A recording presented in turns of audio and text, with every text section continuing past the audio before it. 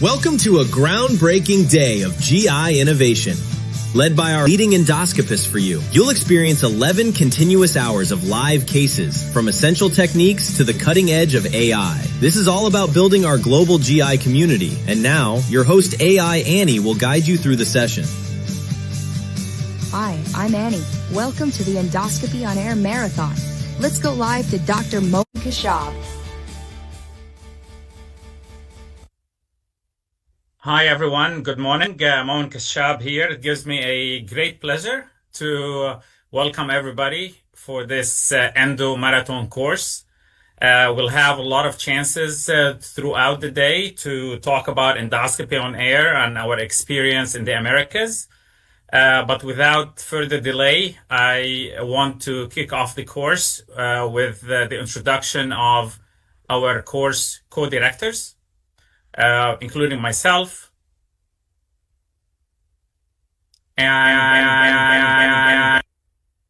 and Dr. Cosgrove from Advent Health in Orlando.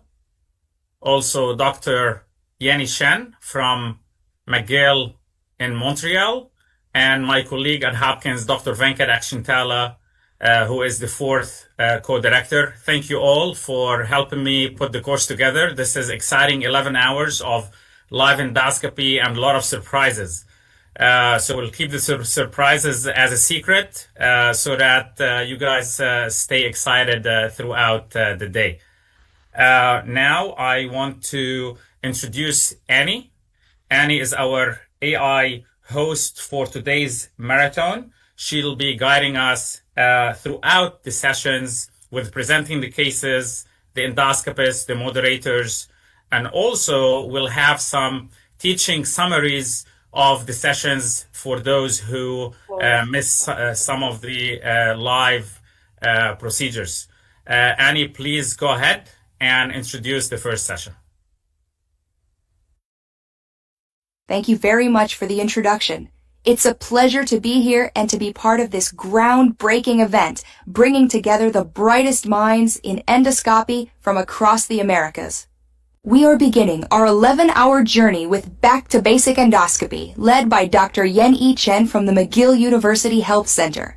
This session returns to the essential techniques that form the bedrock of high-quality practice. Our world-class faculty will demonstrate core principles for diagnostic and therapeutic endoscopy. Now, let me introduce the brilliant endoscopists who will be performing these live demonstrations. Joining from Advent Health Orlando, Dr. Natalie Cosgrove. And from Northwestern Medicine in Chicago, we have Dr. Aziz Adam. And then we have Dr. Jeffrey Moscow from St. Michael's Hospital in Toronto. Guiding the discussion for this session, we have our esteemed panel of moderators, Dr. Linda Lee from Brigham and Women's Hospital. Then, from Austin Gastroenterology in Texas, Dr. Andy Tao. And then Dr. Asador Jorge Chekmedian, head of the Digestive Endoscopy Service at the Spanish Association in Montevideo, Uruguay. Also contributing to this session, Dr. Jason Samaraceno will be part of the exciting expert panel. Let's go live to our first case. Opening our first session, we go to Northwestern Medicine with Dr. Aziz Adam and Advanced Endoscopy Fellow Dr. Ikechukwu Achabi. Their case is a 58-year-old male with a severe refractory radiation-induced esophageal stricture, a complication of chemoradiation for squamous cell carcinoma. Despite multiple dilations and cryotherapy, the stricture recurs.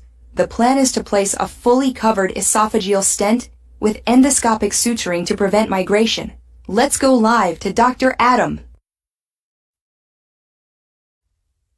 Well, thank you, Annie. Hello, good morning, everyone.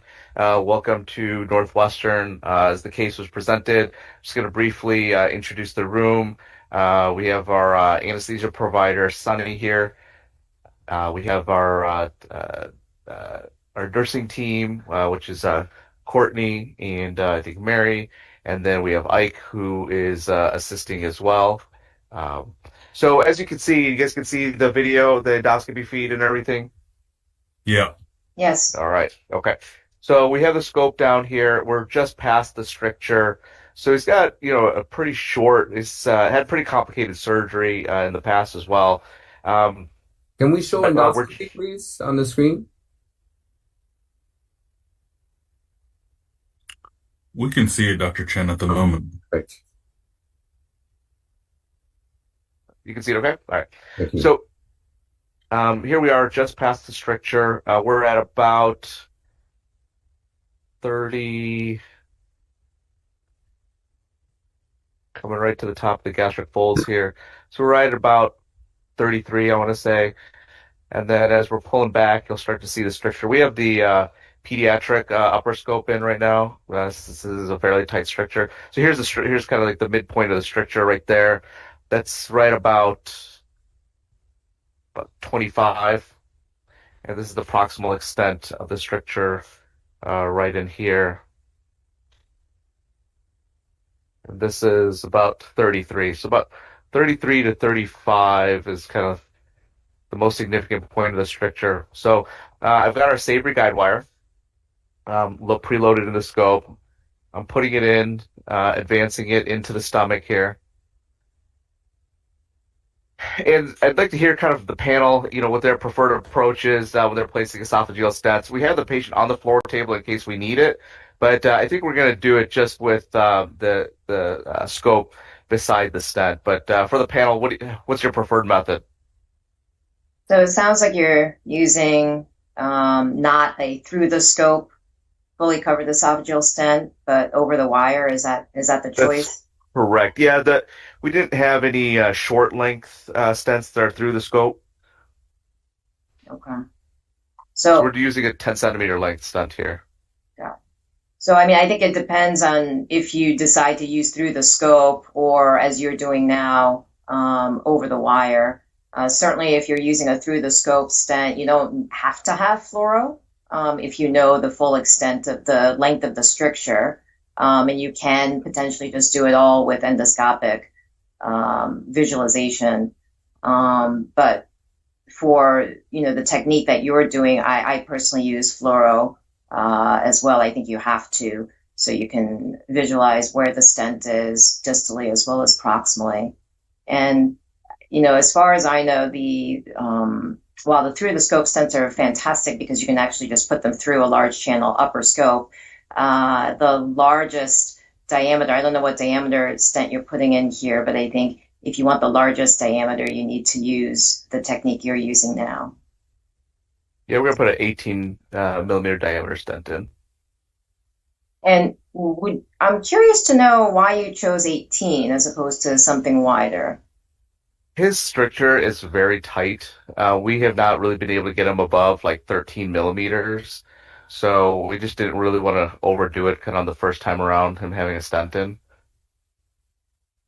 One of the great ironies of stenting and worrying about too big of a stent is that if you cause a perforation, the stent is actually still the treatment, which is kind of a Kind of nice. yeah. But no, But I also 18 is worry good. about pain, right? I mean, that's the other thing that I've noticed. If you go too big, patients complain a lot about chest pain, and then you have to remove the stent and whatnot.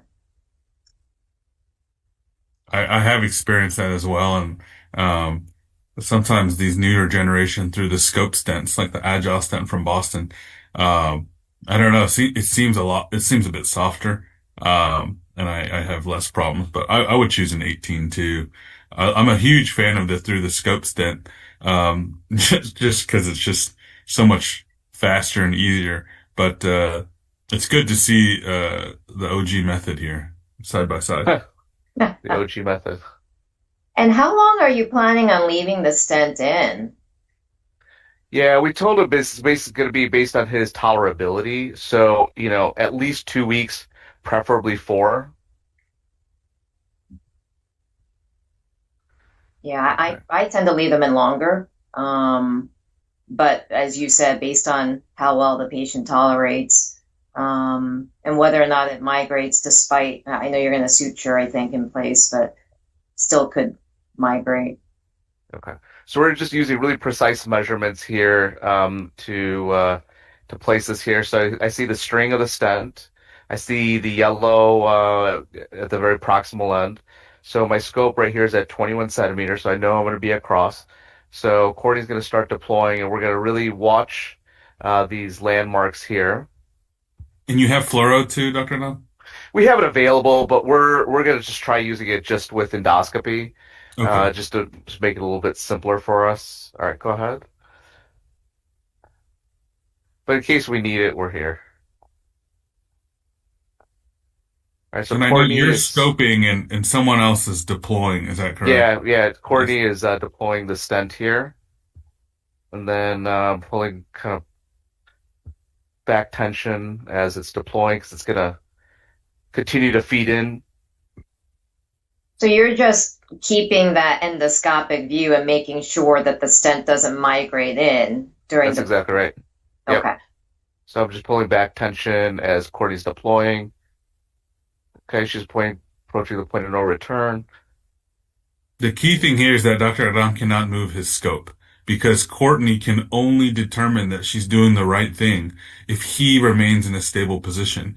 If Dr. Adam moves too forward or too back, then the position of the stent will essentially be set to him, right? Okay, so this is perfectly right where we wanted it. So it ended up at 20 centimeters here. So the stricture is really in the midpoint. So, all right, so we're going to pull this out. We're going to switch over to our suture. We have it all preloaded. So I'm curious to know suture versus, the newer, I don't know, Mantis, and then there's over the scope clip, thoughts about how to fix the stent in place. I find the suture to be quite durable. I mean, none of these are 100% absolutely guaranteed, but the suture seems to work pretty well. I like to anchor it into the mucosa first, and then grab the stent, and then place a second suture into the mucosa, and then do it again on the contralateral wall. Does anyone have the opposite approach where they go through the stent first, or? I would discourage going through the stent first unless you're going to also maybe capture the mucosa. Because as it Yeah, is, when you deploy the anchor, if the only thing that it's holding on to is one of the fragile lattices that it may just slip off, right? So yeah. you have to anchor it into human tissue first and last. Linda, do you agree Yep. with that? Agree.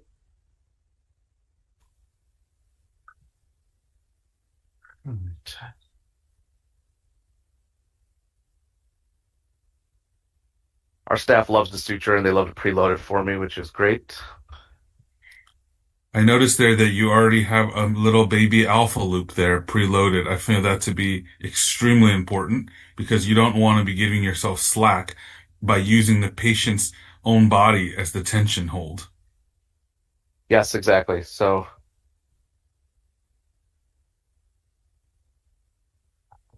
this And then tends the to be kind of the most. anesthesiologist is giving a good jaw thrust there, which is just so important there. This is All right, maybe so the now we're most challenging through. part of the procedure, huh? Yeah. It really is. It's like the most stressful part. Uh, All right,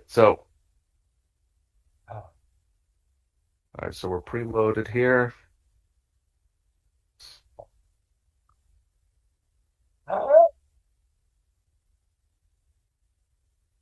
So we're pretty proximal, so we don't have like a ton of room. So we'll just this suction patient here. has had surgery before. Yes, They had esophagectomy. not an esophagectomy. They had radiation, but they had Understood. a Okay. prior pretty complicated gastric surgery. I see.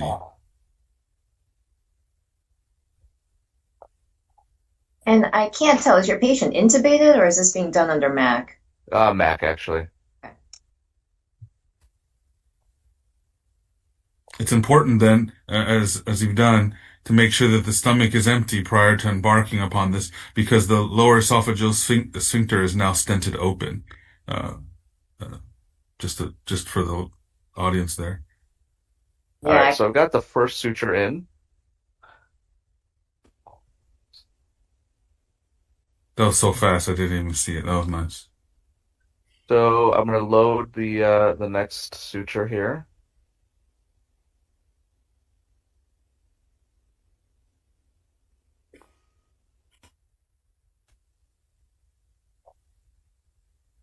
So try to get like the second lattice, second third if possible.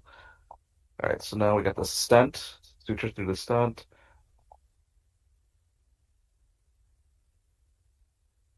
I appreciate you want to get the second and third one, but I must say, technically speaking, you probably only need to get one because that's not going to be the fail point of the Right. suture, right? The metal, that nitinol will never break. It will be the mucosal capture, Can you see or it there how. at 6 o'clock? Mm-hmm. It's Yes. right there, yeah.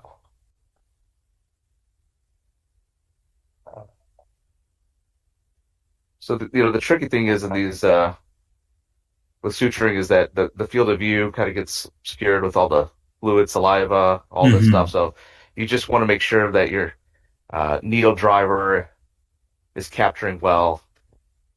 You're not bending the needle driver or anything like that. So now we're loaded with our kind of final suture here.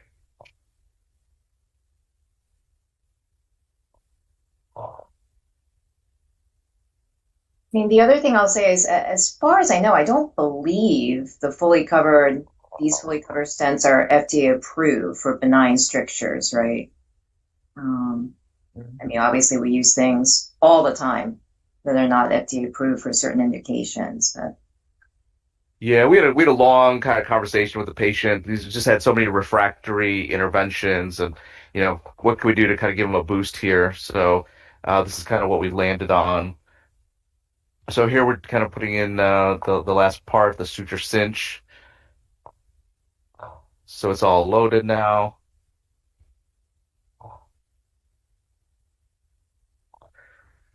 You got a skilled tech that can do it with one hand, with just on her own. That's good. Good on you. Very very skilled. Probably do this herself. All right, so I'm advancing here. So the one key thing is I don't want to put too much tension as I'm closing the cinch.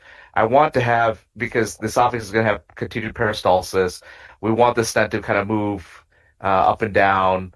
So I'm going to put light tension, very light, so that there's going to be a little bit of slack on the suture when it's the cinch is in there. What do you guys think? Is that what you do, or do you pull it really tight? Oh, it would be a mistake to pull it too tight, especially if you're going three Yep. lattices deep, because then your suture will bury underneath the stent, and you're going to have one heck of a time trying to cut it free when you're coming back. Isn't that right, Linda? I agree with you. Yeah. Okay, so there it is. That's in. Well, I'm going to do another one on the contralateral wall, but I think you guys got a marathon to go. So if you want to cut to the next case, feel free. If you want I to do want to stick around. say post-operative care. You're planning to let this patient eat, but you're going to give them, I'm presuming, some very strict instructions, aren't you? That's right. Yeah, we have a very kind of strict kind of stent diet. As in the immediate post-operative period, we want to make sure that they're being able to tolerate this. We'll give them, some liquid lidocaine in the recovery area as well. And then, once the patient is discharged, we'll be following up with them, very shortly as an outpatient to make sure that they're tolerating this well. And Wonderful. And PPI as well. PPI, oh yeah. Oh yeah, yeah. Took the words out Lots of of my mouth. PPI. Yeah. Yeah. Remember, when these people bend over to tie their shoes, they're going to regurgitate. They have, again, no lower esophageal sphincter function at the moment. So important. Dr. Adam, thank you for the wonderful demonstration. Really appreciate it. Thank you to your team also. We will switch it to the next case with any introduction, please. For this next case, we are going live to McGill University with Dr. Jeffrey Moscow. He is assisted by Advanced Endoscopy Fellow, Dr. Saeed Al-Alawi, as well as Dr. Stephen Sukas. The patient is a 70-year-old female with a history of colon cancer and atrial fibrillation on apixaban. She has been referred for the resection of a 3-centimeter granular lateral spreading tumor located in the transverse colon. The planned technique is an underwater endoscopic mucosal resection. Let's go live to the procedure. All right. Hi, everyone. Can you hear us? Yes. Yes. Yenny, I'm in your unit, but you're not here with us. Where are you? Don't do anything crazy in there, okay, Aja? Okay, fine. Anyways, thank you so much for having me. It's exciting to be here in Montreal, although much colder now in Montreal than Toronto. I'm here with Stephen. So, Stephen, good to have you. Good to be here. And the whole team, we got the A team here at the Glen campus today. So, we've been asked, Annie, thank you. Annie told us to do an underwater EMR for this lesion, but we're going to look at the lesion first. So we're in the transverse colon. This is an Olympus PCF 190 TL, and we're using that because we didn't know if we were going to have to do this in retroflexion or how we're going to approach this. So 9.8 outer diameter scope with a 3.2 channel. And so we're looking at this lesion. Can you see our endoscopic view? Just a second. We're still with Dr. Adam at the moment, but we're switching over right now. Stand by.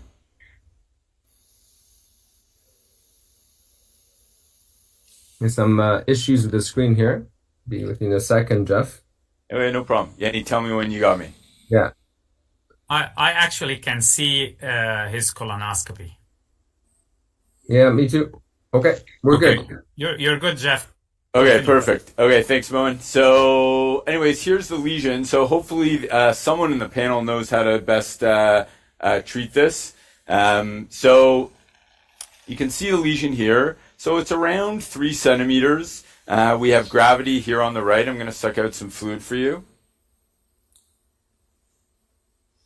So, Stephen, why don't you tell people what you think of this lesion at first glance? Yeah, so at first glance, I mean, it looks like it's more of a homogeneous, granular, laterally spreading tumor.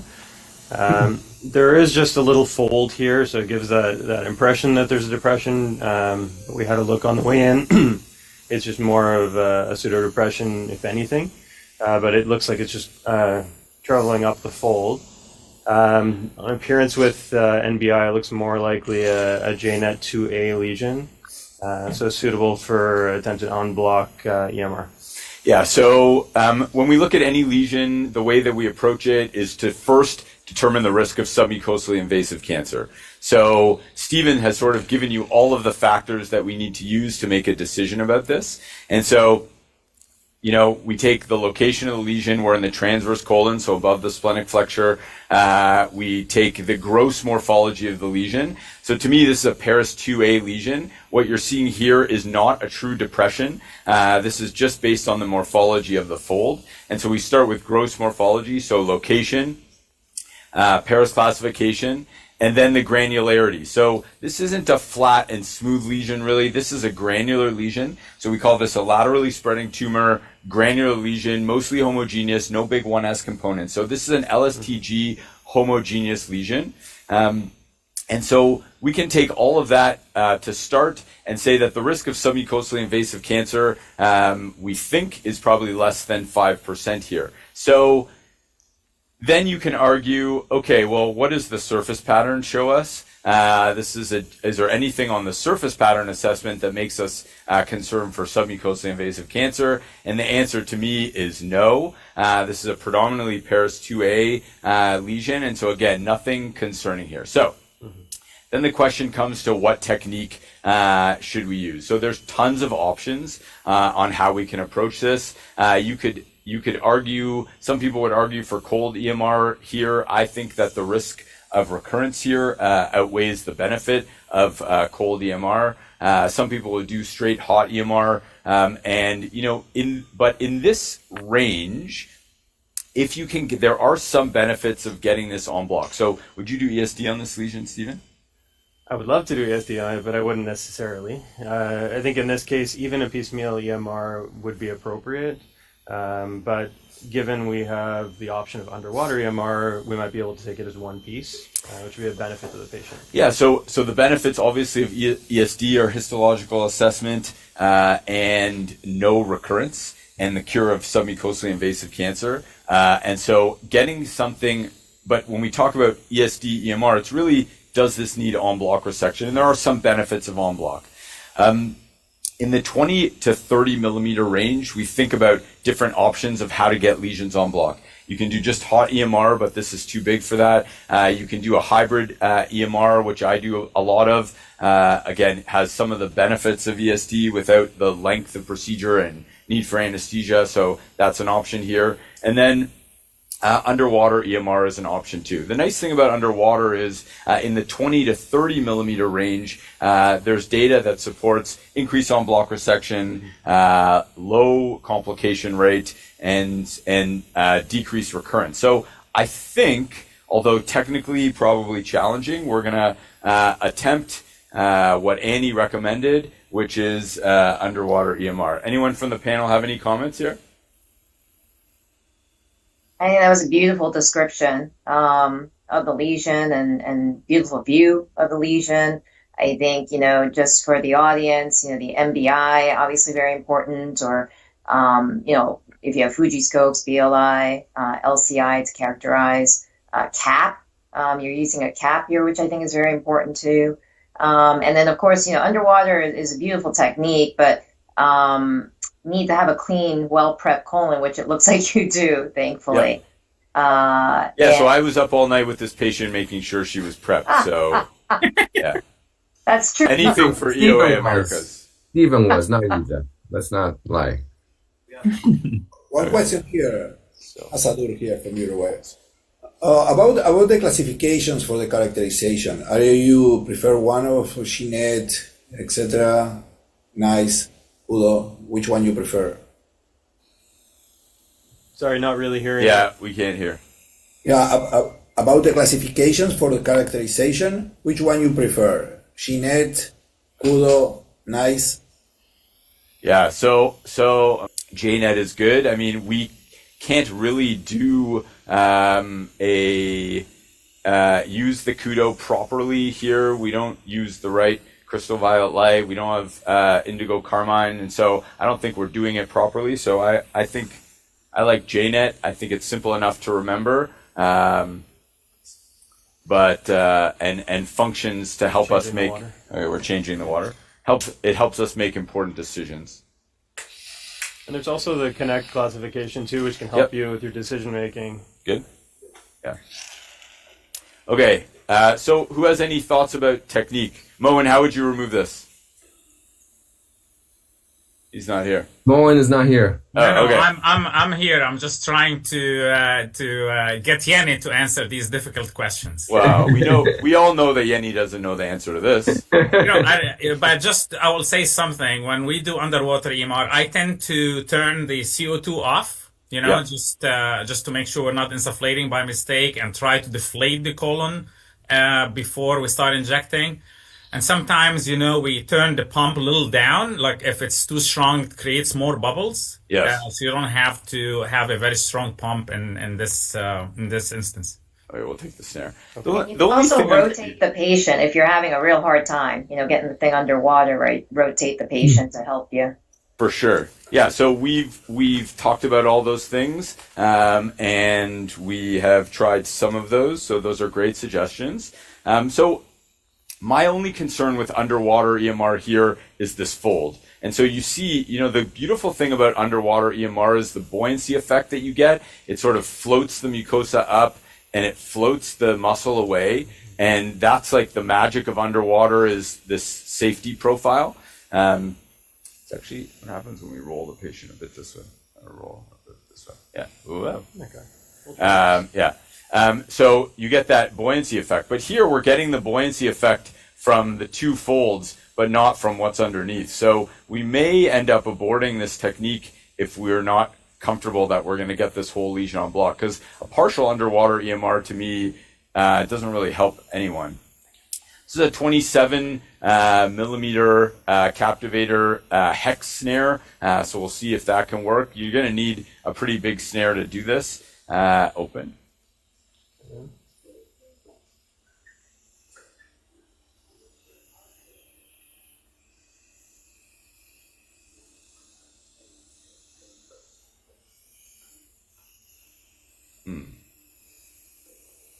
So you have two options, sort of. You can anchor the snare in the back of the polyp, or you can sort of anchor it on the side. I'm going to try and anchor it just in the back. So I'm going to push it against the mucosa here. We're going to open, open, open, open. So I have around it on the right lesion. I'm just sliding to see if I can get around it on the left.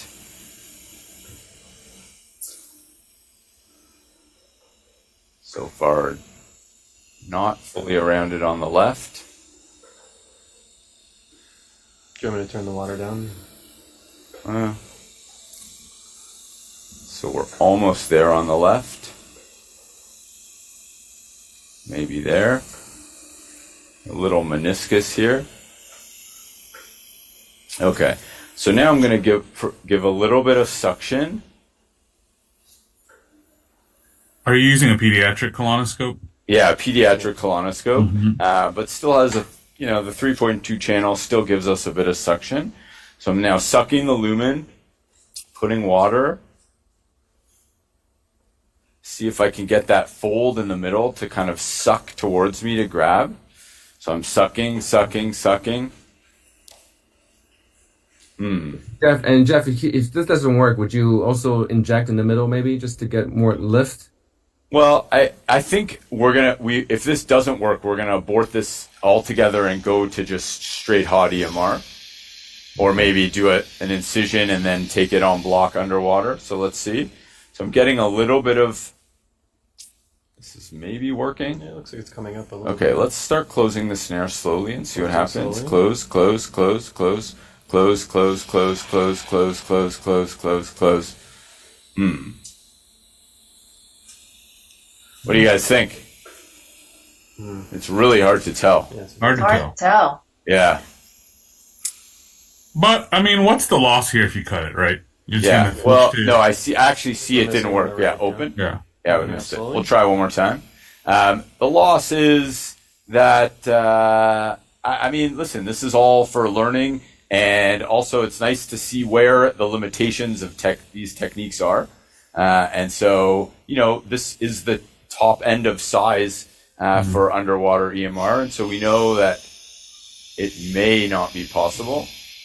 You know what's fascinating is that you've massaged it into a different morphology now. Yeah. Okay, try closing here. Close, close, close, close, close, close, close, close, close, close, close. No. I think we're losing Still a no. little bit of it still. Okay. Okay. I think we're gonna pivot open. Opening. So I don't think this is doable underwater. So I'm gonna go, I think, to standard EMR here. Anyone have any objections to that? I know we're tight on time here. I think this is just exactly why I love live endoscopy. Yeah. Because the users out there thirst to see wonderful experts like yourself have Take to injection. pivot and move on to a different technique. And so I was in some weird way, I was betting against you. I wanted it not to work so that we would pivot and see what you would do. So You were betting against me? that's Wow. evil to say, but that's really the wonderful benefit of live endoscopy is when things don't go perfectly well. Okay. Well, here we go. I mean, this is real life, right? Yeah. Right. Things usually don't go perfectly well, so you just have to, as Jeff has been, be prepared with alternative options. If plan A doesn't quite go as planned, then you have your backup plans. I think Annie will understand. And also for the audience to being humble enough, to switch and not to go forward when you realize that it's not okay. So that's beautiful. Okay, so we're going to start injecting on this side. So again, this is saline, methylene. We're using Everlift with a bit of dilute epinephrine today. Needle out. So no right or wrong place in terms of where you start your injection. All right. A little unstable here. Start injecting. Injecting. Hey, Jeff, we're going to have to move on. No problem. Tell us a little bit about your strategy going forward with this. Yeah, just okay, to stop. the case. Back for a sec. So I'm going to do just a straight hot EMR, and then I am going to, piecemeal EMR, and then I'm going to do thermal ablation of the margin, and then clip this lesion closed above the splenic flexure. All right. Thank you so much, Jeff, for All right. demonstrating. Sorry, this. everyone. Good to see you. So next, we're going to go to an infomercial, if possible, by Irby.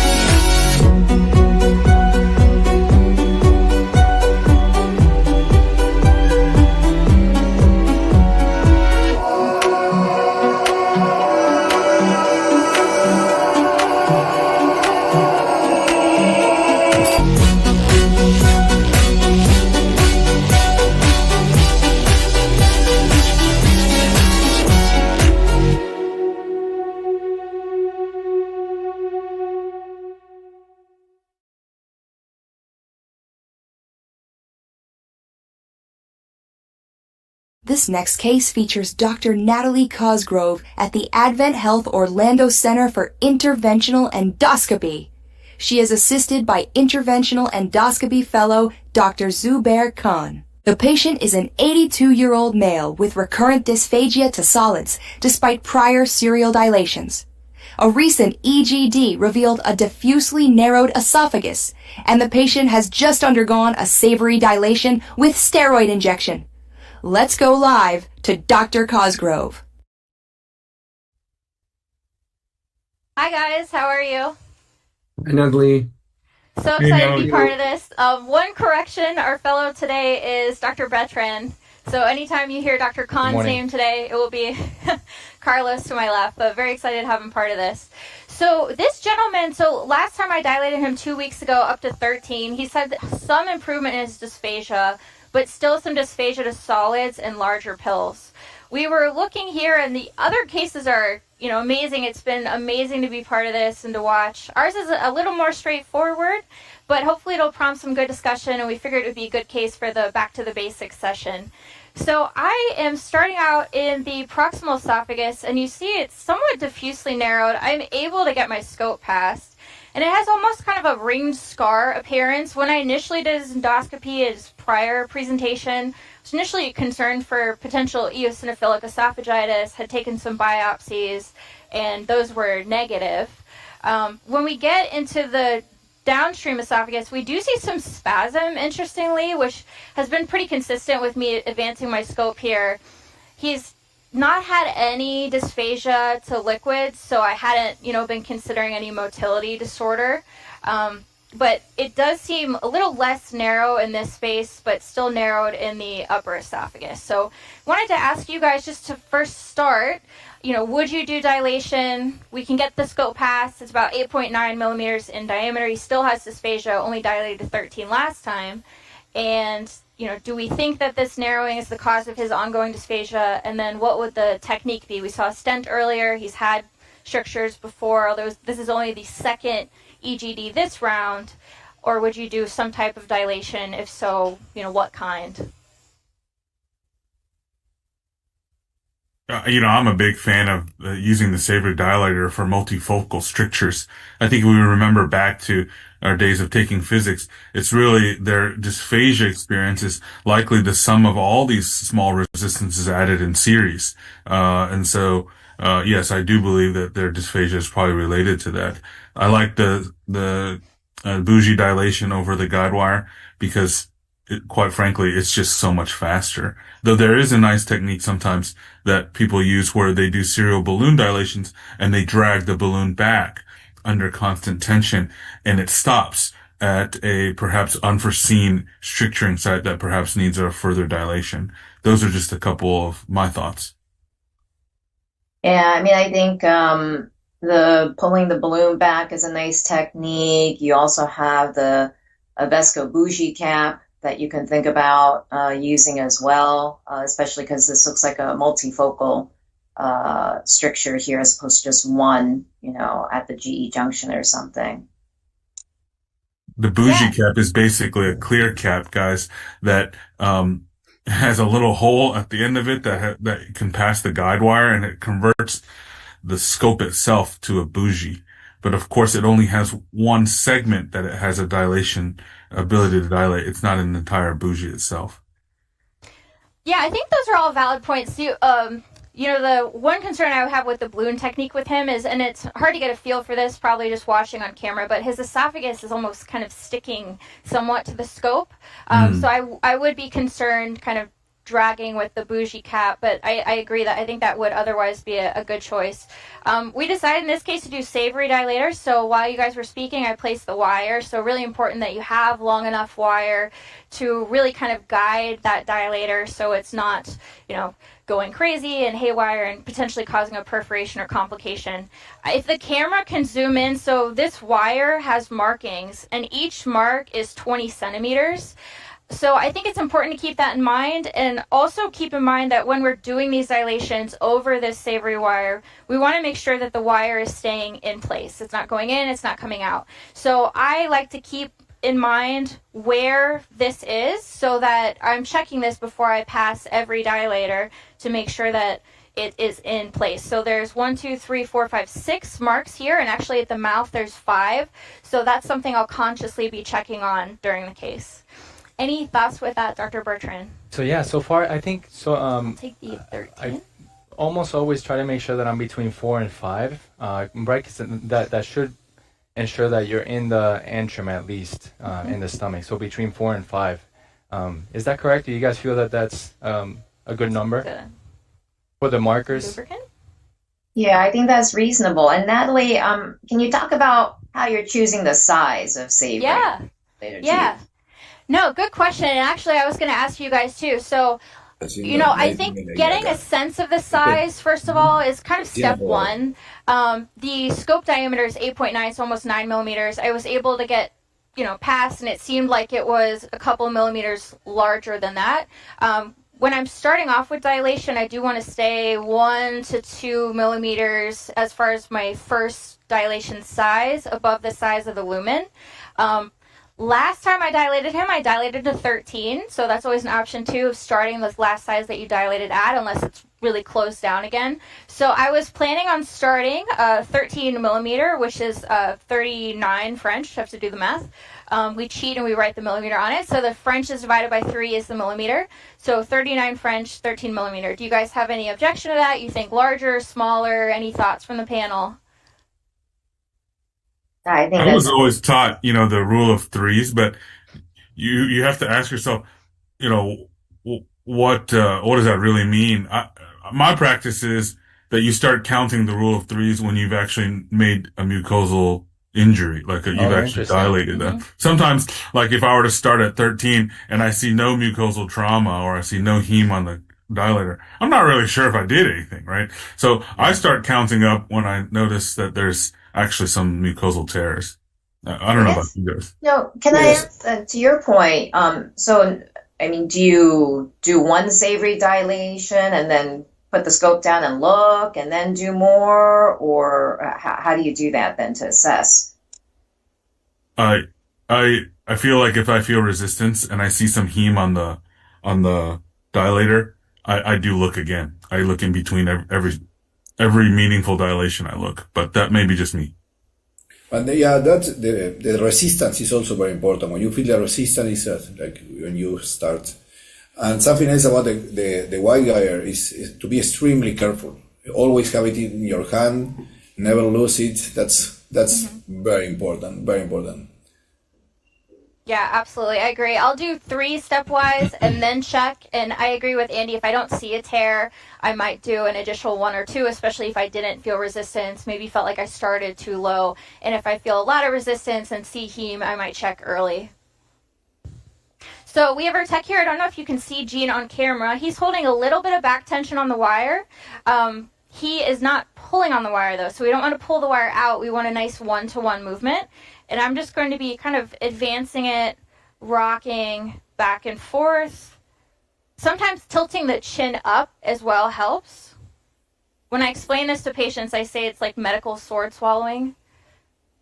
And I think important point that you made, Natalie, there about your tech not pulling the wire out, right? Just holding some resistance. That is so critically important. 12, actually. And I'm feeling a good bit of resistance, so I'm going to just go down to 12 initially for the first one. I might have been a little overly ambitious with the 13. And I think that's a great point too, right? It never hurts to start smaller, but if you start too big and cause a huge rent, right, then that's tough. That's tougher. Yeah, it should also be stated that when you have multifocal strictures, your resistance is most naturally going to be much greater because you're now fighting 10 soldiers instead of just one. Right. So you open one, you counter another. You open another, you counter the third, the fourth, and fifth until you finally get across into the stomach. So, just be aware that multifocal strictures resistance is going to be expected. A lot of it, actually. Yeah, and the resistance that you have will determine on the etiology of the strictures too, right? Because I feel so far my experience with like radiation strictures, and they're a bit tougher to dilate. So we have to be more careful with those in terms of just going by feel. Okay, now I'll take the 13. Right? Right on. And then as we were backing the Savory out, advancing the wires a little bit just to keep that one-to-one movement so it's not, moving in or out, I still have, it moved actually in just a tiny bit, but the 5 marker is right by the mouth, so the wire's staying in place. Now, I was planning on doing Kenalog. He's had, complex, long stricture. Any thoughts from the panel on concentration? Also, would you... I've heard some people do Kenalog injection before dilation. I was planning on doing it after. Would you do 4 quadrants? Would you do into areas of tear? What would your approach be for Kenalog injection, or would you do another modality? As a comment, I am seeing that your assistant is doing a beautiful job. In my case, I try to hold the wire with my left hand myself when I am pushing down the dilator to ensure that the guided wire stay in place. Because if sometimes it moves, I mean, here I don't know if you are doing under fluoroscopy, but if you don't have fluoroscopy, it's very important to keep it in place. Yeah, do you guys do these under fluoroscopy? I only do that if I can't get past endoscopically or even with a XP. Then you certainly want to do fluoroscopy. So I've only done 2, but I do want to check and see just because I'm getting a little more resistance. And, we're live, so I don't want to convert to a stent case. And Andy's rooting against us, so we have that. So No, I'm rooting for you on this one. Okay, good. So I do see some tears here. So, Andy, you were talking about before looking for tears. So, would you be happy here? Or would you keep going? And I'm going to come back and kind of look the whole length too. Yeah, I would keep going. I like what I'm seeing. I know I would start counting now. I would say, yeah, we did 1 or 2. I agree. And as far as injecting steroids, right? I think I do like to do it, of course, if I think it's an inflammatory type stricture or, a refractory stricture, we'll try it. I typically do it after dilating, and do try to, get into, especially where tears are.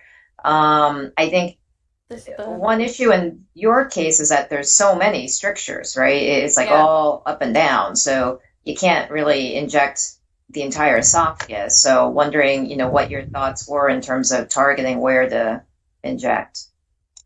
Yeah, good question. I was planning on targeting specifically the tears, and if we have enough time, we'll show that on camera. Because my understanding is the thought with the Kenalog injection... I got it. The thought with the Kenalog injection is to try to kind of damper the inflammatory kind of fibrotic response induced by kind of the stricture and the tear. So my thought is if I inject in specifically the areas of the tear, I can try to kind of promote those staying open in those areas as opposed to kind of closing back down. I think that sounds very reasonable and what I tend to do as well.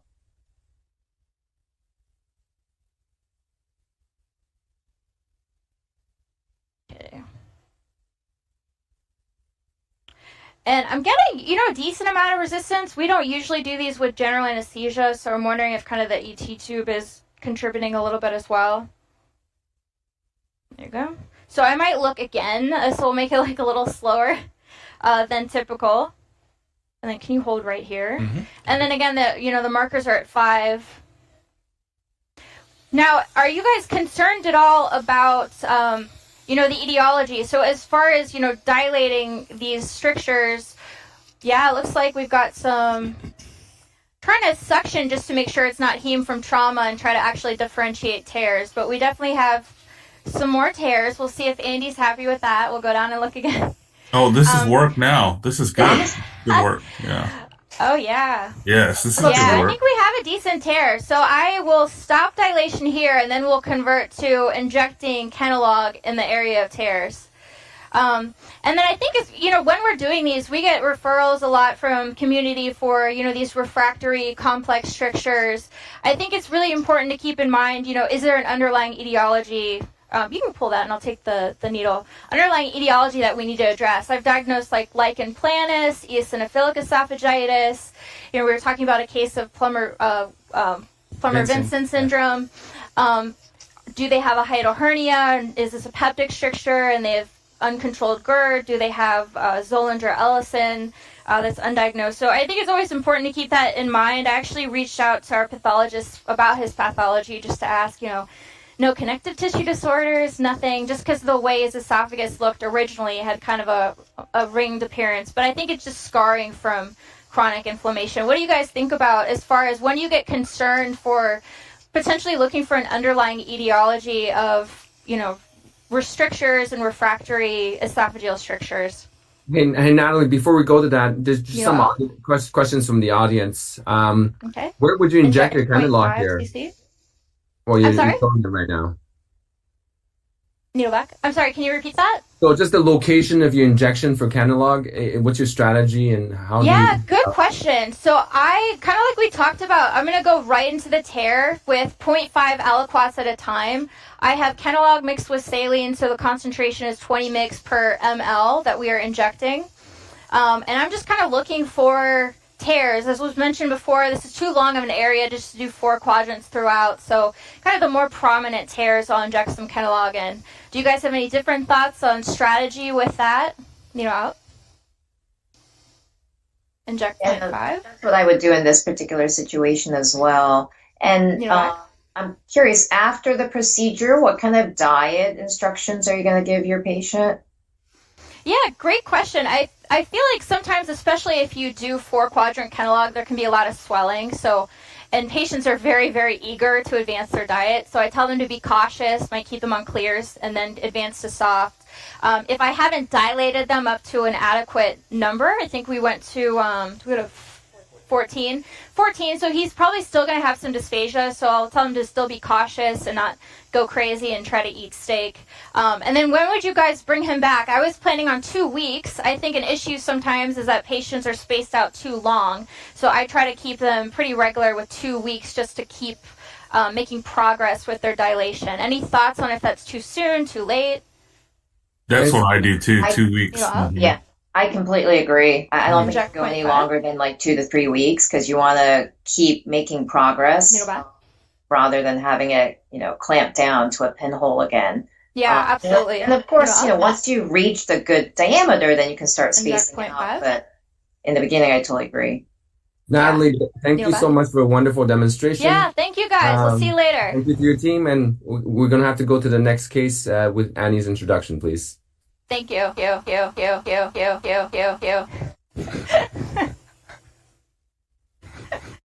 Returning to Northwestern Medicine, we rejoin Dr. Aziz Adam and Advanced Endoscopy Fellow Dr. Ikechukwu Achebe. This fourth case is a 74-year-old male found to have 3 large duodenal neuroendocrine tumors, grade 1, on an EGD for dysphagia. Dotatate PET scan shows no distant metastases. The plan is to perform an EUS for staging, followed by a potential endoscopic full-thickness resection. Let's go live to Dr. Adam.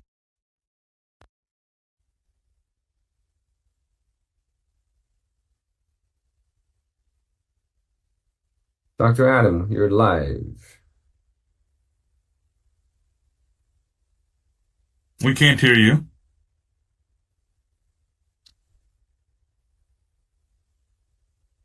Not yet.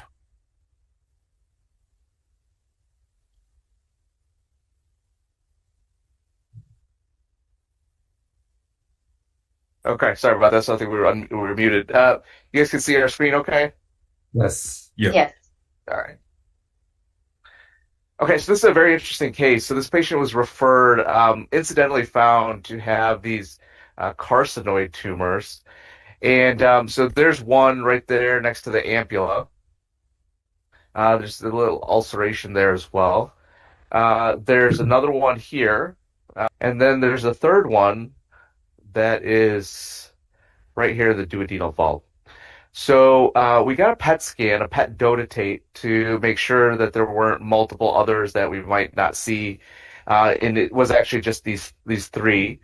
So we wanted to do an EUS to look at the depth of invasion and then, think about removal. Considering that, the size, the number, what would the panel suggest for a case like this? This is pretty unique. Does a person have MEN1 or something? This is kind of strange. Yes, not that we know of. Hmm.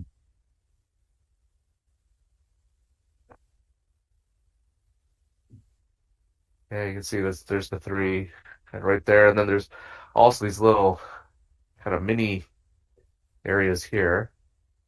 This is the first time that we've scoped him, so a lot of this is a little surprise to us. But so what we were going to do is we were going to start at least with the ultrasound and see, what kind of depth of invasion we're getting for these in particular. So Yeah. bear with us. We're going to switch over to the EUS in just a moment here. My initial impression is that three full thickness resections in the duodenum is a pretty heavy lift. And Oh, one... we told him that we're not doing that. That's for sure. We said we'll do one. We said we'll start with one, and see what we get. He was a little disappointed. He said that we would take out all three. I said yes, but most likely in stages. I said it's too much risk at one time, certainly. So yes. My thought here is honestly probably go for the easier one in the duodenal bulb. If we decide to proceed with that one, and then see what the pathology is, and then tackle these kind of one by one. Yeah, I mean, I think your approach is incredibly a very nice one, right? Because for these duodenal nets, you want to remove all of it and get a negative margin, and it can be tough to do without doing something like full thickness resection that you're going to be doing. So I think, these kind of lesions are really perfect for that device. And I do agree with doing the EUS just to make sure, obviously the dotatate only it looks like lit up in those areas, but rule out any lymphadenopathy in the area or some other surprises. Yeah, exactly. I mean, we just thought that, surgery would be quite morbid for a benign, relatively non-pancreatic condition like this. So, given the number of them, it would be, essentially a Whipple. So, and you saw that one that's so, it's pretty much right next to the ampulla. We had a similar type of case not too long ago, maybe about a month ago, actually, where there was kind of a 5 centimeter separation between the ampulla and one of these subepithelial lesions. And we actually went to the OR and did a combined procedure where we just really made sure we identified it, and patient was able to be spared from a Whipple. So it's really important to work in a multidisciplinary fashion for these type of cases. So it would be great to I get just some want to more reinforce that, lesions with high risk features should indicate that you should abort the procedures, specifically those that are, maybe approaching 2 centimeters, that have grade 2 histology. Obviously, if they have MP invasion, some muscle invasion or nodal involvement, those are going to be unsuccessful and not indicated. So I really think it's awesome that you guys are doing the EUS. I think that's so critical instead of just jumping right into a resection. Even you have the negative dotatate for metastatic disease. And we're in that like gray zone too, right? Like these lesions are like maybe just under 2 centimeters, right around Right, that 2 centimeter right. mark. So, all right, here we are. Let's see, I gotta switch here. All right. Can you see our EUS here? This Yes. is another reason in this unique situation why it's so important that you just do them one at a time. Because if one of your lesions jumps and it becomes non-endoscopically approachable, then essentially there's no point in removing the other ones. The person is probably going to go to surgery, right? So if, for Right. example, you take one that has MP invasion, or you don't get an R0, or there's nodal involvement or a grade 3 histology, then the game is over, right? There's no more endoscopic offerings. And of course, there's not a lot of literature on duodenal nets, right? And the best management. And obviously, with the advent of newer endoscopic techniques, we're pushing, the boundaries of what we're capable of doing. But, completely agree with everything Andy just said about being cautious about the grade. And the size and presence of any regional lymphadenopathy that might cause you to abort. Is that the lesion at 11 that we're seeing there now? But we're trying to get all this air and everything out of here, but it seems like it. Yeah. You're using a radial EUS scope here, it looks like. Yep, that's right. We have the linear here just in case. Sometimes we find that we get a little bit better resolution um, for something like as crucial as this. But I like to start backwards, and Yeah. I like to find the muscularis propria. And when we're teaching EUS to our trainees, let's tell them like find the biggest, the most recognizable feature in the station that you're looking at, and then go for what you recognize, and then work towards the lesion, looking at depth of invasion, things of that nature. So Are you putting some water in the duodenum too, or? yeah, we're kind of flushing with the scope and. So I love the radial scope. I know that some people say, oh, linear all the time, but I think this is a beautiful case of using the radial to get that beautiful view of the lesion, and you can see the wall layers there. So right about here, roughly 15 millimeters or so. And the musculus propria is preserved, correct? Seems like it. And it looks like you can see it underneath. Let's see, I'll get a little bit better. But, for those who do EUS, it's important. Obviously, air is the enemy. So hence you see, Dr. Adam using the balloon, putting water into the duodenum to try to get rid of the air so you can get a good view.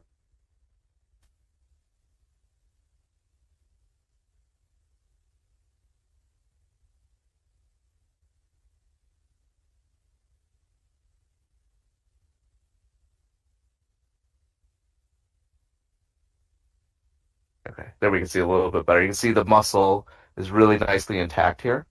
Yeah. Kind of all along this left lateral wall here.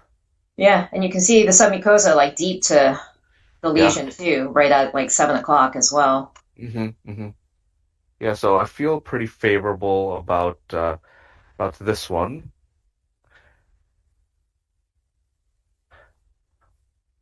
Then we have another one right there. I'm seeing that kind of a 6 o'clock position now. Again, we're not going to resect all of these today for sure, but we want to get as much information as we can.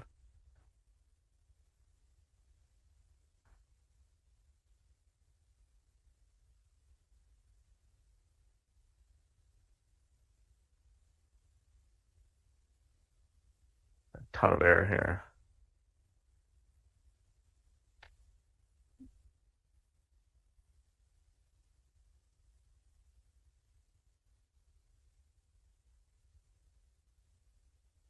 So, Dr. Adam, due to time constraints, can you tell us your plan regarding these lesions from what you've seen? Yeah, so from what I've seen, I don't see anything to suggest invasion, deep invasion into the muscularis propria or beyond. So once we're done with the EUS here, I'm going to do a full thickness resection of the very proximal lesion in the duodenal bulb. We'll get the histology, and then we'll get the tumor grade and kind of all the features that we need to know, and then we can plan on doing these subsequently in future procedures. Okay. Great work, Dr. Adam. Thank you so much for your demonstration. Thank you. We will now turn towards a symposium, a very exciting symposium with Jason Saracena that will be joining us along with the moderators for a nice discussion. Thank you. Jason, you with us? Yenny, hi. Good morning from California. Thank you for joining us, Jason. Absolutely my pleasure. Yeah, those were great cases already. This is a little bit more back to basics. And Yenny, can you hear me okay? We hear you perfect. Perfect. And am I sharing screen? We just see a black screen right now. I'm not sure. Okay. We don't see the slides for the moment. All right. I am sharing.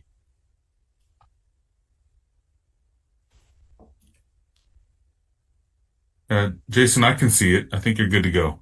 Yeah, I can see your slide, Jason. You know, guys, I think the audience still can't see it. Oh.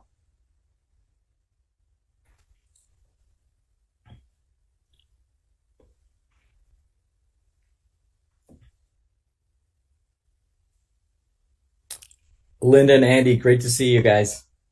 Thanks, Jason. Good to see you. Yeah. I didn't expect to see a full thickness resection in the back to basics of endoscopy. Maybe I need to go back to fellowship and learn some stuff. I was going to say that was the most advanced back to basics session. Yeah, things have changed a little since we trained. Yeah, really. But great commentary and yeah, just great learning points.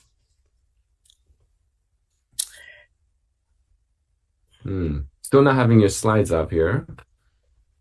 Maybe, Jason, do you want to start? Are you okay, comfortable starting the talk without? Yeah, absolutely. I think we're kind of tight on time. So, Dr. Samarasena, could you please reshare your screen? Absolutely. Thank you. Sorry about that. Oh, there you go. All right. Okay, the title of this talk is See More, Detect More, Tools for Better Colonoscopy Performance. And this is the disclosure related to this talk. So, you know, we're seeing that every adenoma counts. You know, it's pretty well known that colonoscopy is the best test for detecting precancer in the colon and reducing someone's risk of colon cancer, but we definitely are not perfect at it. Up to 26% of adenomas are missed during colonoscopy. And I think, you know, our job and our duty is to, you know, make that as low a number as possible. And with that in mind, guidelines have changed. So the ASG and the ACG have increased their target ADR from 25% to 35%. This is in the guidelines from 2024.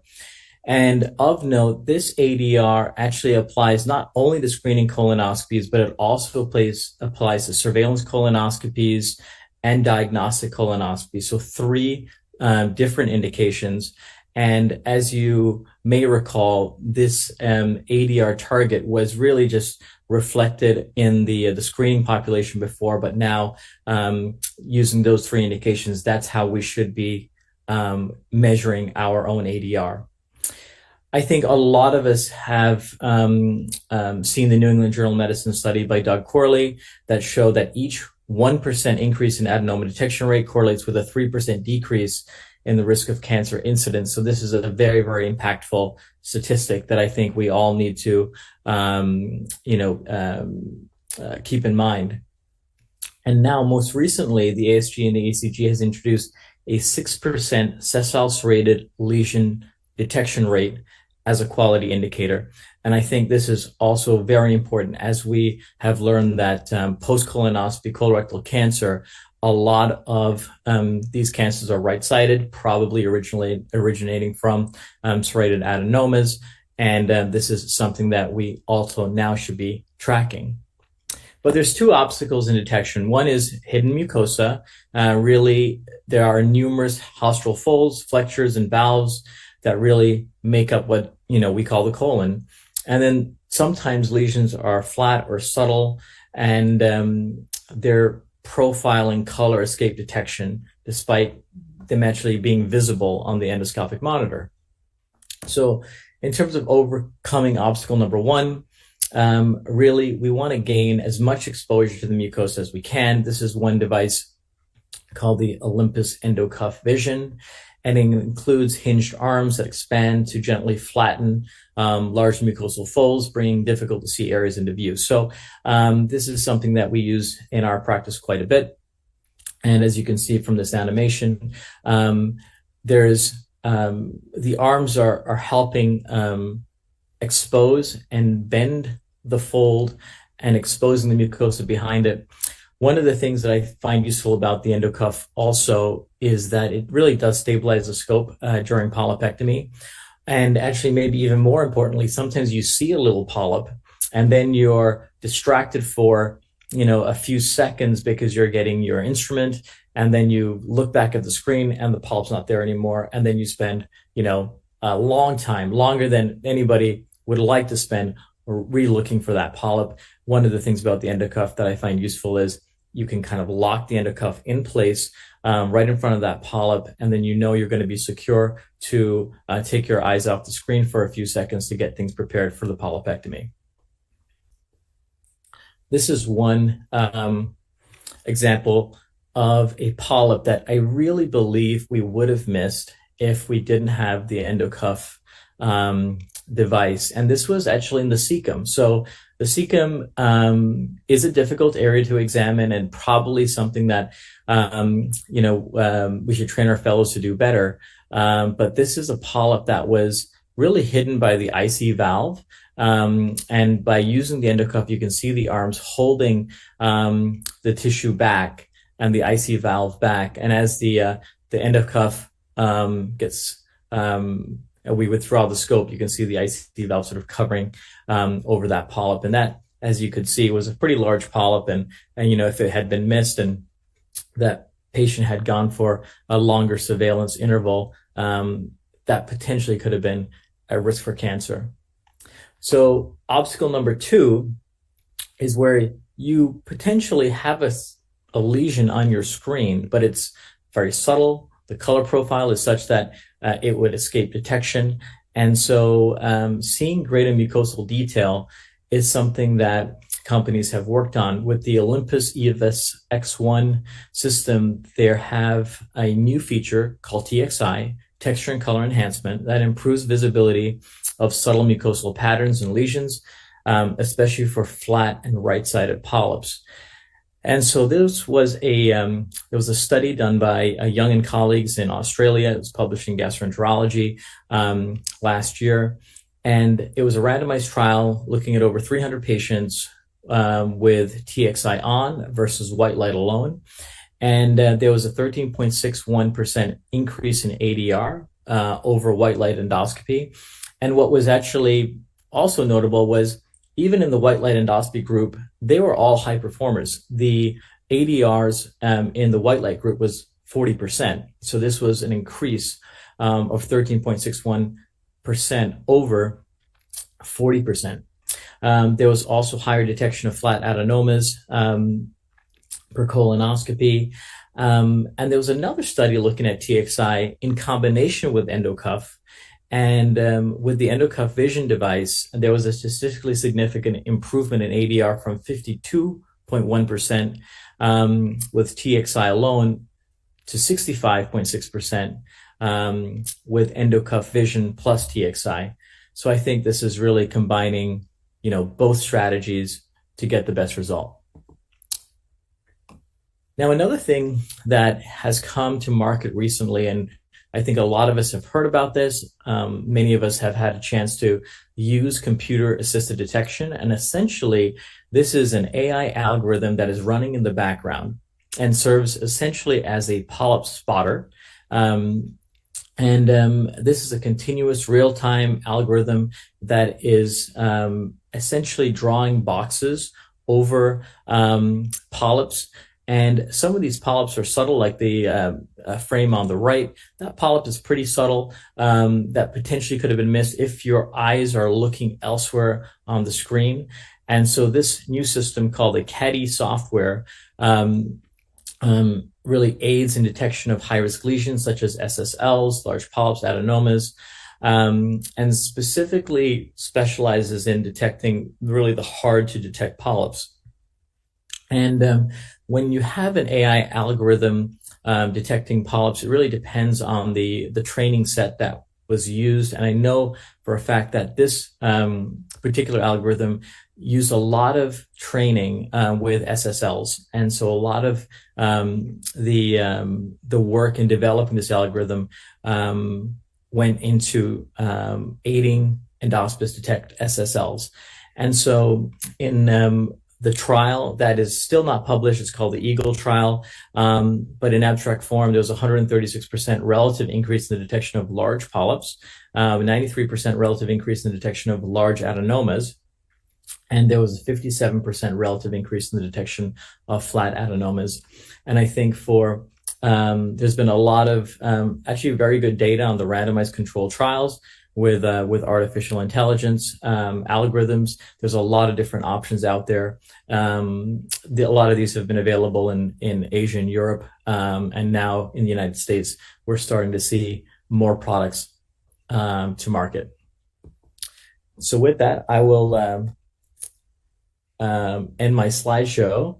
And I wanted to just start a very, very short discussion with the panelists, and so maybe Linda, I can ask you. Many physicians mention that even small enhancements in visualization or stability can impact detection. From your standpoint, what elements of visualization or maneuverability make the biggest difference in finding subtle lesions? Yeah, no, thank you, Jason, and great talk there. Very interesting data. But as you mentioned, if you can't see the polyps, there's no way we're going to remove them and help the patient. So there's so many elements to this, starting all the way back to the dreaded bowel prep. We all should be doing split dose preps. I know there's some data for even morning of prep, if somebody is planning to come in the afternoon. So that's certainly a consideration as well, because there seems to be some good data about that.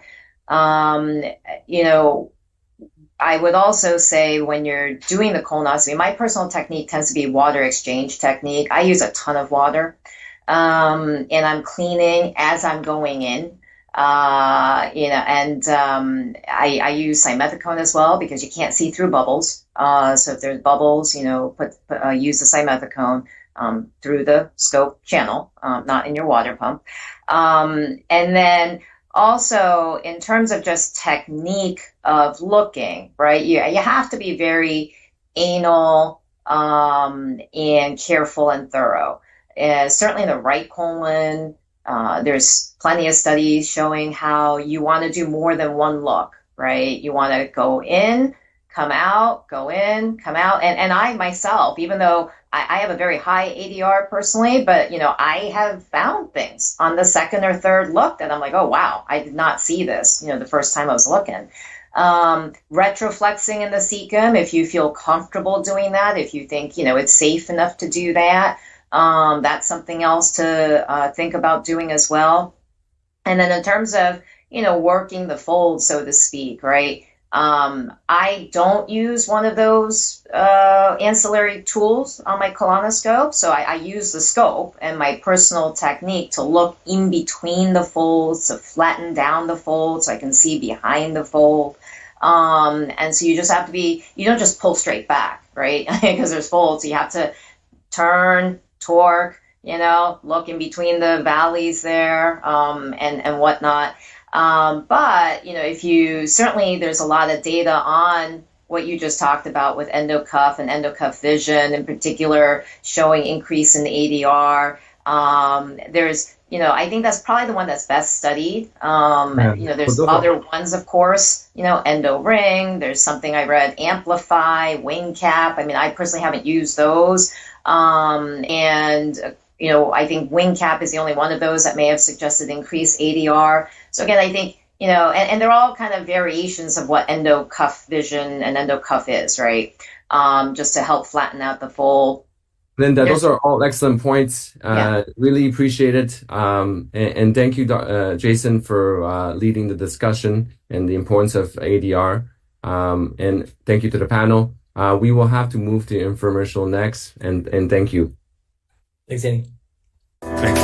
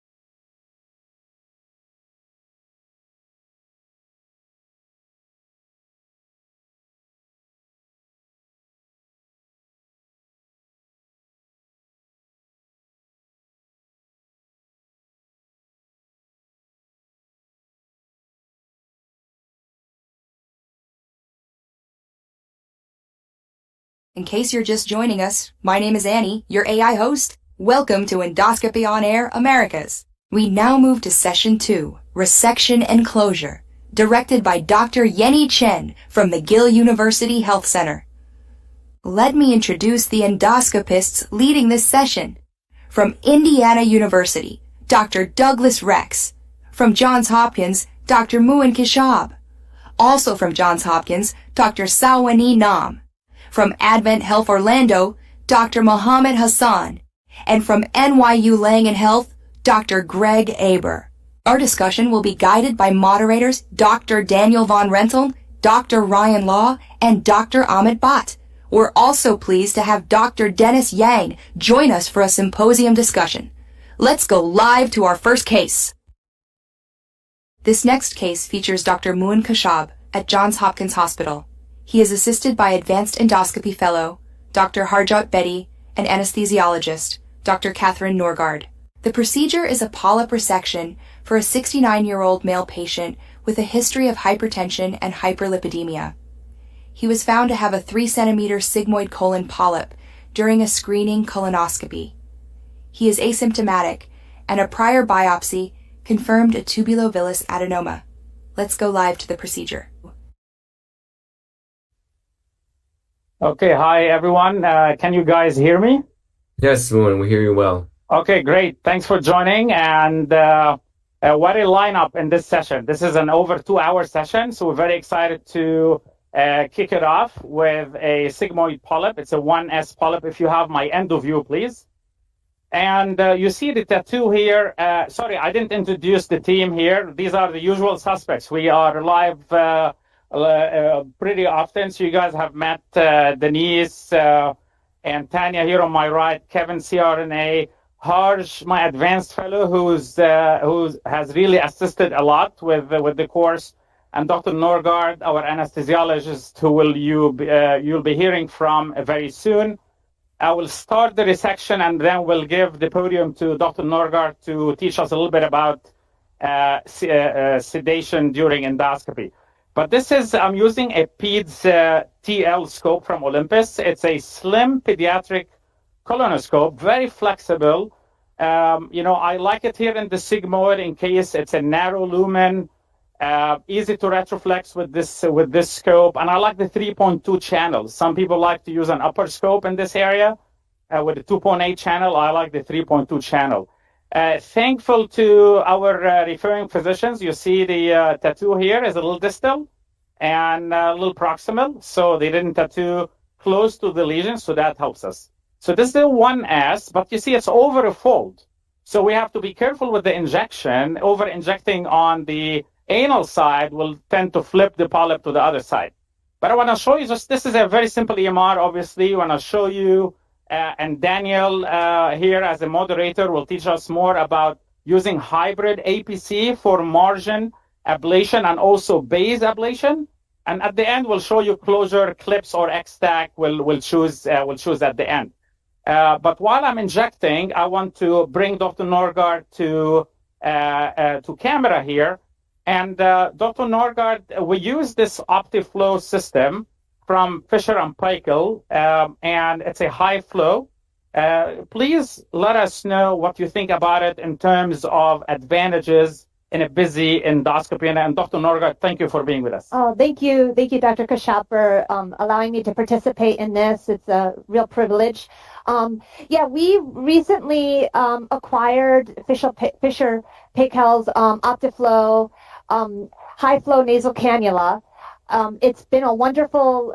I have some slides. I don't know how to. Yeah, let's put the slides up, please. And I just want to introduce myself. My name is Dr. Catherine Norgard. I'm an assistant professor here in the Department of Anesthesiology and Critical Care Medicine at Johns Hopkins, and I'm also the medical director for our endoscopy suite here. As Dr. Kashab said, it's a very, very busy suite.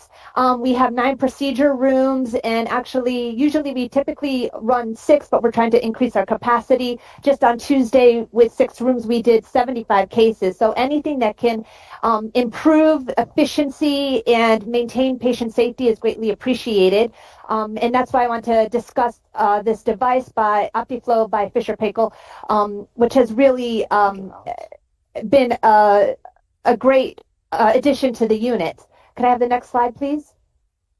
So it provides 100% FiO2, and it can provide up to 70 liters per minute. That's the high flow oxygen, and it's heated, humidified oxygen to the patient.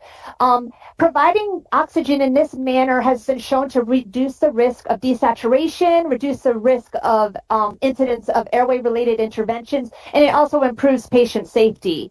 As I said, this is a very busy unit, and in general, non-OR anesthesia is the biggest expanding area in anesthesia, and as a result, anything that can improve patient safety and improve efficiency is welcomed. It also has one of the highest rates of morbidity mortality because of the nature of being small, dark rooms, shared airways, sick patients with a shared airway and sedated and not protected with an ET tube. So Next slide. The benefits of this device are that it provides PEEP.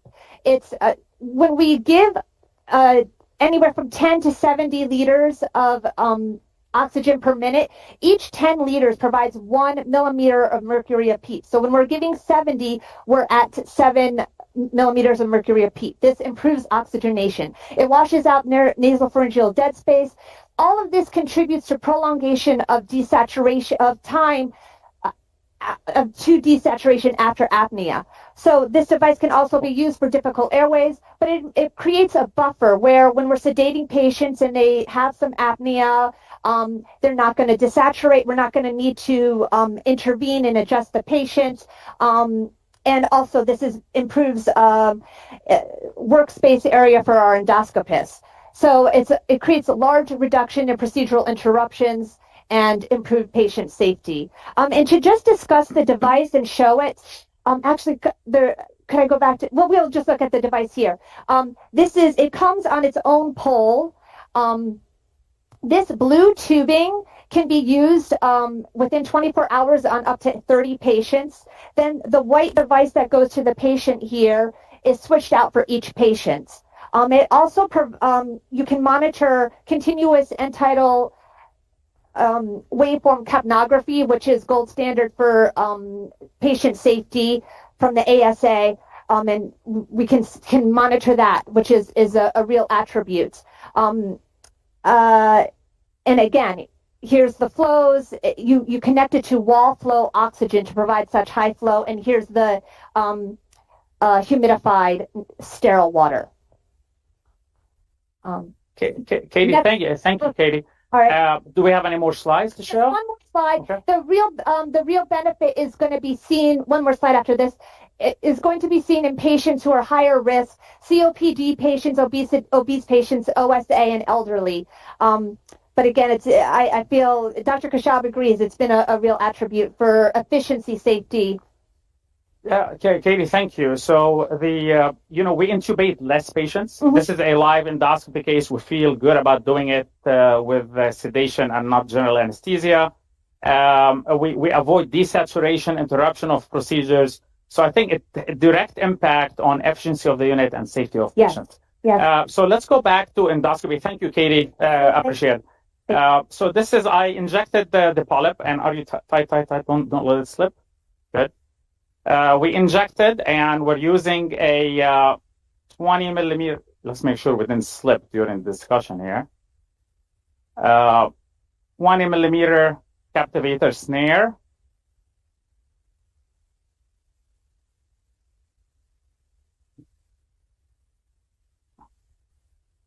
Any questions about the OptiFlow system or our technique here? You see the polyp is on a fold, so it tends to move.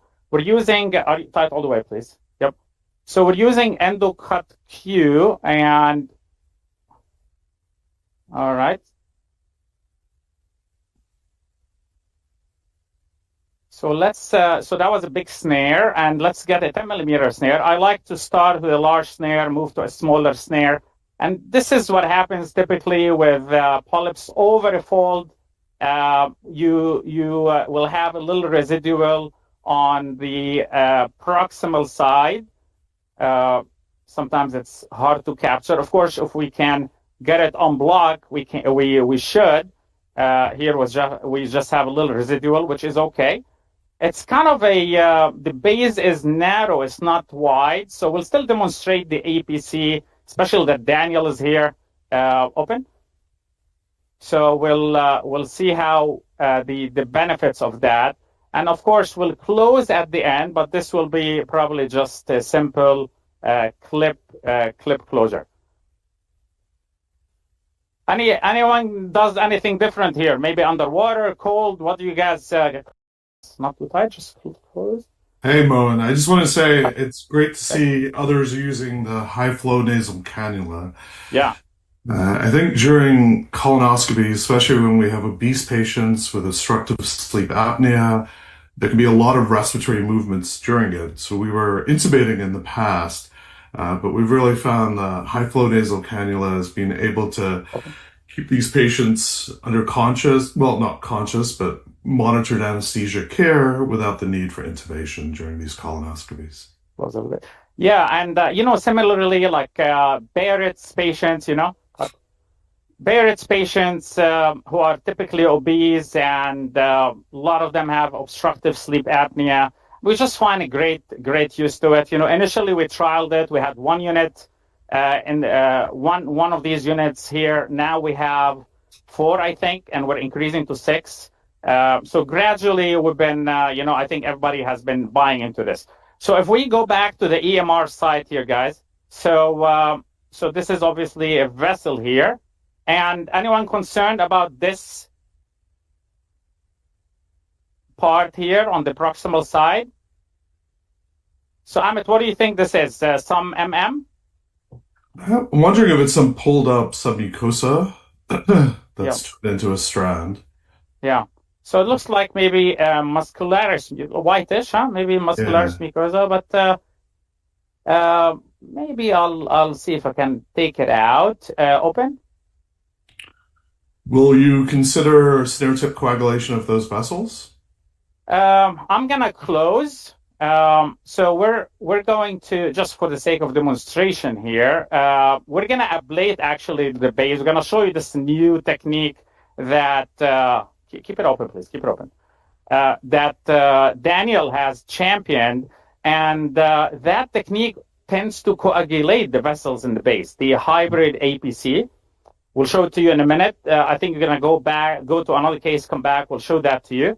But we're gonna ablate these vessels with hybrid APC during ablation of the base. But if I wasn't doing that, I tend to ablate with the snare tip of the margin and the base vessels that we see. So hold on a second here. I'm just gonna dig down here, close slowly. See if we can capture that. Yep, there's stop there, and go ahead and cut. Good. All right. So yeah, I think this is MM. And we see here we injected a lot, so you see how over injecting sometimes is a problem, right? So this is one of them, and that's like if you want to clip here, this actually makes the clipping job harder. But since we're gonna do APC, etc., hopefully some of that injection will go away. So I'm gonna just get the hybrid APC now, just to show you the technique. If you guys have another case ready, feel free to go and come back. We're gonna stay with you, Moen, for now. Okay, good. All right. So Daniel, since Daniel is here, he's the master of this technique. Daniel, please tell us. Just like 1 or 2 minutes on your experience with hybrid APC and data mainly from your publications. Yeah, good morning, Moen. Good morning, everyone. A very nice presentation here with a case. Excited to see that you also add the ablation. So we've started a few years ago next to the margin ablation that should be standard for all our procedures. We started also ablating the base with it and seeing a very low recurrence rate if we do both. I mean, what you here have is a very small base, right? Was more a 1S case. So our experience is the larger and more complex these polyps get, the more benefit you get from additional ablation. But and vessels you can ablate, the larger ones. We do that too. But still, we would also go for the clipping of right-sided polyps. Still, prophylactic clipping in the end. So I'm using here hybrid APC. The setting for the margin is 20 watts fast and 20 watts slow for the base. Think of these settings. I have some slides. I don't know how to... Yeah, let's put the slides up, please. And I just want to introduce myself. My name is Dr. Catherine Norgard. I'm an assistant professor here in the Department of Anesthesiology and Critical Care Medicine at Johns Hopkins, and I'm also the medical director for our endoscopy suite here. As Dr. Kashab said, it's a very, very busy suite. We have 9 procedure rooms, and actually, usually we typically run 6, but we're trying to increase our capacity. Just on Tuesday, with 6 rooms, we did 75 cases. cases. So anything that can improve efficiency and maintain patient safety is greatly appreciated. And that's why I want to discuss this device by OptiFlow by Fisher-Paykel, which has really been a great addition to the unit. Could I have the next slide, please? So it provides 100% FiO2, and it can provide up to 70 liters per minute. That's the high flow oxygen, and it's heated, humidified oxygen to the patient. Providing oxygen in this manner has been shown to reduce the risk of desaturation, reduce the risk of incidents of airway-related interventions, and it also improves patient safety. As I said, this is a very busy unit, and in general, non-OR anesthesia is the biggest expanding area in anesthesia, and as a result, anything that can improve patient safety and improve efficiency is welcomed. It also has one of the highest rates of morbidity mortality because of the nature of being small, dark rooms, shared airways, sick patients with a shared airway and sedated and not protected with an ET tube. So next slide. The benefits of this device are that it provides PEEP.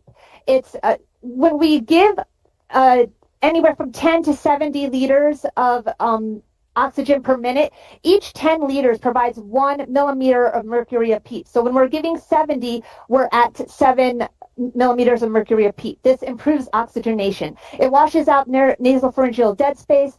All of this contributes to prolongation of desaturation of time to desaturation after apnea.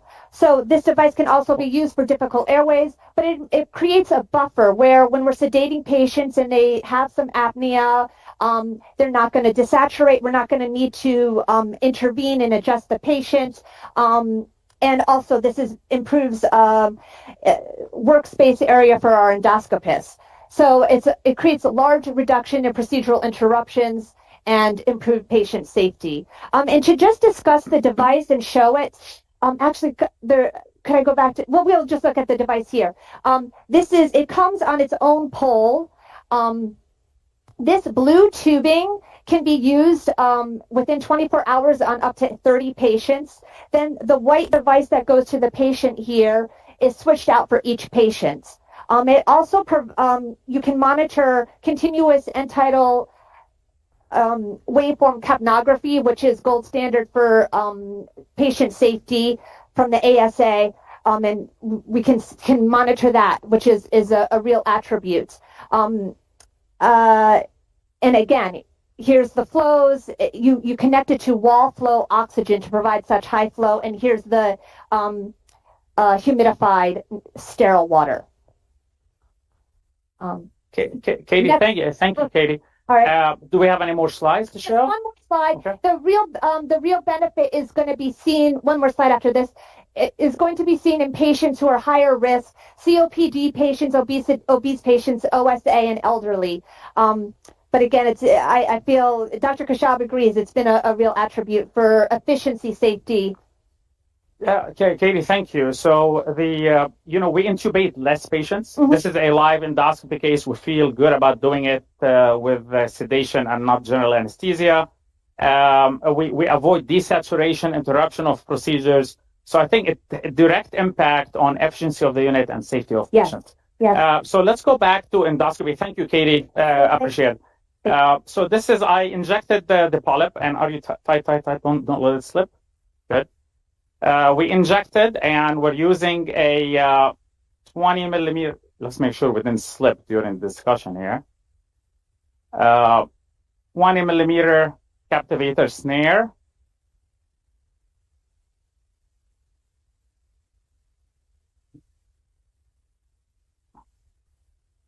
Any questions about the OptiFlow system or our technique here? You see the polyp is on a fold, so it tends to move.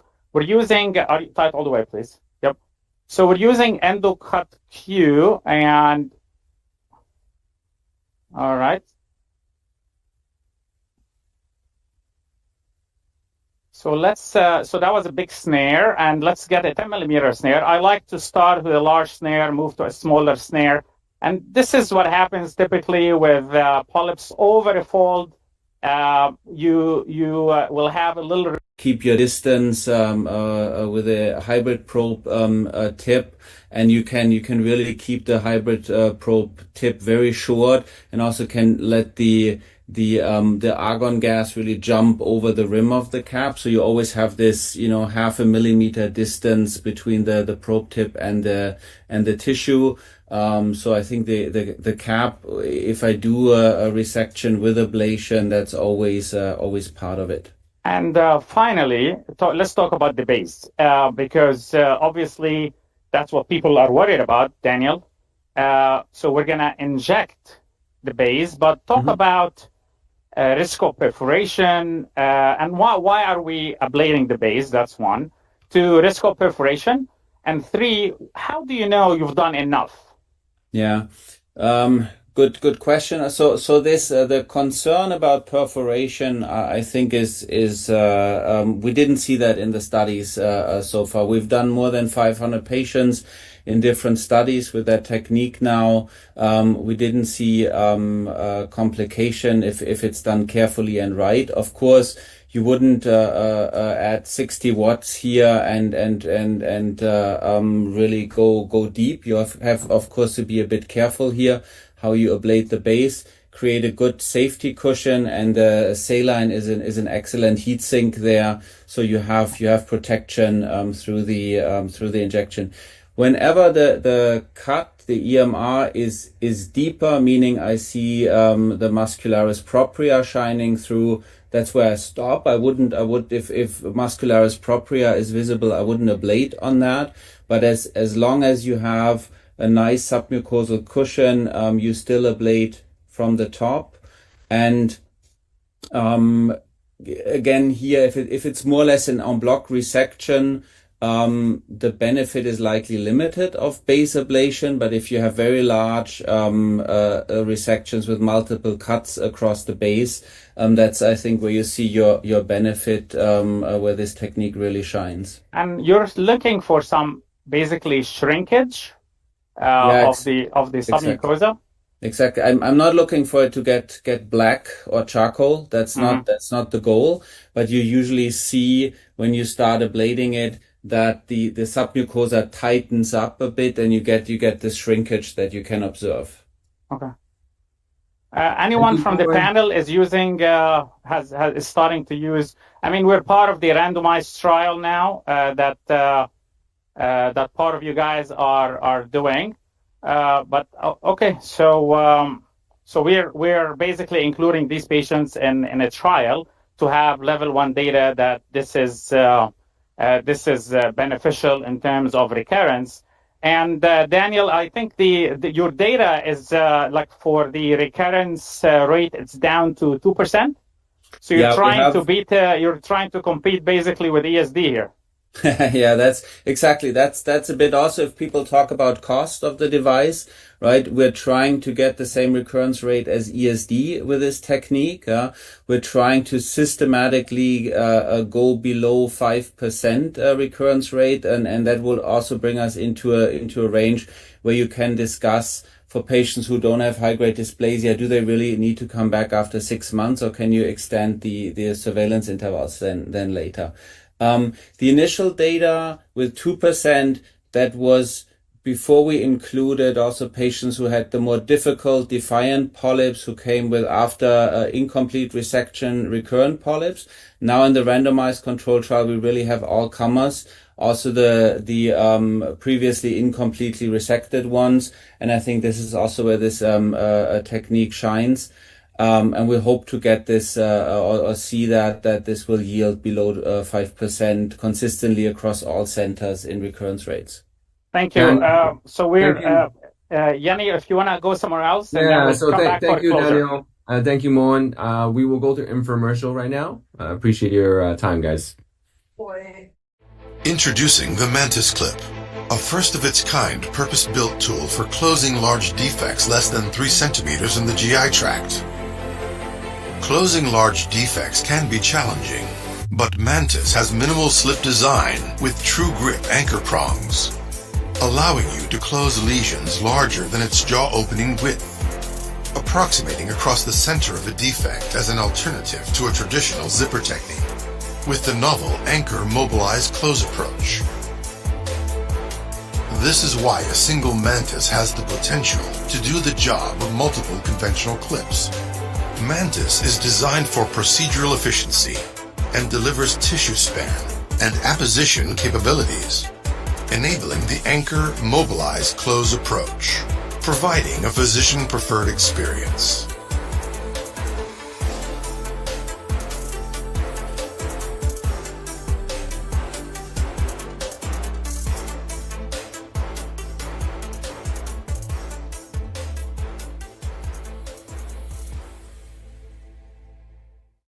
Our next live case comes from NYU Langone Health with Dr. Gregory Haber and Advanced Therapeutic Endoscopy Fellow, Dr. Tamtach Kikvadze. They will be performing an endoscopic submucosal dissection on a 44-year-old female with attenuated familial adenomatous polyposis and a complex medical history, including factor V Leiden. The lesion is a large 4.5 centimeter gastric adenoma. The procedure requires careful peri-procedural management of the patient's anticoagulation. Let's go live to Dr. Haber. You maybe shimmy over to the right a little bit. Greg. Where's Dr. Haber? Where's Waldo? Dr. Haber, you're Hey, Yenny. Hey, how are you? You're live. Yeah, I know. That's great. I do feel alive.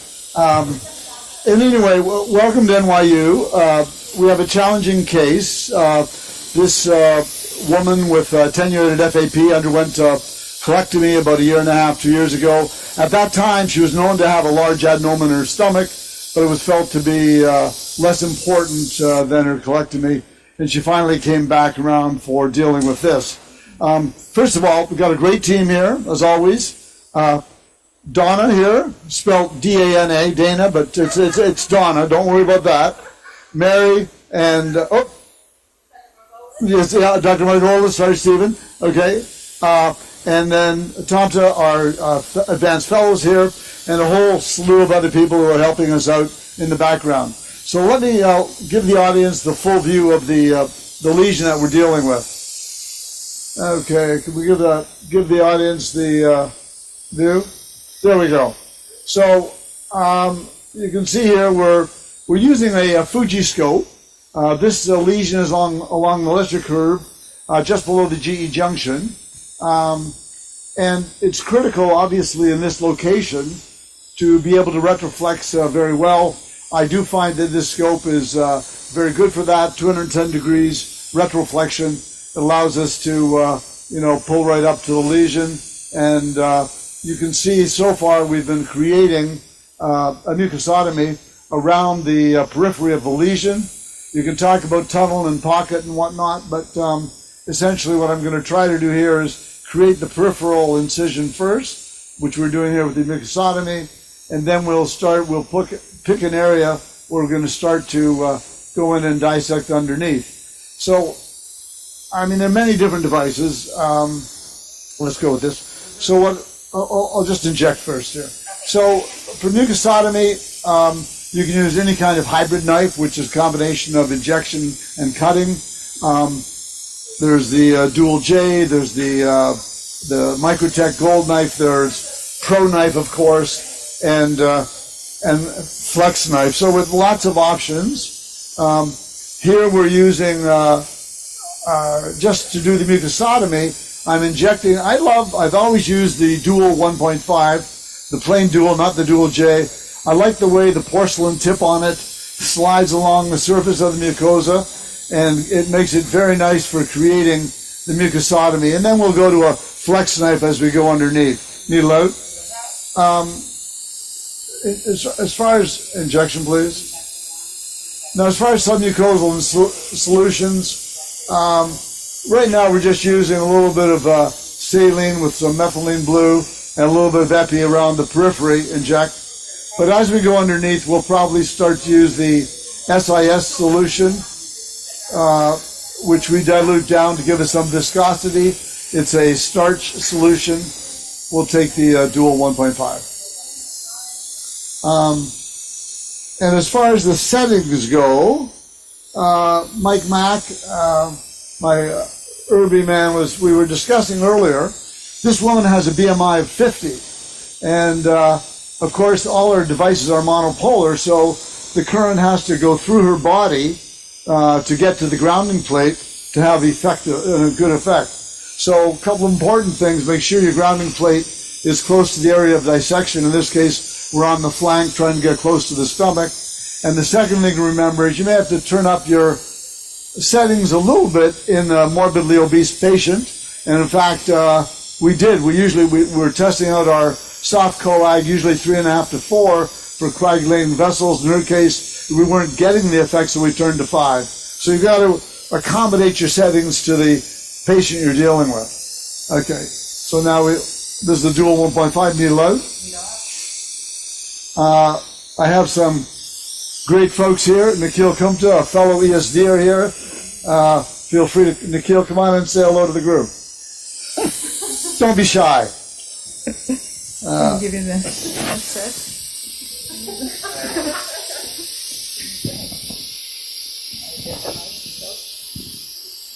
Okay, so we're just completing the mucosotomy here. Right now I'm just having an Olympus cap.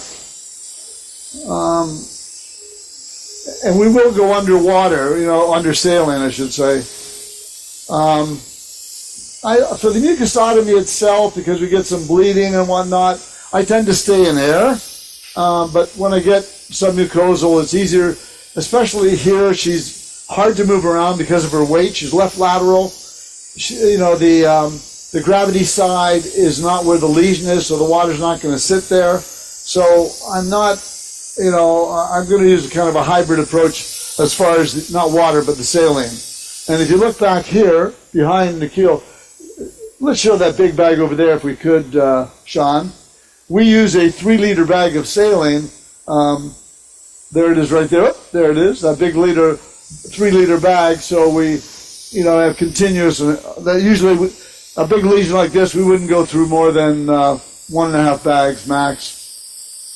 But it's a good way to set it up. So, Greg, once you finish the mucosotomy here, where are you planning to start your submucosal dissection? Very good point. And I don't even know. but here's how we decide. So when I'm going into the submucosal plane, what I want to do, obviously, I'm going to use the Fuji tapered cap. And so I'm going to see what position, in terms of retroflexion, gives me the most stability. So and also I have to remember that my device is coming out at around 6:30 on the Fuji scope. So when I enter, I want sort of the device not to be on the opposite of the muscle side, on the mucosal side, if I can achieve that. It's easier to dissect and avoid muscle injury. So we'll see shortly. So just going to try to get that. So you can use different currents, obviously, for control of bleeding. Right now we're using Swift coag with this knife. You could use, as well as Swift coag, precise set is often used. I'll take the hot biopsy forceps. Yeah. So it's always critical to maintain a dry field. And when you do the mucosotomy, you can't see the vessels in advance. You can't always predict what you're going to hit. But I'm always very aggressive to go in and control the bleeding, try to keep everything very dry right off the bat. And so what I'm using here is a hot biopsy forceps, a closed cup. It's a broad field. I can see a little spurter there just down at 6 o'clock. But I find that this works very well. So get it out there we go. And it works well because it's got a very fat cup, covers a lot of territory, especially for venous bleeding. Well, of course, we have the coag grasper, which we also use, but that's more if we have an arterial spurter we want to control. You see there's a lot of motion here from her ventilation.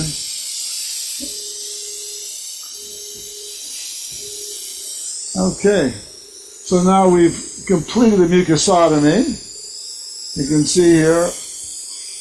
And generally speaking, your best stability is retroflex. I'd love to, it's a big lesion, but it's a little hard to get exactly in a retroflex position on it, because if we push in to push up to the lesion, it pushes us away, as you see. So everything is about getting a feel for what gives you the most stability with the scope and where we can go in. So what I'm going to do right now is I'm going to come out with this cap. I'm going to go back with the Fuji funnel cap, and then we'll go with the flex knife and look for a spot to try to get an entry point to create a tunnel into the lesion. Okay. Not sure if anybody does it differently. I know a lot of people will not complete the mucosotomy because they like to trap the fluid in the submucosal plane. I haven't found that to be a big problem when we have our hybrid knives that we can inject constantly as we dissect. Okay, so we have room lights up. Let's just show you those caps. I'll take the Fuji cap. That's good. Yeah, I think it's a 29 we need there. So obviously there are, Sean, you can come in close on this maybe. I'll take some tape. Yeah, come in right close to the tip. Can you zoom in there? We'll turn off the light on the scope for a sec, please. Turn off the light. Anyway, the bottom line, it's pretty simple, pretty straightforward. You can see the funnel tip on it. There's a 33 with a ridge for the accessories to go along the ridge. It tends to, in my mind, it's more tapered, and it cuts down the light a little bit more. So I like the 28 or the 29. They don't have the ridge, but they allow a little bit more light, and so I prefer that. So we'll just tape this on, go have a look, and we'll go with the flex knife, 1.5, and we're using a solution. We can zoom out again, thank you.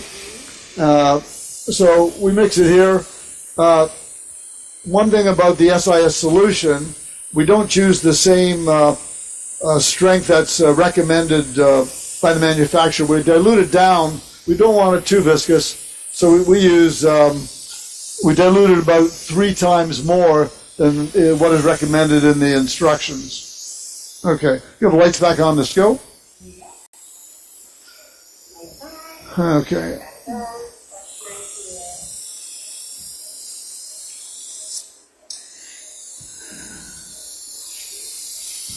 So, Greg, this is Ahmed from Cleveland. Just want to point out this lesion's in a very difficult location.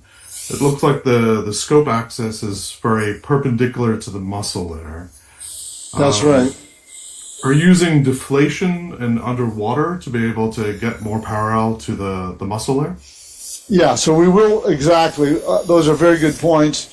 And in the stomach especially, to get close to a lesion, you often have to deflate to bring the lesion close to the scope. So now I'm just going to have a look here and see where's my best entry point. So I'm moving around here. I'm looking, I've got a good entry point here, a good apposition of the cap to the mucosotomy. And we'll inject here and see if we can get an entry point here.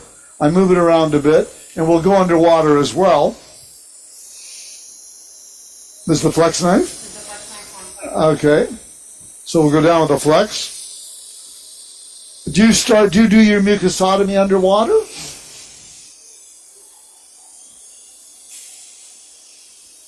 Sorry, we lost our...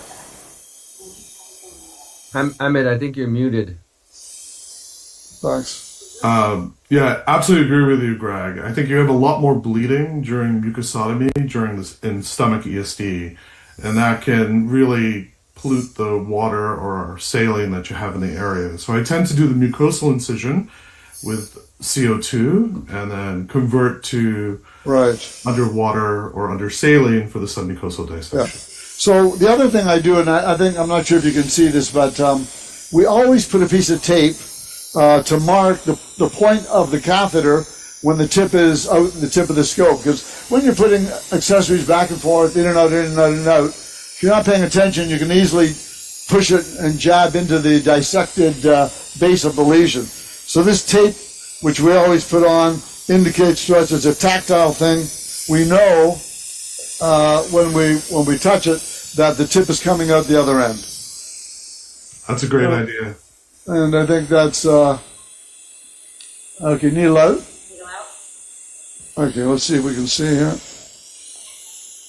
Sorry, just want to get the I got the water filter. No, I need the irrigation. Okay, just get that cord back. Okay, good. Okay, got to know what's under your feet. Okay, let's see if we can get a lift here. Well, I always test it first, see if it's working. Okay, it is working. And we'll just go under here.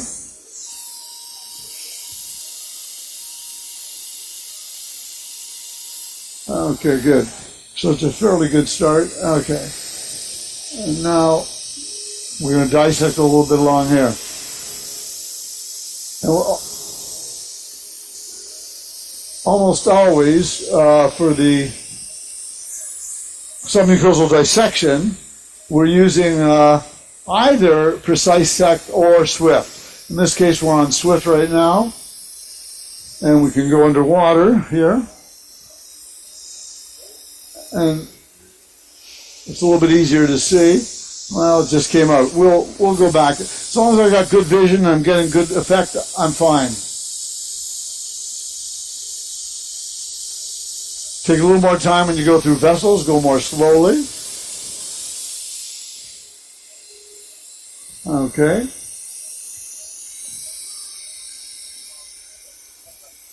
And we'll just eject again.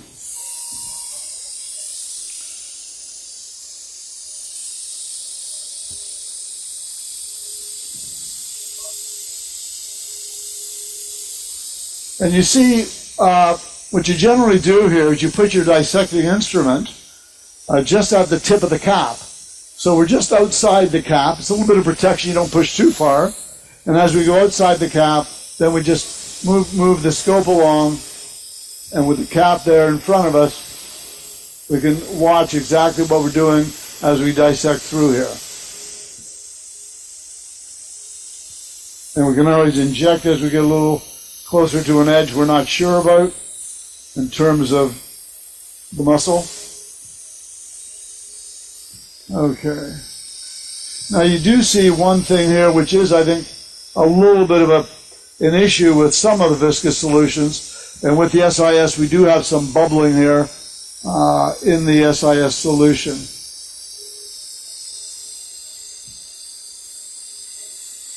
Really nice job, Greg. I think it's great that you've approached this lesion actually from the side, because in retroflex it didn't look like you had a good angle to the submucosal layer. Yeah. Do you ever use the new underwater settings for your IRBI or just regular? Oh yeah, we adjust when we go underwater. What we generally do is, I'm going to suck this in here. Hold on. We change our settings. Our soft coag has to go up. Precise Sect has to go up. Swift coag, we move them up for sure. And we look at the effect. And again, with this lady, because of her size, we've also had to adjust our settings. The other thing you'll find if you're underwater, if you're actively irrigating with the water, like now I've got the pedal down, and you turn on your current at the same time, there's less effect than if you stop irrigating and then turn on the current, because the active irrigation cools down the tip. Okay. That's a very good point. Yahagi's duodenal ESDs started using the water jet at the same time that he's cutting for that exact same purpose. Greg, what's the scope size? What's the scope type you're using? Are you using a thinner scope with larger channel, the new 800 series, or what is your choice of endoscope type?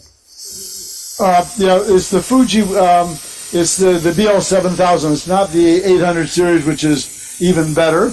But the diameter on this is it's about it's actually listed right on the screen, 9.9 at the tip, 9.8 at the shaft. If you look at the nice thing about a lot of the scope companies, they'll put the exact dimensions right there for you to see. And the cap is a tapered cap that you use? Tapered cap, the 29, yeah. Just going to try to get a little better location here underneath. Hey, Greg. Yeah. Great work. I'm just going to go to Munkasham to his closure. Sure. And we're going to come back to you a little later, okay? Yeah, no problem. We'll be here. Let's switch to Hopkins with Dr. Kashab, please. Okay, so can you hear me, Yanni? I can hear you, but I don't see your... Okay, angle. let's put the end of view, please. I actually see my end of view there. Let me know when you have it. So let's mute outside the hospitals, please, and go ahead and show endo at Hopkins. We got you. Okay, good. So we put 3 tacks in a Z pattern, 1 proximal end, 2 in the middle, and this is the base here. And now I want to put the last one. We want to, the way I draw a vertical line at the lateral aspect, a horizontal line at the distal aspect, and go a centimeter out of the vertical line and the horizontal line. And then importantly, you want to be perpendicular. This is actually the most important thing with X-Stack. I think you guys have to mute outside the places because we're hearing them. So you see how I am perpendicular here, and go ahead, Denise, start rotating. So while she's rotating, I am pushing. And she's actually first pushing in, and then she's going to do 360 rotations. And the idea is to get this tack to the muscle. If you do this, you can get, deploy, you can get 3.5 millimeters of the tack into the muscle. Deploy. Marwan, do you usually experience the tags are still there in your first follow-up, or do they fall off in between mixed bag? Mm-hmm. Sometimes they fall off, sometimes they don't. And so this is the 4th one. And you see when you dig it deep into the muscle like that, you see that eyelet is going to be flushed with the mucosa. That means you have 3.5 millimeters of the tack inside. I'm using colonoscope here, and I only have 15 centimeters of scope in. It's a little unstable. I locked my wheels. That's one of the disadvantages of using just a normal colonoscope. So now I'm going to push. To use a cinch, and it's the same cinch that we all use with the overstitch device. One thing to be careful with here is that this is a smaller suture. This is a 3.0, so it's a flimsier and can cut easy. So when pulling, I will say you want to, if you're used to the overstitch system, it's less than half of the force you usually use to pull the overstitch. So, and here we're going to go to the last tag, and this is my cinch here. And importantly, now we want to suction. Since I have Harj here, Harj, you've been very silent. I'm not used to you like that. So tell us from a fellow standpoint, how easy it is to learn X-Stack closure? I think it can be relatively difficult because depending on where you are in the colon, getting that piece perpendicular to the mucosa can be difficult. So I think that's sort of the most important thing. And then getting the distance right, sort of a centimeter away from the base is also very important. So we get healthy mucosa and we're not quite at the edge of the lesion, which can be unstable. You tricked me here. I thought you were going to say very easy. In terms of, I mean, here the easiest thing is there is no crossing of sutures. There are no difficult patterns. There's no exchanges. So So I think, I mean, there is a learning curve, of course, maybe 3, 4, 5 cases, and then you're good. But it's, for me, it is suturing made easy. But of course, this is not made for bariatric endoscopy or any heavy suturing cases like this, or heavy suturing cases, but it's made for cases like this. For me, mucosal closure is the perfect indication. Obviously, this is mostly for demonstration reasons. I mean, this is an easy, small polypectomy site. But even I will say 3-4 centimeter lesions we can close with one system. For large lesions, we can use two systems. But if this patient is on anticoagulation, I'm typically we do this and resume anticoagulation with I believe good results. Any last questions from the panel before we move to another room? Moen, thank you for the wonderful demonstration. We'll have to move on to the next case. Thank you guys. Great work, as usual. We'll go to Annie to present the next case, please. Next, we will go live to Dr. Rex for our third case. He will be performing an endoscopic mucosal resection, or EMR, with X-tack closure on a 65-year-old male patient. The patient was referred after a positive Cologuard test, and an outside colonoscopy revealed a large 4-centimeter homogeneous granular laterally spreading tumor in the cecum adjacent to the ileocecal valve. Prior biopsies showed tubulovillous adenoma without high-grade dysplasia. Let's go live to see the resection.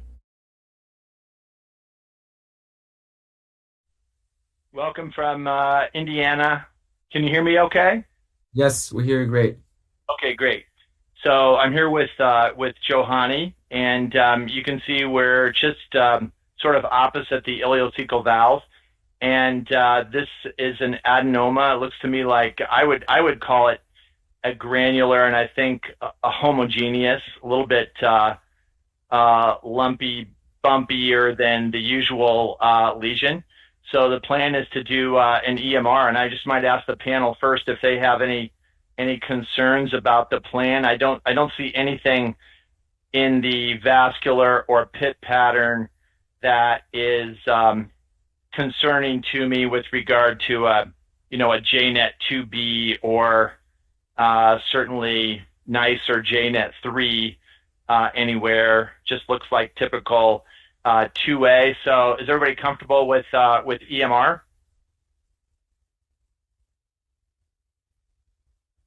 Hi, Doug. This is Ryan. I would say, yeah, I think that I agree with your plan. I think it will be critical, and once you start to move forward, where you're going to inject and how you're going to resect it, which direction you're going to move, left to right, to not box yourself in later. Yeah, that's really interesting, Ryan. Injecting now. So I think I'm predicting that this lesion is going to lift really well because granular homogeneous lesions that have not been previously worked on usually lift really well. Back.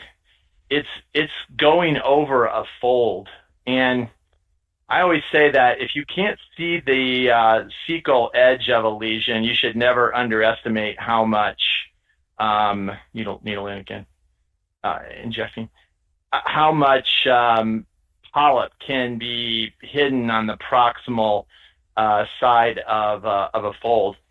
So in this case, I'm actually injecting the mucosa that's on the cecal side of this, really just to make sure that it's well lifted. But a lot of times with a large lesion, the approach that we take is to inject the rectal side or the distal side, needle back.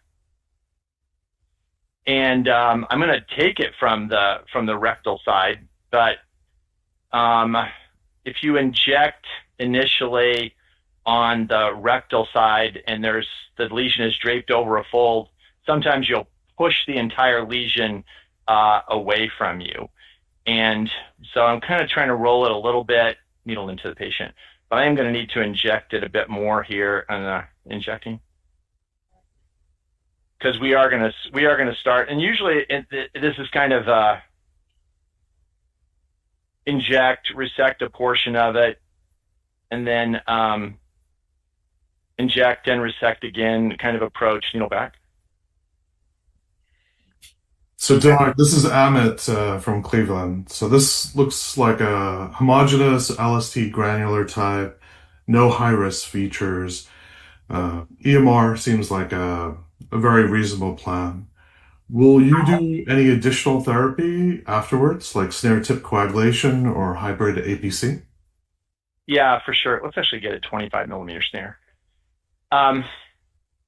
Yeah, Amit, thank you. Yes, I definitely will. Anytime we're piecemealing, if I piecemeal even underwater, I'll burn up the margin now, because I think margin thermal therapy has been sufficiently well established as significantly reducing the recurrence rate after piecemeal EMR. That's what people object to with regard to piecemeal EMR, is that there's a higher recurrence rate. So yes, open. Hey, Doug, this is Yenny Chen from McGill. We have a question from the audience. If the same lesion was encountered in the rectum, would you still opt for EMR? No, it's a great question. So I think, despite the recent study from the French ESD group, that the risk, the evidence is overwhelming that the rectum itself is a marker for an increased risk of cancer, and we practice that way. Now, the lesions in the rectum that we see most often that I think that require ESD are either sessile lesions. Go ahead and close.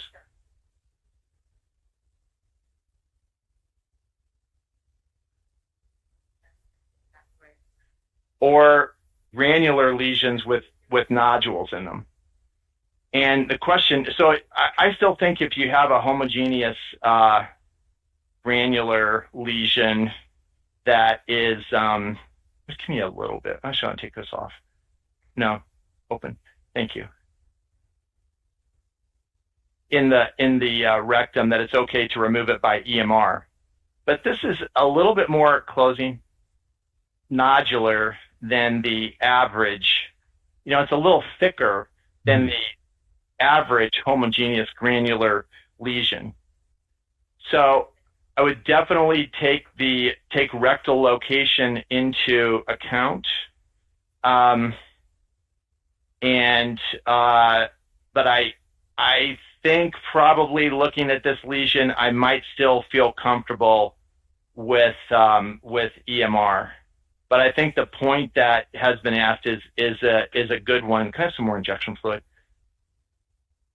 And you know, I'd be interested in what the panel thinks, because I think the most common lesions that need ESD in the rectum are so-called mixed nodular or granular lesions that have a otherwise have a kind of a dominant nodule in them. The other thing about these nodules is that although it's you know, there's some big bumps in here, a lot of times the most concerning nodules, needle in, are injecting. They kind of have a slightly different color. They sort of look a little bit harder, needle back. I hate to say that. That's not the right word maybe for how they look. But they have a little bit different a needle in again, inject. And so these, even though there's some pretty dominant nodules here, or bigger nodules, needle back, and I'll take the snare again. They're not very scary to me. The entire surface of the lesion has kind of a homogeneous color to it. So I've got a little bit of stuff on the lens, which I apologize about. I might need to take the scope out. I hope it's not interfering with the image too much, or is it reasonably clear? Because it's not perfectly clear to me. It's reasonably clear to us, Doc. Reasonably clear? Okay. Yeah. I'll stay with it for right now. So the argument is that the belief is the risk for submucosal invasion is higher in rectal lesions compared to those in the colon, or that's traditionally what research has been shown. but recent studies from Europe have questioned if the incidence is more similar in the colon as well as the rectum. So it'll be interesting to see how further research in this area comes along. Yeah, I did take a look at the French study, and I think my feeling was, first of all, it's a propensity score matched analysis, and let's switch to a 20 millimeter snare here. I was using a 25 millimeter snare because the thing was lifting so well. I was confident that we weren't going to, get into muscle. And I do think that the size of the snare that you use is important. And I usually say for conventional EMR, it's usually better to stay with 15 and 20 millimeter snares. But I do sometimes use a 25 on a lesion like this that's lifting in really well, and which we, just to be a little bit more efficient. But anyway, going back, open the snare, please. Going back to the topic of discussion, it's a propensity score, closing, matched analysis. But, there were a couple of other analyses that were done that the authors didn't place very much emphasis on, which actually found that the rectum was a predictor of cancer. And I think the French ESD group, they do a lot of excellent work. Might be a little bit of bias toward ESD in that group open. So we have really a lot of data that supports the rectum as a predictor of cancer. Closing. And I'm not sure that we want to disregard all that on the basis of that study. For right now, I'm still going to practice like, the rectum is an independent predictor of risk. So, anyway, it's open to, I guess it's maybe a little bit unsettled. I thought it was settled, and now maybe it's a little bit unsettled. Opening. Yeah, so now we're going over the top of this fold. You can see a little bit right there of, I didn't quite get, close again, Johanny. Trying to dig in and get that little nubbin of tissue that I missed.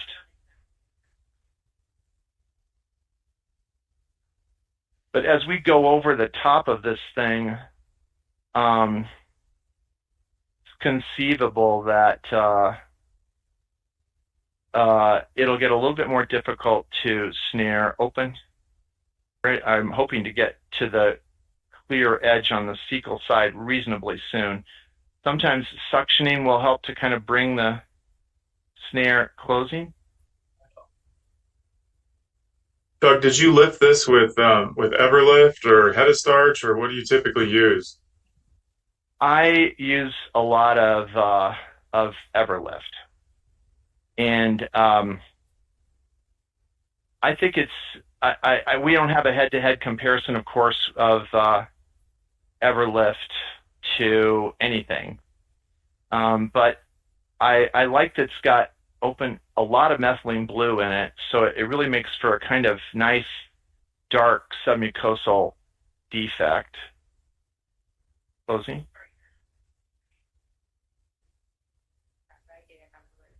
Okay. And a question from the audience: what setting are you using for electrocautery? So yeah, this should start. I think we're going to inject a little bit more here now. This should make for some good discussion. So on the basis of the trial that we did here in the U.S., I have gone back to forced coagulation current because I think I used Endocut for years, and we organized a randomized controlled trial here in the U.S. There are only needle into the patient. There are only a couple of really randomized trials of currents inject. There was just recently one published in EIO, but Okay, wait a second for me, Johanny. But the one that that we published is the only study comparing forced coag to endocut.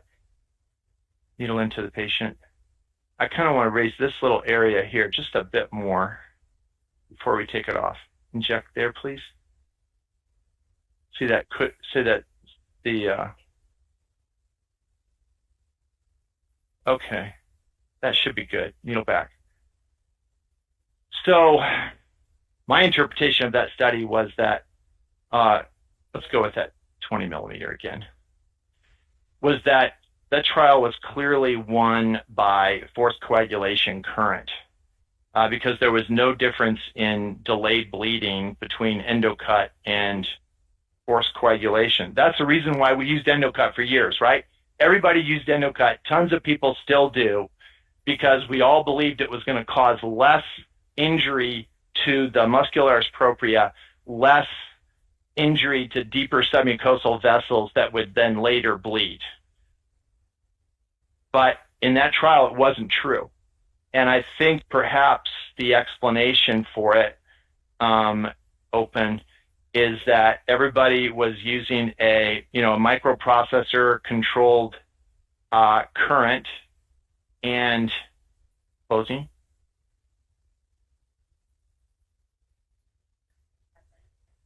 Okay. So you don't really get the same kind of injury that you do with the old fixed output generators. I'd like to switch now to a 15 millimeter if I could. Yep. But in the trial, so let's say there's no difference in delayed bleeding, but there is actually more immediate bleeding with endocut, 17% versus 11%, as I recall. And there were 6 perforations in the endocut arm and 3 in the forced coag arm. So I certainly have had the experience that when you use endocut, that you can go through muscle if you have it trapped open. You can go through it very quickly. And closing. So I switched, and I think that if you do have muscle, the tech is more likely to be able to tell you, okay, that you have captured it. Something's wrong. You need to stop. Could I get some avulsion forceps now, Johanny? And so anyway, I'm using forced coagulation current using the Irby generator, and we have it on effect 2 max watts 25. And the difference, of course, with the microprocessor controlled generator is that we don't necessarily get that level of current. And I think the suggestion that we got more delayed bleeding is from older literature using fixed output generators. Now I'm going to switch over and I'm going to do hot avulsion. I'm kind of a hot avulsion guy. Greg Haber was just presenting and is still scoping, I think. He really developed this technique. And for this, we're going to use, let's open a bit, endocut, close. And we have it on the 141 setting, endocut I. So we have almost pure cutting current. And we just grab the tissue and put a little bit of mechanical tension and then just tap that current, and you can empty that. And the tissue will come off, and we get it off in the same plane that we were snare resecting in. And so I got a couple little places here that look like there could be residual polyp, and it could try to snare those, but at least that one I just took right there I think would be difficult to snare. You can use this on the edge, open. So here there's a little bit of, I slipped over on the distal edge, so I'm going to try to grab closing.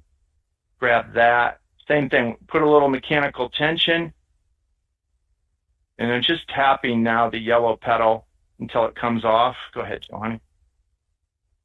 Then when we're done with this, we'll put the snare tip on, and then we will snare tip on the margin. And then we will close this with X-Tack. This looks like an intramucosal hematoma right here, which is just a kind of an injection artifact. You don't need to worry about that. If it gets in your way, you can just open it with a needle. Open it again. And when you do this avulsion technique, you don't have to like shove. Like say this would be like shoving the forceps into the tissue. Then you're going to get a lot of submucosa. So I just close slowly. So that's good. Squeeze that tight. And sometimes we'll see if we get lucky here. More will come off. Let me see if I can get another bite. Open. I can also knock this off for a second. Now the other alternative to this, because avulsion I think is close, something you really need for modern EMR, because we don't want to ablate anything that looks like residual tissue. And now open just a bit, Johanny. And this, I think, will be our last thing that we need to avulse, is that little bump right there. Close. The other alternative is to do cold avulsion, the cast technique.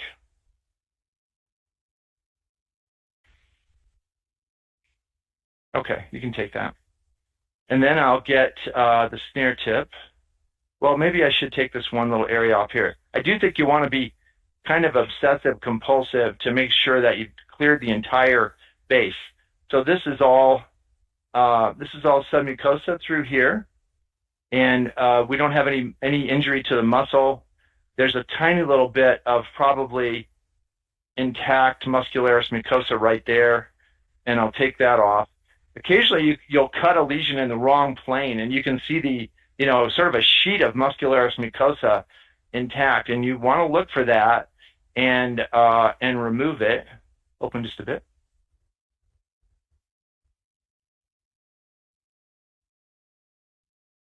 Close. Grab it, a little bit of tension.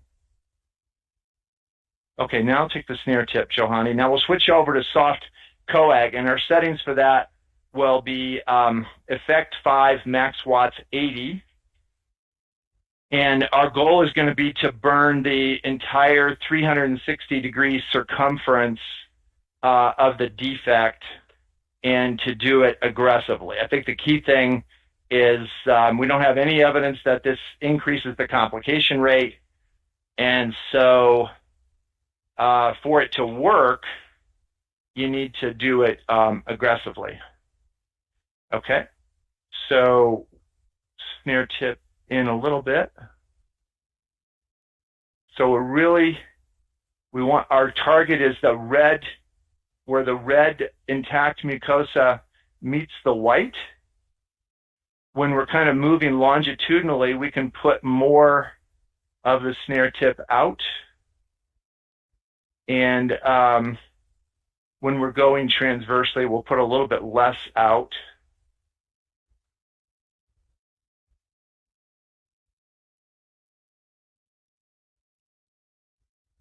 But I sometimes see people being a little kind of hesitant about it, and I think for it to work well, you need to be aggressive. If the snare gets too charred, which it's getting a little bit charred, and then we'll shorten up just a little bit, Johanny. Shorten up a little bit more. And it's kind of a contact method. So I'll continue this till I get her all the way around the circumference of the lesion, and then we'll start the X-Tack. I think you guys may be getting ready to go to another room. Put a little bit more out now, Johanny, and then you'll rejoin us during the closure, I think, maybe. Thank you, Dr. Rex. We will go to the symposium. Thank you for the great work, and we'll let you finish this part. Thank you. We will now go to the symposium with Dennis Yang.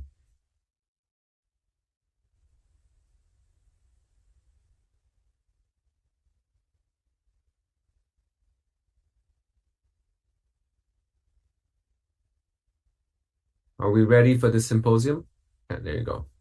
Hi, can you guys hear me? Yes. Thanks for having me. Great live cases so far. So I've had the opportunity today to kind of talk a little bit, share a little bit of tips and tricks when it comes to bleeding management. And the title of this short symposium talk is See Clearly and Treat Effectively. These are my disclosures. So when it comes to bleeding management, I think these concepts appear quite basic, but it applies to all therapeutic endoscopy in general, is that we really need to, the first thing is to be able to see clearly what we're doing. This is particularly important when identifying the source and the extent of the bleeding in order to optimize subsequent management. Once we're able to clearly identify the site of bleeding, then we're going to be able to apply effective management in a timely and effective manner. So again, these are two rather basic but key concepts, not only pertaining to bleeding, but therapeutic endoscopy in general. So over the years, we've had the opportunity to have different new technologies come into clinical practice, including enhanced imaging. Red dichromatic imaging technology offered by the EVIS X1 system by Olympus is one of these. And the way I try to describe RDI technology is that it's very similar to what MBI does, right? It's a filter type of enhanced imaging that uses different wavelengths of a green, amber, and red. And with this type of filtered wavelength, we're able to see blood, higher concentrations appearing darker as compared to the surrounding mucosa and bleeding site, and thereby allow more precise target treatment. So I have a video here of the first one's a side-by-side comparison. On the left side, you have white light. On the right side, you have the RDI. And you'll see how, as compared to white light, the RDI is able to emphasize the source of the bleeding because the highest concentration hemoglobin is going to appear darker. And this allows you to more precisely identify the source of bleeding, not only treat the source of bleeding, but actually identify the vessel and treat it accordingly. So similarly, here again, we have bleeding in the setting of ESD in the cecum. And you can see with white light, that red blood can just be really distracting. It's hard to identify the source. So again, we change it to the RDI enhanced imaging, which is going to allow us to more clearly identify the bleeding target and thereby apply the coagulation grasper and treat the bleeding effectively.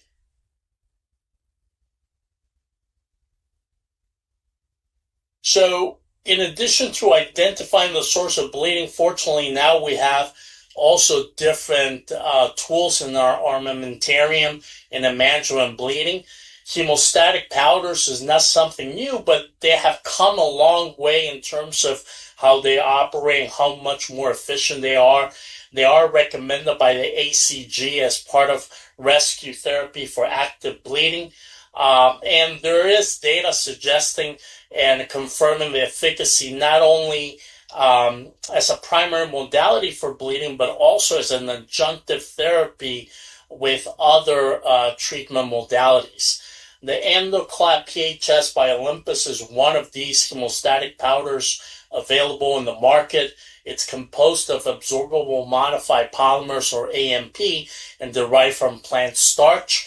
One of the advantages of this powder is that the application is quite precise. It does not cause a blowout of powder on your lens, so you're able to target that powder specifically at the source of bleeding, and then it's going to form this clear gel that allows you to continue working as well. In addition to powders, Obviously, mechanical hemostasis is another tool in our armamentarium. Again, I don't have to kind of elaborate on their efficacy and high success rate in terms of managing bleeding. Among the mechanical hemostatic devices, the endoscopic clip is probably the most commonly utilized by us in clinical practice.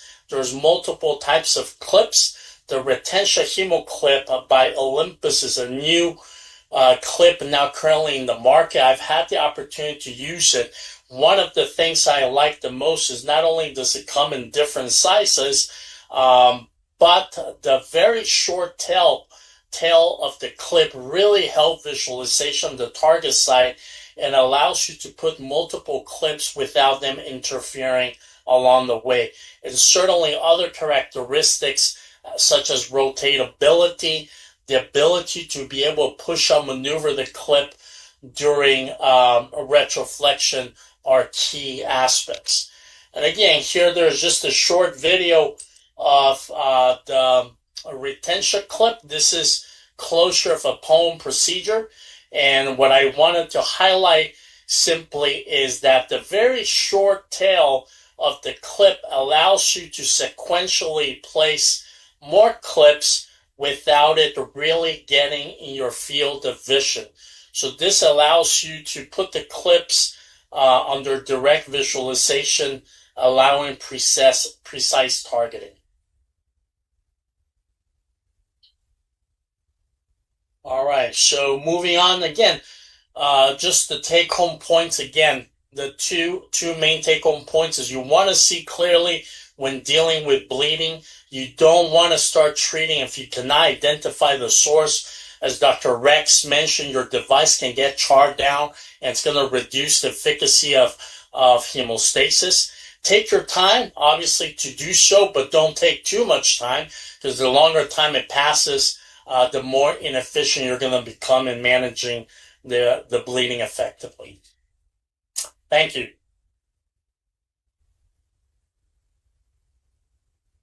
So any other tips and tricks? Thank you, Dr. Yang, for excellent presentation. I don't know if from the panel, if there's any other tips and tricks that you would agree with or add to this case.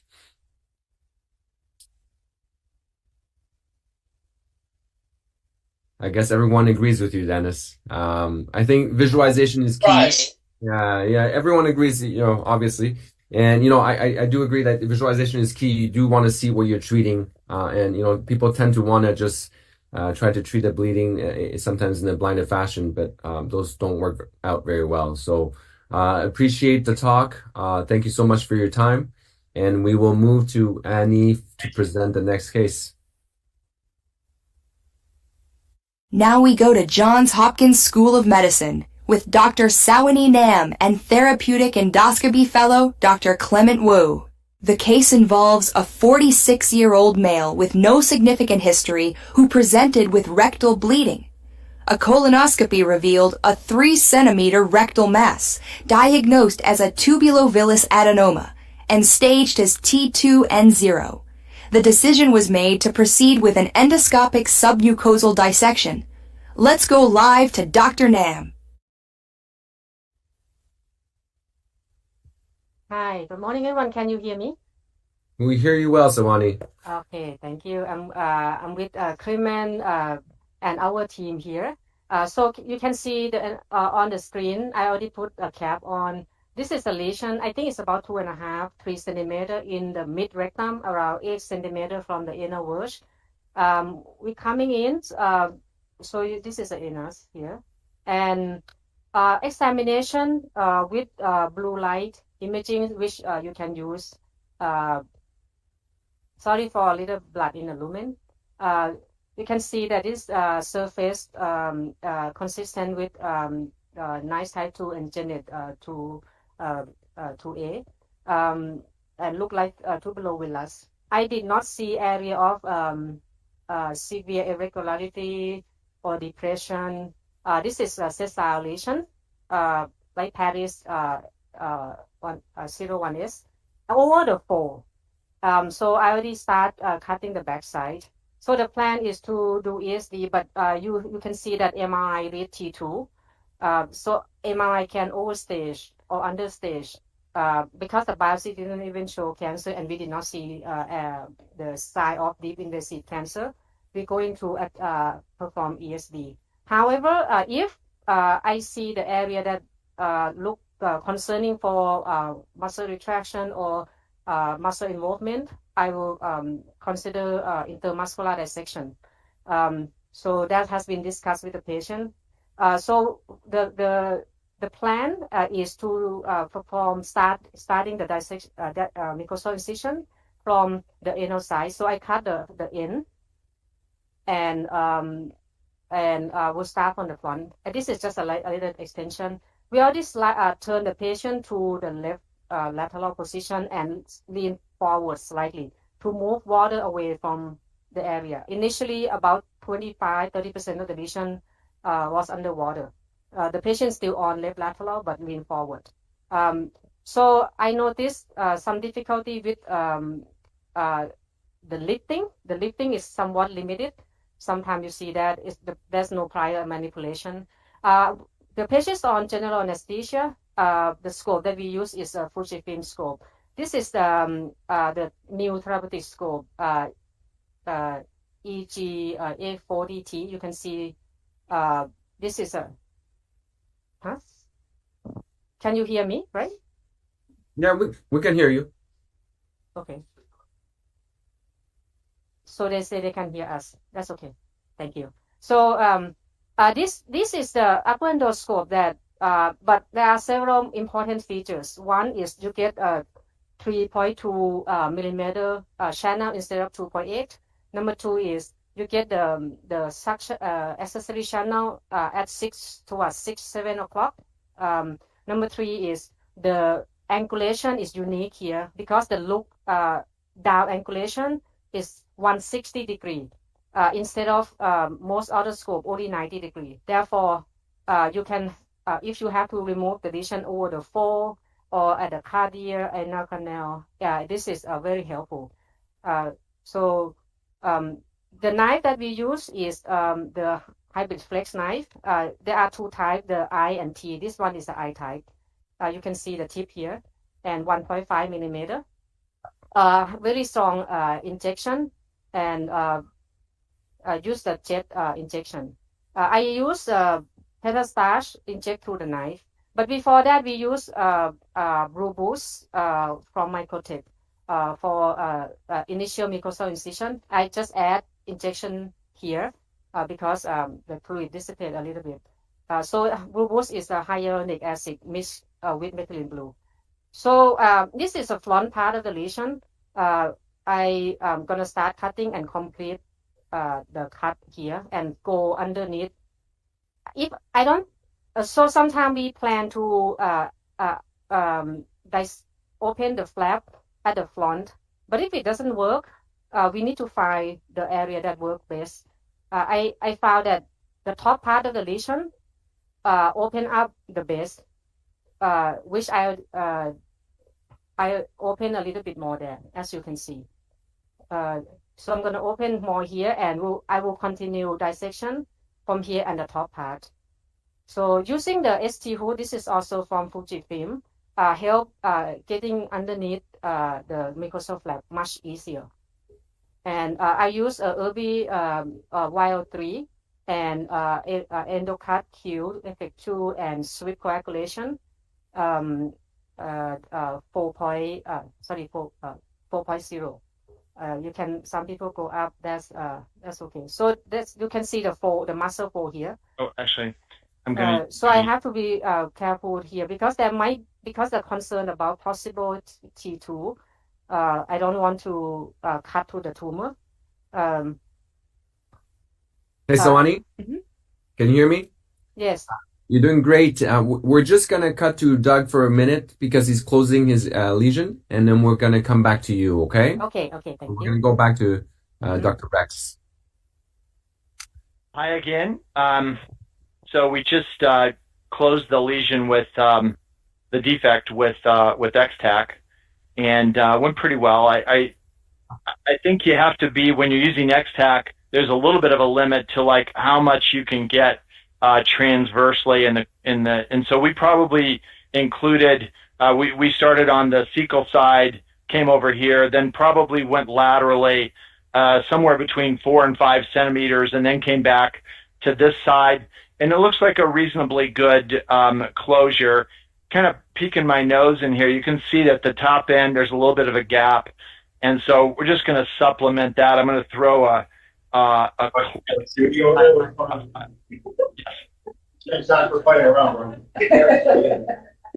Okay. Doug, would you ever, in general, reinforce that with clips, the X-Tac, or the X-Tac is enough for you? I think the X-Tac is probably enough open, but sometimes, and then sometimes if there's a little bit of I might just supplement it with a clip or two, and that's what I'm going to try and do right now. I'm just going to push this this clip in here across the defect. It's a lip, if I can, got a little bit of a looping in the scope. And Doug, what clip are you using there for? This is the, turn it sideways again if you would, Johanny. This is the Instinct Plus, the Cook clip, which is kind of a nice big strong arm clip that opens very widely. And I'm pushing it in. Let's go first position there, and then let's fire that. Good. And I overall am pretty happy with this as a closure. You know, it's interesting with X-Tac that we're sort of pulling, you know, the normal mucosa on one side over to the mucosa on this side, and I'm sure that there's a gap in there, but it seems to be like it still works well with regard to prevention of bleeding. I wouldn't use it if I thought there was any muscle injury, either type 3 muscle injury, or if there was a perforation. Of course, I would close that with hemostatic clips. And then, you know, if you needed X-Tac, I suppose, to supplement the closure of the rest of the defect, that would be fine. But for prevention of bleeding, we don't have controlled trials really yet, but the observational data seems to be good. Are you guys happy with this closure at this stage, or you feel like should do anything else? I think it looks good, Doug. I guess one point I wanted to make, I know that, you know, much of these EOA sessions are, you know, thinking about things at a very high level. But one thing that I think for any of the learners who are watching this, Doug, you always do an incredible job of staying very, very close to your work. So everything you're doing, whether it's the resection portion, the closure portion, the clipping portion, you're always working very closely. And I think that's something that is obviously intentional, but it's incredibly important for anything in therapeutic endoscopy, but certainly for getting good resections during EMR. So it shouldn't go unnoticed because it's high quality technique, and it's something that maybe doesn't get called out enough, but is very important. You know, I think that's a really good point, Ryan, for the learners again. And I say to the fellows all the time that if you practice during cold snare resections of small polyps, that you rotate to the 5 or 6 o'clock position, you keep the right working distance, and you place the snare accurately, that those are the same skills that you're going to need to perform complex EMR, because it's really, that's the key to being able to control the tissue and do the procedure correctly. So it's a great point. All right. Thank you, Dr. Rex, for a wonderful demonstration. Really appreciate your time and your team. Thanks, everybody. All the best. We'll turn back to Dr. Nam, please. Hello. Now there's a bleeding from the backside of the specimen, and we're using coagulation faucet. Open, close. I think we got it.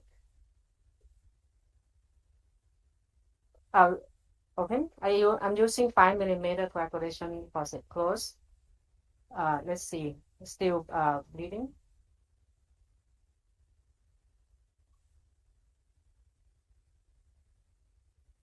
Open. close.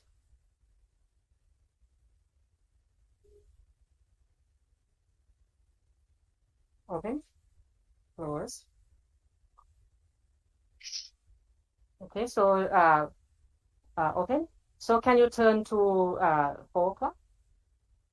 So the last coagulation I did not get completely, but it slowed down. Stop, close.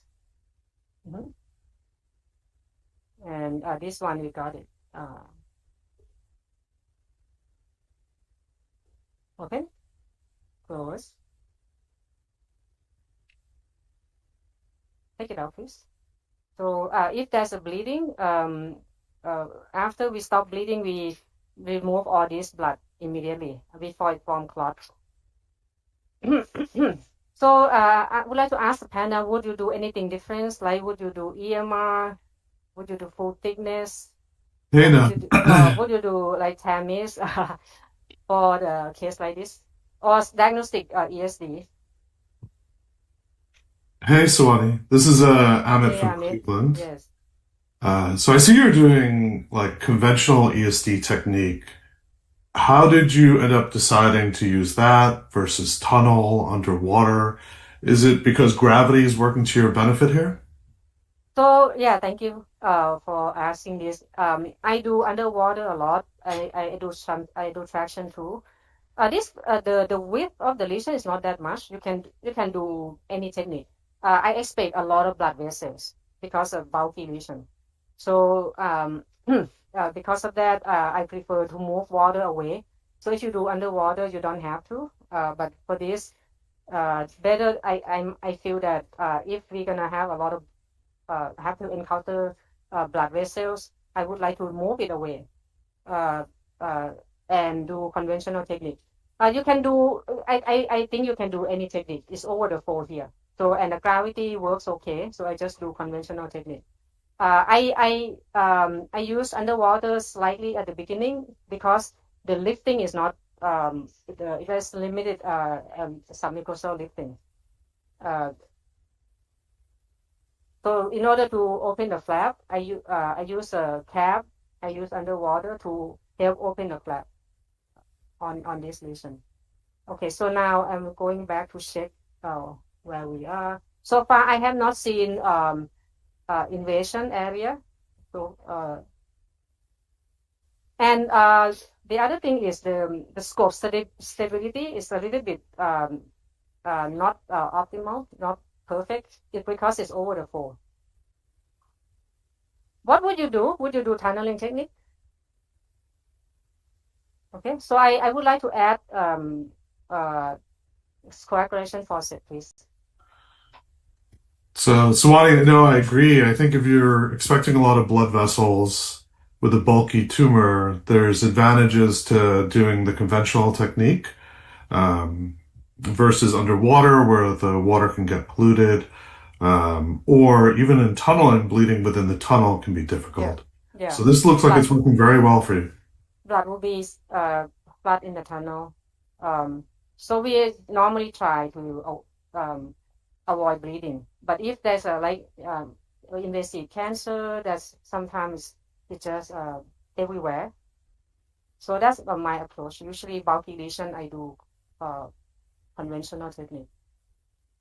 Swani, this is Ryan. Would this have been amenable to full thickness resection?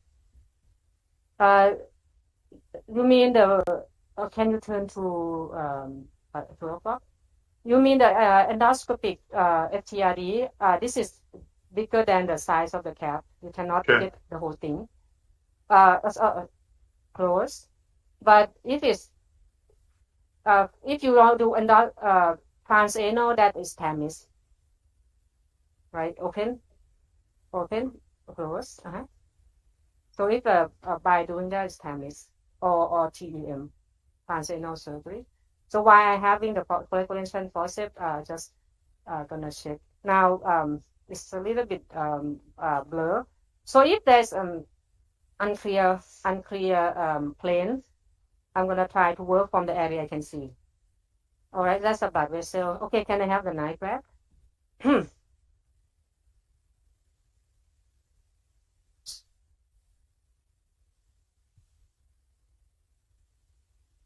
And you can add traction too. I feel that the gravity works okay for now.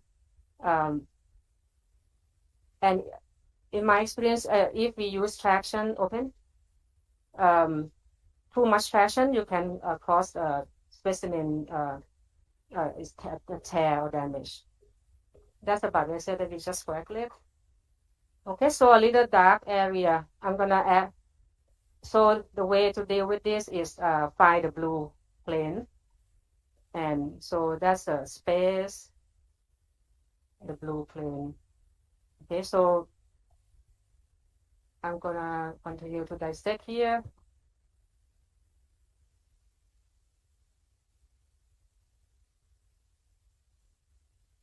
So you can see blue. That's a submucosa, but it's just a little slightly dark.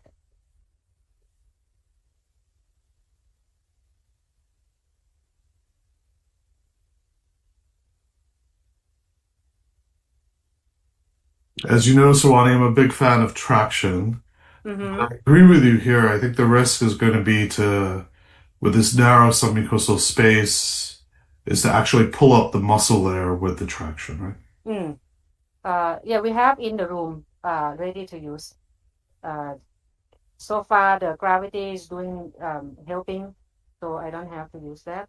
I also, for this patient, I try to cut closer to the muscle, giving the concern of cancer.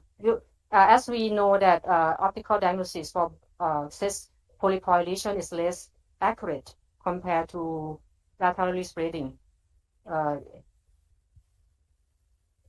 And we were taught to cut at mid or lower third of the submucosa. But if there's a concern about submucosal invasive cancer, then we try to cut as close as possible to the muscle. So as you can see that you don't have the very thick submucosa. This lesion doesn't look like really well. There's not a lot of submucosa here, so the space is not very wide. So, Wani, would you ever use the ACI mode here, or do you like the ACI mode? Sorry, can you repeat that, Jenny?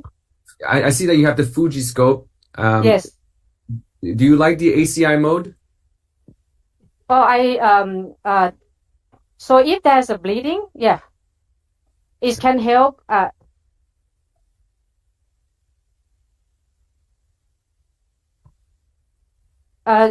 So yeah, ACI can help amber light imaging, help you identify the bleeding source.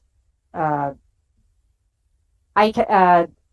feel that so most of the time I can pinpoint the area. Okay, we just need to make sure that when there's a lot of bleeding, you stay away from the area so that blood doesn't come to the lens, and rotate the scope the way that blood move away from the plane that your scope tip is located. Otherwise, everything's gonna be red, and you have hard time see the area. We also put insufflate more during the bleeding so that blood doesn't stay on the field but move away to other part of the lumen. So that black area is a little bit more. That was the area that bleeding. So I'm going to work around it first to create the bridge, so that I know the direction of the cutting. I also try not to put too much air in this situation because it's over the floor here and it's not very stable.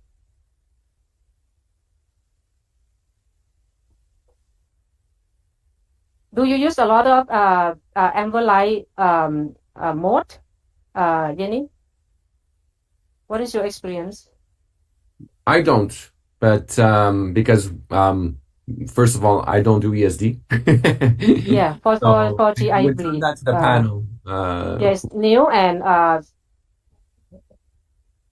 we just start using it too. But the study on this similar but different technology, but similar utility, found that you spend less time to stop bleeding in the upper GI, in the GID. So, okay, so that's not a lot of space.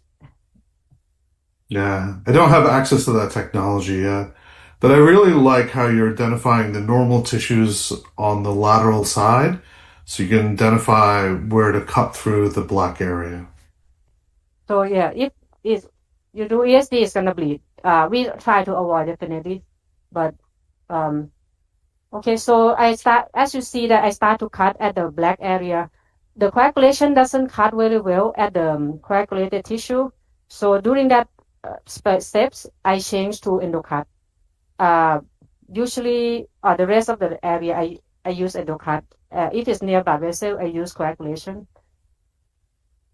Like this, I use coagulation, and now I use cut. But this one, I will use coagulation. And these black things, I'm going to have to use cut because coagulation doesn't work very well. Sorry for the skip like that. We try not to have do that. Okay. How often do you So add traction devices to your procedures? About 10% for me. I know some people do a lot more. It's just how they like to, how they familiar, like get used to it. I think if we use gravity and it works okay, then that's works okay for me. But using traction or tunneling technique improve the quality of the procedure. I mean, in terms of the dissection. So that's the backside of the. All right. So I see blood vessel here. Can we change to FOS 17? I'm gonna try to see if it works. This is a very low coagulation setting.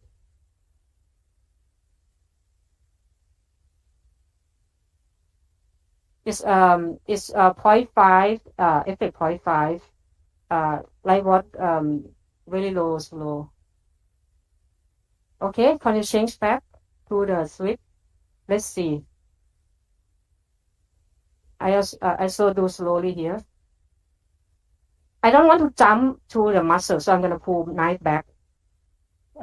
Okay, so far looks good. And check. All right, so we passed that black area.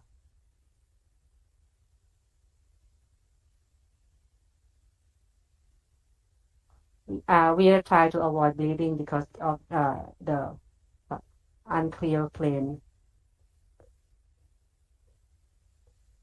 You can see that blood vessel a little bit small.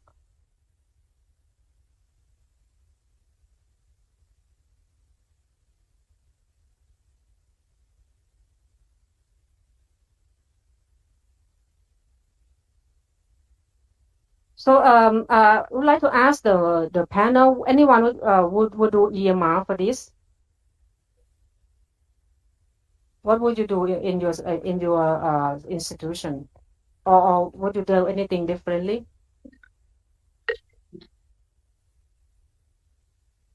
For us, we would want an en bloc resection. We would like to have controlled, as you said, of deep submucosal dissection. So if there is invasion, we have the best chance to have a negative deep margin. So we would definitely do ESD on this lesion. Mm-hmm. What about you, Ryan? I think we would also do ESD for this lesion too. Yeah, I think en bloc resection is the right choice here, definitely. Yeah. So that's Okay, so Ani, keep up the good work. We're just gonna transfer to another site, another case. Thank you for showing your masterful skills and great work. Thank you. Thank you. We'll go to Annie now for the introduction to the next case. We're now going live to the Advent Health Orlando Center, where Dr. Mohammed Hassan and interventional endoscopy fellow Dr. Zubair Khan are preparing for their case. They will be addressing a 2-centimeter duodenal adenoma in a 62-year-old female patient, which was discovered during a workup for chest pain and nausea.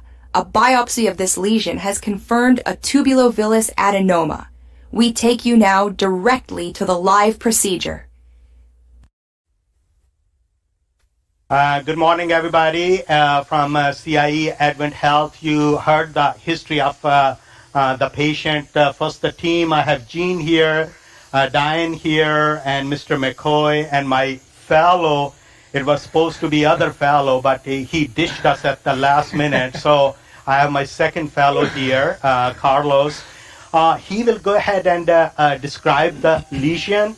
One thing before we go into that, majority of our patients, they kind of have a direct access. By that I mean is we may not have scoped them in advance. So when the duodenal polyps gets referred to me, I always assume that 50% of the time it may involve ampulla, other 50% of the time it may not. So if they tell me it's a duodenal adenoma, I have seen that many times it's involving ampulla as well. In this case, it was described on the anterolateral wall, but I still did a duodenoscope examination first. Ampulla looks fine. This is distal to the ampulla. So we are good with that, just the EMR of this polyp, so we don't have to do ampulectomies. So for this case, I'm using a pediatric colonoscope. It's a Fuji colonoscope with the cap on it. Duodenal adenomas, I personally prefer any duodenal lesions to resect those with the colonoscope. Two main reasons. One is like a colonoscope being long, I can rest on the greater curvature and push the scope in like a long scope position, and that helps me stabilize the scope much better than the EGD scope, which can fall back. Second reason is the working channel and the dynamics of the scope. The working channel on colonoscope is, we know that it's at 5 o'clock position, while the endoscope it's at 7 o'clock, more like 7 o'clock position. Second thing with these is the wheels. With the colonoscope, when you move the big wheel away from you, it works such a way that gives you a really good apposition to the bottom. So when I'm resecting polyps with the colonoscope, my usual preference is that I keep the polyp between 3 to 9 o'clock position. Many times with endoscope, not particularly this, what I'm talking about, maybe in birds, you are doing a EMR, the big wheel, when you move that towards you, that gives you a better apposition to the upper wall. So in those cases, I try to keep the lesion between 9 and 3 o'clock position. So it's personal preference too, but for me, go to a scope for duodenal adenomas or duodenal polyp resection. EMR is a colonoscope. So with that, I'm going to ask Carlos to go ahead and describe the lesion. You can see that here clearly. If needed, I can go to BLI, or which is equivalent to NBI. Carlos, go ahead and describe the lesion. Yeah, so we have about a 2 centimeter polyp here that is extending distally for about 2 folds. It seems to be Paris classification 2A, mostly non-granular, but you do see some like granular features in the edges. As far as surface pattern, we see mainly JNet 2A, NICE 2 as well. We don't see any features for 2B. There seems to be a depression, which we're not sure if it's a pseudo depression or a site of prior biopsy at around 3 o'clock. At around 5 o'clock, or a true depression.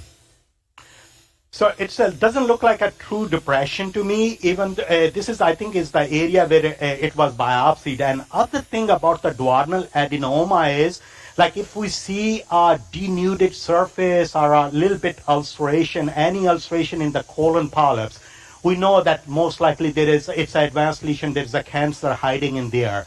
In duodenal polyps, you might have noted that even smaller adenomas, they have a denuded mucosa. The reason for that, I believe, is it's the acid effect on those polyps. In the colon, there's no acid effect. Here, they are directly exposed to the acid coming from the stomach. So that kind of denuded that mucosa a little bit. So even if there is a little bit a surface pattern change in these polyps, I usually feel comfortable resecting those endoscopically as long as I can inject and lift those well. So if you guys want, I think with that, I can go ahead and start injection and start a resection, but I was told they got to go back before I start the injection. So, Dr. Hassan, Any comment from the panel, please? Dr. Hassan, I think what we'll do is we're going to go back to Dr. Haber for a few minutes and we'll come back to you, okay? Thank you. Thank you for the demonstration on diagnostics. Good. Right. So, Dr. Haber, we're back to you.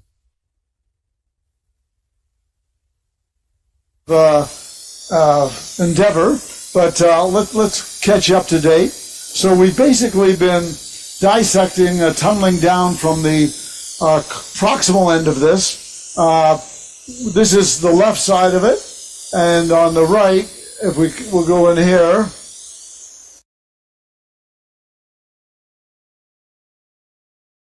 To the bottom on the one side here. We're going to take off this side here. This is the last remaining part. Let's just do this now. So we get vessels like this. I'm very big on prophylactic coagulation. Bleeding is always the enemy of ESD. And even if you control it afterwards, the blood dissecting through the submucosal plane makes it very difficult to identify the plane and the vessels. Open.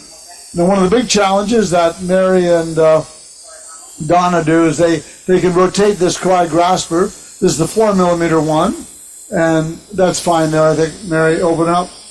Okay, we'll just grab that guy, close, and we'll just go down a little further to see what we're doing here. There we go.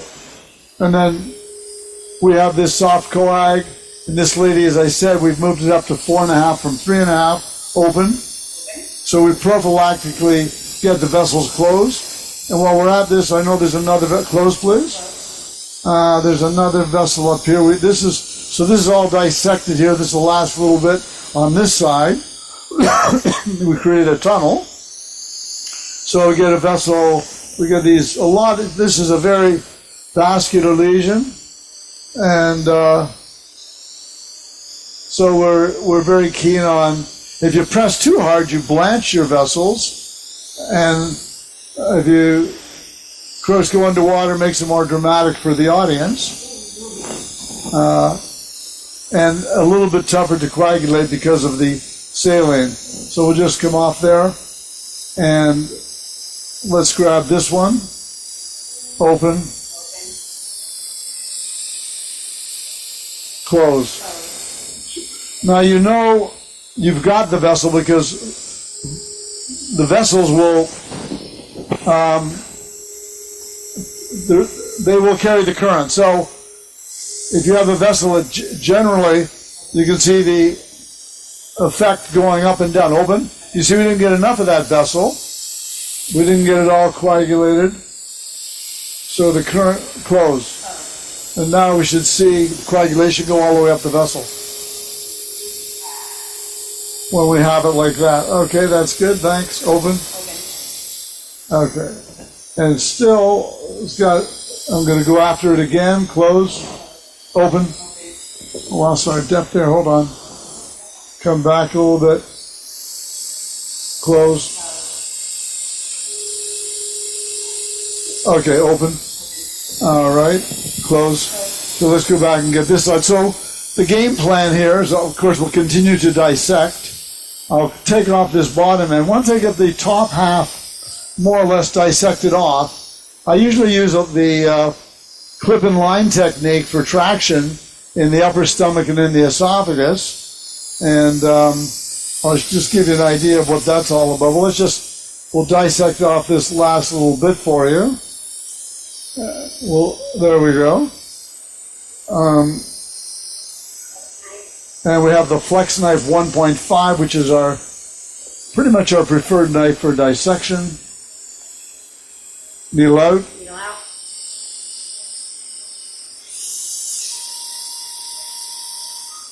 Well, that didn't lift much. We may be right through there. We'll go a little bit more in here. Okay.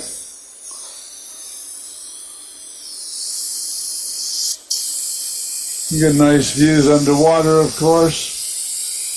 But it's not going to sit there, so we have a good view here. We don't have to worry about that. Okay, here we go. And we'll go across.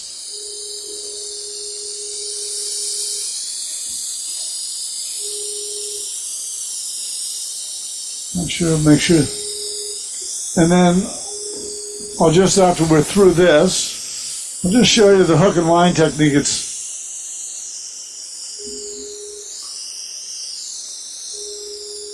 Okay, so let's just show you this because I think it's an important technique for traction, I think. And let's have the room lights up, please. I'm going to get you to hold this. We're going to show, Sean, give me a close-up over here, please.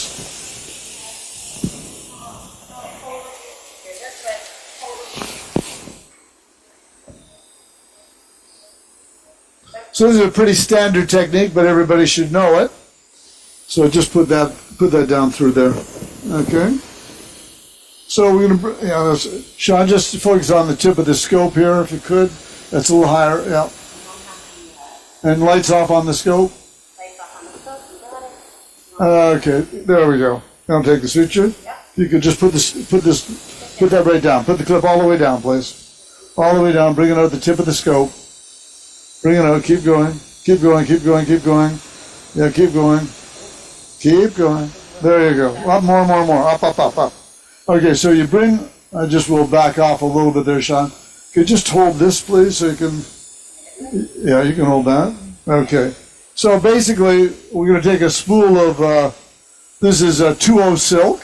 It's fairly sturdy. And we tie a knot. I'm not a surgeon. I'll prove that to you as I tie this knot. Open. Open the clip.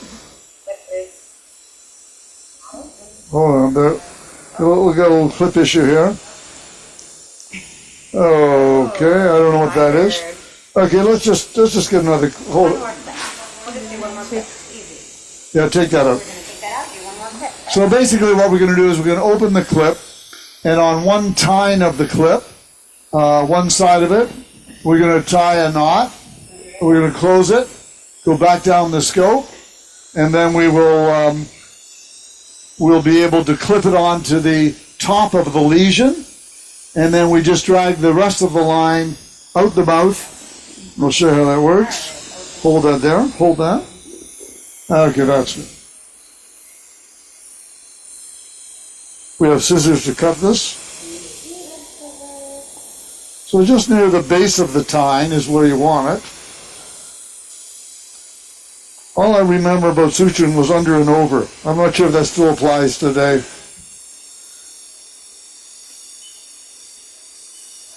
Usually we have a surgical fellow here who does this for us. Anyway, I want to show you the principle. Yeah, I've got to do one more over.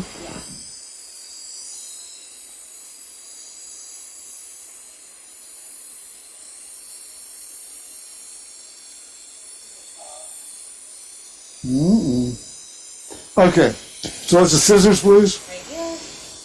Just to give you an idea how this works. Okay, now we'll take the scope. Now what we do is, very simply, we'll close the clip. Okay, we'll pull that back into the cap. Now we'll go to the scope view, turn on the scope, and you see the suture hanging off here. Okay, so we'll go down, give the audience the scope view. Okay.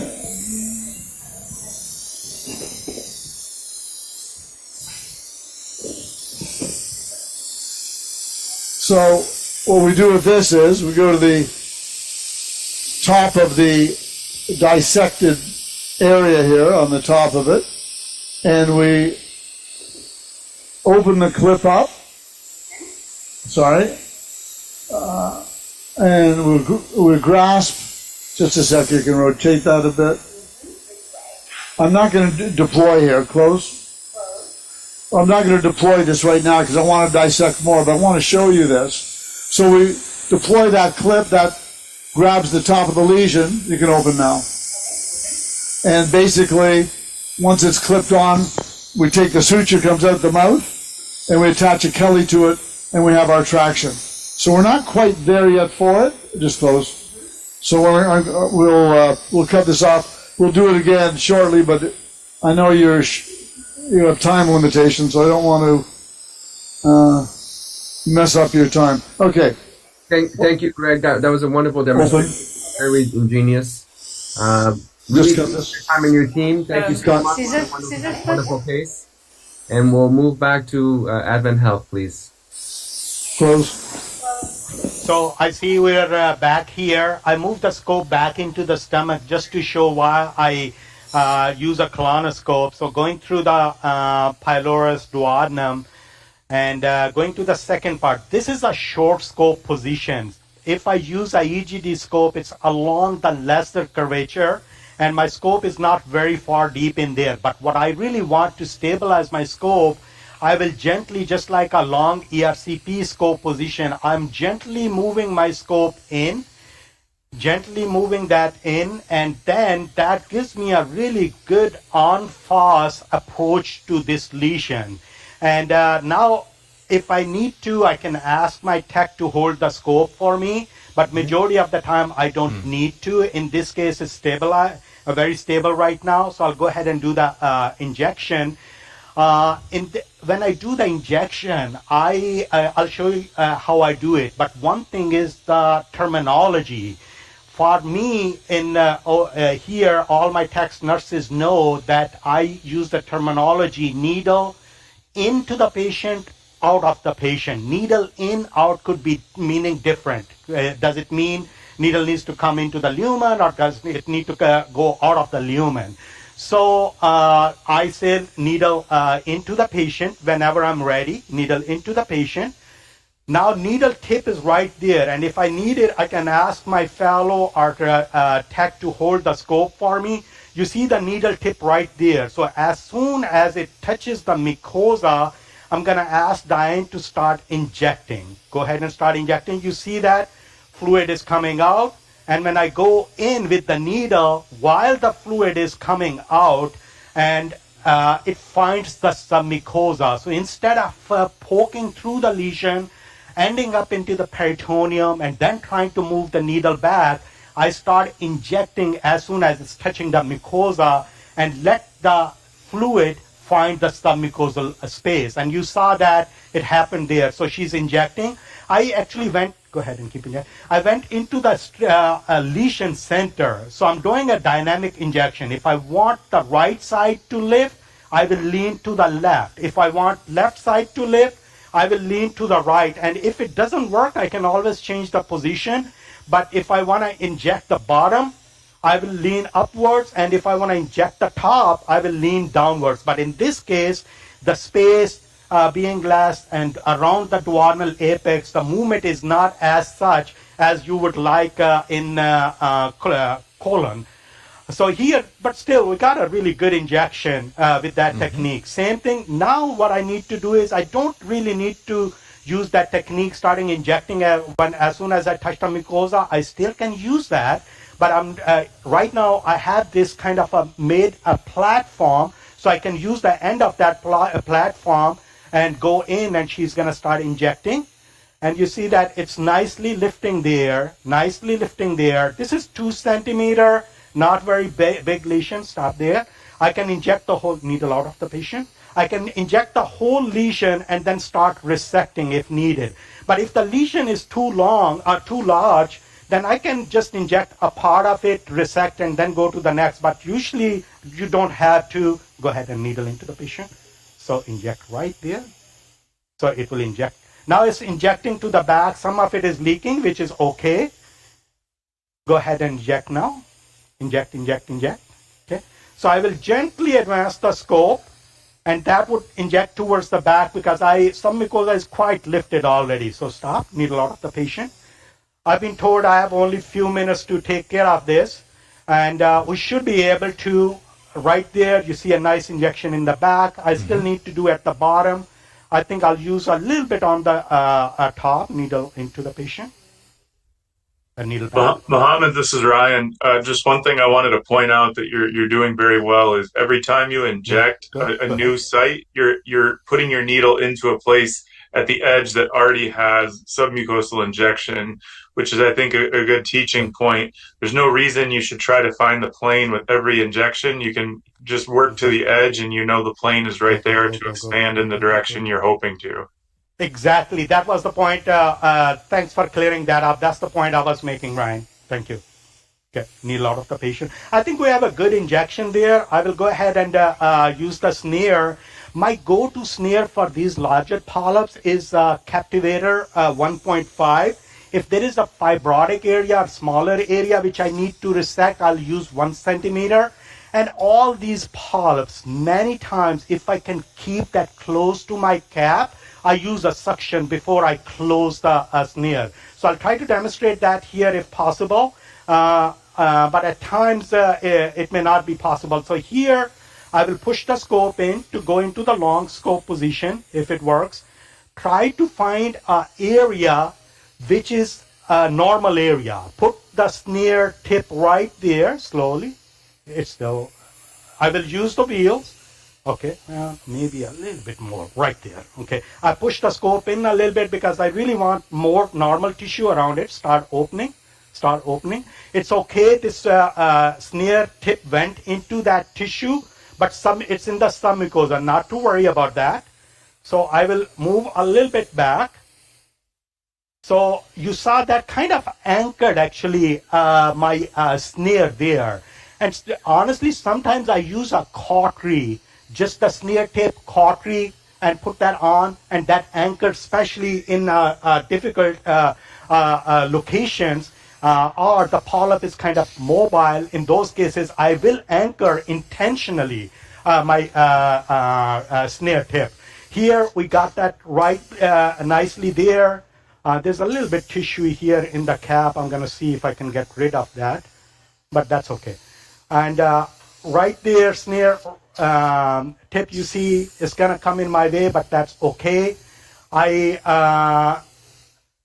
am going to push the scope in a little bit, ask my fellow to hold the scope for me. And if you look at it, there is a normal mucosa in my snare. Here, I will use suction. Fix my wheels a little bit, and while using suction, I'll ask Gene to start closing. Start closing, close. Okay, he got it really nicely there, and he's telling me it's pretty much all the way down there, and that's what I really want. So does it feel good? Okay, he's telling me it's kind of squishy, doesn't look like muscularis in there.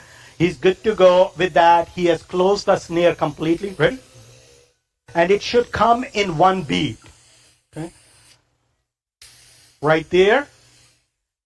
And these duodenal polyps, honestly, they really bleed when they have to bleed. And sometimes what happens is the bleeding, if it happens right in front of you, that's good. Let me just take that out back into the stomach. And I resected that, so I'm going to grab that, drop that into the stomach, and then I'll collect that later. I didn't want it to run away from me. Let's go back, take a look at that. And then that area looks good. It's all submucosa right there, nothing to worry about. You can see nice there. There's a big vessel there. I'll cauterize that in a second. But I'm going to take care of this polyp first, and then go after that. Give me the snare. Please feel free to comment while I'm putting the snare in there. Hey, Mohammed, this is Ahmet from Cleveland. Great job. I really just want to point out how stable your scope is and how you have such good control at this duodenal polyp. And I really feel that's a key to being able to resect these safely. How do you normally manage tissue while you're resecting these duodenal polyps? Say it again. Colon, how do you manage the tissue? So in colon, all the tissue will migrate towards the anus. In the duodenum, over time, this is going to go down the small bowel. How do you, especially for larger lesions, how do you control not losing tissue? So every time I resect a piece, you saw that I pulled that back into the stomach. I drop that into the stomach and then go after that next resection. So that's what I did. I grabbed it, dropped into the stomach, went back again, used my snare. As soon as I cut this, I'm going to grab that with the suction. I will take the snare out quickly. Ready? And then, because I want suction to be working on it and not run it away. Second thing I do is, my CRNA is periodically giving 0.25 of glucagon. Ready? And so that also decreases the motility and helps me to grab the tissue and not run away. So I'm dropping basically everything into the stomach as soon as I'm resecting it. Dr. Hassan, thank you for the wonderful work. We will come back to you, hopefully, to see you put some Pyristat on this resection. So should I go finish this and just wait for you guys to come back to put a Pyristat? I think so, due to time restraint. So we will go to a symposium at this point with Dr. Storm. The self-assembling peptide, RADA16, is a short chain of amino acids that, due to its configuration of attracting forces, spontaneously organizes itself into a viscous fibrous structure.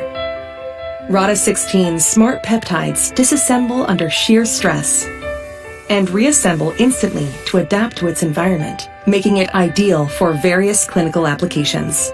When RADA16 comes into contact with the higher pH conditions of a mucosal surface, its nanofibers are activated and undergo cross-linking, forming a scaffold structure very similar to a human extracellular matrix, or ECM. This scaffold forms a protective barrier, facilitating cell aggregation and clot formation to stop bleeding. The barrier shields the wound, supporting healthy levels of inflammation and providing an ideal environment to facilitate proliferation and remodeling, including fast reepithelialization, promoting healing. As the body heals, RADA16 safely degrades into non-toxic amino acids, leaving behind no trace. At 3D Matrix, we've spent over 20 years pioneering this technology, and we continue to push the boundaries of innovation.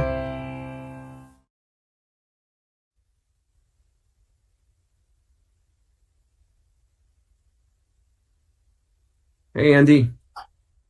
Hey, guys, can you hear me? Yes. Can you see a video? I know we've had some wonderful live presentations today. Can you guys see a video playing on the main screen?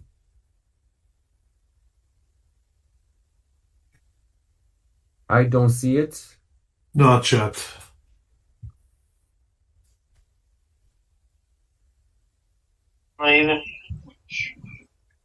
You can begin the symposium. So we're here to talk about full thickness resection with wonderful colleagues here. I guess I'll have you imagine, since we've had such wonderful live footage, why worry about some recorded footage? But imagine if we went back to Advent or one of the other locations, we saw a big gaping hole after one of these resections. And again, we have a wonderful group of panelists here to talk through this. One of the options we have with us to manage full thickness defects, whether that's iatrogenic, something that happens in our hands as we're performing procedures, or if it's something that maybe is coming in a Boerhaave or something that's spontaneous, we have options now for closure. I'm curious from this panel again of wonderful colleagues and experts. What do you guys think about different methods for closure, and especially in the setting of a full thickness defect?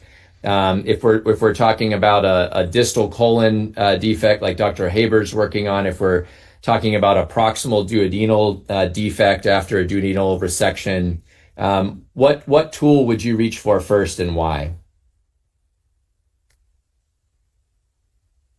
Thanks, Dr. Storm. I think it's a great era of endoscopy where no longer are perforations surgical management, but something that we can manage ourselves endoscopically. And I think we have a lot of tools on the table. And I think it really comes up to what that defect is, what that situation is. And it's great to have lots of options. For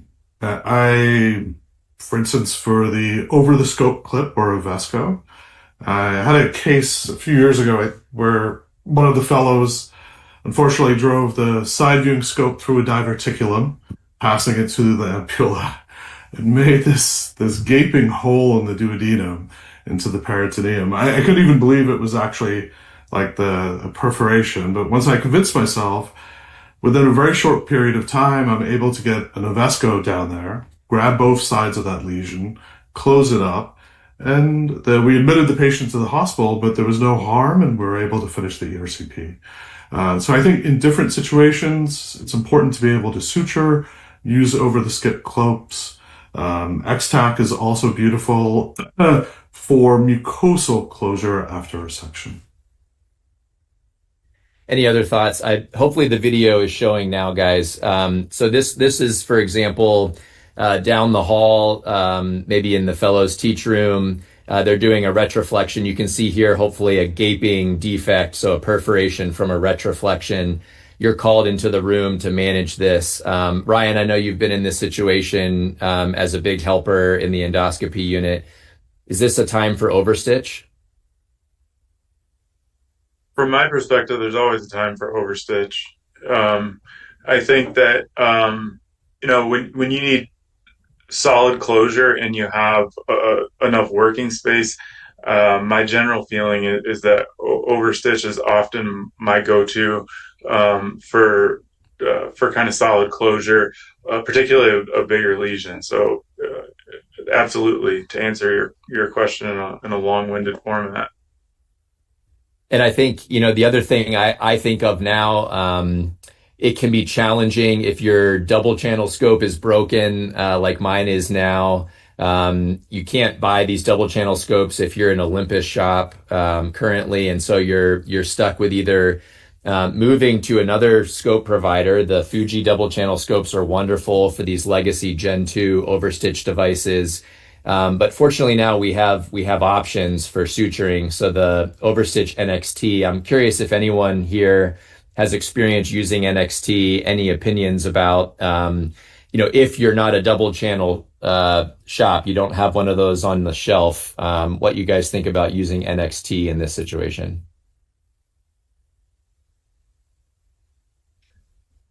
Andy, my experience with NXT has been largely in preclinical models. So take that for what it's worth. And I think it's certainly a functional and quite usable product if that's what you're used to. I think the biggest challenges for people who are using legacy overstitch and have really only utilized that, there's going to be a little bit of a learning curve and it's going to be a little bit different. But at least in my limited experience, I didn't find that there was any significant challenges or any decreased efficacy in any sort of way with the NXT. Yeah, so an instrument we can use over a single channel scope. I've used it with both therapeutic and then diagnostic channel gastroscopes. We did the first human cases at Mayo back in December of 2023. So it's been out, it's available. Talk to your Boston Scientific rep. They're really good about getting you trained up. I've always encouraged folks when they've asked, how do I start suturing? How do I bring that to my practice? I think this is a perfect use. So use it, like Ryan had mentioned, in the animal model, in a preclinical model. Get really used to exchanging a suture, to performing suturing, but then use that NXT to help a colleague. If they have a perforation during a case. To Amit's point, wonderful salvage therapy. So if you're in the middle of a resection, if you're in the middle of an ERCP, you experience or notice a perforation, you can often get a watertight, airtight closure with suturing. That's one of my hesitations, like you had mentioned with X-Tac. You really need that watertight closure so you can keep working. And I think overstitch suturing, being able to provide and perform a running suture is really key to that watertight closure. Thank you, Dr. Storm, for the wonderful discussion. Thank you to the moderators. And we're going to move on to our infomercial. Thanks, Yenny. RDI technology is designed to enhance the visibility of deep blood vessels and bleeding points during endoscopic treatment. RDI technology stands for red dichromatic imaging. RDI technology uses an additional amber LED. Red light penetrates deeper into the tissue compared to green light. If a deep blood vessel is present, amber light is strongly absorbed.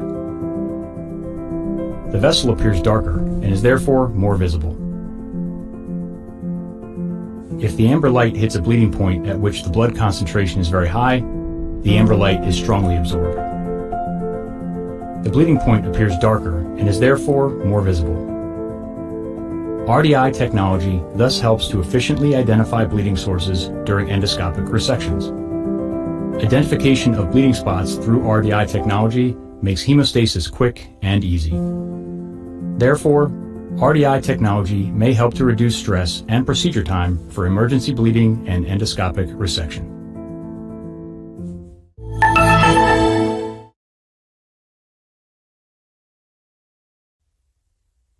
Dr. Hassan, we're back with you.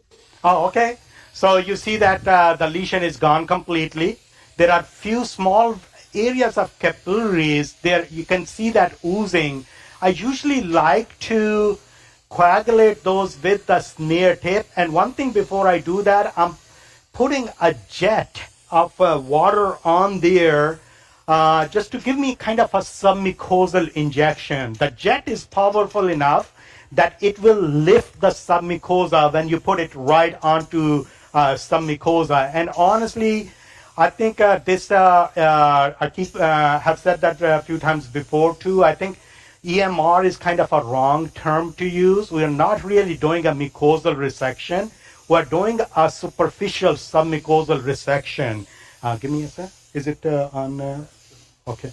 So it's more like a endoscopic submucosal superficial resection because we are taking submucosa with that, not like a ESD, but still taking enough of that we are able to get, patient is moving a little bit, so we're gonna, I don't wanna touch it with the cautery and it just goes through it. So I'm waiting for my CRNA, who I was praising earlier, but I may have to revisit that issue.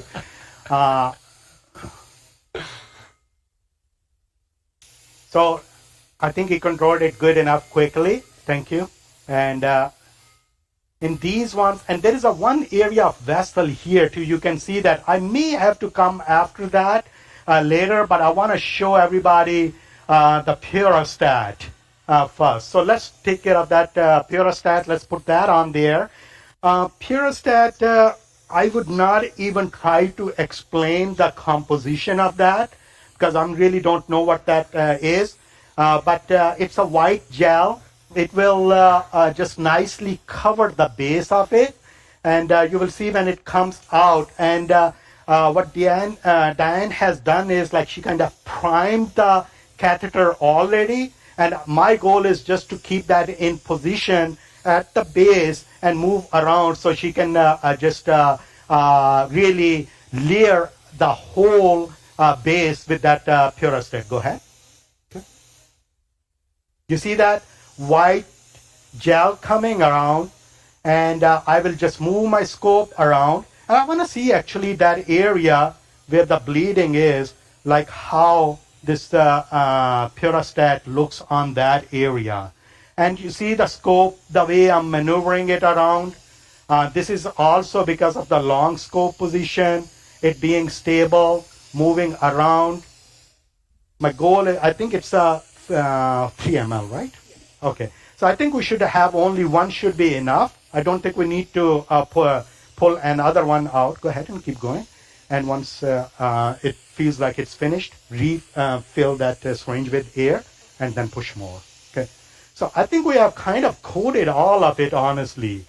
And there is you see that area, even though it's like when you are doing some other spray which kind of affects your visualization, that becomes a problem to pinpoint those vessels and cauterize those. But with this one being it's very white gel. You can look through that and just cauterize even the vessels as well. So we kind of coated all of that. Go ahead and whatever is left, just put that on.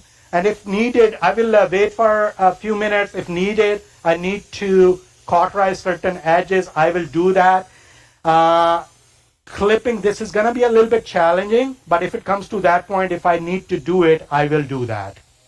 Dr. Hassan, thank you for the wonderful demonstration. Thank you to your team, and then we appreciate your time. Thank you so much.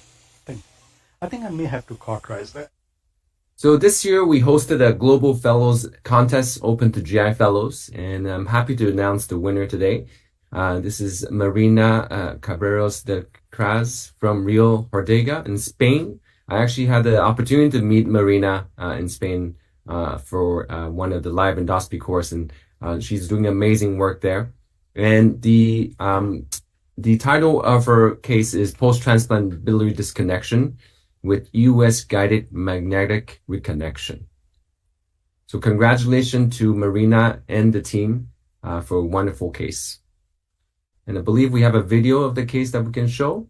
Severe anastomotic strictures after a liver transplant are a significant challenge, especially when current standard management using ERCP fails. In this presentation, we will discuss a novel technique, magnetic compression anastomosis. We present the case of a 61-year-old liver transplant patient with a 2-year history of dissociated cholestasis. An MRCP was performed revealing an anastomotic stricture. During ERCP, we observed a severe stricture. Neither contrast nor guide wire could pass through the proximal segments. Cholangioscopy was attempted to locate the stricture site, but passage was still not possible. We performed an EU expansion cholangiography that revealed dilation of the intrahepatic bile ducts and the common hepatic bile duct down to the anastomotic stricture. In this context, we decided to attempt magnetic reconnection. First, an standard hepaticogastrostomy was performed. This involved puncture, guideway passage, cautery-enhanced dilation using a cystoton, and the insertion of an 8 by 80 mm fully covered SEMS.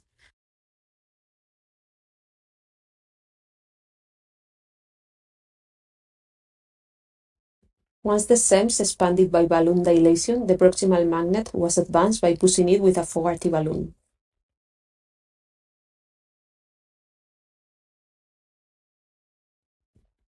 Next, we inserted the distal magnet via the transpapillary route using a tripod forceps until we observed magnetic apposition.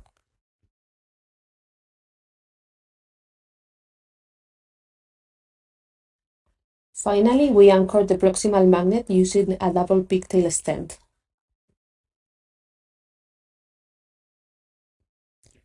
An X-ray control check performed 24 hours post-procedure confirmed that the magnets were in position.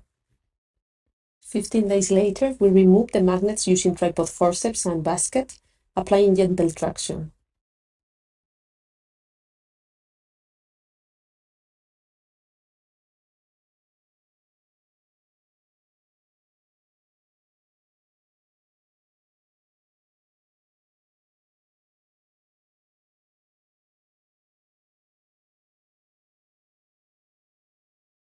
Cholangiography confirmed that the biliary duct was successfully reconnected.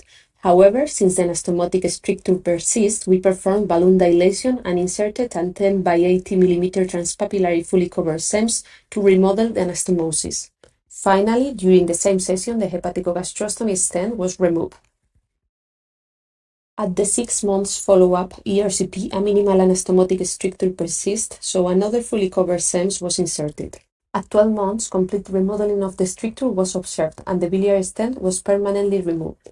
The patient has since remained asymptomatic with normalized liver function test. So, in conclusion, this totally endoscopic technique represents a minimally invasive alternative that may improve outcomes for patients with complex biliary strictures who are refractory to conventional treatment.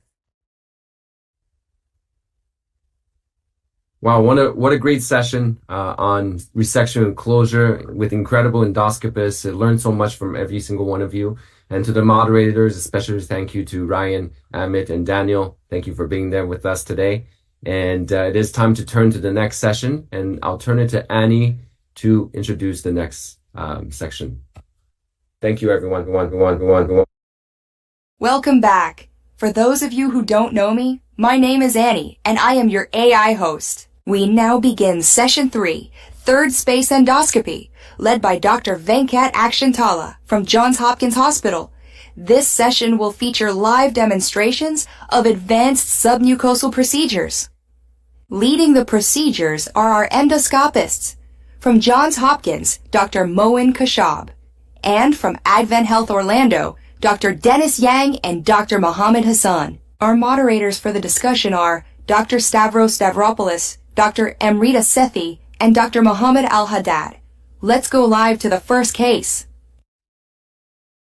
This next case returns to Dr. Moin Kashab at Johns Hopkins Hospital, assisted by Advanced Endoscopy Fellow, Dr. Harjot Bedi.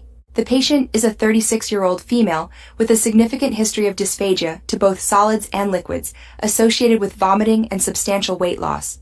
Diagnostic workup, including high-resolution esophageal manometry showing an elevated IRP of 46.3 millimeters of mercury and a low distensibility index on endoflip, is consistent with esophagogastric junction outflow obstruction. Let's go live to the procedure. Okay, hi everybody. Can you hear me? Yes, we can. Okay, let's get the endoscopy view, please. And Harsh is here with me. So we already did the endoflip. Harsh, can you present the data for endoflip? Yeah, so for the endoflip, pre-myotomy at 30 mils, diameter was 7.9, area 49, pressure 42, the sensibility index was 1.2, and compliance was 33, and the sensibility index at 40 mil was also 1.2. Okay, so we'll take a DI 1.2 at 30 and 40 cc balloons. Thanks everybody for joining us. We have world-class moderators here with really experts on submucosal endoscopy. So hopefully they can help us navigate these three cases in this session. So this is a perfect case, straight esophagus, healthy mucosa. And I want to demonstrate a short myotomy today. You know, in the past, we did very aggressive myotomies just to make sure we're not missing anything. We know that a long aggressive myotomy, long gastric myotomy gives us reflux. Long esophageal myotomy is going to give us a blown out myotomy long term. So short myotomy, but not too short, right? Too short can result in ineffective procedure. Want to mention that I'm using the 1500 series here. This is a newly approved Olympus scope on the market. I mean, really advanced imaging. And you can see here we have TXI mode, the RDI mode. One very cool feature on this scope, which is not useful here, what I want to show you, this is my mode. So you can basically save your mode for ESD, for Barrett's, and you can see it went directly to MBI, zoom, and near focus. This is just the press of a button, and it's called my CV mode. So really, it gets you to be efficient and amazing imaging, as you can see here. So the G junction is at 39. Mm-hmm. The incision is going to be here at 33, and I'm going to go anterior in this case. Really doesn't matter, anterior, posterior, all good. But I'm going to do a 4 centimeter myotomy on the esophageal side and 2 centimeters on the gastric side. And moderators, please comment on the importance of short myotomy while I'm doing the injection and the incision here. You loud? Go ahead. Thank you, Moin. If you can all hear me, thank you for the invitation to join this. We don't know, I guess, the rest of the manometry findings, but I'm assuming there is intact peristalsis in the esophageal body, and I think this is going to be important to understand how long you would have your myotomy. For EGGOO, like this case, I agree with you, Maureen. This would be a perfect case for a limited myotomy to avoid long-term acid reflux and preserve as much of the intact peristalsis in the esophageal body as possible. Yeah, I would say also, I mean, this is evolving type 2 here. So it's really, we do it the same for type 1, type 2. type 3, yes, jackhammer, etc., we do a little longer, but I know Stavros can even argue with that, because I remember last year he presented some data at DDW that he's even doing shorts for type 3. I'm not there yet, but since he's on, I would love if he can comment on that part. Yeah, Mohan, thank you. Yes, we still we are now down to about 5-6 centimeters for type 1, type 2, and something like 9-10 for type 3 and spastic ones. I think there's data now on the blowout myotomy that the spastic patients may be more at risk, and the longer myotomies you do, the more likely you'll get the blowout, especially anterolaterally too. So yes, I think short is good. I didn't see any. You know, the EGGR flow can sometimes be difficult to convince yourself that they need a poem. So my protocol is to also always do a barium. I don't remember if that was mentioned, and with a 13 millimeter tablet. And sometimes when it's still not clear, I do a Botox trial. I don't know what other people do for EGGR outflow. Yeah, to clarify the very, very important point. Most actually the EGG outflows are technical errors, like hiatal hernias, just really a reflux, whatever it is, but it's not real. So you have to double check those, even if our protocol, either a timed barium or an endoflip. This patient was not pure really outflow obstruction. We had some pan-esophageal pressurization on some of the swallows. So evolving type 2, I would say, rather than, but we did, as you saw the data here, the DI was pretty low at 1.2 at both 30 cc and 40 cc balloon. So here I'm using injection through the scope. We described this technique long time ago. Unless you have a knife that can inject, like the TTJ or a hybrid knife or whatever. Most knives you can inject through these days. For POEM submucosal endoscopy, for tunneling, I find this technique extremely useful, and we just inject through the scope. So here I'm just going to inject some fluid. You see it stains very well. It also spaces or increases the space, basically separates the mucosa from the muscle. Really important with submucosal endoscopy to tunnel on the surface of the muscle. So this is in the esophagus. I'm a little bit more adventurous with these vessels in the esophagus. If I see these vessels on the stomach side, I would treat them differently. Here, I usually will just spray them like that, a little more aggressive, and come here. This is a mucosa. We have to be very careful, but just like a second, like that, and you protect the mucosa and you're good. If this is on the stomach side, I'm going to either do the slow coagulation or I'm going to do the coag-grasper because of the high flow in those blood vessels. You see here, the tunneling is really at the surface of the muscle. With POEM, you have to protect the mucosa. With ESD, you have to protect the muscularis propria. Well, with the short, even just calling it short, there's a lot of variability in that too. And in terms of EJ outflow, the distinction of where the actual sphincter is not as evident as when we have classic type 2. What kind of markers are you using or landmarks to really determine where that is? And then also, is it 3 or is it 5? Are you using your endoflip findings, or what are you doing? Yeah. And hopefully we can demonstrate that. Here we see that we are likely on the stomach side here. So after I finish the tunnel, I will withdraw the scope, of course, and look and try to identify the sphincter. And once I identify the sphincter, I just need to be about 3 centimeters above it and then towards 2 centimeters below it. So if my tunnel ends up being too long on the esophageal side, I don't have to start my myotomy at the beginning of the tunnel. If it ends up being my tunnel is very long on the gastric side, I don't have to finish my myotomy till the end of the tunnel. So it's a dynamic process with identification of the LES. For example, let me come back here a little bit. And here I'm seeing a little bit of narrowing here, and I'm going to look at the scope, and it is at 39. So that confirms this is where I saw it initially. And if I want to start the MRM, I'm going to look at that LES. I'm just going to start here.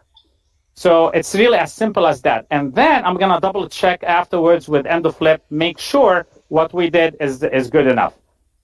You know, for starters, you know, you got to have to always retroflex, make sure you reach the stomach, etc. Look at the mucosa, make sure you didn't do any inadvertent mucosotomy, etc., etc. So these are all still good techniques. But here you see how short we are. I mean, we're done with the tunnel, and I'm going to start my myotomy now. So you know, it's beneficial from many standpoints. Efficient procedure, pretty safe. You're not going to have a lot of gas issues. So here I'm still using the TT. I'm going to see if I can get quickly to the, we can see some longitudinal fibers there. And in terms of cautery settings, here I go dynamic between spray and endocut Q. If I'm having a lot of bubbles, a lot of charring, I will switch to endocut Q. If I'm having more bleeding, I'm going to switch to spray. So it's a dynamic process. I really like spray. You know, I've been using it for a long time, and you rarely get oozing and bleeding. But sometimes you're just going to char a lot, and in these cases, it's important to switch. You know, I've always been a proponent of selective myotomy on the esophageal side to protect mediastinal structures. We hear about disasters happening out there, you know, with breaching to the mediastinum. So we have to be very careful with that. Once we get to the LES, you know, I think some of us want to do full thickness. Some of us say it's okay to just do selective. And I know I'm crossing to the stomach right now. And then, Rita, this is where I'm dynamic. You know, I feel this is enough. I don't have to go all the way down. And I'm going to double check now with EndoFlip. So let's do EndoFlip right away and double check that this is good enough. And if it's good enough, then we just have to close. So I know initially you feel, oh my God, that's too short. I need to see the screen there. That's too short. But we learned if you're accurate with where the LES is, it works very well. When there is a question from the audience that says, how much should we worry about reflux, and what other options do we have to minimize reflux? Yeah, so with you can use the posterior technique, and I know some of you guys like that with the two penetrating vessels. So that's if you're using the posterior technique, that's not an option anteriorly. You can use the double scope. You know, just to make sure your estimation of how far in the stomach you are is correct.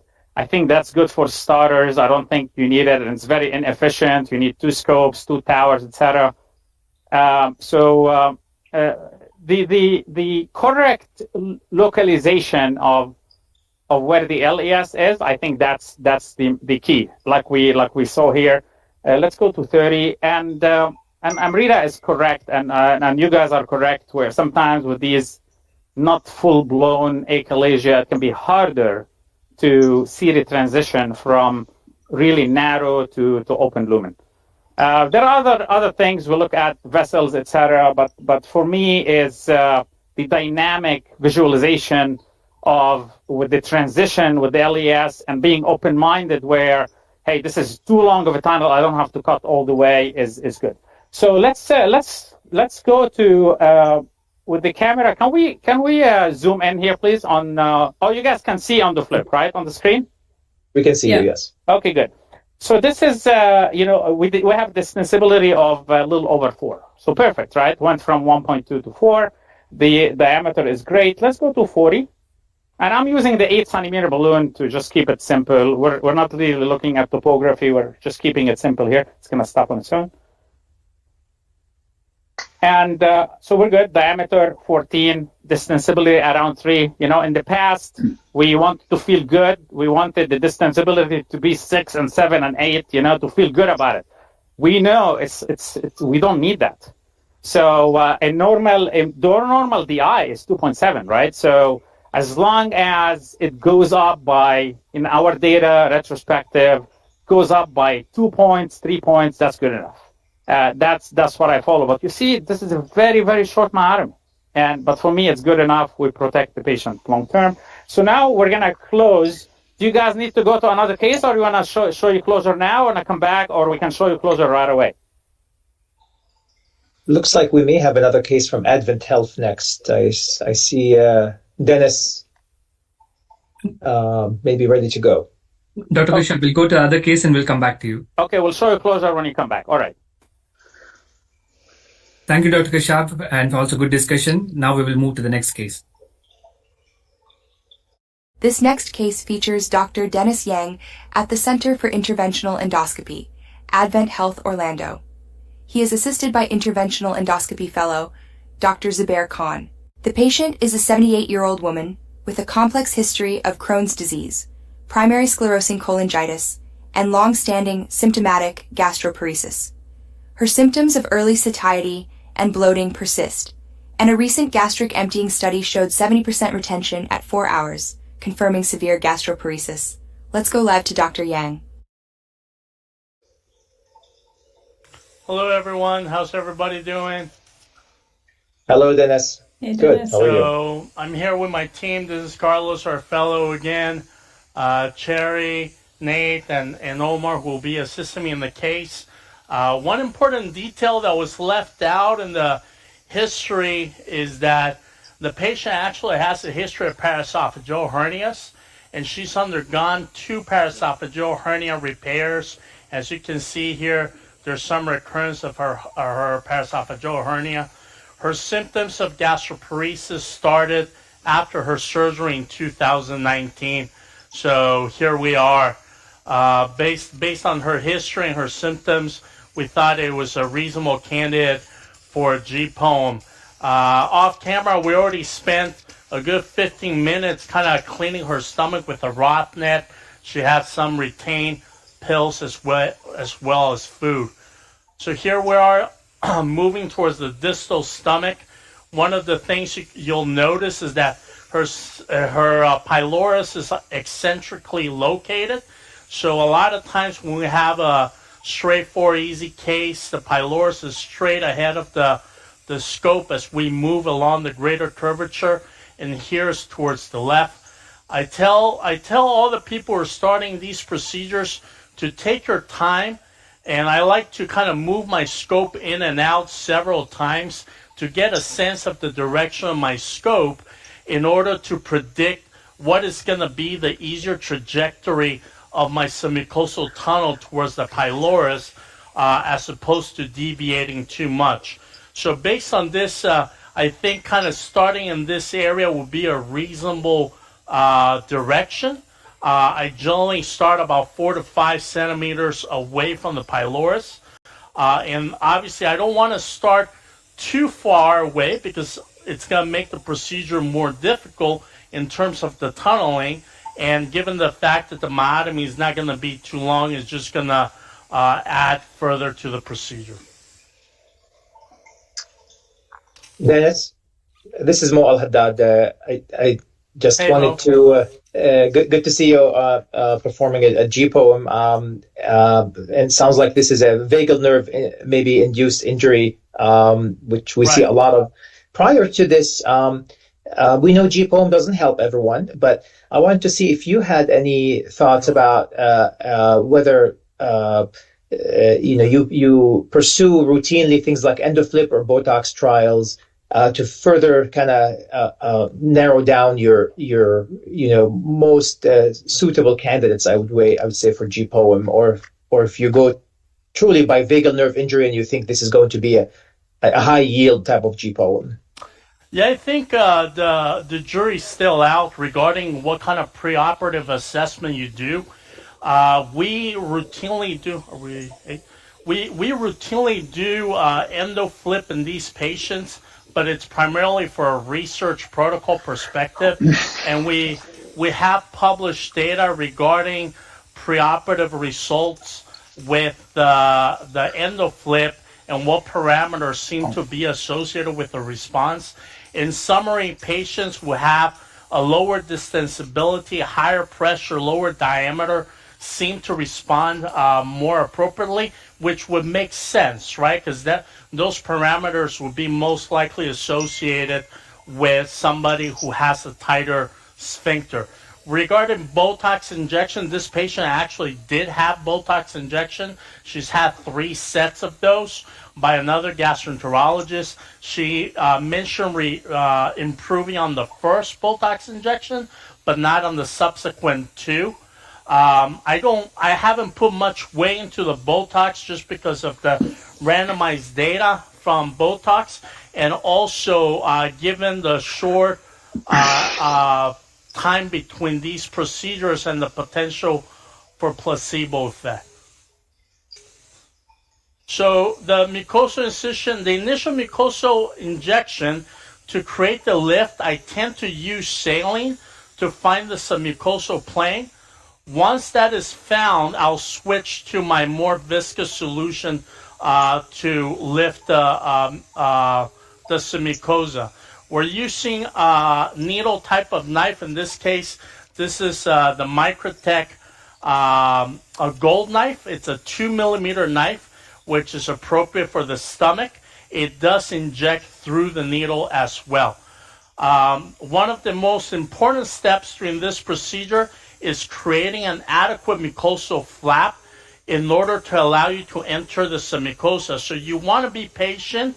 As you cut the mucosa, you want to keep trimming that submucosa to detach it in order to allow enough space to enter the submucosal space. So as you see, I'm positioning my knife immediately parallel and below the mucosal incision and kind of going back and forth. Now I'm going to just gently pushing the cap and enter the submucosal space. So the advantage of doing that trimming is that it will open up the space, allow you to enter the submucosal tunnel without further stretching the mucosa or causing any injury. Doctor, I'm sorry to interrupt. We'll go to Hopkins briefly and then we'll come back to you. Sounds good.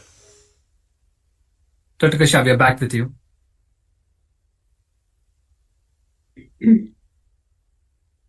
We cannot hear you, Dr. Kashyap.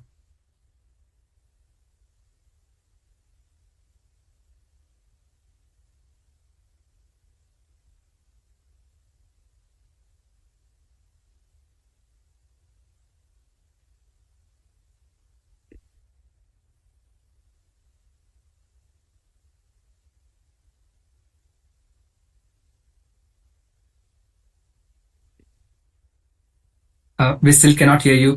Yep. Can you hear me now? Now we can. Okay. Probably the headset died. Okay. So these are the retention clips from Olympus, and the advantage of them is the short tail. And Dennis mentioned that in his symposium. And they come in 9, 12, and 16 millimeters open. So the first the first 2 clips were the 16, just to approximate the edges. These are actually 9, close, and take it, and one last one. So 4 clips, good enough. And we have been performing outpatient POEM for a long time. Our criteria for admission is some kind of intraoperative event, bleeding, some cardiac issues, arrhythmia. Patients who are sick, unhealthy, who came dehydrated, or the difficult closure, where say closure without high confidence that it's complete, we admit. If the closure is high confidence open, it's complete with high confidence, then we rotate a little bit, and then we discharge these patients home. And I think that's most close, and that's a standard practice in most places. Take it. So here we feel good about this closure, and everything was good during the procedure. So these patients go home. So 4 retention clips looks pretty good to me. Any questions, guys? Before you move back to the G or the Z? Very exciting, huh? All kinds of letters today. Really quickly, Moeen, on that question of discharging patients and dealing with things like pain post-procedure, have you found any changes in your practice to minimize that pain, or how do you treat it so that you feel you're able to get them home same day? Yeah. So patients with spastic disorders, they tend to have pain after the procedure. So we end up admitting a lot of these guys. For other patients, short procedure, a lot of the pain is due to CO2 dissection, in the submucosal area or subcutaneous space. And short procedure, CO2, low flow, we rarely see pain. We do send the patients on with tramadol for a couple of days if they have pain. But I can't remember a non-spastic disorder patient who was admitted in the last few years for uncontrollable pain. It's very rare. Thank you. Thank you, Dr. Rishabh. Great case. We'll go back to Dr. Yang. All right. Thank you. Dr. Yang. I'll back up a little bit. We're already at the pyloric ring, but I'll just back up a little bit to kind of redemonstrate. So again, as we pick the direction of the tunnel, it's very important to kind of just get a sense that we're in the right direction. And as we tunnel, you're going to stay closer to the muscle side as opposed to the mucosal side, which is above you, right? Because that's the area we're trying to protect. As we tunnel, you're going to keep re-injecting to try to identify your planes. Some patients, it's quite easy. Some patients, it can be a little bit more challenging. I've noticed sometimes, knife out, patients who have had Botox injection can be a little bit fibrotic. Not so much in this particular patient. So as you follow the muscle and you kind of continue tunneling, what you're trying to identify is the backside of the pyloric ring, which I believe we're coming to it.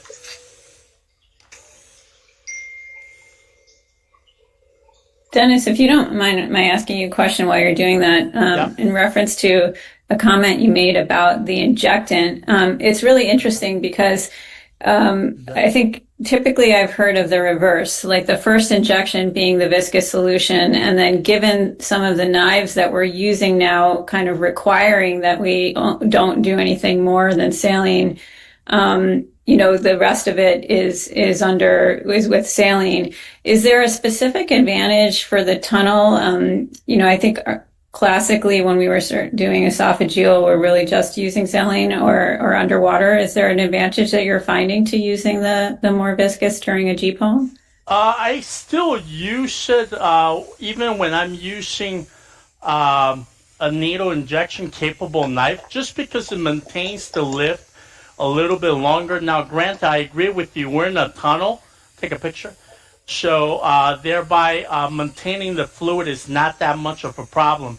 What I was referring to, regarding the initial lifting of the submucosa, is that sometimes if you're not in the right plane and you inject it with the viscous solution, it takes a little bit longer for that dissection to that lift to dissipate, as opposed to if you're injecting with saline. So I like to find my submucosal plane with the saline and then go ahead and transfer to a viscous solution. But I completely agree with you. In these type of procedures, you could argue keeping it simply with saline injection throughout the entire procedure is a reasonable alternative. So, yeah, and I think just something to be aware of when you're selecting your knives is what are the limitations of the solutions that we're using, and how will you adjust, whether it's for ESD or POEM. Yeah, this is the pyloric ring. Would you guys agree? Yeah, beautiful. Yeah, so you kind of see almost like that dipping down of the pyloric ring, and that back wall is already the duodenum. So I like to just remove some of these submucosal fibers as I prepare for the myotomy, just to release it a little bit.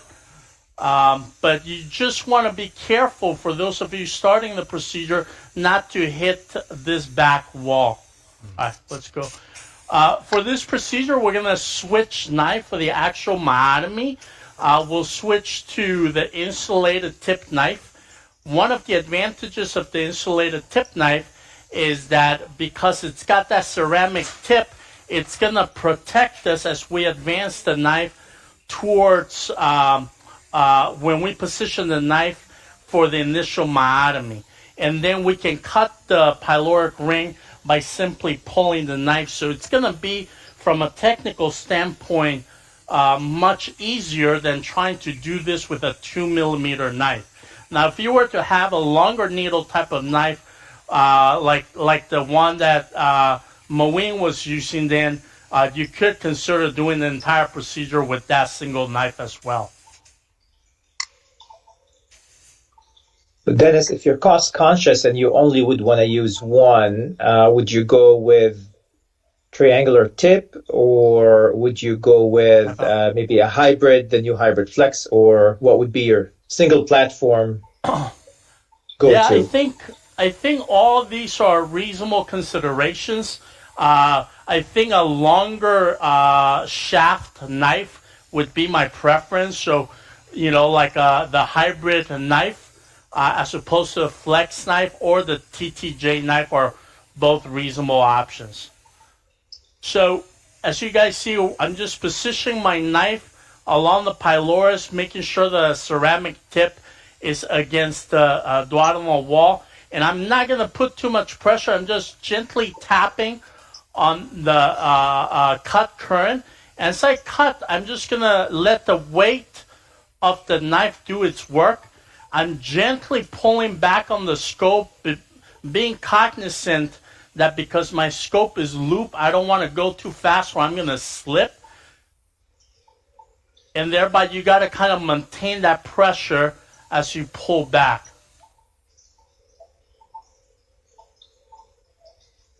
So at this point, I'm just going to cut by pulling back my knife. I'm going to re-inspect. Kind of hook the knife again. And gently pull back. Every once in a while, if I feel like I have not cut enough, and I've already I'm not able to kind of engage the tip of the IT knife through the ceramic, so I'll switch back to my needle type knife and clean it up. I always tell the trainees that this is the part where you can encounter bleeding during the G-pone, because you're going to have vessels crossing that pyloric ring along the greater curvature branches of the left gastric pancreaticoduodenal. So you have to be cognizant of that and be ready to treat if it happens. Any comment, guys, regarding the depth of your myotomy? I know there's different opinions regarding that. Maybe I could chime in, Dennis. Like you, I stopped aiming for a breach, a total breach of the gastric, or a full thickness breach of the gastric wall. I don't think there's data to support that. These patients definitely have more pain if you're breaching into the serosal component. But I do have a question about maybe not the depth, but the breadth. I see you're kind of veering to the left a little bit as you're trying to complete your myotomy. Would you consider a full fresh cut all the way to the left to widen what historically, I guess, people called a double myotomy or a double wide myotomy? Yeah, I don't know if, again, right, so there's some limited data regarding what you're talking about, referring to a wider or a double myotomy. And some of that limited case series suggests that may be more effective. I don't know if we have high quality evidence to suggest that, but I do like to widen it. I did it towards the left side because it was the easier from a technical standpoint to hook the IT knife. But in general, I do like to make a wide enough myotomy that I'm sure that the pyloric muscle has been completely divided, including removing some of these submucosal attachments along the sides. I don't know if anybody has any other takes on that. Yeah, I think we're seeing that too in the esophagus. Looking at going back, and if you feel like it's not adequate, instead of just going full thickness or going deeper, rather widening it to decrease the rate of kind of reconnecting, I suppose, or healing together. I tend to do a double myotomy. I've had, pretty good results with that, including also snaring out some of the intervening muscle. I'm not sure how much that really helps and how deep that actually gets, but I think the wider the better with whatever technique it is that you're going to use. This is kind of the depth I generally leave it at, where I can kind of see that basically complete a myotomy. I can see like the thin membrane after which is going to be peritoneum. I don't know if you guys go deeper or less deep or any other thoughts. Yeah, I don't go deeper than this. I don't think we have data to support that. Patients tend to have a more difficult recovery if you do breach the peritoneal surface. I don't know about you, Stavros or Amrita, how you manage this depth. I do the same depth that Dennis did. Yeah, when you see that membrane, I stop because the bad blood vessels behind that. Yeah. I agree. Even if you see like one or two strands, maybe treating it with a little spray instead of actually cutting, because I think the worst kind of problems, or the only problems that I've ever really seen have been when there is that full thickness, and whether it's collection form, and these are already patients who are difficult to assess their pain that they have post-procedurally, so that really becomes a difficult management question afterwards. And that's the only downside of using a knife like the IT knife. It works really fast, but sometimes it's a little bit uncontrolled, right? So when you're pulling the knife for the myotomy and the blade behind the ceramic tip can hook deeper, and when you come across it, you can encounter bleeding, which may be less likely if you're dissecting layer by layer with a needle type of knife. So we're going to move towards the closure. There's different ways of closing this. One of them is by suturing using the traditional overstitch. We're going to do it that way, but certainly nowadays there's many different alternatives to do this type of closure. I don't know if you guys have any suggestions or comments about what you do in your practice. Dr. Yang, I'm sorry, we'll go to the other case and we'll come back to the closure. Let's go to AI Annie for the next case, please. Next, we go to the Advent Health Orlando Center for Interventional Endoscopy with Dr. Mohammed Hassan and Interventional Endoscopy Fellow Dr. Zubair Khan. Their case is an 80-year-old male with dysphagia found to have a Zenker's diverticulum. They will be performing a Z-POEM procedure. Let's go live to Dr. Hassan. Good afternoon, everybody. Welcome back. We just finished Dwarman EMR, and my team is already ready with the next patient, same team, which I introduced before. So this is a patient with the dysphagia and have a Zenker. But another thing what I found is like this patient I have not scoped before, just like the previous one. Majority of our patients, they're just coming as a referral. We review the chart, and majority of these patients we are scoping them for the first time for therapeutic purpose. And sometimes you do find what is different than what you're presented in referring. So in this one, nothing different except that this looks like there is a circular inlet patch there as well, and small stricture above that. Or a web above that, but definitely there is a Zenker right there. You can see a nice pouch there. There's a thick septum there.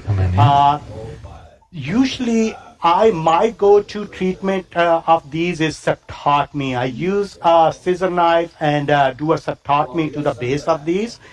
Here and there, if needed, I can do a Z-POEM as well.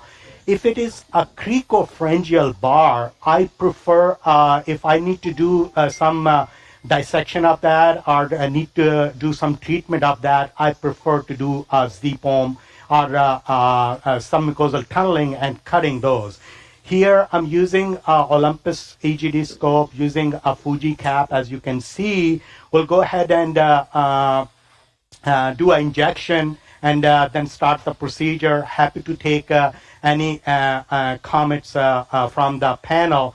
But what I'm going to do is, just like the previous case, I get the needle into the patient, again using the terminology which is familiar. Needle in, out could be different meaning to different people. So with my team, the terminology I use is needle into the patient or needle out of the patient. For this one, we already have primed the needle with normal saline first, and then we will inject along with that, right after that, head a starch.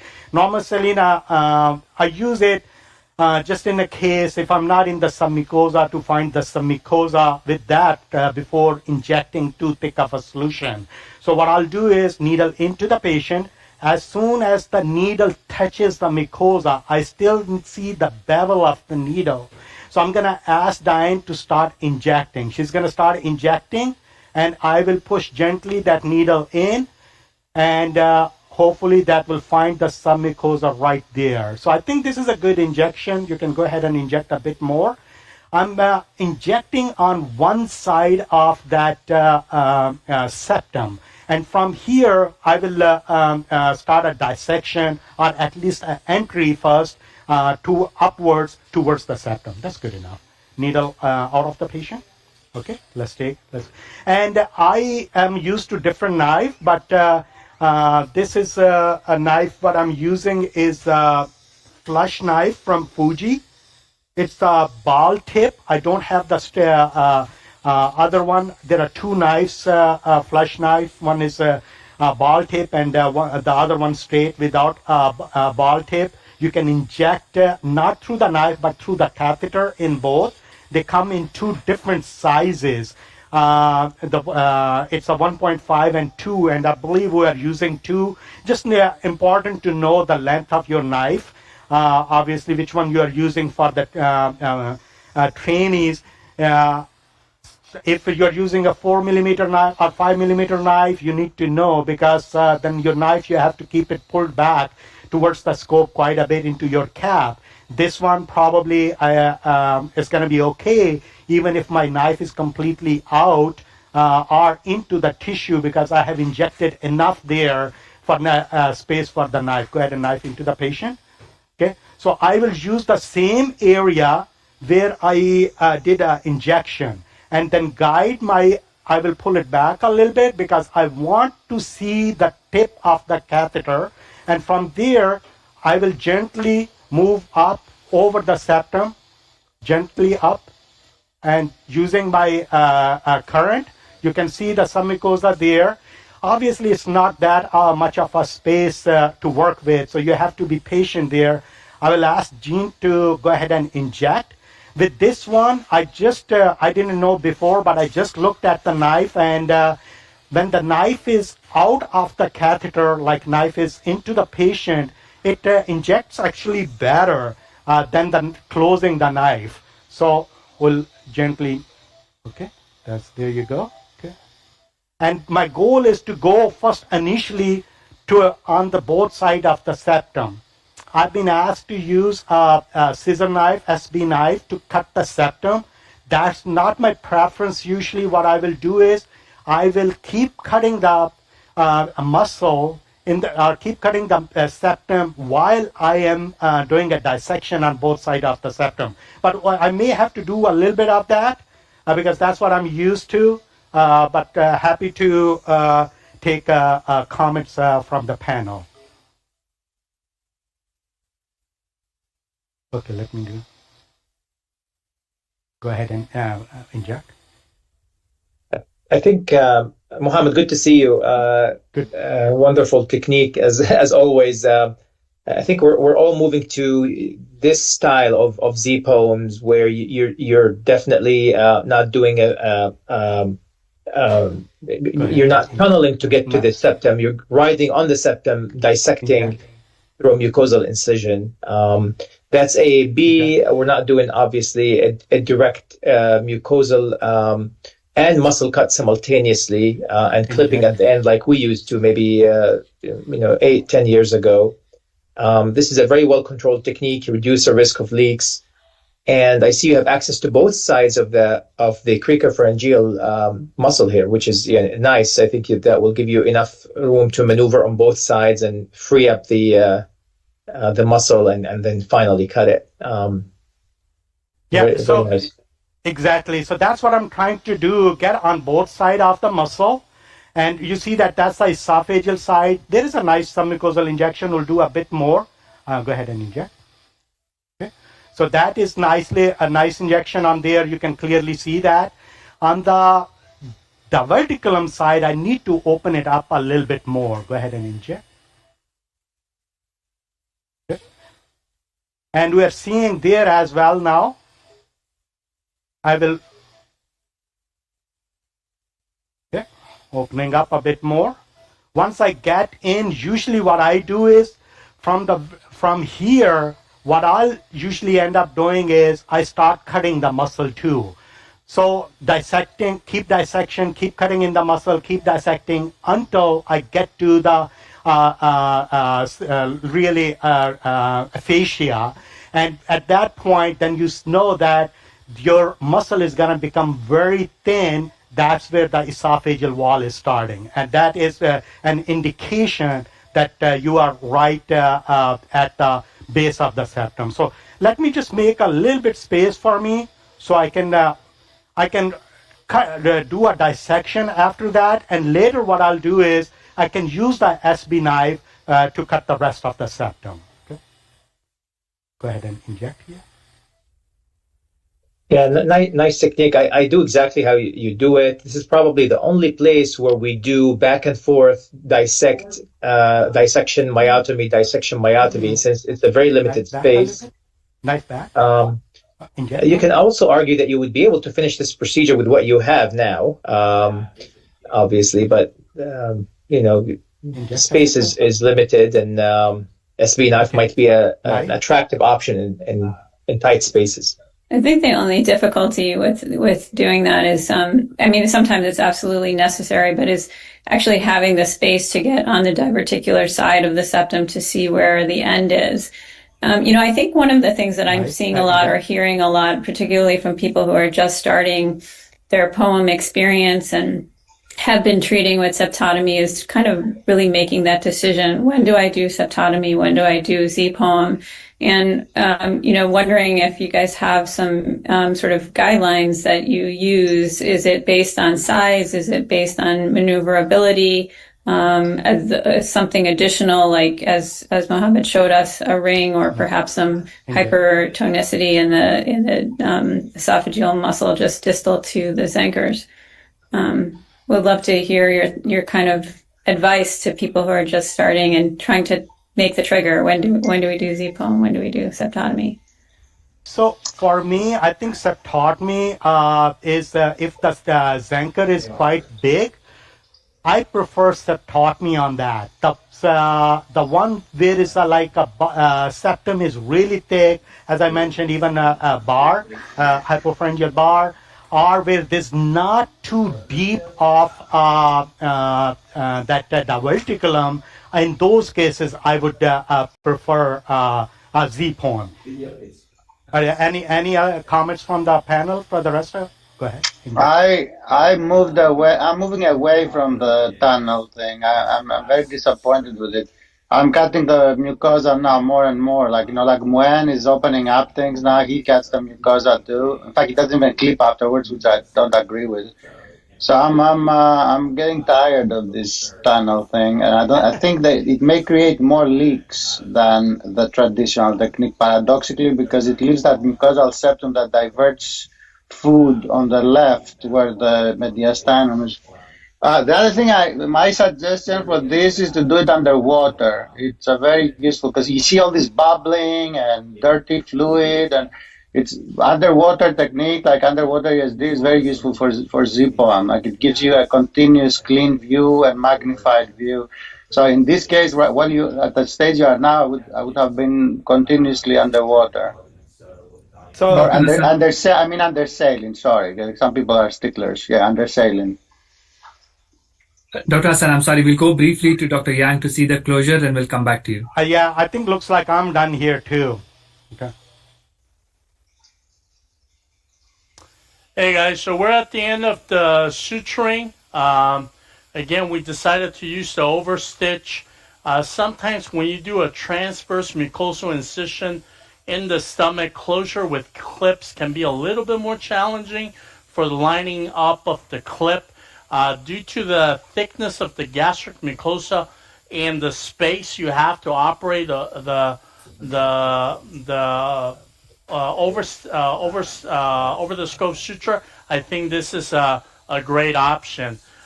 So generally you can do a different patterns. I generally do like a Z pattern. So we're at the end where we're just gonna cinch it up.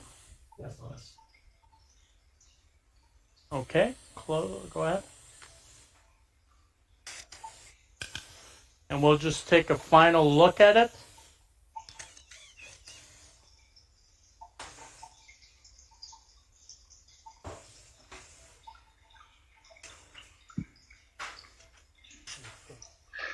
Making sure that we didn't leave anything open.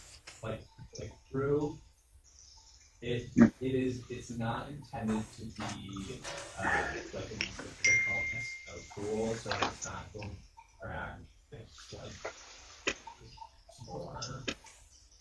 There's our incision.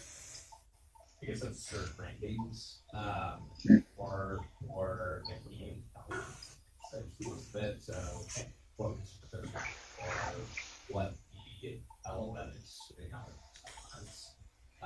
again understanding how those numbers. I'm trying to figure out is that area in front of me still part of the mucosal edge or not? So again, the scope loops a lot, so I'm just using some water to try to identify that. But I think it's normal. I think just the fold underneath that area, the mucosa.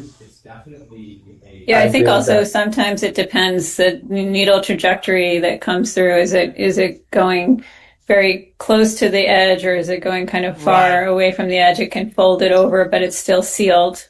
Yeah, so you're right. So it forms like almost like an overlip type of thing, but I think it's cinched well. So I think I'll leave it at this. Regarding post-operative care, I will discharge my patients as long as they tolerate it and the procedure went well. I slowly advance their diet and keep them on the PPI. Thank you, Dr. Yang. Great case. Thank you. Thank you. We'll go back to Dr. Hassan. So, are they back? Yep. I don't see them. Let's go back to Dr. Hassan, please. Advent Health Team. You're back. Do you have I don't think you have a video, right? We do have your video also. Please go ahead. Oh, okay. So you can see that I was already done by the time you guys left. You see all that muscle is cut. The septum is cut right there on both sides. And I'm at like... hey guys, we have the wrong feed. We have a wrong feed, I think. We need it. Switch, Advent Health to switch rooms. Switch feeds. Now you have it. Yep. So can you see on both sides, cut all the way, that septum, coming back out of that, coming back. There's a little bit of blood here. Let me see if I see anything. I think that will go away with the clip. Nothing major there. What is that? Okay. So, but I'll take care of a bleeding in just a second. That may go away just with the clipping of it. But you can see the injection even at the base of that diverticulum.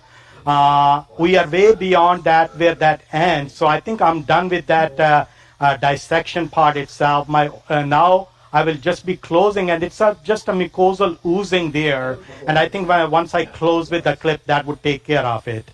I don't see any major vessel. There was one area which I saw earlier. I will put one clip and see if that takes care of the bleeding. If not, then if I need to go back in there, I can. But I don't think there is anything major to be worried about, except on this side, and that clip will take care of that. Okay. Well, what do you think about the muscle fibers on the diverticular side? I think you got to take those. Yeah. Right. Because the muscle splits between the esophageal muscle and the cricopharyngeus, but there's some cricopharyngeus on the left side. I'm just more coming proximal. to that. I think you're right. These ones. Yep. Yeah. Right just there. Right there, just under the mucosa. I see that exactly. And that's a one like a group there, and I'm gonna inject on the left of that and take that. Mm-hmm. Yeah. But I think it kind of brings up back to Stavros your comment. Is the more important thing to really excavate the septum, or to truly just split that muscle? Like the recurrence that we have when we do septotomy traditionally, where it's just a cut down, we don't really take away any of the septum. Is it really that the muscle myotomy has not been complete, or is it that that there's still this septum, that the same way we see after a Z-pome in a really long or deep diver Zenker's, that has the phenomenon of still having a septum there and creating the pocket? And to this point of this case right now, when needing to cut these few muscles, would there be a disadvantage in actually including the mucosa, that taking those muscle fibers, but also taking a little bit of mucosa right there? Okay, I think those are gone now. That's how there was a one septum. Thanks for pointing that out, and I don't see any more there. Oh, looks good. Yeah. I agree with Amrita. I'm telling you, I was doing like 7-8 years the regular complete septotomy, and I had no leaks, and then I have 2 leaks on the 10 years that I've been doing the Z-pome. I don't know if that's a real study, but I think when you leave the mucosa, the closure that you have to do is further up where the US is tight. So the food is forced through a tight tunnel where it can disrupt the clips. When you take the mucosa, you are doing the closure another 1 or 2 centimeters further down where the lumen opens up, and it's less likely, I think, for the bolus of food to disrupt the clips. That's my feelings. I'm beginning to, as I said, get a little tired about the tunnel thing. I don't think it's a good thing for Z-pome. It's great for G and esophageal pome. I don't know if it's really a lot of value there for the Zenkers, for the I Z-pome. agree with you, and that's what I do, honestly, and you're absolutely right. I think maybe for shorts, it's helpful because there isn't that far much you can cut, and maybe the muscle is having more of a role, and your closure is going to be lower, more distal. Exactly. Here I'm using these are Dura clips, right? Yeah, Dura clips. That's what I was asked to use, and I will probably just put 2 clips there, and that should take care of it. Go ahead and close it. 5. I think this is a site where a short tail, short stem clip would come handy. Maybe give me 1 more. Okay. Given that you don't have a lot of space. So Retentia or DuraClip is our choice for these. So I decided to use 1 more clip at that this area. You can see that, and then after that I won't be going through this area. It looks like it's all open. I don't want to disrupt those clips. So with that clip, I will be done. And what's your discharge plan for this patient? He is 92 years old, and I probably will keep him overnight. And usually we can discharge these patients if they are asymptomatic. The goal would be to keep him on liquids for a day or 2, and then for a day or 2 full liquids, and then just advance as tolerated. Open. And I did give him a dose of antibiotics. Does everybody use those or close? Fine. Use 1 dose IV. Yeah. Okay. If he were younger, Mohammed, would you have felt comfortable sending him home? I think so. I will. If they are asymptomatic, especially with this all nicely closed, I would be fine with that. Thank you, Dr. Hassan. Yeah, I agree. Okay. Thank you, Dr. Hassan. Great case and discussion. For the audience, in case if you missed session 2, AI Annie will now give you a summary of session 2. In case you missed session 2 on resection and closure, we witnessed some masterful techniques for removing lesions and ensuring secure closure. Let's take a moment to recap the key takeaways. For endoscopic mucosal resection, or EMR, the key to success is managing recurrence. The standout technique was adjuvant thermal therapy. We saw how systematically ablating both the margin and the base of the resection site with hybrid APC can reduce recurrence rates to below 5%. On technique, evidence now supports using forced coagulation current for EMR, as it may offer a better safety profile regarding bleeding and perforation compared to endocut. For any stubborn residual tissue, hot avulsion is the preferred method to clean the base. For the more complex endoscopic submucosal dissection, or ESD, adaptation is critical. This includes increasing power settings in obese patients and choosing your approach, conventional, underwater, or tunnel, based on the lesion's vascularity and location to maintain a clear view. Finally, for closure, the XTAC system provides an efficient way to close large EMR defects. The crucial technical tip is to deploy the tacks perpendicular to the mucosa for strong tissue purchase. And in challenging areas like the duodenum, never underestimate the value of stability, often best achieved by using a colonoscope. In summary, excellence in therapeutic endoscopy hinges on the right technique, the right tools, and meticulous attention from lift to closure. Thank you, Annie. This also concludes session 3. We had great third space endoscopy session, covered a lot of alphabets. Now we will go to Dr. Kashyap to reflect of endoscopy in 2025. Thank you, Venkat, Yenny, and the course co-directors, all the endoscopists, their teams, advanced fellows, and the moderators, everyone who really has worked hard on this 11-hour marathon.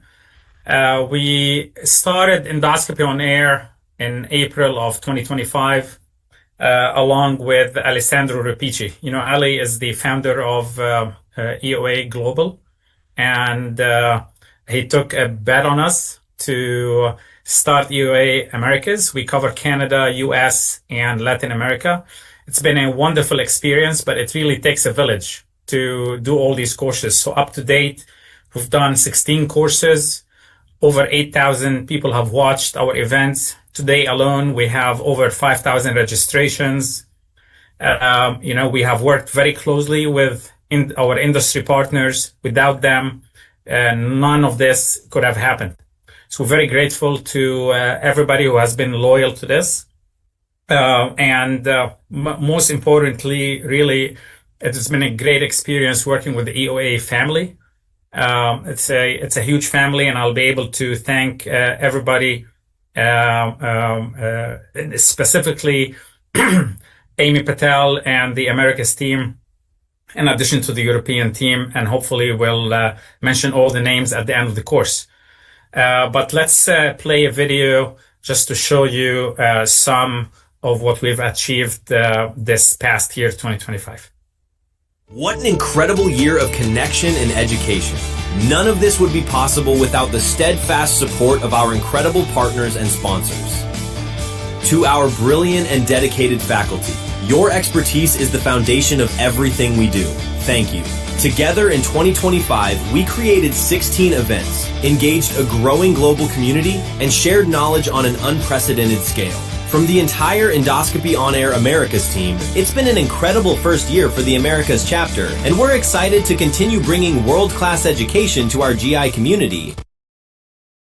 Welcome back. If you're just joining, my name is Annie and I am your AI host. We now move to Session 4, Pancreaticobiliary and Endohepatology, led by Dr. Venkat Akshantala from Johns Hopkins Hospital. This session will demonstrate advanced ERCP and EUS guided therapies. Our live endoscopists for this session are from Johns Hopkins, Dr. Moen Kashat, from Advent Health Orlando, Dr. Mustafa Arain, From Digestive Health Institute Orlando, Dr. G. Bang. From Advent Health Orlando, Dr. Natalie Cosgrove. And from McGill University Health Center, Dr. Yenny Chen. Guiding the discussion are our moderators, Dr. Shayan Irani, Dr. Anand Sahai, Dr. Jennifer Fan, and Dr. Fawz Malou Philo. We will also be joined by Dr. Andrew Storm and Dr. Ryan Law for a special symposium during this session. Let's go live! Kicking off our pancreaticobiliary session, we go to Advent Health Orlando with Dr. Mustafa Arain, an interventional endoscopy fellow, Dr. Zubair Khan. The case is a 77-year-old male with chronic calcific pancreatitis and progressive pain, despite multiple prior interventions, including ERCPs and extracorporeal shock wave lithotripsy. They are now proceeding with a repeat ERCP and pancreatoscopy for reevaluation and stone management.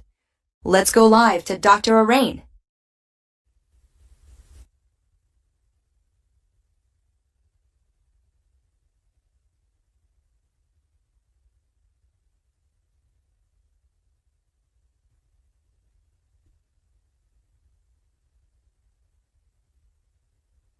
Can we check the feed from Advent Health, please?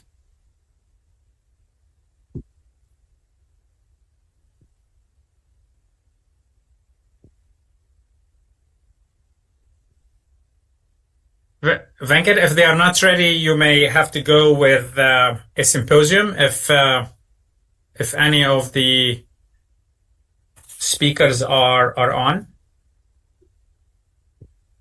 We might need a little bit more time for the symposium.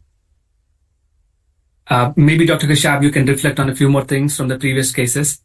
No, so we can actually just jump into the pancreaticobiliary section here, given that we have all these wonderful experts on diagnostic and interventional pancreaticobiliary endoscopy from Canada, US, and Brazil. Welcome, Fauzi, all the way from Brazil. We will be showing some complex cases today, and it's interesting to see how far pancreaticobiliary endoscopy has gone. And the first case that you just heard about with Mustafa, it is a pancreatoscopy. And 2 years ago, if we talked about cholangiopancreatoscopy, we've always talked about one system that's available. So now in 2025, we have 3 systems that are available, and I think more will be coming. So this field is really exciting. So during the session, you'll be able to see pancreatoscopy and cholangioscopy using different systems. You're going to be able to see the use of different disposable and non-disposable scopes by different manufacturers, and how even the advancements of scopes have helped us push the boundaries of pancreaticobiliary endoscopy. Specifically, there's a lot of interest in interventional EUS, and we have experts here on interventional EUS, and we're hoping to demonstrate procedures like EDGE, hepatogastrostomy, choledochoduodenostomy, and I'm hoping it will be kind of a real discussion, because many of us do the little things differently, and I think with these procedures, the little things are what makes a difference in outcomes. So we're hoping all of this will be of interest and really useful to our audience. So are we ready with them, or not yet? If not yet, we'll start some discussions while getting ready. My room is getting ready, so I should be just 5 minutes away from being able to start. I'm sorry, we still have some technical difficulties with Advent Health. Okay, so I likely will start with EDGE. So Shayan Irani, if you can tell us few tips and tricks for the key successful steps to achieve a successful EDGE, single stage EDGE. You know, you and I always talk about single stage EDGE, and this is a procedure in a patient that has an indeterminate biliary stricture. So we have to do a gastrogastrostomy, suture, do an ERCP, access the bile duct, do cholangioscopy, all same session. Establish a diagnosis hopefully today. So if you guys want to talk about the safety of a single step approach, in the US, we've been doing single step for a long time. Europe is just starting to do that. They were worried for the longest time about this. So if you guys want to discuss that while we're getting ready here, all right?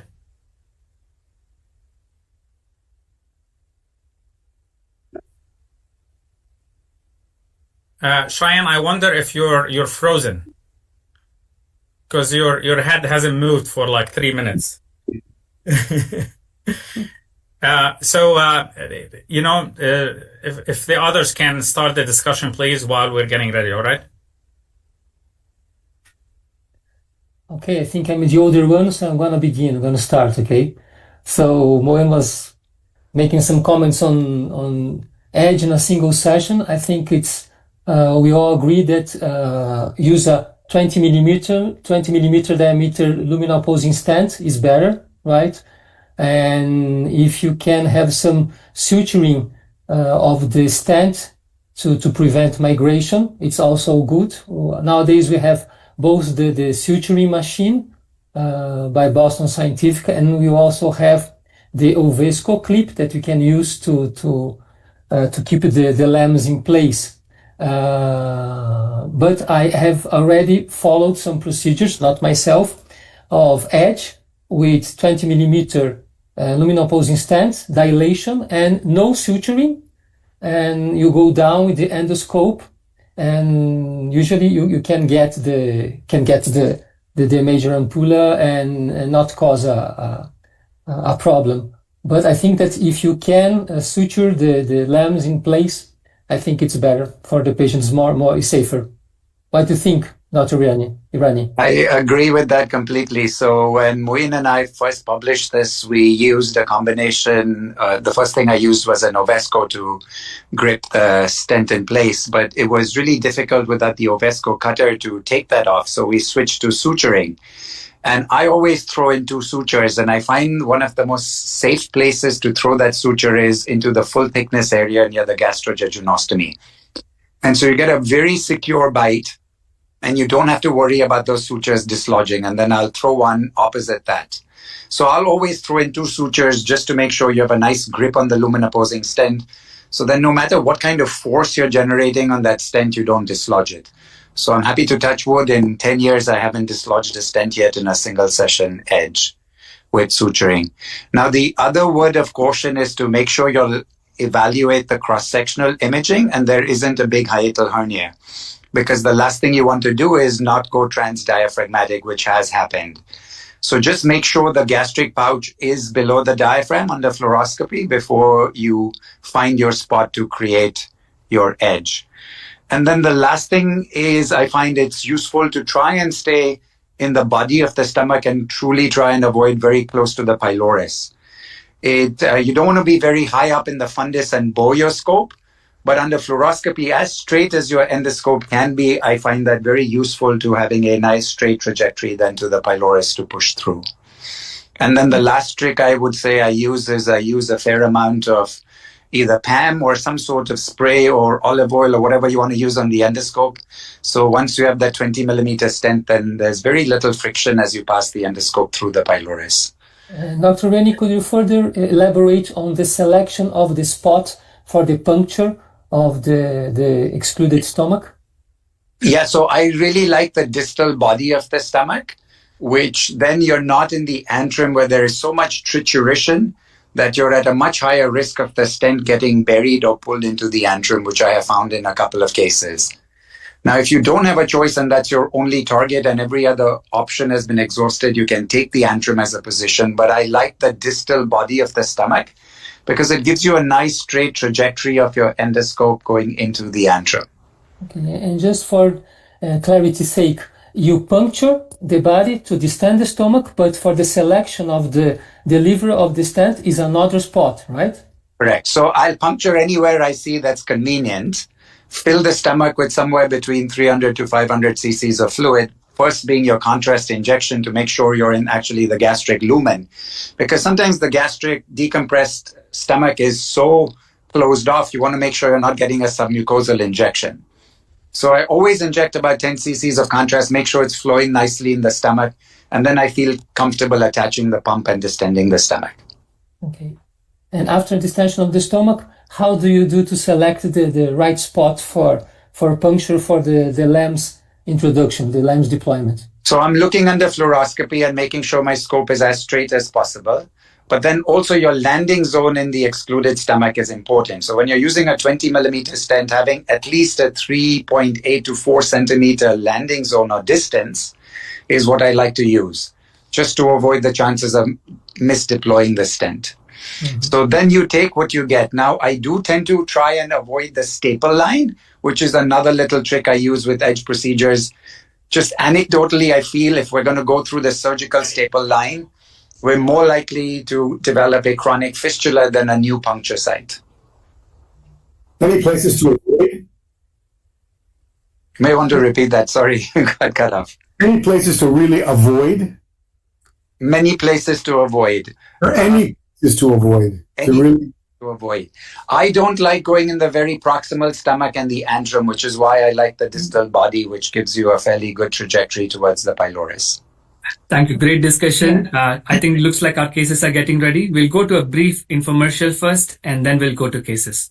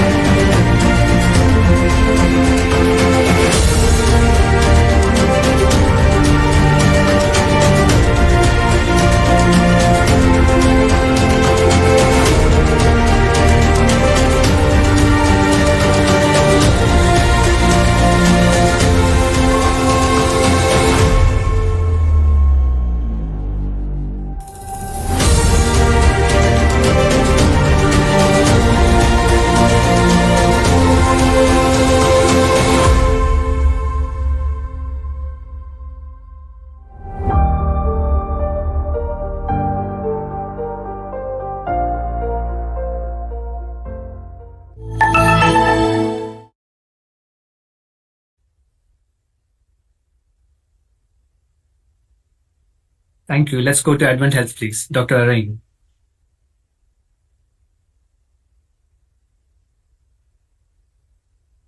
Dr. Arain, we cannot hear you. Can you unmute Advent Health, please?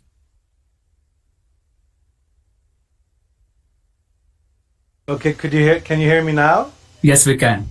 Okay, thank you. It's great to be here. Thank you for the invitation. And I have with me an excellent team.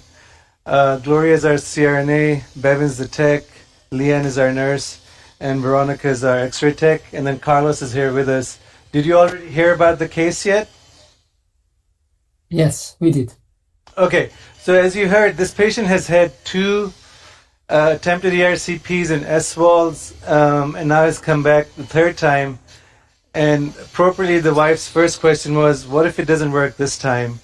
I said, well, if it doesn't, then we need to really consider surgery. While we were waiting and had some technical issues, we did cannulate. In the past, we were not able to get into the major papilla. Today, we were able to fortunately get in, but very superficially. I don't know if you can see my fluoro image, but you can just see barely a small amount of wire through the major papilla, and it was hitting the stone in the head of the pancreas. We used a complete control tome, which allowed us to get in. Didn't really have to use the features where you can rotate it left or right, but we were able to get in and cut the duct. And subsequently, we have had to just freehand cannulate the ventral pancreatic duct. I'll just show you on the fluoro. That's all I have in terms of depth right now. And I have a IMAX 9mm scope across the orifice into the PD. And this is about as much as I'm being able to get in and see. But right at the surface, you can see, right inside the orifice, you can see a stone. So the IMAX comes with in two different sizes, the 4.2 and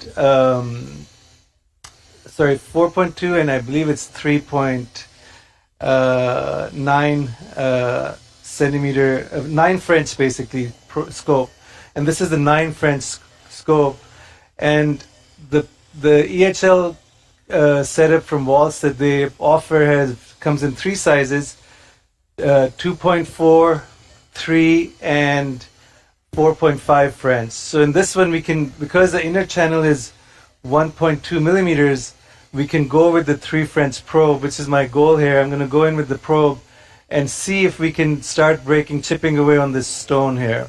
If Mustafa, that doesn't can work, you show us the pancreatoscopy view, please? Oh, I'm so sorry. Interview. I thought it was already being transmitted, but there you go. I don't know if, are you seeing it now? Not quite Yes. yet. Okay. Oh, now. Okay, perfect. So you can see it's not like a clean, nice sort of view, but enough to see that there is a stone in that lower right corner. So at this point, I'm going to essentially introduce that 3 French or 1 millimeter probe and see if we can start working on it with some EHL. So Bevin here is just introducing the probe. I do like to have a sidearm adapter on my cholangioscope/pancreatoscope because I sometimes will lock the EHL probe right at the tip, because sometimes you have to pull out and then go back in, and if you have it locked, then it gives you control and have a sense for where it is. So my plan for today is, if this works, great. If not, then I'll try and come back through the dorsal duct, but the stone burden is primarily in the ventral duct. Could you make a quick comment on the preparation of the patient concerning indomethacin, hydration with lactate, ringer lactate, and antibiotics? Or what you do in patients that you're going to perform pancreatoscopy? Yeah, that's a great question. I think it depends on your indication. I think these patients with chronic pancreatitis, as we know, their overall risk for PEP is low. I'm going to actually just pull out because I don't have a great view. I'm going to pull out here and just see my probe under direct visualization and then lock it and then advance. So to your question, I think certainly hydration, because we're doing this case at 1 p.m. We asked him to be NPO at midnight. He's a diabetic. Generally speaking, our ERCP patients are dehydrated. So hydration for sure. Chronic pancreatitis and indomethacin, I'm not sure really what the real value is. We oftentimes do it, but it's not clear to me if it's really necessary. And then in terms of antibiotics for this situation, if we get drainage of the duct, generally speaking, I don't do antibiotics. If I have concerns for a leak, sometimes you're injecting and you see that there's an extravasation, then I'll put in antibiotics. So I don't know if you were noticing, but I kept pulling the pancreatoscope, the IMAX, into my channel because sometimes the probe will get hung up in the channel. So in that situation, if you just keep pulling it back, also you can see my scope position, not the ideal straight position.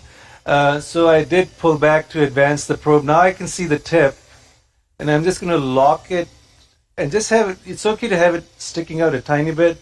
And we're gently going to go down the channel and see if we can now, as we relax the elevator and see it come out, now we can see if we can just freehand cannulate this again. Do you find it's easier with the larger diameter pancreatoscope? Oh yeah, absolutely. I think in a larger duct with a larger target, absolutely. Here, off camera, this is like our third time lucky sort of a situation, and had a hard time really just even getting in. The wire was just barely in, and I cut him and dilated it off camera. So I figured I should just go with the smaller one. You can see the probe is right up against the stone. And my goal now is to make sure that I don't lose my position both endoscopically. So I'm just pushing my scope in to get a bit more stabilized. Push my probe out. Pushing the probe out obviously then pushes me away from the papilla. But to your point, certainly if you have the space and the leverage to use a bigger one, because you can use the bigger probe, you can go ahead and you get better bang for your buck in terms of the EHL. So here now I'm going to ask Bevin to actually step on the pedal for me intermittently. I don't necessarily see the probe fully, but I can see it enough that I feel confident to at least give it a shot. So on the waltz, it actually lights up based on the probe, what size probe it is. And then if it's flashing, then it's inactive. And then you have to pick your strength. Usually in the PD, I'll start in the middle, and then I'll work my way up if need be. So Bevan, go ahead and then we're just going to see if we can get some. So when you see that kind of snowflake effect, then that gives you hope that, okay, we're making some progress here. So you can see now the probe is becoming a bit more visualized, better visualized. And obviously the resolution on these cameras is excellent, which helps in these situations. So for the audience watching in the pancreatic duct, at least we do turn down the flow on the water pump, or not the water, but saline in this situation. Yes. And you have to be mindful of how much fluid you can put in. To your point, Mustafa, about antibiotics, I think this is the only situation in the pancreas where I tend to still use antibiotics prophylactically. Just in case with fluid, I blow out a side branch and the patient gets a little collection. Yeah, absolutely. I think that's very reasonable. And I'm happy to give it in this situation. But now you can see that there's a bit of room being created. So from here, usually in a real life situation, you ask your trusted fellow like Carlos to take over and see what they can do. But I'll see if I can get up on the stone there and just keep at it. And it's nice the technique that you're showing. Yeah, you're doing single pulsed lithotripsy in the PD as compared to we can be a little bit more aggressive in the bile duct and do kind of multi pulses at once. Absolutely. Direct visualization, single pulse is very important here, especially with your positioning being so unstable. So beautiful. Thank you. And you can start see, now you saw a bit of the duct. I can gently advance, but this is where you have to be careful not to get too greedy and push it out and basically then regret it because all of a sudden you see a red blush. I'd like to also, sometimes you have to use your, you also sometimes just have to use your shoulder, left, right. You can use your dials, of course, but sometimes whatever it takes to get your probe to be in close proximity to the stone. Okay. I'd like to ask my co-moderators, if the patient has stones and in addition a stricture, do you think that is still a good indication for endoscopic therapy, or you would refer the patient to surgery? I don't have the answer. That's a very good question, and I'm familiar with some of the work that is being done in terms of interventional EUS, and we're part of some of that too. And I think we have our biases. The studies certainly seem to suggest that the way to go is surgical, but the randomized trials. But you just wonder sometimes if we were a bit more aggressive with PD access from the stomach, maybe we could offer them some non-surgical options. But that's all. I'd love to hear Shan's views on that too. I rarely find stones without strictures, so I'm very used to treating them. But it sounds like we're going to be bouncing to another case. Sure, sounds good. Thanks, Dr. Ring. We'll go to the next case and we'll come back to you. Thank you. This next case features Dr. Mohan Kashyap at Johns Hopkins Hospital, assisted by Advanced Endoscopy Fellow Dr. Harjot Bedi. The patient is a 68-year-old female with a complex history of aplastic anemia status post-stem cell transplant and Roux-en-Y gastric bypass. She presented with acute epigastric and back pain, and imaging reveals a significantly dilated biliary system with a 2.2 centimeter segment stricture of the proximal common bile duct. Let's go live to the procedure. Okay, hi everyone. So let's get both the EUS view and the fluoro view, please. Fluoroscopy and EUS side by side. Okay, great. So I'm using an Olympus linear scope, and we see, what is this structure called? Sand Sand sign. dollar. Good. Okay, so, but it's completely collapsed here, huh? So, and this can be a little tricky because we want the injection to be intraluminal and not intramural. So we already Dopplered it, no vessels in between. And I kind of don't care much where I'm puncturing, like is it antrum or body, it doesn't matter. You just need to fill the stomach now, and later on you worry where you're gonna deploy the axis. Typically this ends up being the antrum. So, you wanna do a quick jab and a lot of times we have to go deep and pull back a little bit. What's the needle, Moin? 19 gauge flex needle from Boston Scientific. Thank you. Because we want to inject, as Cheyenne mentioned, going to inject a bunch of fluid. Do you preload with the fluid, the needle? So the needle is, it has contrast in it, so we don't inject air. So here, let me push a little bit, see what there is a feel to it too, and I kind of pull and feel when it's in like in a no man's land, feels free.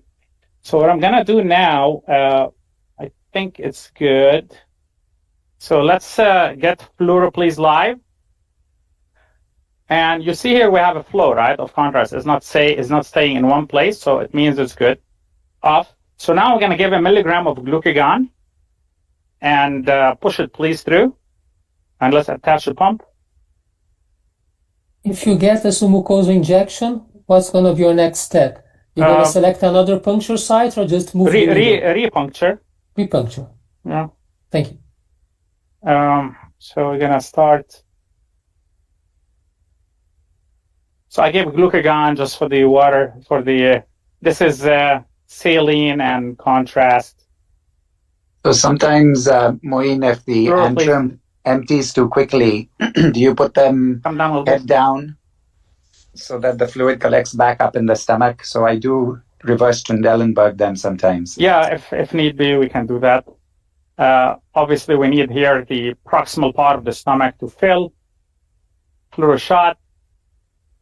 Okay, good. Here you go. We're filling.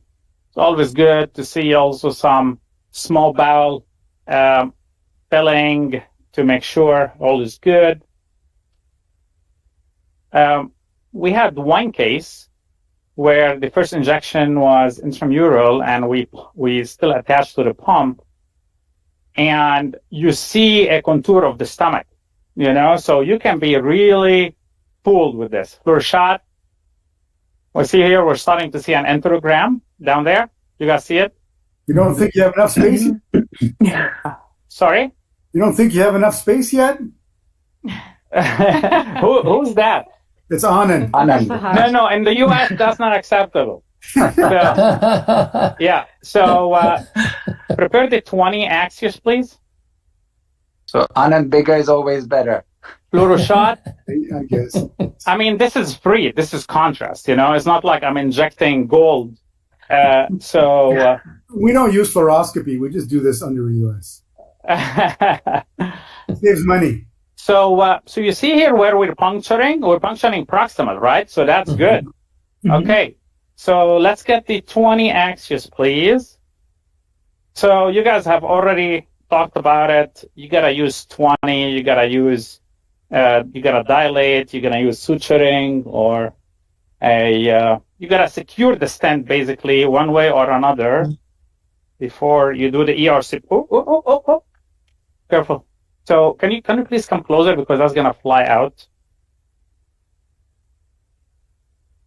So you can see on fluoroscopy, Moin's scope is nicely under the diaphragm. And stability of the scope is really important here. I have a patient on their back. Some people do it prone. We do our pancreatic biliary. Please stay close. Stay close. Yep. Go ahead. Attach. So I think you guys talked about it, the importance of not going to the antrum because several reasons. Fluoro shot is that it makes really the ERCP harder. So now this is the, by the way, my stent is preloaded with the wire. I think this is just a safety step. That's good, and we have to dilate afterwards. So not a bad thing. We are perpendicular to the stomach there. Slowly burn through, and we see the bubble going in. Deploying the first flange. I like to put the wire after I deploy the first flange because that allows me to anchor. And now remove this fluoro shot. Okay, now we're gonna pull. That's good. And deploy the second flange. And now can we have the end of view, please? Instead of the EUS view, just end of view. The CRE, please.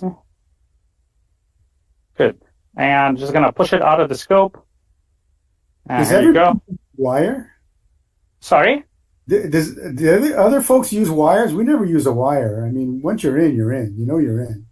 I use the wire as well, go. And then just so that you can dilate right after. Mm-hmm. So you have access, and then you can go straight to a dilation, which is what we need for a single session edge, right? So we can do it without a wire, and we can dilate without a wire.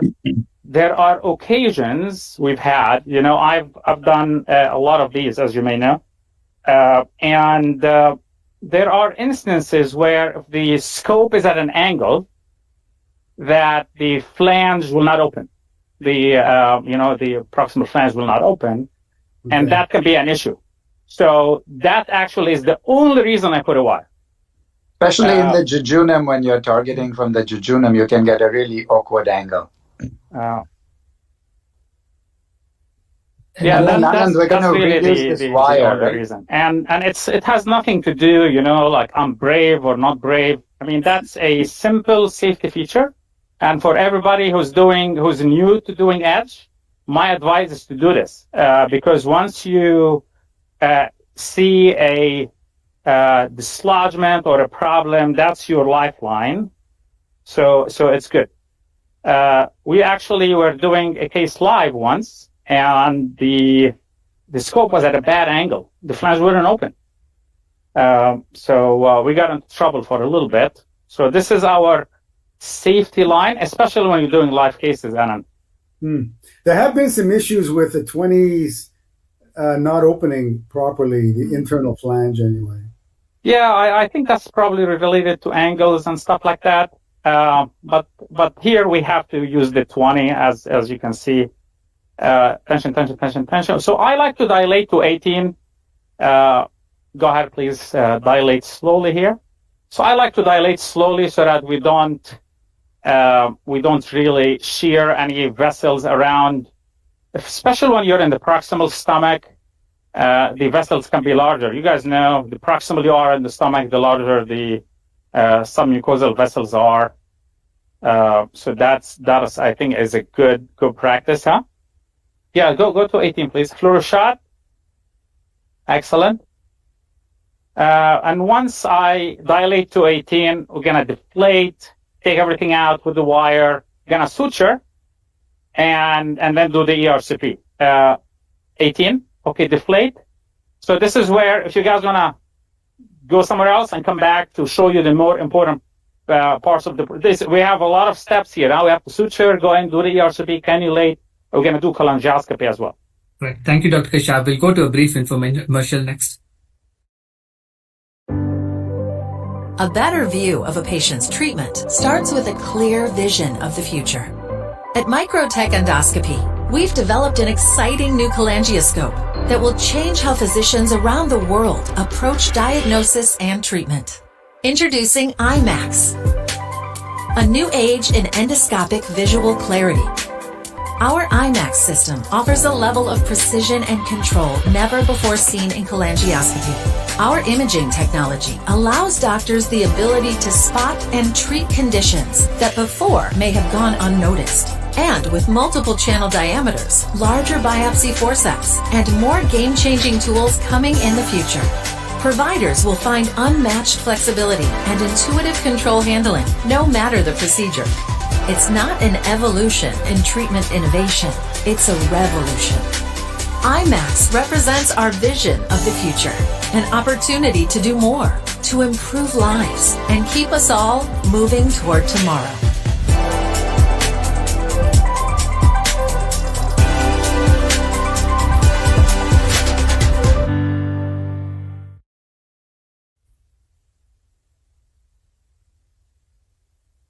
Dr. Aaron, we're back with you. Okay, so just to sort of update you, like we had talked about, we're trying to be as careful as possible, but sometimes, you end up seeing some blood, and the problem with that is it really sort of occludes your view. So you can see endoscopically there's a bit of redness, and same goes on our pancreatoscopy image too. You can see that I think that's pretty sure there's a stone. It wasn't as obvious before I came back live with you, but I was just going to do an injection and just do a pancreatogram just to see if that gives us a sort of any idea of how the duct is. But you can see I'm injecting, and you can see it on pancreatoscopy, but not much filling on fluoro. So I think there's still a fair amount of occlusion here.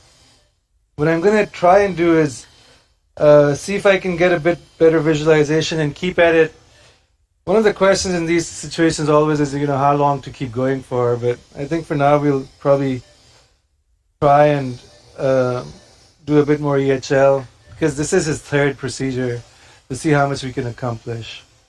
And then the other option that I haven't talked about is we can also come through the minor, which he has a very low minor. You can see just from about 2 o'clock from the major papilla that we can also go into, but the stones are in the ventral duct, the ones that we want to target.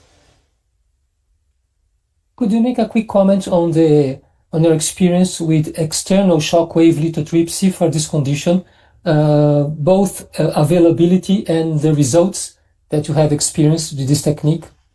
Yes, so by external, do you mean extracorporeal? Extracorporeal, yes. Yes. So this patient actually underwent 2 sessions.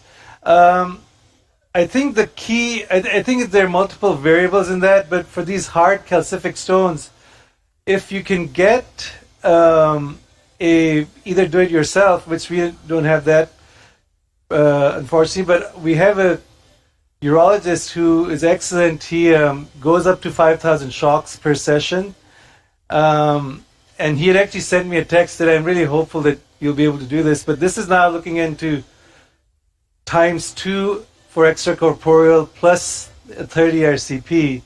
So we may be coming back to the wife's question of, how much more can we do endoscopically before we say that that's it. Our experience, I would say, has been pretty good, though there are some patients that, have ended up requiring surgery. Or lately we've gone towards doing pancreatic gastrostomy via EUS and placing a stent and coming even from antegrade from above and doing EHL from the stomach, which actually turns out to work out really well. And my colleague, Dr. Katkodayan, who's done some of those, has had excellent results. Do you always start with extracorporeal as a first try? It depends logistics, because we don't have it in our... When you don't have it for yourself, there's a lag. And Dr. Amtaj, our urologist who helps us out with these, is really accommodating, but even then there's a lag. So sometimes we'll do it, partly sometimes the stent will help them, though usually with these big ones, the stones are quite visible on fluoroscopy that he doesn't necessarily need a stent. So the answer is not always. Answer to Anand for your question about do we always start with that? I think it depends on where the stone is and the size of the stone is, how at least I choose whether to start with S-wall or not. If they're very distal, like in this case with Mustafa, we do start with S-wall, and we tend to have a 90% success rate with just one treatment. It's rare that we need a second treatment, and I think I know 2 patients in 18 years that have failed 3 treatments. So it's very rare to fail multiple S-walls when done in an experienced urology center with 4,000, 5,000, 6,000 shocks. Do you have to do a sphincterotomy first? No, We start off with S-wall, and then we do the S-wall in our endoscopy unit, and then we flip the patient over and do an ERCP as soon as they walk out. So there's no lag and time delay. Yeah, we don't have that here. So they have to go to they actually have to go to a different site.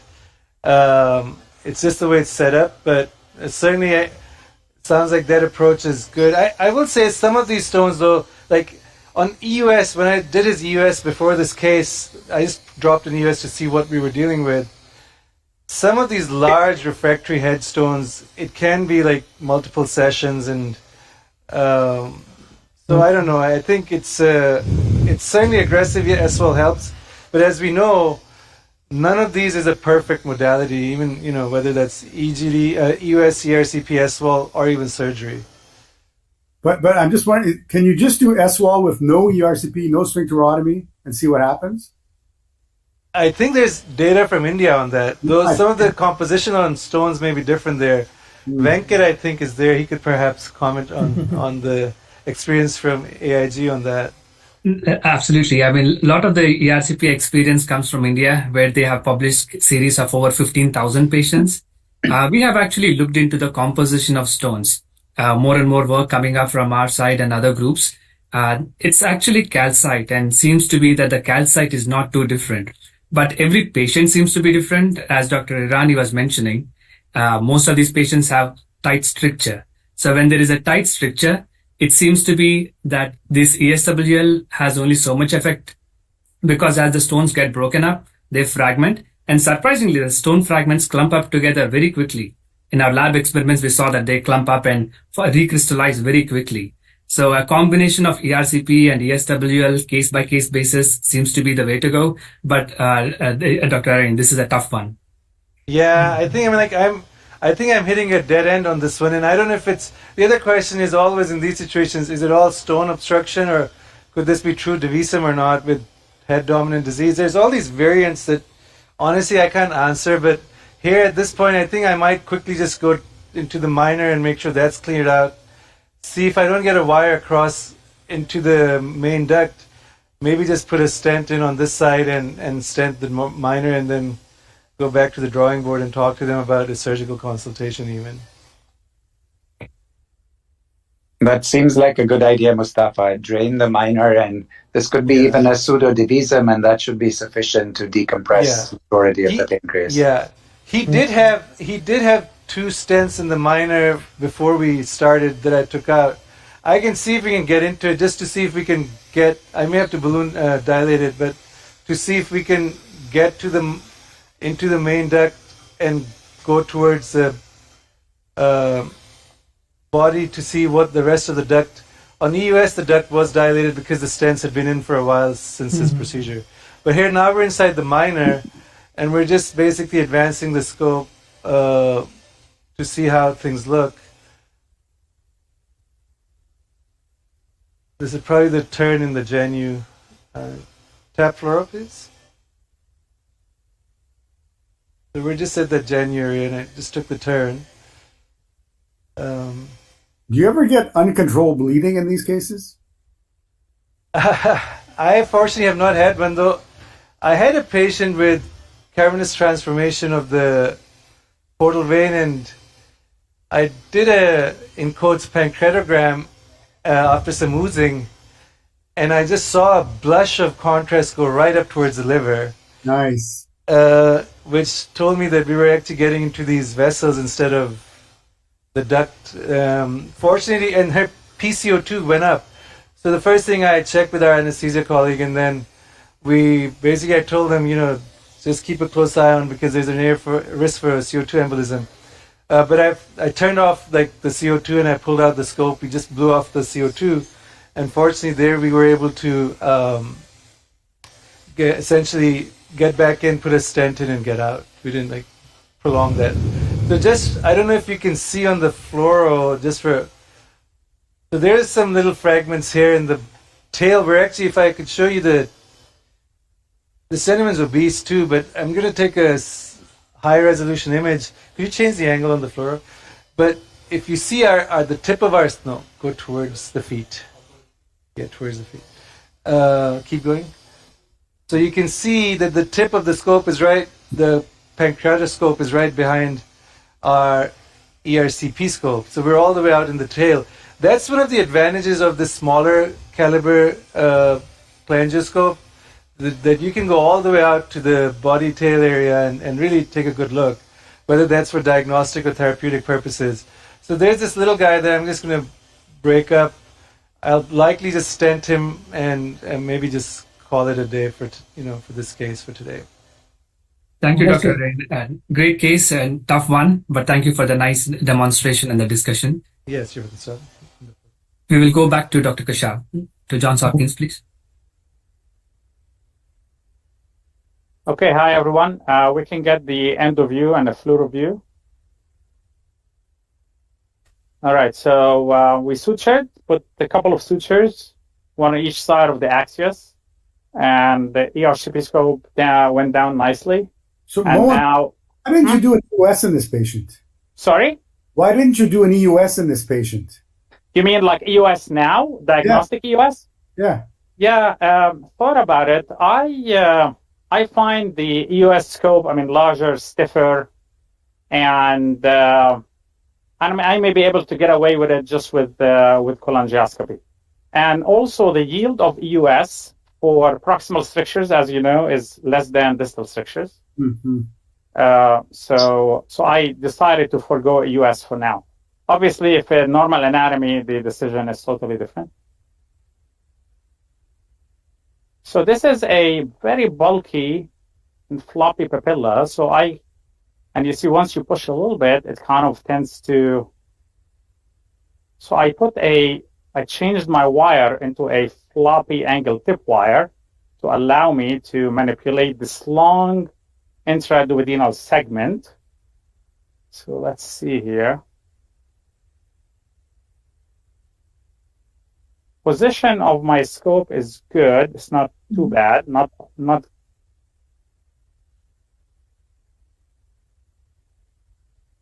And if I get pancreas, I'll take it, because we also want to show you some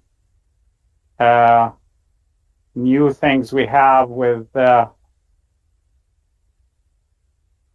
PEP prophylaxis with the new biodegradable stents. So that were just approved in the US. I'm not sure about the status in Canada, but the Archimedes stent was just approved. So if we get pancreas, we're going to take it and show you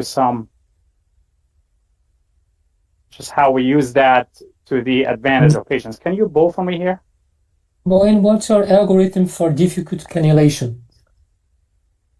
Depending on the reason for difficulty. So, and if I get it wide in the pancreas and a floppy papilla like this, I'll take it right away. I'm not gonna keep trying. And if it is due to just duodenal invasion, ampullary invasion with cancer, then my threshold for EUS guided approach is maybe a quicker move for EUS. For a patient like this, where the reason for difficulty is a floppy papilla, but it's bulky papilla, so I'll move to a needle knife, because needle knife, you see how bulky this thing is. So usually pretty safe and effective for the needle knife. Here you see the difficulty is any time I push, I'm just pushing the papilla in. I'm trying to actually manipulate my wire here to. Wow, this is a very nice floppy papilla. Anybody? Are you using short wire? Are you short wire right now? It's a long wire, but I do control the wire, so. So Moin, at this point in time, I would get a little contrast to see what kind of course that duct takes intraduodenally. Not yet, Cheyenne. I'm trying for 30 seconds here, because I don't want to have a submucosal injection where, it's going to cloud my pre-cut, huh? So I think just some patients is okay, but if I feel, I don't feel I'm anywhere yet to inject. I just I'm still in no man's land. If I feel I'm somewhere, then definitely I will inject, and it can open things up, straightens the duct. So, what I'm doing right now, actually, I'm rotating the wire live. Okay, so here's the pancreas duct. Okay, take this, please, and pin it off. And Umbo. Can we see the fluoro image too, please? Yeah, let's have the fluoro image, please. All right. Fluoro image, please. Good. Live. Off. So just the alpha loop there. We'll take a second wire, please. The back to Visi 1. Live. So this is, so I'm gonna go in a little more to give it some good pressure forward here. So this is a good wire, huh? Angle tip, flimsy for these kind of, so that's good then when it loops like that, just to make it pretty safe. Okay, off. So we're gonna exchange now and then just do a double wire technique. And then we will fly, please fly. So then we'll do a biliary sphincterotomy. We're gonna go with SPY right away and place a prophylactic pancreatic stent. So I really like the double wire technique with floppy, bulky papillas like that, because it kind of stabilizes the papilla, straightens the common duct, and helps with getting the correct angle to the bile duct fluoroscopically.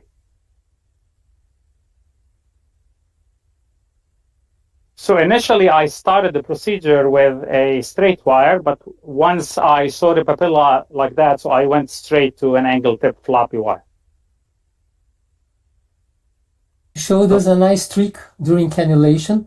Sometimes when the assistant look at the fluoroscopy that there is a loop, the assistant wants to retract the wire because he or she thinks that it's not okay. But in fact, looping the wire is a good way to find the correct duct or the correct spot. Yeah, and I'm, I control my wire most of the time. There's a feel to it. Give me a tip, please. So here with the double wire, what I do is just give me a straight tip, please. Yep. So just to hook the foam to the papilla, and then we'll angle it upwards above, and get fluoro, please. Good. So now I'm gonna just drive it in there, fluoro, and go now. Okay, so we're in live. Good. So likely cystic duct, but it's okay. So I'm just gonna do a little test injection live. Okay, so we see, okay, ductal structure there. So let's stop, please. Push wire in a little bit. Open the Archimedes stent. Live. Push, please. Don't worry. Just loop it. Okay, off, exchange, stop. So let me cut here. Bow a little bit. So we're going to do a cut to introduce the cholangioscope. But before that, I'll just, it was relatively difficult cannulation. We injected the pancreas duct. So I think anyone who's from the moderators is opposed to a prophylactic pancreatic stent? No. Here? No. Yeah. Oh, thank you, guys. Even Anand is not opposed to it? Well, see, I'm sure he has something to say. Oh, look at that pus. The strictures look quite distal, no? Yeah. No. The structure is proximal. There's no distal structure. But it's dilated, huh? The CBD is dilated, right? Yeah. It is. Yeah. That's the floppy papilla I was complaining about for 30 seconds. Okay, exchange. So let's get the pancreatic stent, and can you give me the box for the can we turn the lights on in the room, and if you can hold the box, let's show this Is the Archimedes stent available in Brazil or Canada yet? I don't think it's in Canada. No. Okay. Excuse me, camera. Can we just get close to? Yep. That looks expensive. Well, let me tell you, I got it for free for this course, so we're good. So this is a biodegradable stent. What it saves you is an X-ray, right? So the lifespan for this stent is 12 days, and I think they're good there. So you don't need to get an X-ray to follow up on on position or need for repeat endoscopy to remove a stent. So that I think that way you can probably save some money and time and effort. For us, because of the volume of patients and just logistically to follow up on all pancreatic stents is not easy. Mm-hmm. But guys, what do you think about this kind of white bile that came out? Is that white bile or is that pus? Something came out that didn't look normal. Looks like colic. The patient is not even jaundiced, right? Not yet. Yeah. Dr. Kashyap, as you're working on this, we'll go to a different hold case. on, Venkat. We just want to show the pancreatic stent. Hold your horses for a second. Yeah. This is the first live demonstration of a biodegradable stent in the U.S. Okay, so this will be really a bad time to break it. Tension. So this is a 6 French, 4 centimeters prophylactic stent. And it has an internal flange, yes? Yeah, internal and external, and also you remember the wing stent where the kind of the bile flows on the outside. So the pancreatic juice will flow outside and inside. Okay, we're back. Okay, good. So guys, you can leave now and just please come back for the cholangioscopy part. Sounds good. Let's go to the next case, please.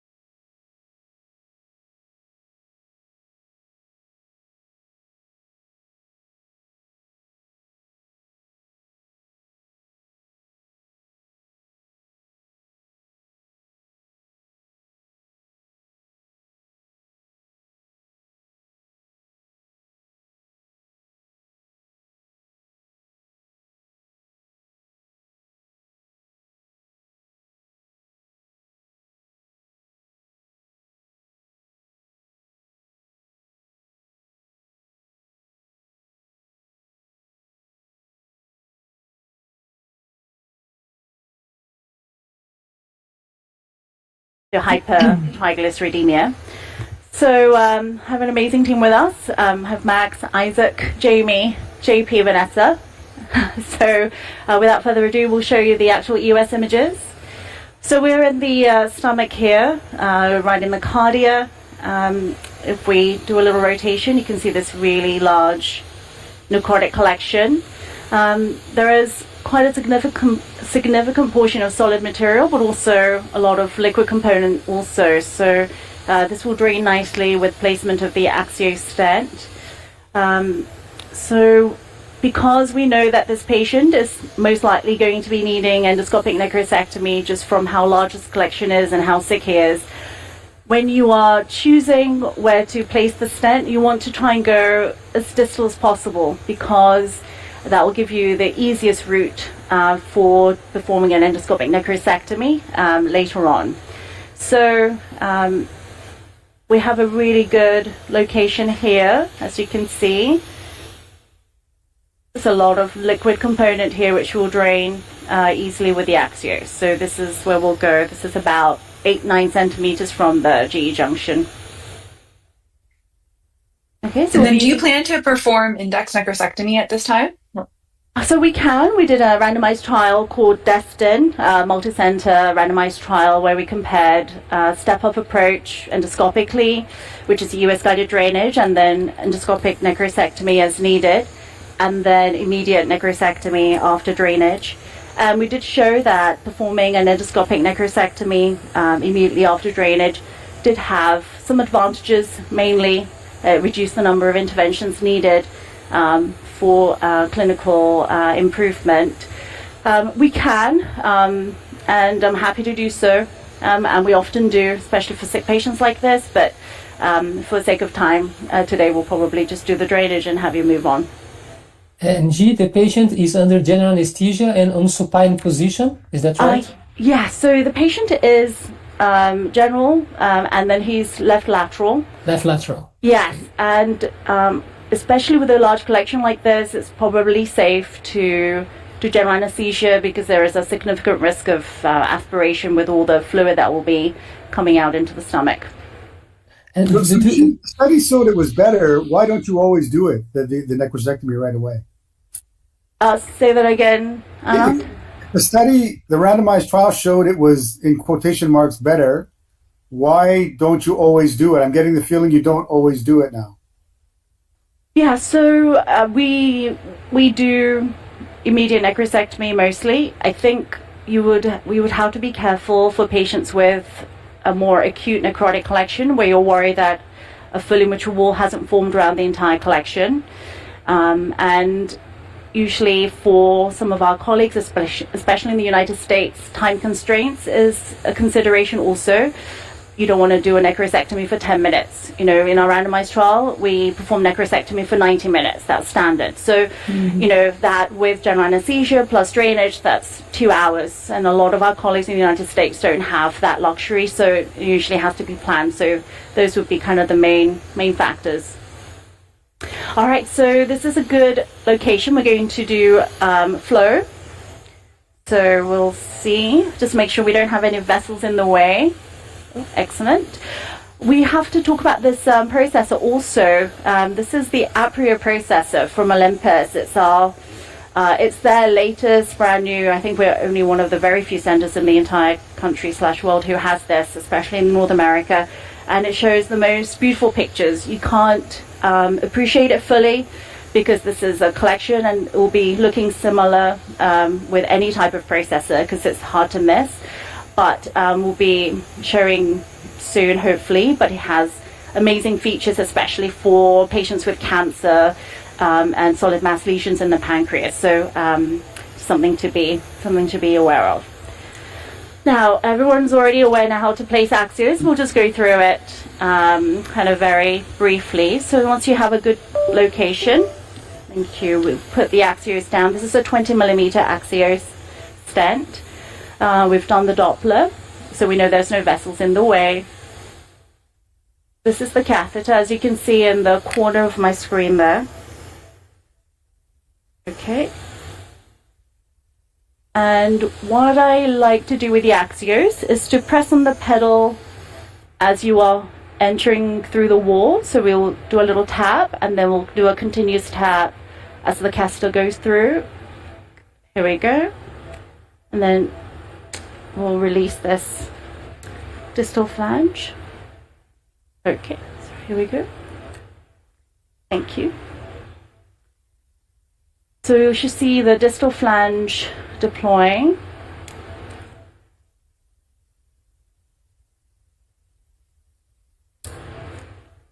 Sometimes if there's a lot of necrotic debris, it's difficult to see the distal flange. And I like to do it this way. There's a lot of ways of deploying proximal stent, but in the Waldorf necrosis, it's safe to do it this way because the collection is pretty mature and it's adhered to the gastric wall. I like to have an endoscopy view. I like to pull the stent back until you see the black mark. Just 1 second, here we go.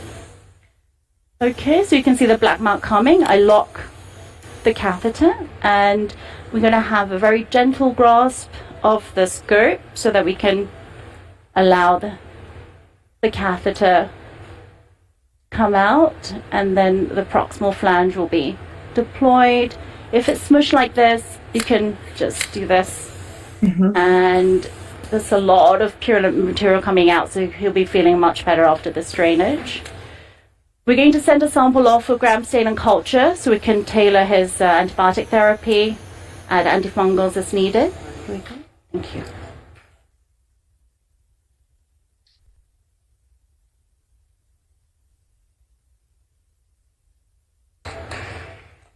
How many days of acute pancreatitis? How long ago? 4 weeks. 4 weeks. 4 weeks ago. He was admitted to the hospital 4 weeks ago with pancreatitis. And then G, do when you you, plan? Okay.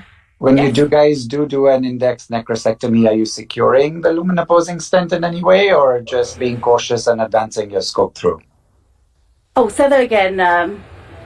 Are you guys securing the lumen opposing stent during an index necrosectomy, or just driving the scope through cautiously after dilation? Yes, we're just driving the scope cautiously because with Waldorf necrosis, the collection is firmly secured to the stomach wall because of all the inflammation. So stent migration risk is pretty low. And in our randomized trial, we didn't have any instance of stent migration during immediate necrosectomy. There was some complications of bleeding because you do have to dilate the lumen with a CRE balloon to make sure the opening is large enough to put the scope through. But the risk of migration of the stent is pretty minimal. In terms of securing the Axios with plastic stents, we do not do that. We have never done it. And I think if you have to put a plastic stent through, it really does defeat the purpose of putting an Axios. The whole point, it really is. And the only really advantage of Axios over plastic stents in the draining of pancreatic fluid collections really is the procedure time. And so what's the point if you're then faffing around with a plastic stent through the lumen? So, yeah, we never do. And There for are the some index, that plastic stents increase migration as well. Well, you know, if the Axios is removed within 3-4 weeks, then the risk of buried bumper or stent migration is pretty low. So as a protocol, we always remove the Axios 3-4 weeks after insertion. And we've never had a stent migration with our patients because we're very vigilant about removing the Axios. No, I'm saying the stents increase the risk of migration. Oh, yes, yeah. Thank you. So maybe I'm at the other spectrum of this, but I universally put in a plastic pigtail stent because we have seen several cases where the necrosum then comes and occludes the lumen opposing stent. And maybe it's anecdotal, but the plastic stents may provide drainage to avoid that ball valving effect that you can get with the necrosis. Just like when you put in a covered metal stent in the bile duct with a large stone, I will always put a pigtail stent through that covered stent to make sure there's drainage and you don't get that ball valving effect of a stone occluding the stent. Okay. There's no great studies one way or the other. It's nice to know that you all get away without needing to do that. So maybe we should try that in some of our patients. Yes, possibly. And I think it's just probably just differences in practices also. And as long as it works for you, I think it's probably okay. It's $50 for the extra plastic stent. A couple of extra zeros with the metal stent. Sure. Thank you, Dr. Bank, and great case and great discussion. Thank you. Oh, thank you so much. Thank you. Thank you, G. Please come visit us. Bye. Bye. Let's go back to Johns Hopkins, please. Right. So I see you have the cholangioscopy picture. So the hilum is free. So important to understand if the hilum is involved to see if we need one stent or more than one stent. So nothing is here. Nothing's going on. And now this is the stricture. Mm-hmm. And for me, this is a cholangioscopically a benign appearing stricture. It's pretty avascular. And you see, this is some, maybe here, maybe some vessels here on the right side, guys, but not much. And this is the cystic duct here. So importantly, we're not going to put a metal stent, obviously, because we don't have a diagnosis, but be careful when the stricture involves a cystic duct, be careful with metal stents. What I just learned is that the patient has history of an MRCP that showed a stone in the duct. And I wonder if that's the case. This is a just stone-induced stricture, but of course we still have to take this seriously and biopsy, etc. But so, how many biopsies do you guys take? Open? 6. 6. 6? Yes. Mm-hmm. So 6 passes. Well, if you can bite twice and you get 2 with each pass, then I'll do 3. Yeah, that's theoretical. You're getting 2. Huh? You're losing 1. I mean, the bite on bite may be good to get deeper, but open. But yeah, I mean, 6 passes is a lot of work. Close. The Orlando group, G, who was just doing a procedure here, they did have a randomized trial published in CGH and showed that the yield after 3 passes actually goes down significantly. So I follow data, guys, huh? So we're going to do 3 passes. Conveniently. Okay. But we put them straight to formalin, of course. You can do a touch imprint in the room if you want. We don't practice that. I don't know if anyone does. But it's one thing with the SPY forceps for our audience. This is one of the main issues with the 1.2 millimeter channel and 1 millimeter biopsy forceps that you can have hard time passing it. There are a bunch of tricks you can use to get it out of the channel. The number one trick that works is pushing your cholangioscope up to the hilum. Fluoroshot. So you see now we're above the stricture, and the forceps just come out like very, very nicely. Open. Okay. So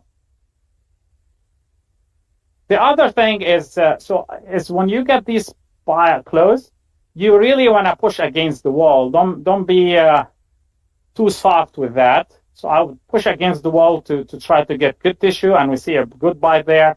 And I ask my nurses to verify that they have tissue in the forceps once they drop it in the formalin. So 3 passes with verified tissue. That's my goal. So we'll do 1 more pass. We'll put a stent and then take it from there. And then we're done. So, Moin, is there any concern for something like autoimmune cholangiopathy, which is where Anand was wondering whether an EUS would give you an idea what the rest of the gland looks like, the pancreas? Yeah, I mean, it doesn't have to be autoimmune pancreatitis, right? You mean autoimmune cholangiopathy, pancreas is normal, but just to let you know, we of course, we got an IgG4 that's normal, but that doesn't exclude it. But we thought about it. Of course, IgG4 disease still on the differential, a PSC is on the differential, stone-induced disease is on the differential. Our main goal right now is to exclude malignancy. So we'll get biopsies. Let's say this is negative. I will definitely next time follow what Anand just mentioned, open. In a couple of weeks, I'll feel better at going with a EUS scope close and do an EUS another reason not to put a metal stent because it messes up your US views. Go ahead. And so we'll get back to wire, please. And then I'm going to put a 10 French 9-centimeter stent, and then we conclude the procedure. If she's not jaundiced, why does she need a stent? Her LFTs are up. So, okay. That's an indication. We don't have to have the patient jaundiced to put a stent. She has a little bit of cholestasis. So I think it's a good idea. And I'm still not sure what that thing that came out, and whether it was pus or what it is. Once I see that, I mean, we're here. And this patient has to come back, right? So if the biopsies are negative, and I think they will be negative based on the colonoscopic view. And Maureen, it means that you're gonna keep the lambs, right? You're gonna keep the lambs inside, right? Yeah. You don't. I mean, if I remove the lambs now, that's 2 perforations, huh? So but for long term, because you don't have diagnosis, you have to exchange the stent and etc. etc. So the patient will need another access, right? Yeah. So these patients, we have good data now from our data and others, and is that fluoroshot the number 1 predictor of a difficult to treat gastrogastric fistula is the indwelling time of the lambs. So obviously this patient rule out cancer, and once the lambs is in, we really want to treat the patient, get a diagnosis ASAP so even to exclude malignancy. And if we can get to a place where we can remove the lambs early through a shot. Okay, so let's do that now. Let's exchange and put a stent. So our goal is to remove the lambs as soon as it's not needed. And typically, we like to wait at least 3 weeks after the procedure. Go ahead. Moin, do you want to comment about when you have a stricture that's above the cystic takeoff versus below, which makes you more suspicious for different diseases, stone versus other pathologies? Not sure it does though, huh? So this patient has primary bile duct stones before? She did have this is what Harsh just told me. Old MRI. Where was the stone, Harsh? It was in the common bile duct. Yeah. So MRI was done a year ago because she had pain, but her liver enzymes were normal, and the MRI showed a stone in the common bile duct. But because her liver enzymes and bilirubin were normal and pain resolved, plan was to just observe at that time. And recurrence to the hospital was because she had pain again. I mean, look, guys, you're seeing the endo. Please put the endo view there. But that stone didn't come out by itself. Huh? See that? That stone didn't come out by itself. Stone. I don't. I mean, we did complete exploration here. Didn't see a stone, or the MRI was not read correctly. Yeah. Yeah, I think so. Yeah. Could be, but anyways, this is what we deal with, right? Indeterminate biliary strictures. So we take these very seriously, obviously, repeat imaging, multidisciplinary discussions, colonoscopy, EUS, repeat exams. Typically, you need few exams to figure it out. So this is serious, indeterminate biliary strictures. We have some data coming up on colonoscopy AI.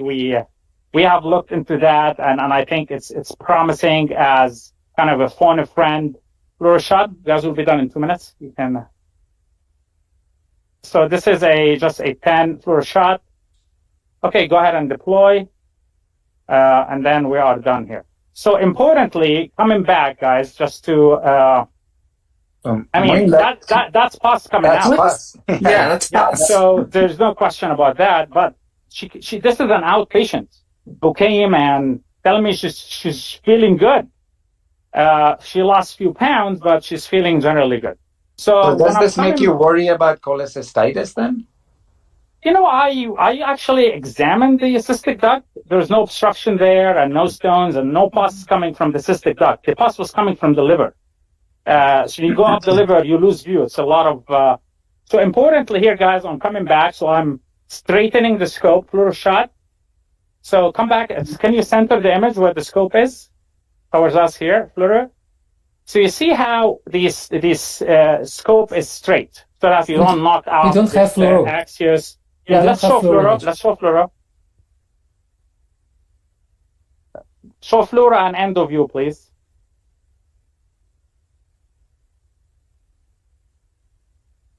Hero, go ahead and show the fluoro view in addition to the endoscopy view. You can lose, one more endo view. It's getting in, it's like a endo view, please. All right. So you see the scope is straight coming through the Axios. If you see this Axios has moved, some people put a wire just for safety. I know the Axios is in a good place. And coming here, you see it there. You want to verify on the luminal side that it's still there, and that's good. If you have any doubts, just put a wire. You've already used wires for ERCP, etc. Put a wire, and then if you have issues with the stent moving, you can bridge through the scope esophageal stent. It's the best way to salvage these cases. That's it, guys. Let me know if you have any questions. Nice job. Nice job. Nice information. Thank you. Thank you, Dr. Kashab. Great cases. We had some tough cases. And we will go to Dr. Brian Law next for an industry symposium. So on EUS-guided gallbladder drainage. Dr. Law. Thanks, Venkat. Hello, everyone. So thanks to Boston Scientific for sponsoring the symposium. I actually took a little bit of a different approach. I didn't make any slides. I just wanted everybody to have kind of a group conversation about what they're experiencing with the multidisciplinary approach to gallbladder drainage in their centers. I can tell you here at Mayo Clinic, we struggle a little bit in terms of working with surgeons, mainly in determining what patients really should be candidates for Axios. Clearly, the patients who go directly to the operating room should do so, and clearly the patients who are never going to be operative candidates are good candidates for Axios. But that middle group I find to be a difficult discussion often in terms of who's managing them, how we're managing them. So I just wanted to get everybody's thoughts and what you're experiencing at your institutions and how you approach these situations. I will start with my good friend, Dr. Arani. Disappeared. Or maybe I won't. Let's start with my other friend, Dr. Fan.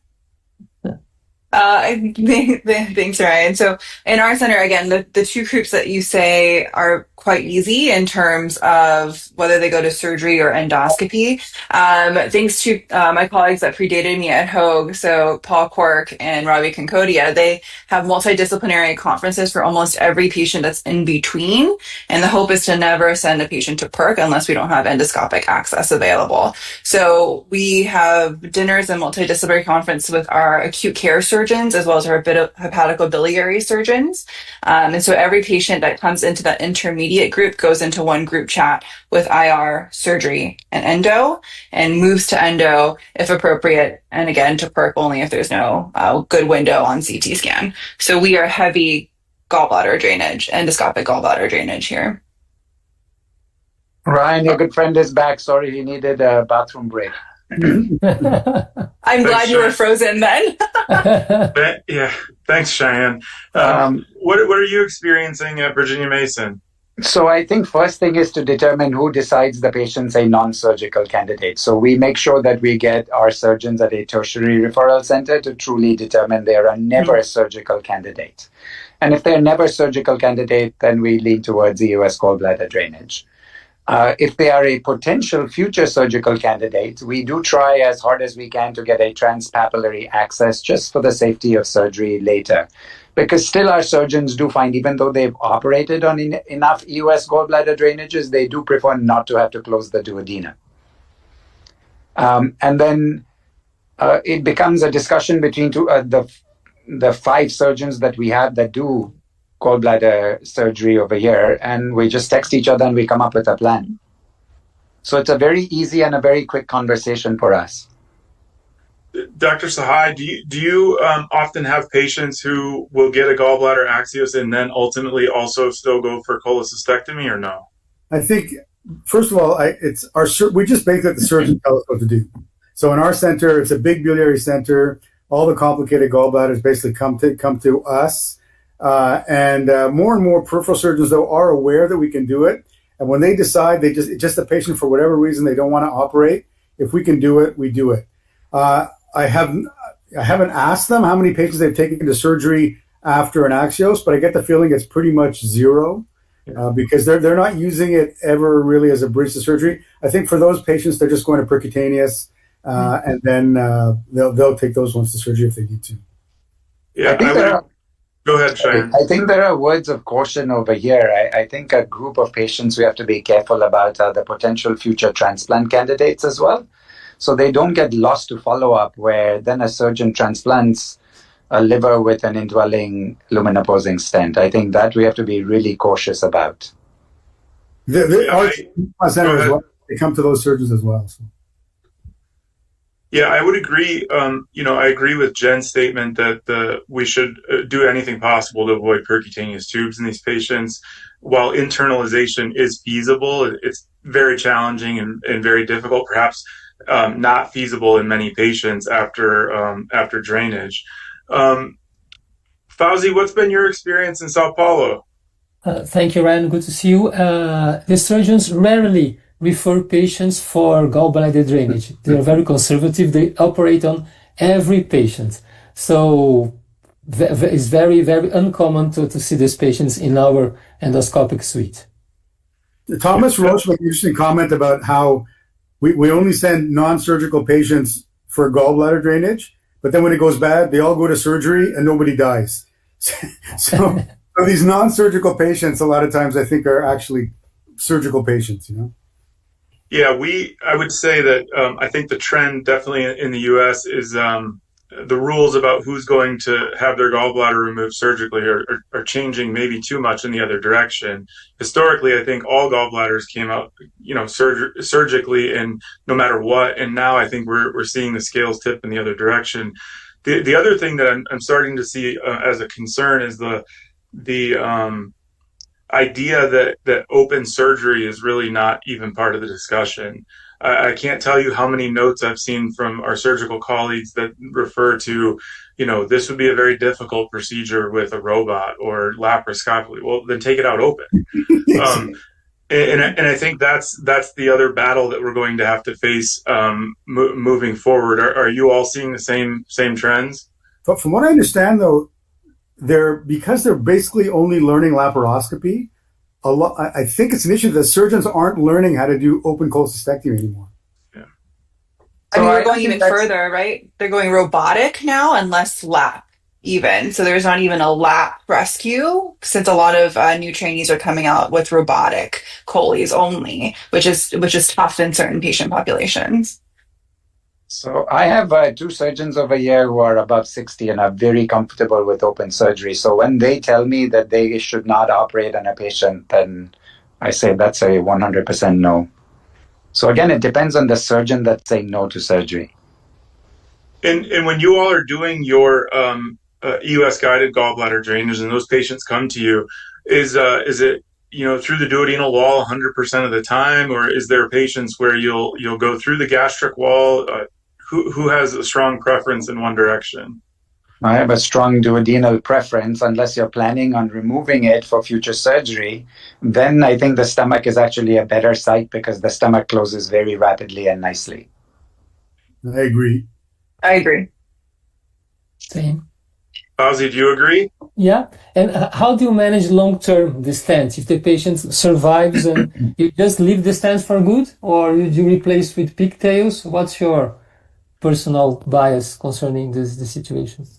It depends on the patient. If it's a patient who I think is generally end stage in terms of malignancy or not going to live all that long, I'll just do the procedure. I always will do a lumen opposing metal stent and Axios with a coaxial pigtail.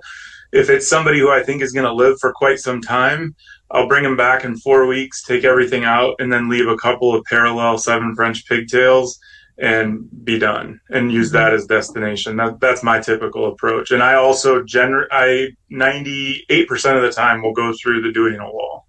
And when you exchange the lambs for the pigtails, you try to remove the stones or to do some lithotripsy to remove the stones, or just leave the stones over there? That's a great question. My feeling is, for a patient who's going to get cholecystitis, or the whole point of potentially why you're doing this, the stones generally aren't the issue. The issue is the obstruction. So if you can allow bile to drain, I think that the reason for going in and taking out the stone, I'm not sure personally I understand why that's necessary, at least in any frequency. I'm sure there's extraordinary circumstances where it would make sense, a large stone, what have you, but I don't necessarily know that I believe that going into the gallbladder with SPY or with a lithotripter has a huge added value. It's probably not super harmful. I just don't know that there's a huge value proposition there. That's my opinion. So what else are people using? So I do tend to break up the stones and take them out, especially if there isn't a big distal sphincterotomy, because one of the situations you may encounter is then you're passing the stones distally, and then patients are at risk for cholangitis or pancreatitis. So, but I do try and size the stent based on the stones with the initial drainage. So if they're large stones, I'll try and get a stent that's larger than the largest stone so it passes out. So I rarely need to do cholecystoscopy when I change out the plastic stents. But my approach is the same as Ryan's, which is if they are frail patients, I will say this is it and you're done. And I think we have close to 100 patients where we've left lambs in indefinitely. And after 1 to 2 years, most of them have passed from their underlying diseases. The other situation where I do change out for plastic stents is when patients are on long-term anticoagulation. I bring them back in about 4 weeks because I have encountered the only bleedings I've encountered delayed have been with long-term lambs and anticoagulation. Great discussion. And I'm sorry to cut you off. We are running behind with the cases. Thanks for leading the discussion, Ryan. Thanks, guys. Great to see all of you. And nice job. Good to see you. Joining us now from the Advent Health Orlando Center for Interventional Endoscopy is Dr. Natalie Cosgrove, alongside Interventional Endoscopy Fellow Dr. Zubair Khan. Their case involves a 57-year-old female with a complex medical history including lupus and diabetes, who presents with persistently elevated liver function tests. A prior CT-guided liver biopsy was inadequate for diagnosis. To obtain a definitive tissue diagnosis, Dr. Cosgrove and her team will perform an EUS-guided liver biopsy. Let's go live! Hi everyone, I traded a fellow for an attending, so Dr. Rain was going to start first and give an update on how his case went. Yeah, just to update everyone, so we were able to clean out some of the stone debris in the main duct, and then I was able to get a wire across the ventral into the body tail, balloon dilated it, and then put in a 7 French. So we'll have him come back. I think there's hope here that we'll be able to clear him out, but I just wanted to take 30 seconds from Natalie to update you, and then I'll let Natalie get on with her case. Thank you. Thank you for the update. And at some point I'll have a fellow. It's not Dr. Khan though, it'll be Dr. Bertrand again. We let him take a bathroom break and he's grabbing some food. So I see him here. So we've been working him hard today.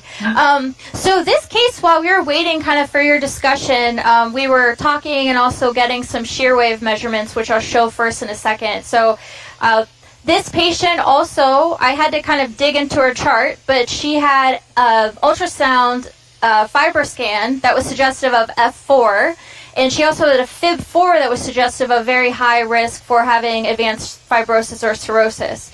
Clinically, she also has some autoimmune conditions, lupus, hypothyroidism, and then she had a CT-guided biopsy that was inadequate with 5 portal triads. You want at least 11 or more per AASLD. And there were 10% plasma cells. There was a florid duct lesion. So, there's a lot in the differential. She also has diabetes, hypertension, obesity. So, the question is she cirrhotic or not? Was it kind of an overcall? And then what is the etiology of the cirrhosis? And does she have potentially some type of overlap syndrome? So I'm going to show, I was playing with the shear wave first. So first today I've been also playing around with the Fuji 740 UT. It's been very fun using it this week, and we'll go through some of the features.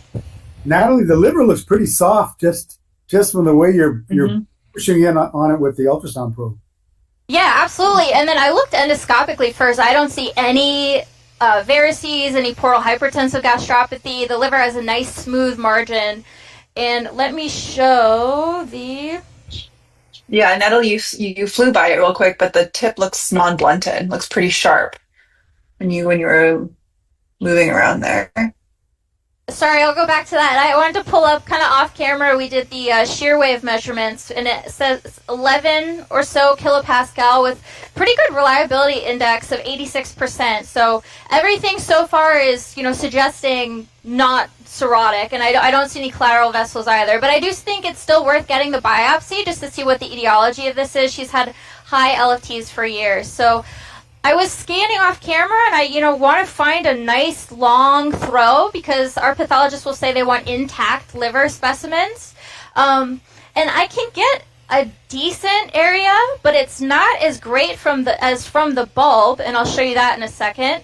The longest run I found is like 35, and I want at least 30, but I'd be happy with 40 or more millimeters. So I was thinking about looking from the bulb. I don't know if you guys have any thoughts on approach, if you would do bilateral, if you would start and just get one here and see what your specimen is adequacy-wise. We just go from the left side only, pretty much always. I mean, I think there's been good data from like David Deal's group at Geisinger about bilateral lobar tissue, and especially for patchy disease, especially in her case when there's multiple diagnoses on the table. How does your right lobe look, Natalie? Yeah, let me show you that as well. Natalie's right lobe is amazing. This patient, she's going to show us. You've seen her lobe, I guess, yeah? Yes, I've been to Orlando a few times. Yeah, I think I have a nice long run here, much better than the other approach. So what do you guys think? Go back to the stomach or take the biopsy from here? The duodenum looks lovely. All right, excellent. Now, as far as needle choices, there's been some pretty good RCTs recently showing superiority of 19 gauge and FNB. So I am going to use a 19 FNB needle today. My needle of choice is the Acquire. So if we could switch to the room camera, I'm going to have our tech, John, kind of show how we do the wet suction technique for biopsy. I don't know if you guys are able to see. Oh, it looks like you are showing his table. So we're going to have John pull the stylet out. I would just say, for those of you in Canada, the FNB 19 Acquire is 4 times the price of the regular 19. So we just use the regular 19. We don't get as big samples, but we do get enough. So if cost is an issue, you can still use a regular 19. I think that's a good point. I think, though, when we're comparing to, like, IR, they use an 18 gauge, and the pathologist will say they really, really want more core and intact core. So, they would rather have one intact, nice piece than a lot of fragmented pieces. And, again, there are some studies showing, data behind that. Anyone else on the panel that's using FNA needles or different needles? We found the same thing when we switched over to the core. Our specimens and adequacy was much, much better.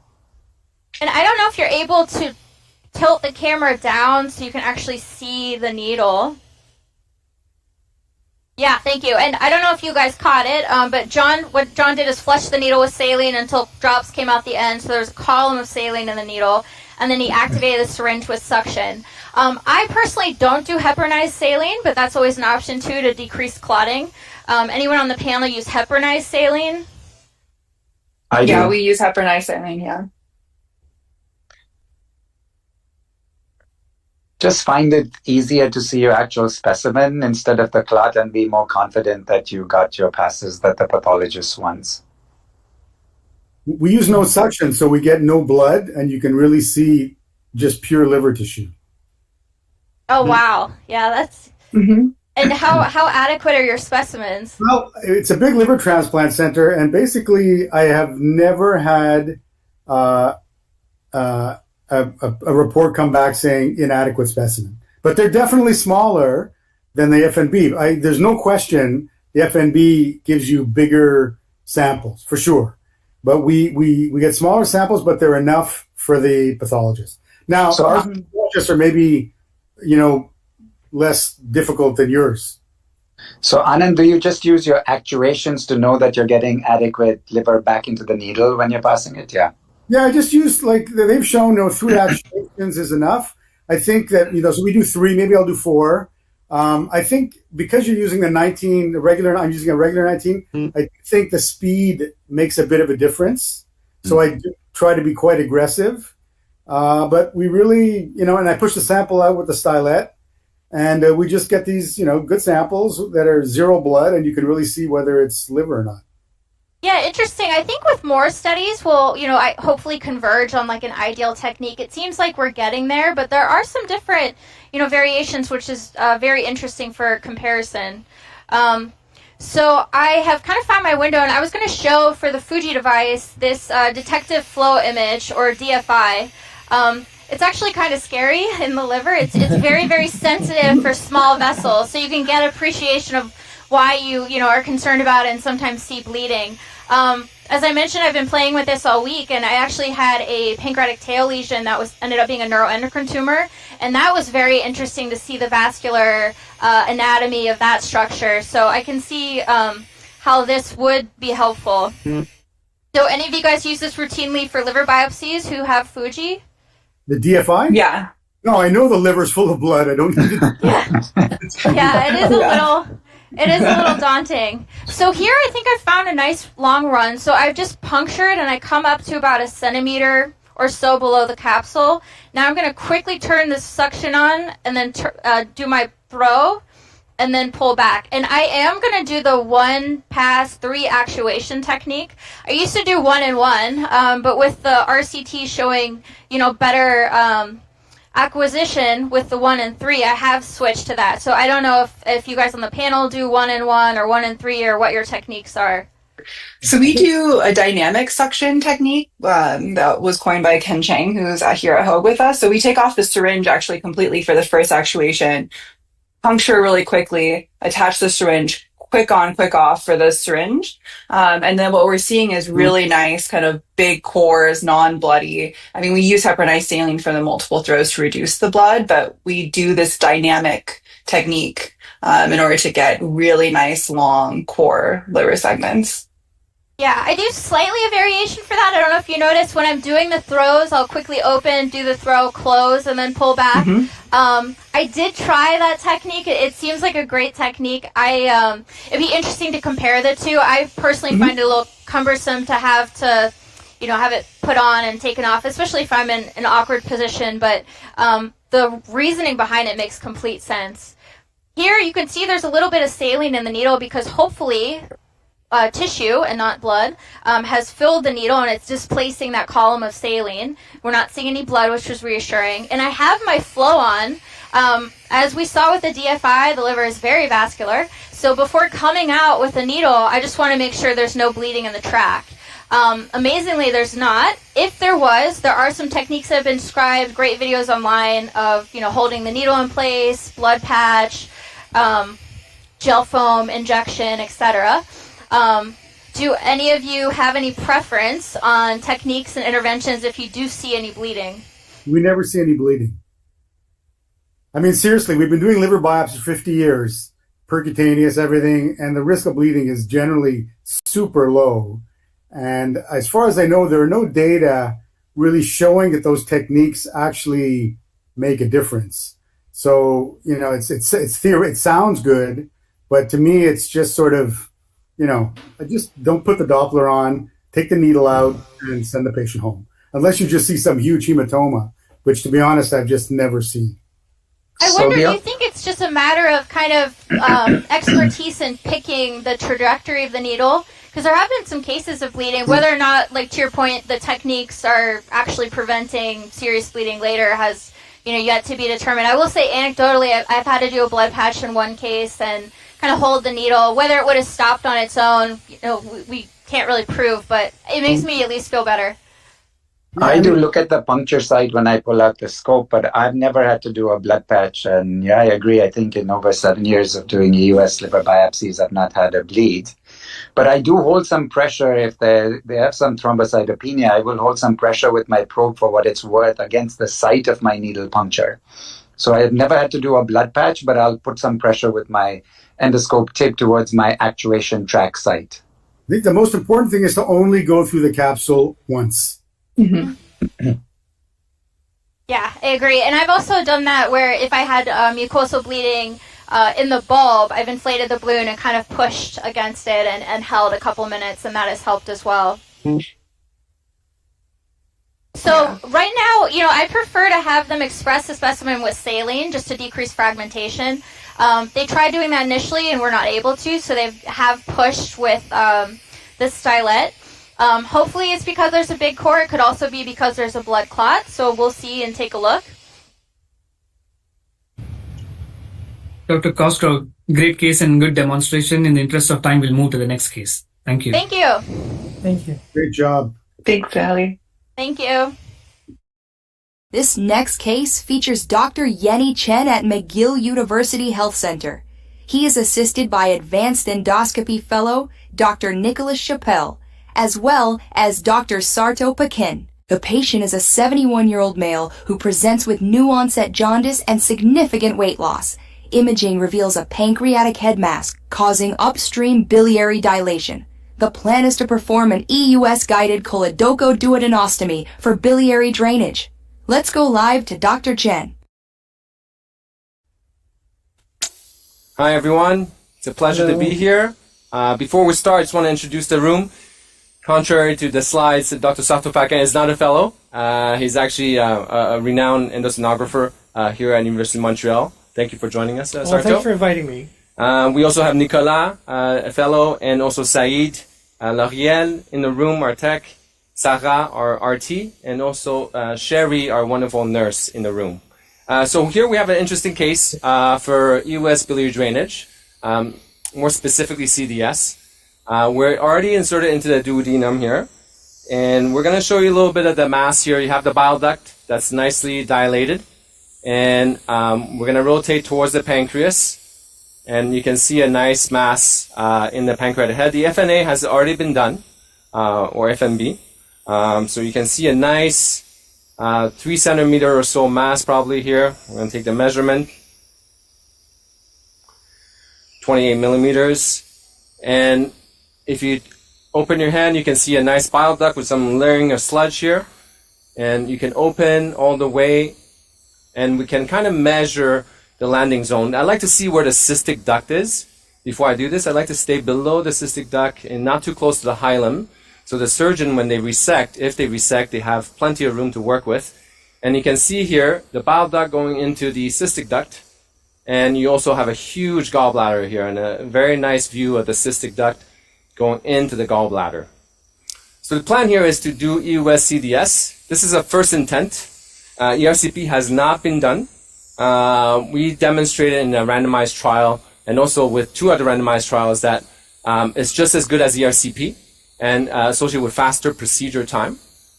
There's some data now suggesting that going to EUS CDS may actually make surgery a little easier, a little faster.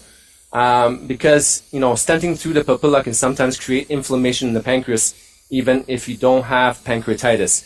And that was demonstrated by the Dutch group. So the plan here is for a 6 millimeter stent using the axial system.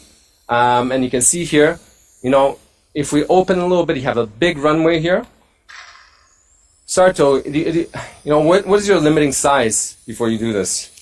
Well, actually, I never look at or relate to the actual size that's described on the CT, because as you saw here, the way you measured it, you measured in a diagonal fashion, which is not the same way as a CT would measure.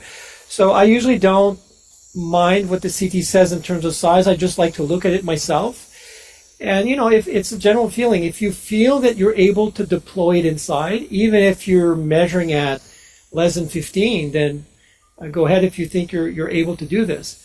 But as you're showing, you're able to put this bile duct in a diagonal fashion where you're going to get a better more room to deploy it. Basically, 15 is less than 15 starts causing problems. Yeah, right? so we've looked at and both Sarto and Nan were on the study. We've looked at a post-hoc analysis of 2 randomized trials, Anthony Teo's trial and our trial here in Canada. And we showed that 15 millimeters is truly the cutoff of stent misdeployment. And the stent misdeployment rate in that post-hoc analysis was around 8% or so. That's good. If it's not urgent, if it's less than 15, I won't necessarily do the bile duct. You can bring it back in a week if the patient's not super symptomatic, because as I say, when a bile duct goes bad, it goes bad. So if you have any doubts about an easier bile duct, I think it's better to be patient and let the bile duct get big enough to do it 100% safely. But Anand, that's your 15 and not necessarily the 15 or so that the CT says. No, I'm saying the 15 you see on the EUS. Yeah, exactly. And Yenny did. I think it's nice. You really want to make the bile duct as big as possible on the screen, and we use the harmonics so you really get good contrast, so you can really see what's happening with the stent. Because if it starts going bad, you really need to be able to see what's happening with the device. Yeah, that's an excellent point. So I want to make sure my endoscope is in a comfortable position, and you can see the tip of the axial delivery catheter very well here. And we want to cauterize through here. If we can just plug in, please. Sarah, on est correct? Kenny, do you have a preloaded wire? Yes, so we preloaded a wire and clamped it. I don't use it unless I have to, okay? So the distal flange, can sometimes be slow to open, and we've had issues with it opening sometimes. And, having that wire just brings a safety net here, and we clip it on the catheter itself, so it's ready to go at any time. What's the size of the lens? This is a 6x8. Mm-hmm. Just want to make sure there's no Doppler flow that's significant here. And here we go. We're going to position ourselves here. And, we really want to let the cautery do the work here and not use too much of a puncture motion. Just like in GJs, we like to use the cautery. So here we go. Really important. You really don't want to push. If it's not burning through, pushing is not going to help. Okay, that's it. So we're in. We're going to unplug here. Hey, Yanni, can we have the camera zoom to you? I know you deploy in a specific technique, yeah, so you can see exactly. that. Yeah. So if you can zoom into my hands, please, guys. And Yanni, you showed a great job of, it's also really important to control the cautery so you don't burn the contralateral wall when you go through. Exactly. Right? So right when you see that bubble, stop. So we're going to do Sarto Paquin's technique here. It's not my technique, okay? So Sarto is here. You can describe maybe, Sarto, a little bit what you do? It's like I notice sometimes what I don't like about deploying the axis. So we're going to go ahead, though, while he talks. Yeah, you can have what I call a parachute effect. Split the 2 hubs, okay? So we kind of push the stem forward. Keep the scope in, though. So both are unlocked? Both unlock here, and we're kind of splitting the 2. So he's basically doing step 1 and step 2 at the same time. He's left some room for step 1 so he can still advance a bit of the scope, a bit of the axis, but he's deploying step 2 at the same time. And now you're seeing the axis starting to open up a little bit. And you'll see when it fully deploys, it's not going to have a big recoil, which I call like the parachute effect. So you start deploying your axis, and all of a sudden, it opens up at a few centimeters higher. Obviously, the bigger the axis, the more this happens. So you see the technique that Yenny did. As he was still advancing the axis, so step 1, he was withdrawing the inner sheath with step 2, so that gently opened the axis and prevented that recoil. And now he's well abutted with the wall of the bile duct to the duodenal wall. And now he's doing step 4, which is basically deploying the outer portion of the outer portion, the flange outer portion. And then, so now the stent is fully deployed inside the axis system. And now he's going to gently push it out. So repeating step 1, slowly pushing it out, and there you go. So the advantage of the forward deploy is that theoretically it takes less space than having to push the catheter in deep. Although you can push the back wall of the bile duct back. But that being said, even when you push that stent out, it's surprising. It does. I think the max you can still do is about 13 millimeters, and it still starts pushing on the back wall of the bile duct. But basically, when you start deploying it almost fully, it kind of the stent pulls itself into the duct if it's not fully in when you're deploying it. So it's good to practice. If you're going to do it, practice using the 20 millimeter. If you can do it with a 20, you'll be able to do it with a 6x8. That's pretty much for sure. So practice the movement on the bigger stents, and in the cyst where if you screw up, it's no big deal. Let's do suction, please. And or on the model as well. And this is again where if you're at it at a diagonal, the end of the sheath will likely take the course of the bile duct, then abut it and push you out. Yeah. So that's why getting the bile duct at that diagonal view is really important.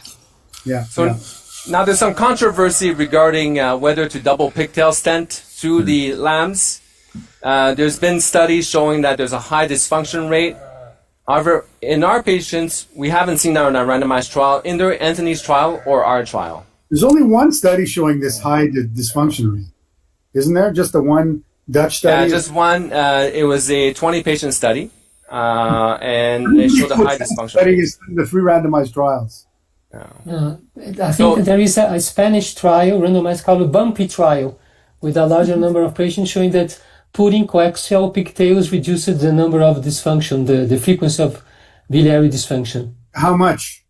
I don't know the numbers, but it was published in Clinical Gastropathology 2025 this year.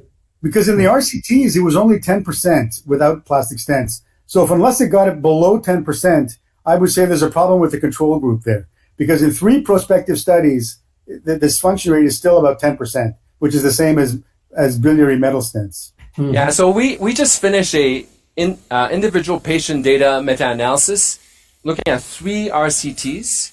So Anthony's, ours, and the one from Marco Spadaccini. And we have over 500 patients, and we really demonstrate a dysfunction rate of under 10% in both arms. But the caveat is, these are all primary drainages. Most of the patients did not have gastric galley obstruction or duodenal invasion. I think having duodenal invasion or gastric galley obstruction is a clear issue for the colorectal duodenostomy. I will go to SGS even if there's a little bit of a duodenal deformity usually, because food would tend to get stuck there. And that was an exclusion criteria for a randomized trial. So, I know it's a very popular reason to do CDS when there's some duodenal invasion and some blockage there, but that's probably not the best patient to do this in. I see US CDS more as a, viable alternative ERCP. It's very fast, it's very quick, it's very safe, and instead of replacing ERCP when there's a duodenal obstruction. So I think that's the main issue with the study showing high rates of obstruction. Yanni, do you think a smaller stent is better than a larger stent with respect to fluid impaction? People tend to want to go bigger. I prefer the 6 millimeter stent. The issue is food getting in, I think the smaller the better. There's no real reason that a CDS needs to be bigger than 6 millimeters. You'll see, and for those of you who do this, the bilirubin drops really quickly with CDS. Like the minute you put it in, much faster than ERCP. It's for sure the diameter is big enough. Yeah, Yanni, look, I use the 8, but I think the 6 theoretically makes more sense. But I can tell you that we see more than 10% recurrent obstruction. Yeah. And I think what you mentioned is the primary versus not primary is right. These are field ERCPs, gastric outlet, etc., where the intraluminal pressure is high. So there's reflux and recurrent cholangitis, but we definitely see more than 10%. Yeah, I agree. So for sure, if there's duodenal issues, SGS is the better route, I think, for US biliary drainage. But if there isn't, I think it's a great tool. Yeah. With these smaller stents, Moin and Yanni, I don't put in coaxial pigtails. With the 10 millimeters and above, I put in coaxial pigtails. So I agree with the smaller stents. It's very unusual to see food impacting them. Yeah. All right. And Dr. Yanni, amazing. Thank you, guys. You've been taught very well, Yanni. I get cold sweats just hearing your voice behind me. That's a good one.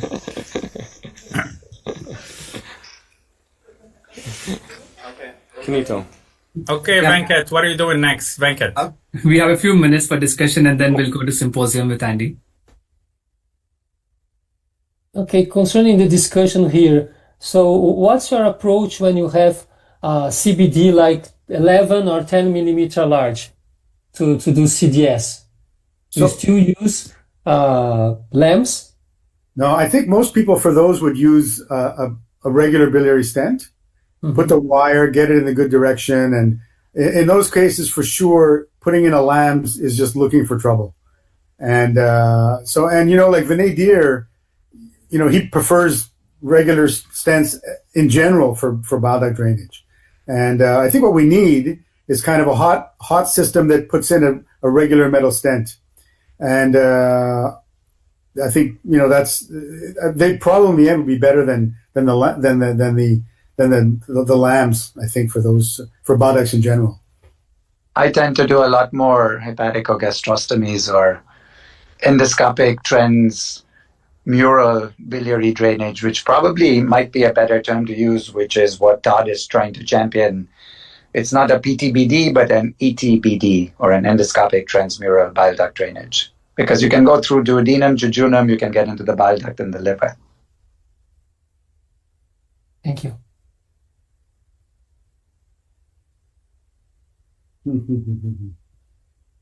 If there are no other questions or points for discussion, maybe we can go to symposium with Andy. Dr. Storm will lead the next symposium. So it will be on EUS at work. Dr. Storm. Hey guys, really glad to join you all again. Sorry I'm in a busy endoscopy day too. We've seen some wonderful live cases. Yenny's case in particular brings up a couple of points about EUS and scope. So we're here to talk for this symposium sponsored by Fujifilm about where we all see the future of endoscopy headed, particularly as it relates to EUS scopes. So here we're doing an ERCP. So I think everyone in the audience and certainly on the panel recognizes that this isn't a typical ERCP view. We're not quite at that 90-degree angle that we like to see.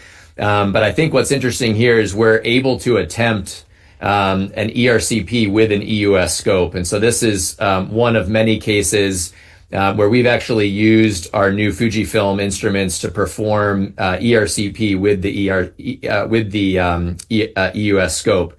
So I'm curious, as EUS has become more and more interventional therapeutic, these scopes that were designed for EUS FNA and FNB, what else do we need, guys, in order to take therapy to the next level? You're looking at a scope here which couples moving the camera back up proximal to the working channel and instrument. You're looking at a scope that gives you a fairly nice wide field of view. And I have another video that we won't show today, but of me using an older instrument where the wire is not held well. So while I'm doing an exchange after placing an Axios, you can see the wires just slipping back and forth because the elevator was not made to hold a wire. This scope does do that. It couples really an ERCP elevator with the EUS scope. What else do we need to take things to the next level? What should we be asking of scope companies for the next generation therapeutic EUS scope? It's really simple to me. You need to make a fully side viewing EUS scope. That's it. And there's no advantage to the oblique view. If you ask the companies, they've told me they think it makes it easier for people to navigate, endoscopically.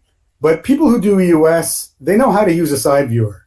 So if we had a proper side viewing EUS scope, I think you could basically, maybe there might need to be some changes to the elevator and stuff like that, but you could basically do ERCP with the EUS scope. And it wouldn't affect anything else that we do with the EUS. Any other thoughts? No, I completely agree. And then making the elevator a little bit stronger, because with catheters, it's easy to manipulate. But when you're getting forceps and stiffer devices through, the strength of the elevator does matter, and its ability to get out of the way when you want to get it out of the way. I don't know, for anyone who's used the Fuji EUS scopes, I've actually seen needles bent or broken off And I think a lot of the issues people have described with the Axios catheter in particular were because the elevator is so strong. It's great for an uncinate biopsy, because the deflection point is so significant, so severe. But that's something I caution to any new Fuji EUS user, particularly with their therapeutic linear scopes, is it's an elevator unlike any you've seen before. It's an ERCP scope elevator. Why is that? Yeah, I agree with you, Andy. It's the nice forward view is good for training. I think that's where the nice kind of more 45 degree forward view is nice. But I agree with Dr. Sahi that fully side viewing scope is necessary. But I think there are small technical considerations when you're kind of doing lambs with a therapeutic EUS Fuji scope as compared to the traditional Olympus scope, because the elevator is so strong. Yeah.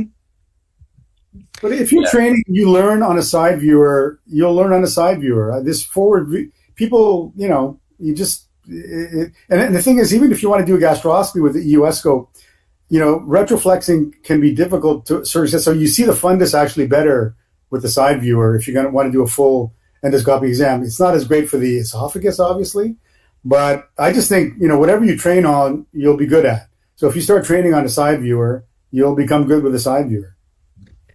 I'm with you guys. I think we've allowed ourselves to fall into, old design, and this is an opportunity. I know all the scope companies are listening now. I'd love to see, I think all of us are in agreement here.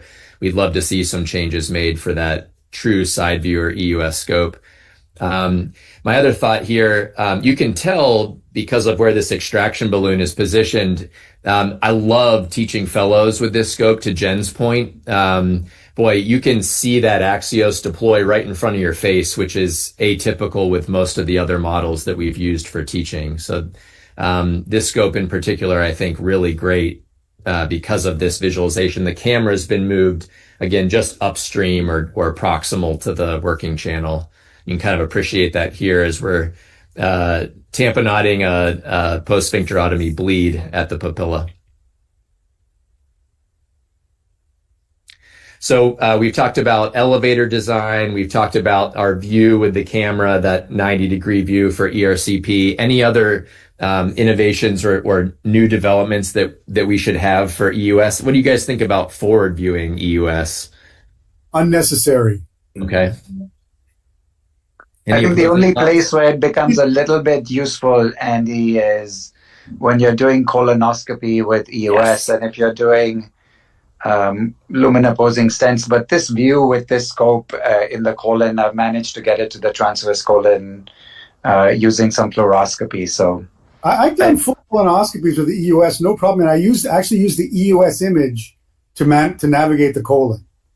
But it's very useful, Anand, when you have a radial echo endoscope that views sideways for these lumps and bumps that sometimes they send you in the right colon. Then having a forward viewing scope really gives you the confidence to get there safely. Well, if you learn with the side viewer or the EUS scope, you can, like, we just don't use the radial for that. Especially the Pentax radial that we use is the distal tip is very long, and it's actually quite hard to navigate angulations with it. And the thing is, I think if you're going to put down a scope and whatever lesion you're going to go look at, it's always good to be able to do a biopsy once you get there. So you get down there with the radial, and then, oh, by the way, I need to. No, the Fuji scope does have a channel that lets you biopsy. So the Fuji scope does have a radial channel that lets you biopsy. Yeah. But you're talking about a radial scope or a linear? A radial. Radial. I mean, how do you biopsy with a radial scope under? It's a forward viewing scope, so the biopsy channel is distal. Yeah, but I just use use a regular linear scope, and it's all good in most normal anatomy, but you can have some really severe diverticulosis. It's just a little tricky to navigate with it. Navigating strictures with a linear scope is actually easier than with endoscopy, in my experience, because you can see the stricture with the EUS, and you can really see where you're going. I know Moen and Barham have both reported on a lot of colostomy or coloenterostomy procedures. We have a busy gyne-onc service that has really loved those procedures being brought on. I'm with Cheyenne. I think I would bring in a forward viewing scope for colon type procedures. but also agree that navigating with a lot of fluid, with a typical linear scope, also a great opportunity if you don't have that forward viewing scope. I worry also on the administrative side, it's going to be a scope that just sits on the shelf, that forward viewing instrument. So I agree. I'm torn like you guys about how badly I need something like that. Well, I think if we had to pick one scope, it would be a side viewing EUS scope. So you can just use one scope for the procedure. EUS ERCP. Mm-hmm. Yep. Yeah. 100%. And just a curiosity, except for Anand, everyone is young here. But when I learned EUS in the 90s, there was a duodenal EUS scope. Mm-hmm. So commercially available, both radial duodenal EUS scope in the 90s, but it was then discontinued. But so again, 30 years after that, now the idea comes back again, right? To have a single scope to do everything, to do ERCP and EUS. I think the trainees also, it's kind of a waste of time to learn radial now. If you're going to learn EUS, learn one imaging, and your brain is already full of all the other stuff. You don't need to fill it up with this radial stuff, because basically putting down a radial to me now is like putting down a G-scope with no biopsy channel. It's like, what are you doing? Like you can, there's pretty much nothing you can't do with the linear scope except maybe like anal EUS or something like that. How are you staging esophageal cancers with a linear? I use linear. Those are fighting words for sure. Oh my goodness. Okay. This is a controversial topic, but I'm in your camp, actually. I do the same thing. With the linear, it's so much safer. Yeah. You can see the stricture. You can see where you're going. And then take your sample.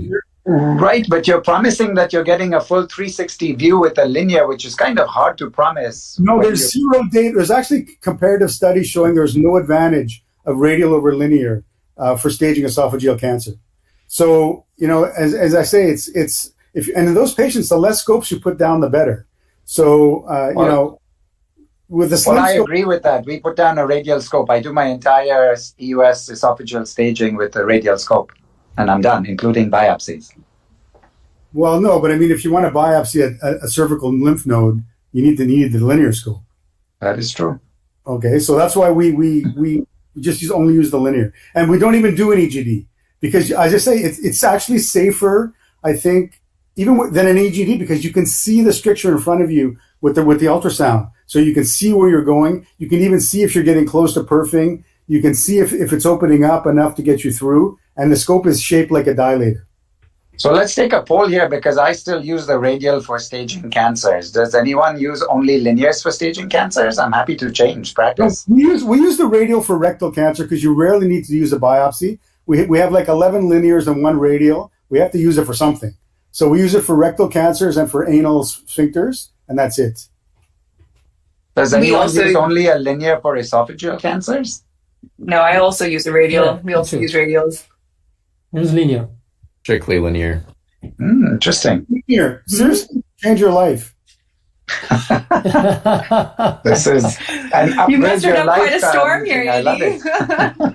I knew that was going to be controversial for sure.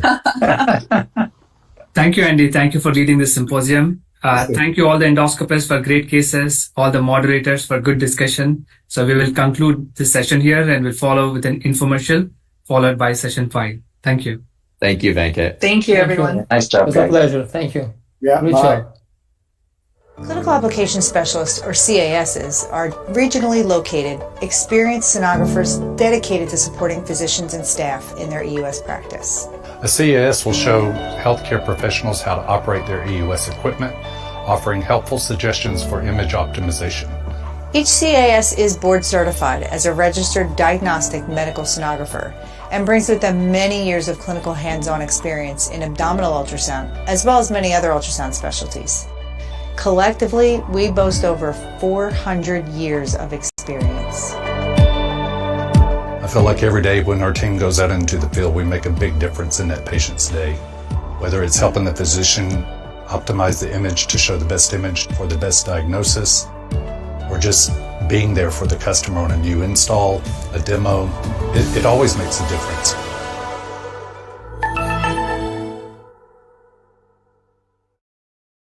Continuing our endoscopy marathon, I'm Annie, your AI host for this event. We're now moving into Session 5, Bariatric Endoscopy, which will be led by Dr. Venkat Akshantala from Johns Hopkins Hospital.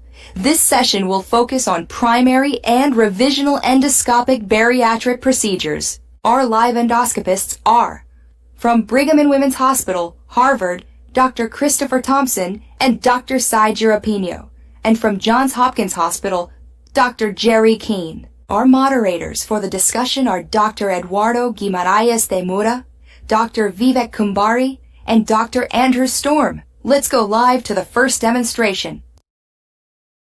This next case features Dr. Christopher Thompson at Brigham and Women's Hospital, and the procedure you're about to see is transoral outlet reduction. The patient is a 37-year-old woman with a history of Roux-en-Y gastric bypass who has experienced weight regain. An EGD revealed a dilated and incompetent gastrojejunal anastomosis. The plan is to perform an endoscopic suturing procedure to reduce the size of the anastomotic outlet. Let's go live to Dr. Thompson.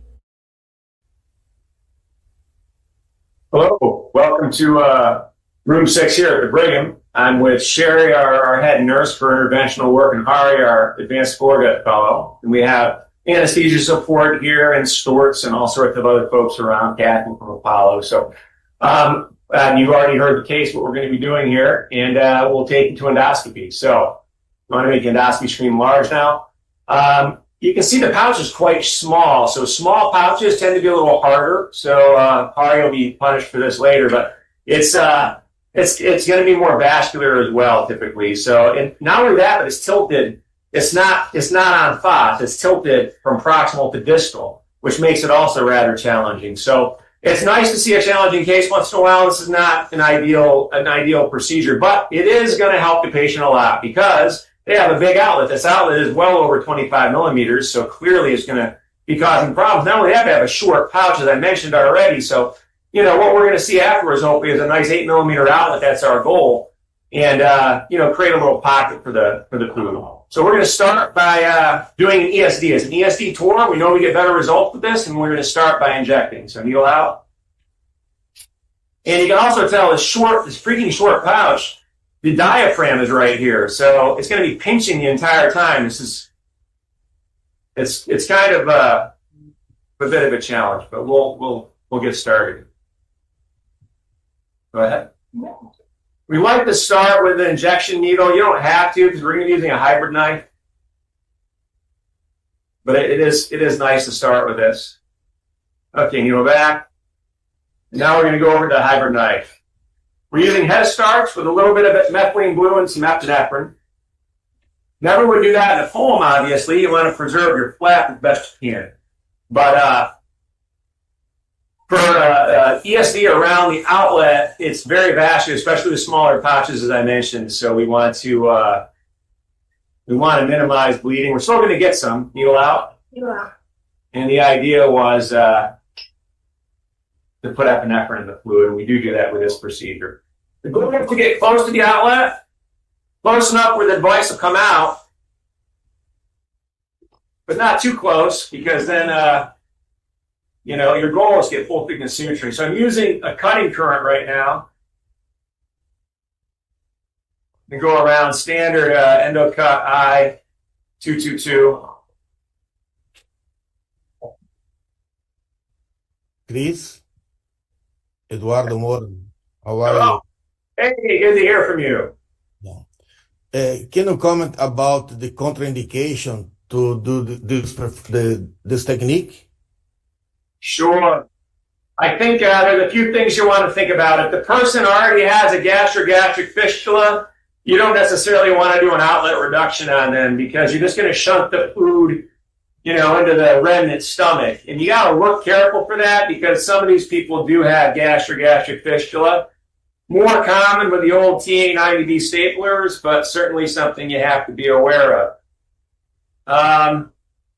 That's one of the major ones. I think also, you know, if the patient has a lot of reflux and they have a big pouch, that could also contribute to the reflux, doing an outlet reduction. So you may not want to do that. It might be good for a surgical revision of some sort, a limb lengthening procedure. especially if it's gastric acid. So at that point in time, you might want to do a little test to see what the reflux is. Is it bile reflux, where it might still be helpful, or is it truly acid reflux from the pouch? If you have an active ulceration, that's also another reason to think twice about doing this at that point in time, because you want the tissue to heal afterwards, and if it's very ulcerated, you're going to have trouble with it healing. So those are some of the contraindications that we think about. I'm almost all the way around here with the ESD. I typically only use this knife for ESD because, honestly, it's very fibrotic, and I like the fact you can inject under pressure. So I have it at 30 bar. I don't know if someone can tell me what PSI that is by looking at the machine. 591. Is how much? 591? Yeah. So we're about 591 PSI. So if you think about your tires, they're 40 PSI in your car. So we're really injecting with a lot of pressure here. And I've done it with every device you can imagine, and I just find it's easiest with this to get around quickly. Yeah, Chris, Vivek here. I was going to ask you that question. I suspect you've tried the insulated tip knives as well. Does that work okay? Are you just trying to make things simpler by using one knife for the whole process? Yeah, I mean, you can get around with anything, honestly, but it's just going to take you longer. I'm already all the way around. I'm just looking. I'm trying to instigate some bleeding by using the water jet, but I mean, I made it all the way around. I don't know how long that was. It's pretty quick. So, and I don't see any major vessels in here, so we're going to go to APC next. But I mean, you get the idea. There's one here, maybe. Yeah. Yeah, I'll take that one down. I already switched on. Thanks. So you can do this procedure efficiently. I think that it's worth it because the outcomes are so much better. If you do interrupted stitches with APC, you're going to get a 3% total weight loss. So we're on soft leg now. Correct. That's what you're going to get long term. Anything else, it just isn't going to, you're not going to find that. We have a lot of large studies that have shown that. So you want to do at least a purse string. Purse string will get you up to 9%, maybe better, but 9% is usually about where you settle. So that ain't too bad. But if you do an ESD around it, you're getting up over 12% comfortably. That's nice. And it doesn't really take that much more time to give the patient a good long-term benefit. And if you're already doing third space procedures, I think you'll catch on to this really quickly. Okay, APC next.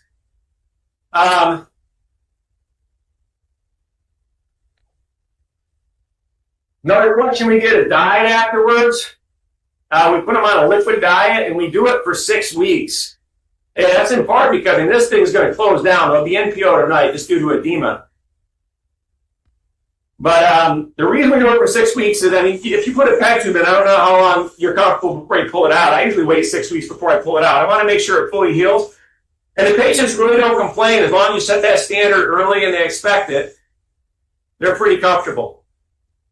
And, even if they don't adhere to it, it's better than them not adhering to 4 weeks, and they're going to really break the diet earlier. So I'm using 70 watts. And are you choosing a particular color here? Sort of dark brown, black? Is that your goal? I'm trying to kill this tissue completely if I can. So, yeah, dark brown would be great. Whatever I can do to really annihilate it. Black's fine. I just want it to go away, honestly. I don't want it to secure the outlet afterwards. All right. I only do the inside of it now. Yep. And we'll get the suturing. We'll suction out that argon, and then we'll do our first string. In case of the big pouch, you aggregate the gastroplasty or not necessary? Absolutely. So that's a good point. We always will try to do, after the purse string suture, we'll do one reinforcing suture right next to it, which is interrupted generally, maybe 3 bites. And then if the pouch is large, this pouch is not large enough, but if the pouch is large enough, I don't know if you want to show the room view as well, if you can do that, but if the pouch is large enough, we will definitely do a little mini ESG in there. And the larger the pouch is, the more the more suturing we'll do. And we'll put U's in there even if, here we are. So we're just changing over scopes and we're about ready to go down. I always open the suction cap up because I don't like any drag on my suture. People say that can hurt your insufflation, but just go up on the insufflation or go down on your suction. There we go. It's probably always good to test the device once outside the patient, making sure it works, which it does. I like to cap it up and then, of course, put a little bit of lube on it. Not sure why that's not open. There we go. And then, thank you. Okay. And Chris, particularly in a small space like this, do you ever use the Pagliare device? I think you've got tremendous experience with it. That's it. Yeah, that's really important actually. You need to have proper insufflation. You need that. And so I have it in here. I do like the device. My preference though is I have this very affordable analog device that we plug onto our booms here, and Sherry probably can tell you more about it. It's she's the one that buys them for us. It's basically a dial, very much like you do for oxygen. I'm going to start suturing here at 5 o'clock, and I want to go in. By the way, I want to go in through the backside, on the jejunal side, out through my trench I just made, and I'm pleating the stitches together in the submucosal space, so it becomes very permanent. This is what's beautiful about this technique; it's permanent. But Sherry, you want to tell them about the gauge? Yeah, it's just a basic air gauge flow meter with a trim knob that can go between 0 liters and 15 liters of flow. It just hooks directly to just a basic tank, or there's a version that can hook directly into the boom if you have CO2 plumbed into a boom. Super expensive, right? How much do you get these for? So I get them on eBay. I can find them anywhere from $70 to a couple $100. You get through Biomed, but yeah, exactly. Or Biomed, actually, and you can carry them through TSA if you need to. If we're traveling. But we love it because between that and a good suction system, like we have here with the Neptune, which I do love. Why don't we go down on the Neptune actually a little bit? You can really get good control of your insufflation. And if you get really bad bleeding, you can crank that up to 10 liters a minute. If you if you're working in a poem, say, and you want to keep it low, you're out to 0.2 liters a minute. So you can really dial it in very specifically. So as you can see, I'm just going around the circle. This is not terribly hard to do if you have a simulator and you practice a little bit on it. You can do it pretty quickly. Our fellow is almost ready to pass his test on that simulator, and he's going to start doing this.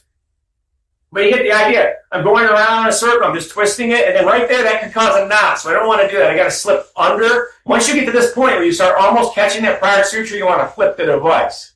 So I'm going to show you what I mean by that. I think that's okay. This is worth showing a little more carefully. See that stitch right there? I don't want to catch it, so I'm going in and I'm rotating. And then once you start running into that little problem, that means you can flip the device. So I'm going to back up, flip over this direction. And now I just got a couple stitches and I'm done. So this is the most durable way to do this procedure, and I think that is something we should all focus on, trying to really get the best outcomes we can for our people, and I prefer this technique. I know you've published on this before, but in terms of number of bites, do you have a number in mind? 8, 10, 12? So I try to shape that depending on the size of the outlet. So I just went under the first stitch, and I think that's our last right there. So if it's a very long, so basically I try to keep it half a centimeter apart. So if it's a really large outlet, I might be putting in 20 stitches, right? If it's a smaller outlet, I might put in 8 or 10. So it really depends on the size of the outlet. But I keep them 5 millimeters apart. So you can see I went all the way around. There's one locking suture. Again, it's an open running suture. That's the main thing. It's an open running suture. Otherwise, when you pull it, it won't come together. It can be too tight. To tighten it out of the way if you do it that way. I'm running a CRE balloon down the left channel. The bigger channels for the suturing system in the cinch. The small channel, I'm putting the balloon down. You might not need a balloon. I like the size at 8 millimeters with this because I found sometimes I'm a little too aggressive. Otherwise, this helps keep me honest. And then I'm going to cinch it. The cinch goes down. I don't know if you can see this, our hands here. Cinch is going down. Hold that tighter, please. Yeah. And then we're going to cinch it and we'll be done. Yeah. So one thing to keep in mind here is you want to be back far enough because you don't want your tower pushing too much on this. So going up to 8 millimeters. And soften just a little bit. We're going to make just about 8 millimeters. I know it's not up enough yet. No, I was Okay, yeah. So just a little below 8. Yeah, that's perfect. That's good. And then she's going to hold that. I'm going to pull the scope back from my left hand. I'm going to suction down the tissues. You can see it looks nice around there. It's holding its inflation. I'm pretty happy with that. Go ahead and take it. Okay. Here you go. Balloon down. Yep. And Sherry's doing this all by herself. It's a work. So sorry, doctor. So sorry. You're too slow. Sorry, sir. All right. So that's pretty good. That's an 8 millimeter outlet. I'm happy with that. And that's it for us. We'll do one reinforcing suture right over here. Just an interrupted stitch, so I'll take one more stitch. But that's the procedure in a nutshell. Now, things you could do, other little things, if you're worried about it because it's really large and you're trying to make it small, you can cover this in Puristat. Puristat's very effective at helping, if you miss a stitch or something and you think there's a gap, Puristat is great. But the problem is when we do that, sometimes we have a higher stenosis rate. So that's one thing to keep in mind. If you get bleeding or if it's just a little larger than you want, you can Puristat it, but you do have a chance of getting a stenosis with that. And that's pretty much it. I think all the other points were addressed by you guys. Close. I'm just doing an interrupted suture. I don't want to close it completely, so I'm kind of leaning over this way. And Chris, can you educate us here again? Small space, thin tissue, diaphragms around, spleens around. Give us some pearls on how to do this safely. Oh, yeah. So I'm trying not to go on a diaphragm. That's always a good thing because they get hiccups if you do, and they don't like the hiccups. I've had that before, so I try to minimize hitting the diaphragm closed. I like rotatable forceps. I think they're helpful. In small spaces, they're really critical to be able to rightly position it. Open, close. That's my interrupted stitch right there. I do think that it's key to have the right insufflation system. When I go to places I do, endoscopy, I travel and do it, really frustrates me. I really see the difference if I don't have the right equipment. And that gauge is low, is not expensive at all. That thing makes all the difference to me in a small space because this is really hard. Think about it. The LES isn't that tight. It's a 1.5 centimeter pouch. I could have a really hard time seeing right now if I didn't have the right setup. So having that gauge, the analog gauge, and a good way of trimming in my suction, I think is critical to success. And then making small movements. Go ahead. And the other thing is don't tackle a case like this one until you're ready, right? Because start with big pouches, 4 or 5 centimeter pouches, outlets more like 2 centimeters. We're going to come out and take a look at the final product. And I think that's what you want it to, start off with, easier things. And you know what? You might not start off with a purse string, but you really got to have a plan for that. You got to have a plan to get the purse strings. Because you don't want to be doing interrupted sutures long term. All right, so this is the final look. We got our 8 millimeter outlet right there. Very happy with that. I do like the Fuji optics. The Olympus might have something newer I'm not aware of, but man, I love being able to dial in the iris settings. So I have a certain setting that allows me to not get shadowing from my tower. So it allows me to see in the distance while I'm working, and I think that's been a real advantage to being able to do these procedures as well. It makes you gives you a good ability to see stuff. So I think this is going to help the patient, right? We have a nice tight little outlet here. We have this nice ridge to protect it. Hopefully the food will collect over here, give them a stretch, make them feel full quicker. Thank you, Dr. Thompson. Great case and nice discussion too. We will move to the next case now. Thank you.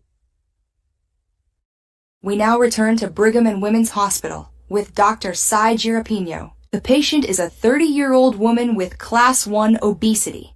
Despite attempts with lifestyle modification and anti-obesity medications, including GLP-1 agonists, she has been unable to achieve significant weight loss and is not a candidate for bariatric surgery. The planned intervention is an endoscopic sleeve gastroplasty. Let's go live. Mic's on. Wonderful. Hi, everyone. Welcome to Brigham Room 8. I'm here with a wonderful team. To my left here is Dr. Trent Walrat, our Advanced Endoscopy Fellow. We have Chris and Jen, our Advanced Tech Team and Nurse. Dr. Mai Pang, who's our Bariatric Endoscopy Research Fellow. And then we have Din, our CRNA. We have Thor, and also Boston Side team as well.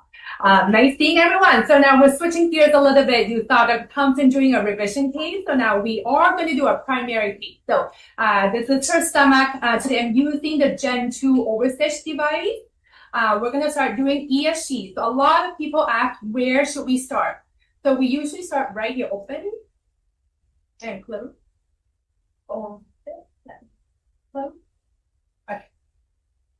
So usually we start at the incisora, and as you can see, I usually go right at the 1 o'clock position. Rotate a little bit. Also, you can see that today I'm using a rotatable forceps instead of the helix. From our experience, open, closing. From our experience, it could be faster, number one, but also number two, patients tend to have less pain post-procedure. And rotate a little bit. Wonderful. Sometimes rotating, perfect. And this one, the first suture is going to be a running suture pattern. Open, closing. So we start kind of like along the anterior wall of the incisora, and then open teeth and close. And then we are coming down along the greater curvature, open teeth.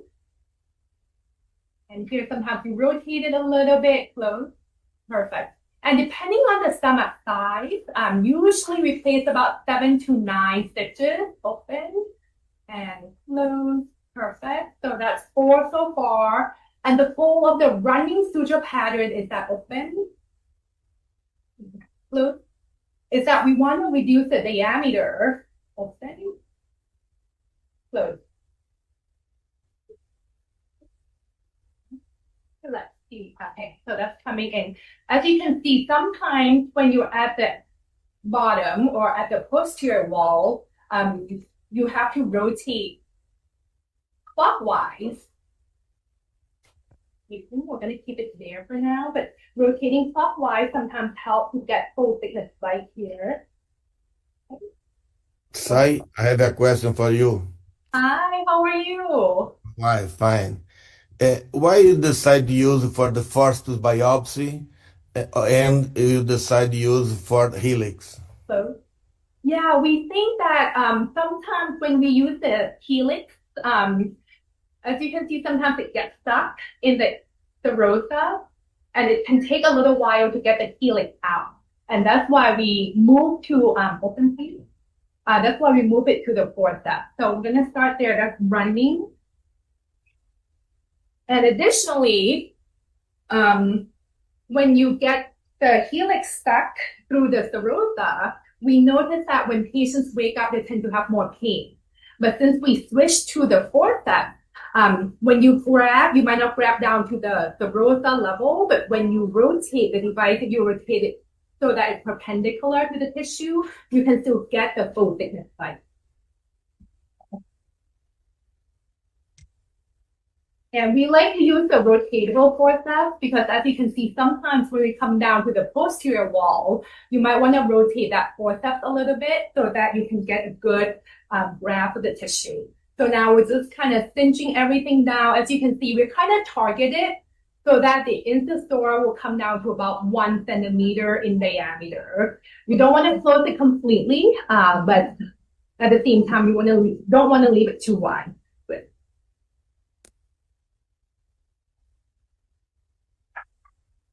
Okay. And then next, we're going to go to the second suture, which is going to be a interrupted suture pattern. So this one will act as a reinforcement suture to the running suture and also help reduce the diameter a little bit as well. So you see that after running. Can you comment about the use of APC after the suture? Yeah, closely.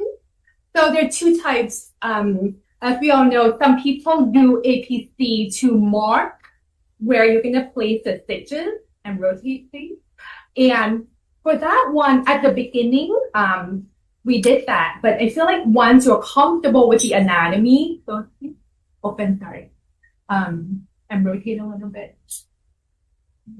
Good, rotate a little more. Yes. All right, we're going to go open. Here we go. All right, close, please. Yeah, once you're comfortable with the anatomy, we think that APC is not too helpful for marking. Okay.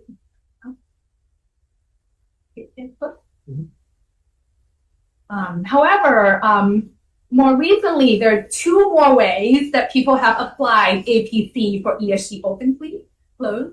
One, and Dr. Namora, I know your team and Diogo have looked into this, where basically you APC the area that you're going to be placing stitches. And the concept is that it's similar to how Chris does ESD tour. You APC it, so you kind of like denude the mucosa a little bit so that the mucosa can stick a little better and you get better tissue healing. So I think the data are still conflicted in terms of do you get more weight loss with APC plus suturing. Then there's another way that people have applied APC with ESG. This is the fundic ablation, where the concept is that, and Vivek, feel free to chime in. I know you and Chris McGowan have looked into this extensively. And with that, basically you do fundic ablation and then you do ESG, and data look promising. So I think both approaches are being investigated and we're excited to see more data.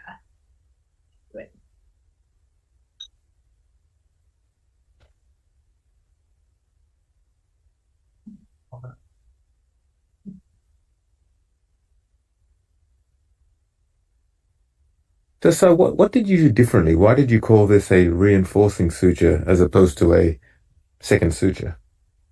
Sorry, Vivek, I couldn't hear you well. Can you repeat the question? Sorry, yeah. Why did you refer to this pattern or displication as a reinforcing suture as opposed to simply a second suture? What did you do differently?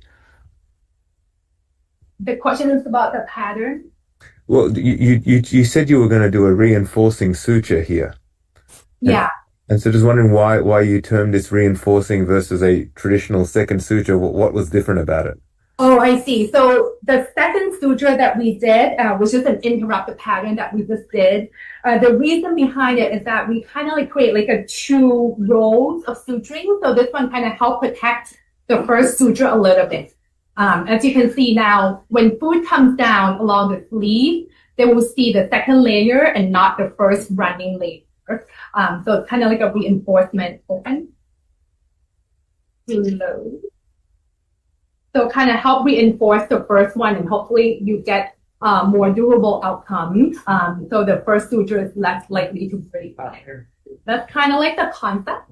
Similar to how, when Chris does open tour, the second suture kind of help reinforce the purse string.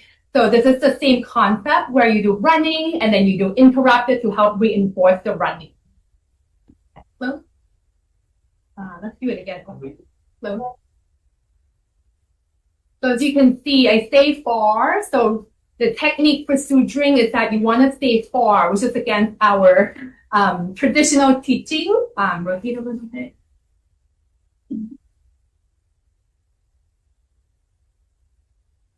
And you want to pull the tissue into your device. Open, close. And then always turn the suturing device so it's perpendicular to the tissue. And this is the third suture we're using now. It's going to be close. It's going to be a U pattern now. So for this one, the goal is that we're going to do both reduction of the width, but also shortening of the length. Open, close. Open, close. And so, as you do this, what's your objective? Do you have a target number of sutures, a size of the stomach? So help us sort of understand this with the end in mind. Yeah, so the goal is to get each bite to be about 2 centimeters close from one another. So it's more about the gap than the number of stitches. But regardless, with that in mind, usually I ended up placing at least 6 bites open. So for the running pattern, and then for the U, usually it's at least 12. But sometimes we go up high if the stomach is really big. And I tend to see a bigger stomach for open, close. So here, we're going to do a non-alpha loop technique. So the normal way, as you can see, the needle goes from top to bottom. So if I pull the tissue in and then take a bite, the suture will go from top to bottom, but you actually are moving from bottom to up, which means that the suture will end up rotating or creating an alpha loop. And we think that that might lead to more suture tension, and the suture may break, and people have more pain. And therefore, once I grab the tissue here, what I'm going to do is that now I'm going to load the needle. And you see I'm going to rotate the device 180 degrees so that the needle is now going from bottom to top. And we call this a non-alpha loop technique. Open, please, and close. And then here, we're going to repeat. So this is the U, so open. I'm going to go right here. So grab this. Yep. So we grab it first, and I start rotating. And this is, let me make sure we're not crossing. So always make sure the suture is not crossing. I'm going to push this away and I'm here. So now it's not crossing. Let me take the suture slack out. So suture management is very important. So go rotate 90 degrees. I load the needle and then I rotate another 90 degrees. And now you always want to make sure the device is 90 degrees. Just open and load. So then open. And now you just keep climbing up and do the same thing. Close.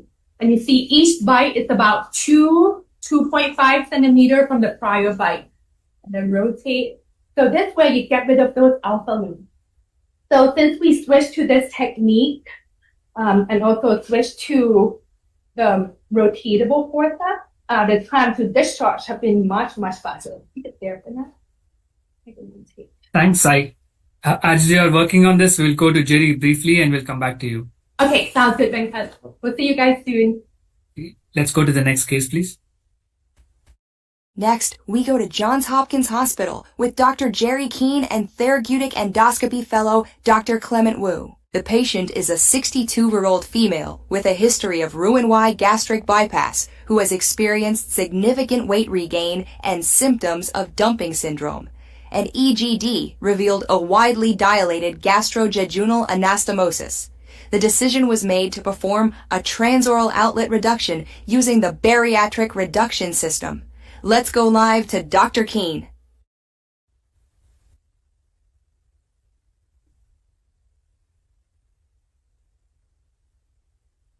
Jerry, we cannot hear you. Apologies. Can you hear me now? Yes. Super. So welcome back to Hopkins and 206. So I'm here with Clement and the rest of the team, Brittany, Sarah, and Tiffany, and Rob is leading as our CRNA. So you've just heard the case. This is a 62-year-old female, similar case to what Chris Thompson presented at the start. Had a bypass and many years ago and actually done very well, lost over 50% of total body weight loss but over the last year has had real issues, some weight regain, but only really about maybe 40 pounds or so, not as huge as an issue as the dumping, and she's had some episodes of hypoglycemia. So we offered her an outlet reduction after doing a diagnostic EGD that, as you can see here, the outlet was quite dilated. So we've made what we just want to show you before you go back to the Brigham is we've made a start here with the APC, and we've worked around the outlet, which is dilated to about 3 or 4 centimeters. And Jerry, sorry, can we see the end of you, please? We don't have it. Yep, go ahead. Super. So as you can see, the outlet's about 3-4 centimeters. It's pretty dilated, and we've made a start with the APC. So we're using the new APC probe here, which is APC Plus probe. And I just want to show you a couple of different settings. As you know, we discussed in the first case, the key thing with the first part is to get a really deep char. You want to de-epithelialize the tissue and really kind of get that stickiness so that the tissue comes together. So one of the advantages of this is a straight fire APC probe is we can adjust the flow rate. So this is at a high flow, so we're using 60 watts. And we're using a flow of 0.8, and it gives us a very precise stream of APC that you can see here. Now, if I just change for one moment, we'll just change the settings. We'll drop the flow rate down to half that, down to 0.5. You can see you have to get a little bit closer to the tissue, but with the eye of faith here, you are actually getting a wider beam, and you can cover more ground at the same time. But it provides this really nice arc with both settings, and we're really going for that dark char. So I'm just going to go over that one more time and bring that all together. And I think, for a TOR procedure, we could use either setting in reality. But I think where this is really going to come into its own is for some of the other APC applications that we described earlier. When you're thinking about gastric fundal ablation and you're having to cover more ground, then using some of these wider beam settings really allows for that in that scenario. So I think I'm getting close to being reasonably happy with this. Can you comment about the APC alone versus APC plus OTSC or Thompson technique? Absolutely. So look, this is a great question. TOR is one of those procedures that's really evolved over the years. We started with just suturing, superficial sutures, small amount of weight loss, maybe a few percent, but what we found is that there's been sort of two ways of doing it. That study was quite interesting because although the device wasn't great, people were willing to come back, and we know this is a recurrent remitting disease. But over the subsequent 10 years, we've really improved our technique. The standard now is really APC with suturing, and we've discussed earlier the pursing suture gets you that additional durable weight loss, which is a real advantage. ESD, like we saw in the first case, is not doable by everyone, and this is what we have to think about, the applicability of these procedures outside to maybe non-bariatric endoscopists. So APC alone can be really good, can get the same effect. The Brigham data shows that, but you need several procedures.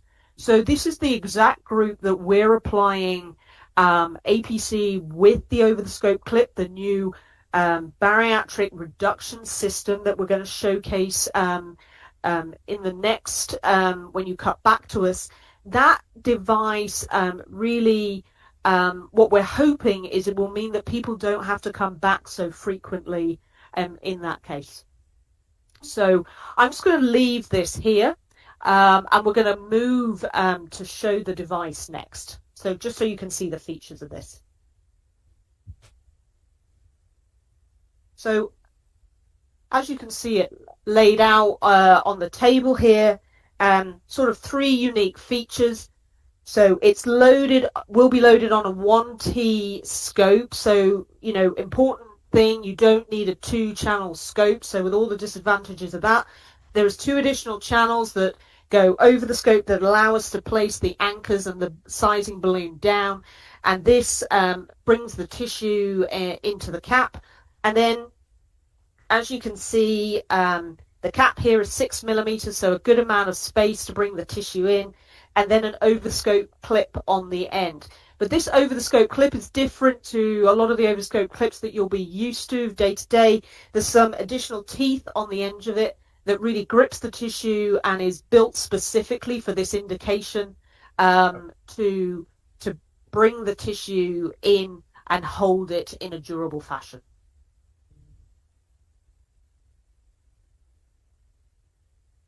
Super. Jerry, how big is that clip? And how does this compare to the full thickness resection systems in terms of the outer diameter of the attachment?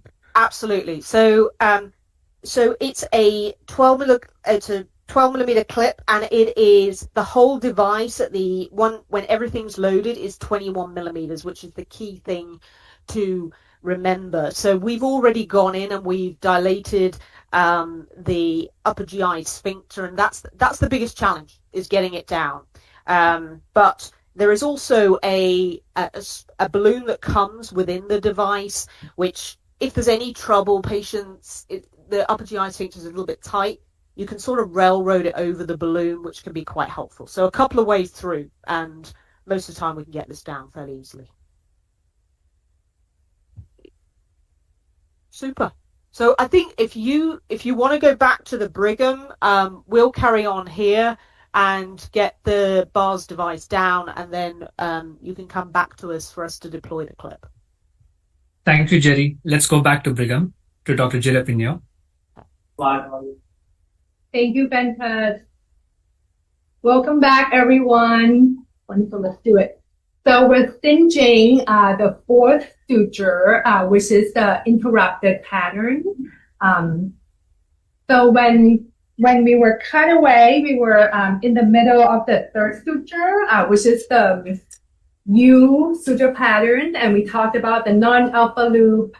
So we finished that U pattern. We placed 14 bites total, and then we cinched that one. And then similar to the second suture, for the fourth suture, what we normally do is an interrupted pattern. So that was the interrupted, so that's the fourth bite. And now you see you have a little area here, so we're going to do another U pattern right there. So this will be a U, and that's the sleeve. I'm going to make it slightly wider at the top.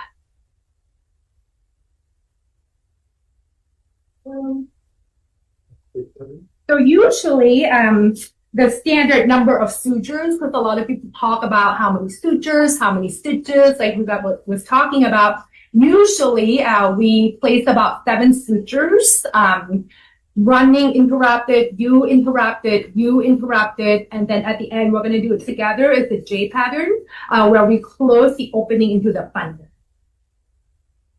So here, we're going to start right there. So let's go here. So you start about 2 centimeters proximal to the end of your last bite. Is that right? So there's a little... Yeah, exactly. That's the goal with opening. Yep. So obviously, if the stomach is big, then it's many, many bites open, closed. There were times when I placed probably like 20 bites with one U, because it's such a big stomach. Usually I see it for men who is taller. They tend to have a bigger stomach. So All right, so we're just working our way down, open, and close. So this is going to be another U. And open, and rotate, close.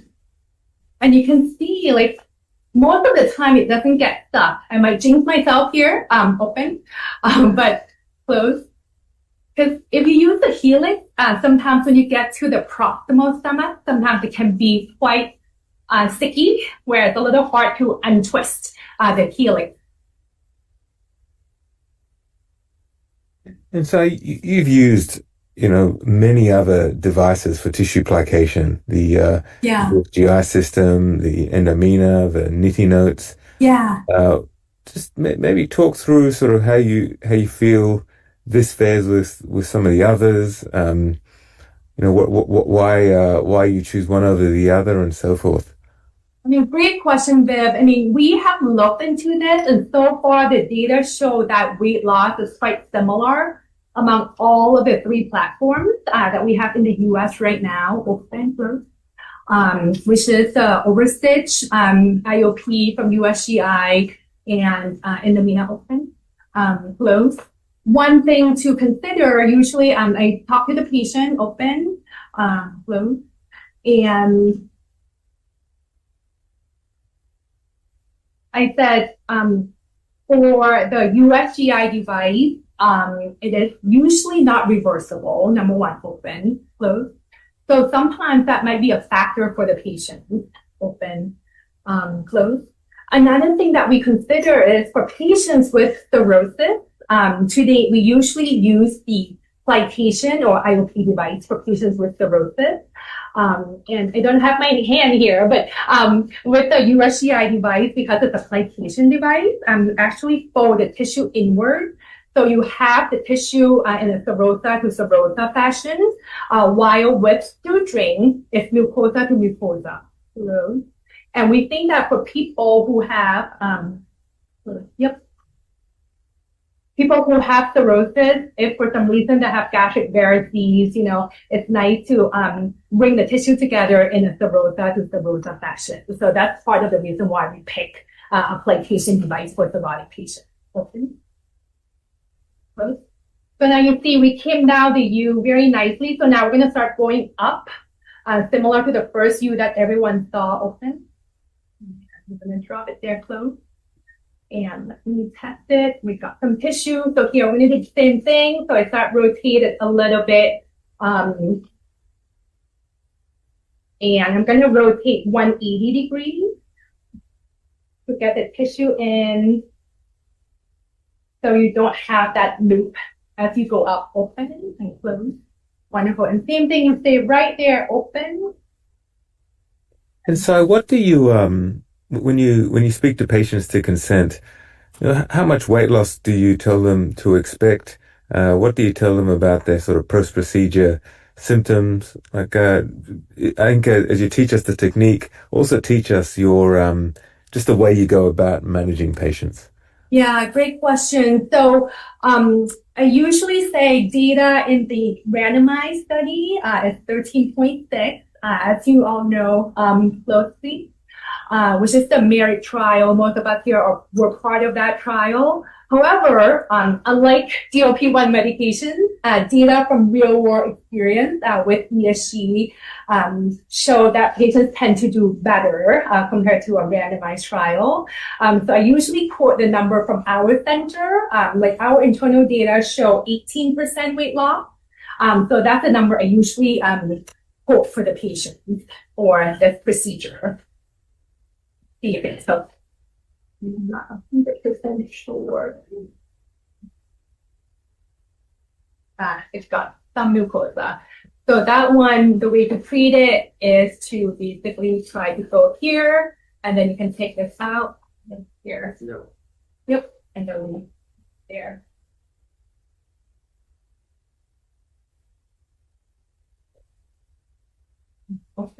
And then I usually tell the patients to expect post-procedure pain. I'll rotate a little more.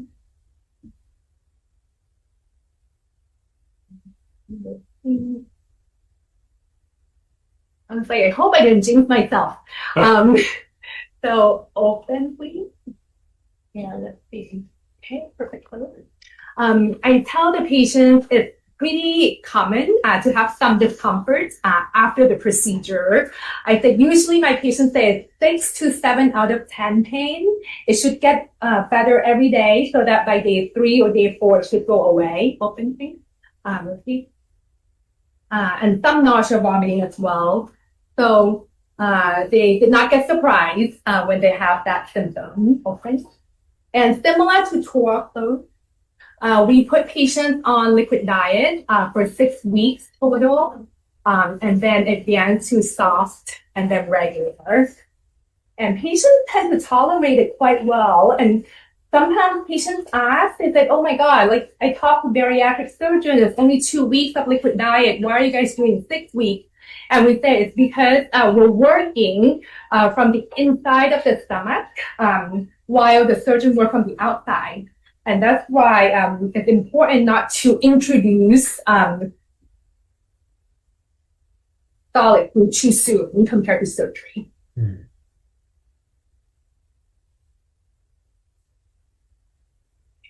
All right, now open. It and close. For this one, we're going to go the normal way now. And you see, even though we call it a U, in reality, it's more like a V, right? Because you have more land or more surface on the greater curvature compared to the lesser curvature. So you have to make it slightly wider on the greater curvature. Open, please. Close. And here, we're going to show you, so even though it's a U or a V, our most recent pattern is that I'm going to place more bites in the middle of this U or V as well. Open. Okay, so here we go.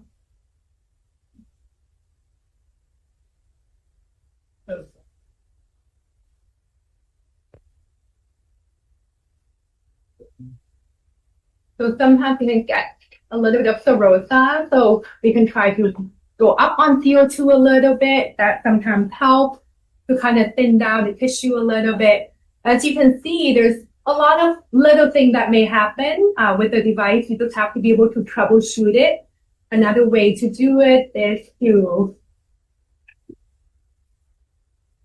go here.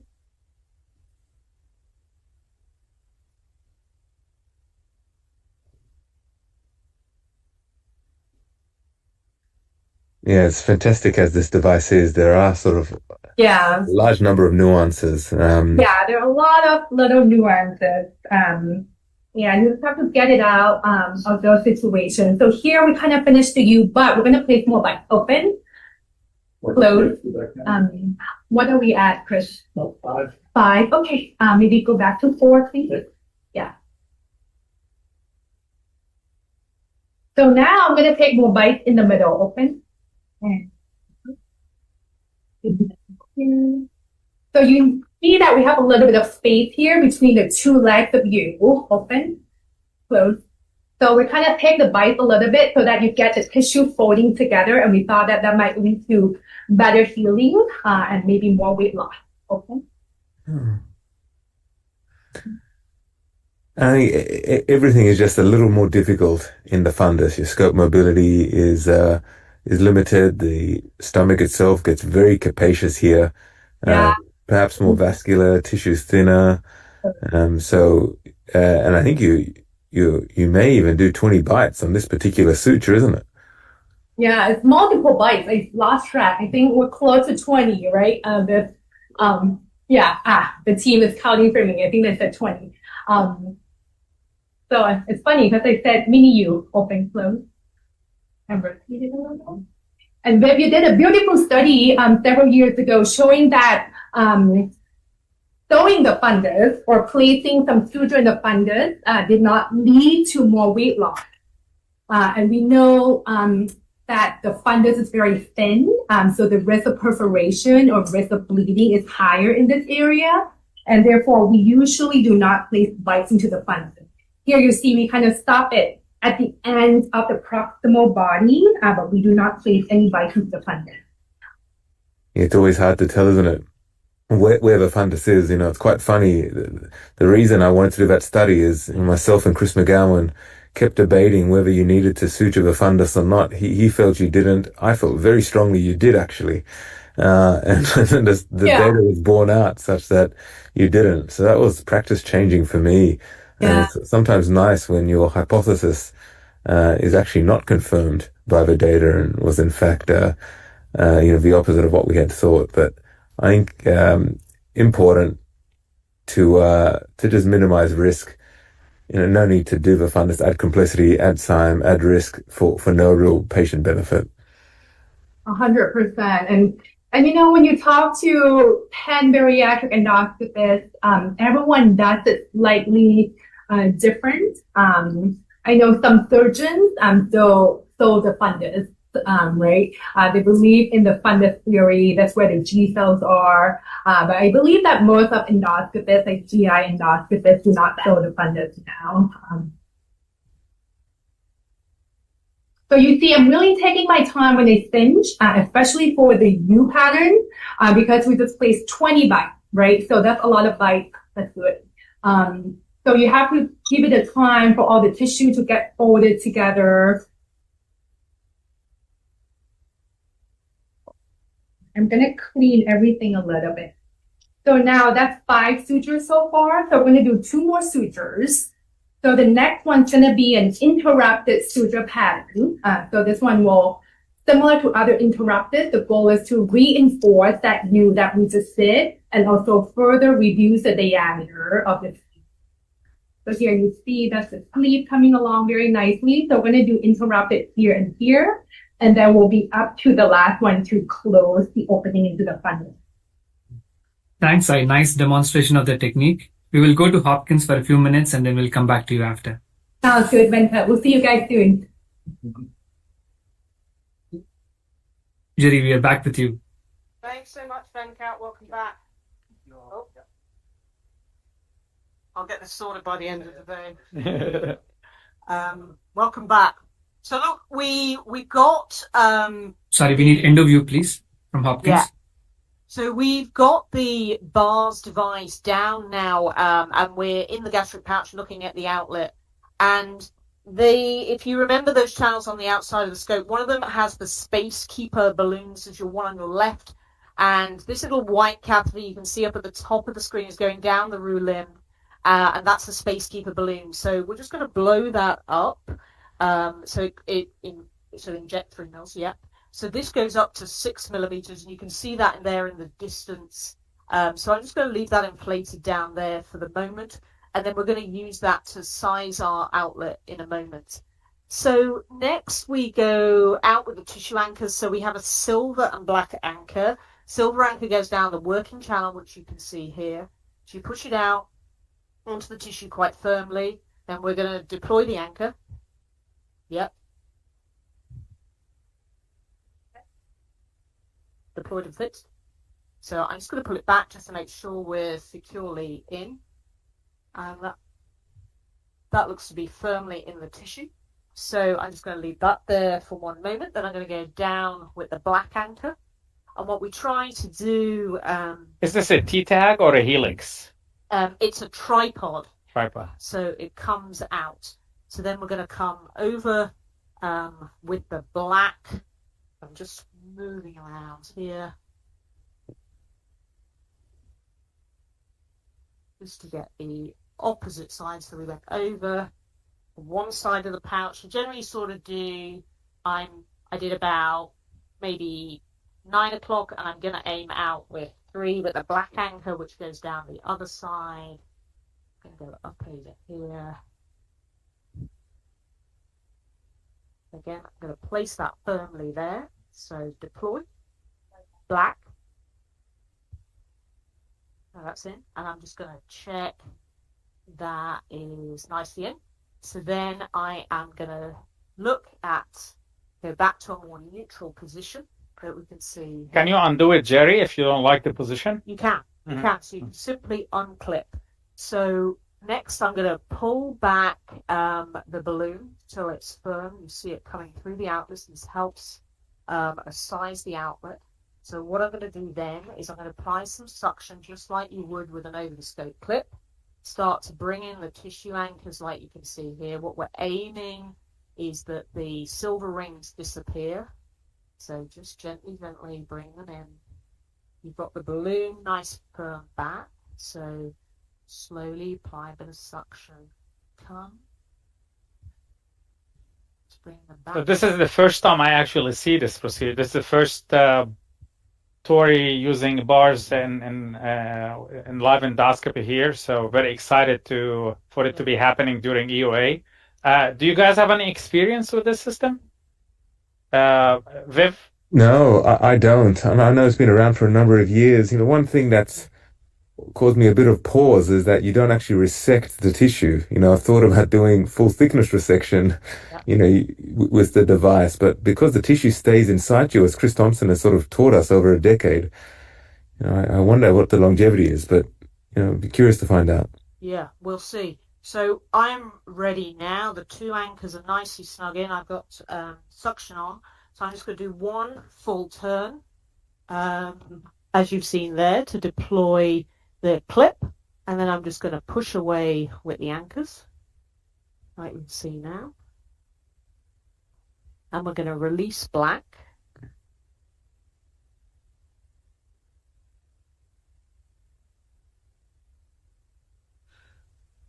Do you place the OTSC clip on the anastomosis angle?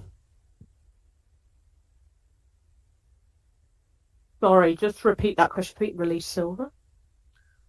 Where the place you put the OTSC is in the angle? Correct. So it's at the outlet. So what you can see here, and we'll go down on the balloon, is it's basically bringing in about half of the outlet. So we can see there. Can you do a second one on the opposite side? You can do that if you need to. And what we can see there, I'll just show you, is the tissue brought in to the device, so within the clip. So that's a nice amount of tissue there, and we're just bringing the balloon down. And I think it's very impressive because this tissue is generally stiff. It's sort of on the posterior wall, less a curvature aspect. It's quite thick. Yeah. So that's actually you've done a great job there. Yeah. And the nice thing is the anchors that come with this device, they hold the tissue well and allow you to really bring it into the cap. So, and I think, this is essentially an over-the-scope clip system. You can see here, now that you can see the outlet is nicely reduced, it's going to reduce further with the circumferential APC. But we started out with a 4 centimeter outlet, and you can see that's down. That's certainly probably about 8-10 millimeters, no more. So a very good result, and something that, can be done without a double channel scope, can be done maybe by people who are more comfortable with over-the-scope clip, but maybe not as much with suturing. So presents another option and way of doing this. So, Jerry, this is very impressive. Going back to my earlier comment, do you think that this clip will sort of fall off and the tissue that's within the hand will fall off with it? So it's effectively like a resection? Yeah. So look, great question. So we've done a handful of these cases so far, where I've seen a couple of patients back at the 3-month mark, and actually it gives. One of them had the clip in situ, one of the clip had already gone, but both outlets were down to about 15 millimeters.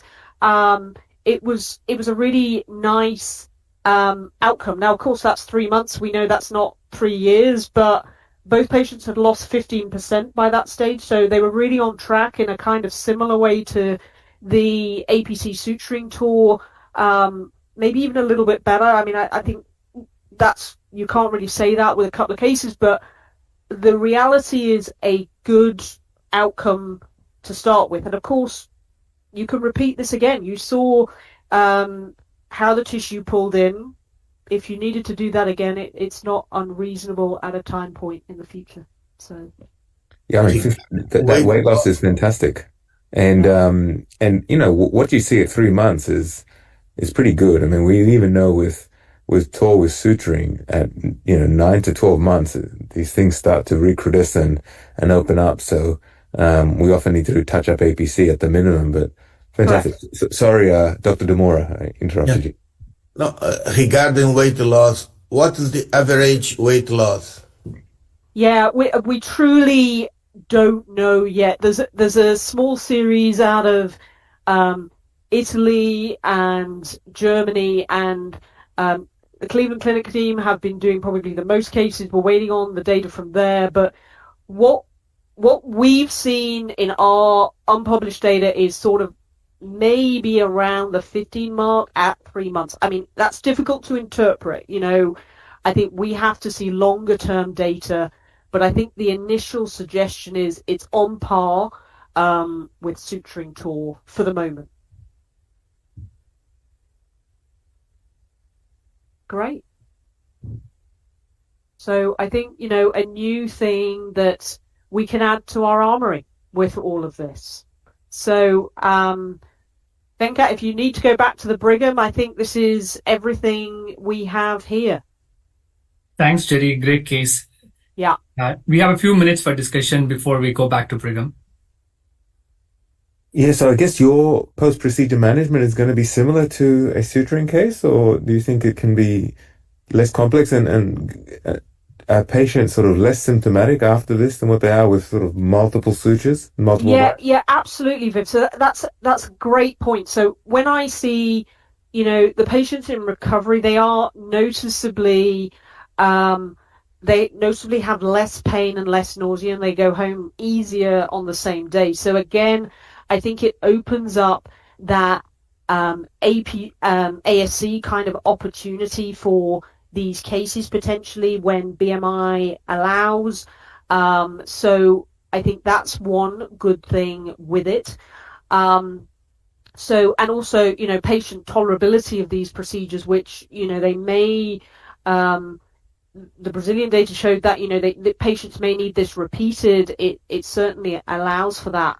Our follow-up is the same across the board. We do the same thing for all of our endobariatric patients. We put them into our multidisciplinary program, so they're seen frequently throughout that first year. We know lots of touch points are critical to keep people on track, so we really kind of harness that. I see them back at 6 weeks, and then they're seen at an almost 6 weekly interval throughout that first year by the dietitians or the medical obesity team, because we really want to kind of address bumps in the road along the way, keep them on track, hit those weight loss targets. So fantastic. And is there an outlet that is too small for this to work, or can you do this even for outlets that are a little compliant, that are 14 or 16 millimeters?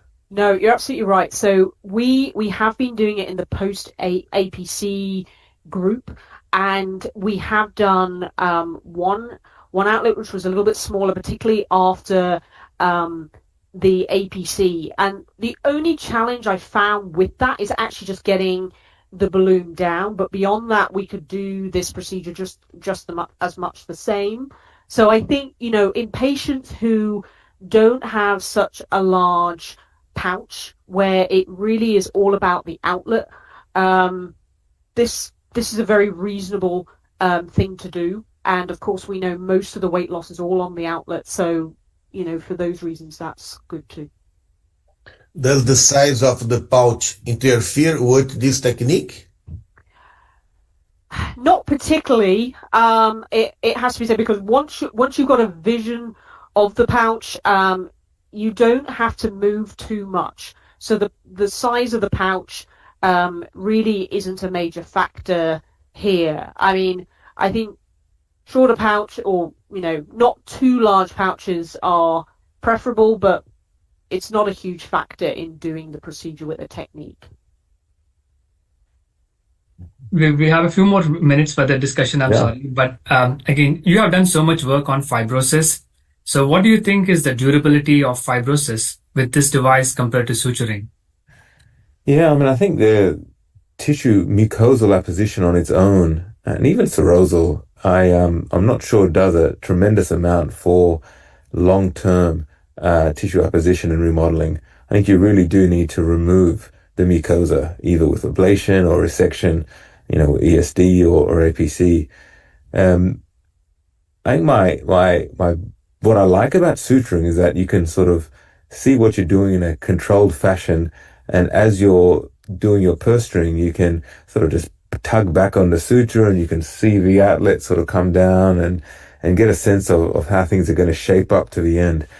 One sort of thing I've always found with the avesco clip is you're sort of holding your breath a little bit to see how it looks like after you've deployed the clip, or after you've cut the tissue. And I think, as we think about when surgeons operate, they sort of are very clear on each step of what they're doing and in anticipation. And, I sort of enjoy that feeling as well. I think now that you've pulled out the APC catheter, and I'm certainly not saying you should in this case, but, one could always consider, very large pouts. Could someone adopt the, gastric fundal mucosal ablation type approach and in fact ablate very carefully the sort of floppy compliant sort of folds of the pouch in an attempt to sort of shrink it up and convert this to a soft thin, so small thin tube that runs straight through to a tight outlet. And I wonder if that would be powerful. Yeah.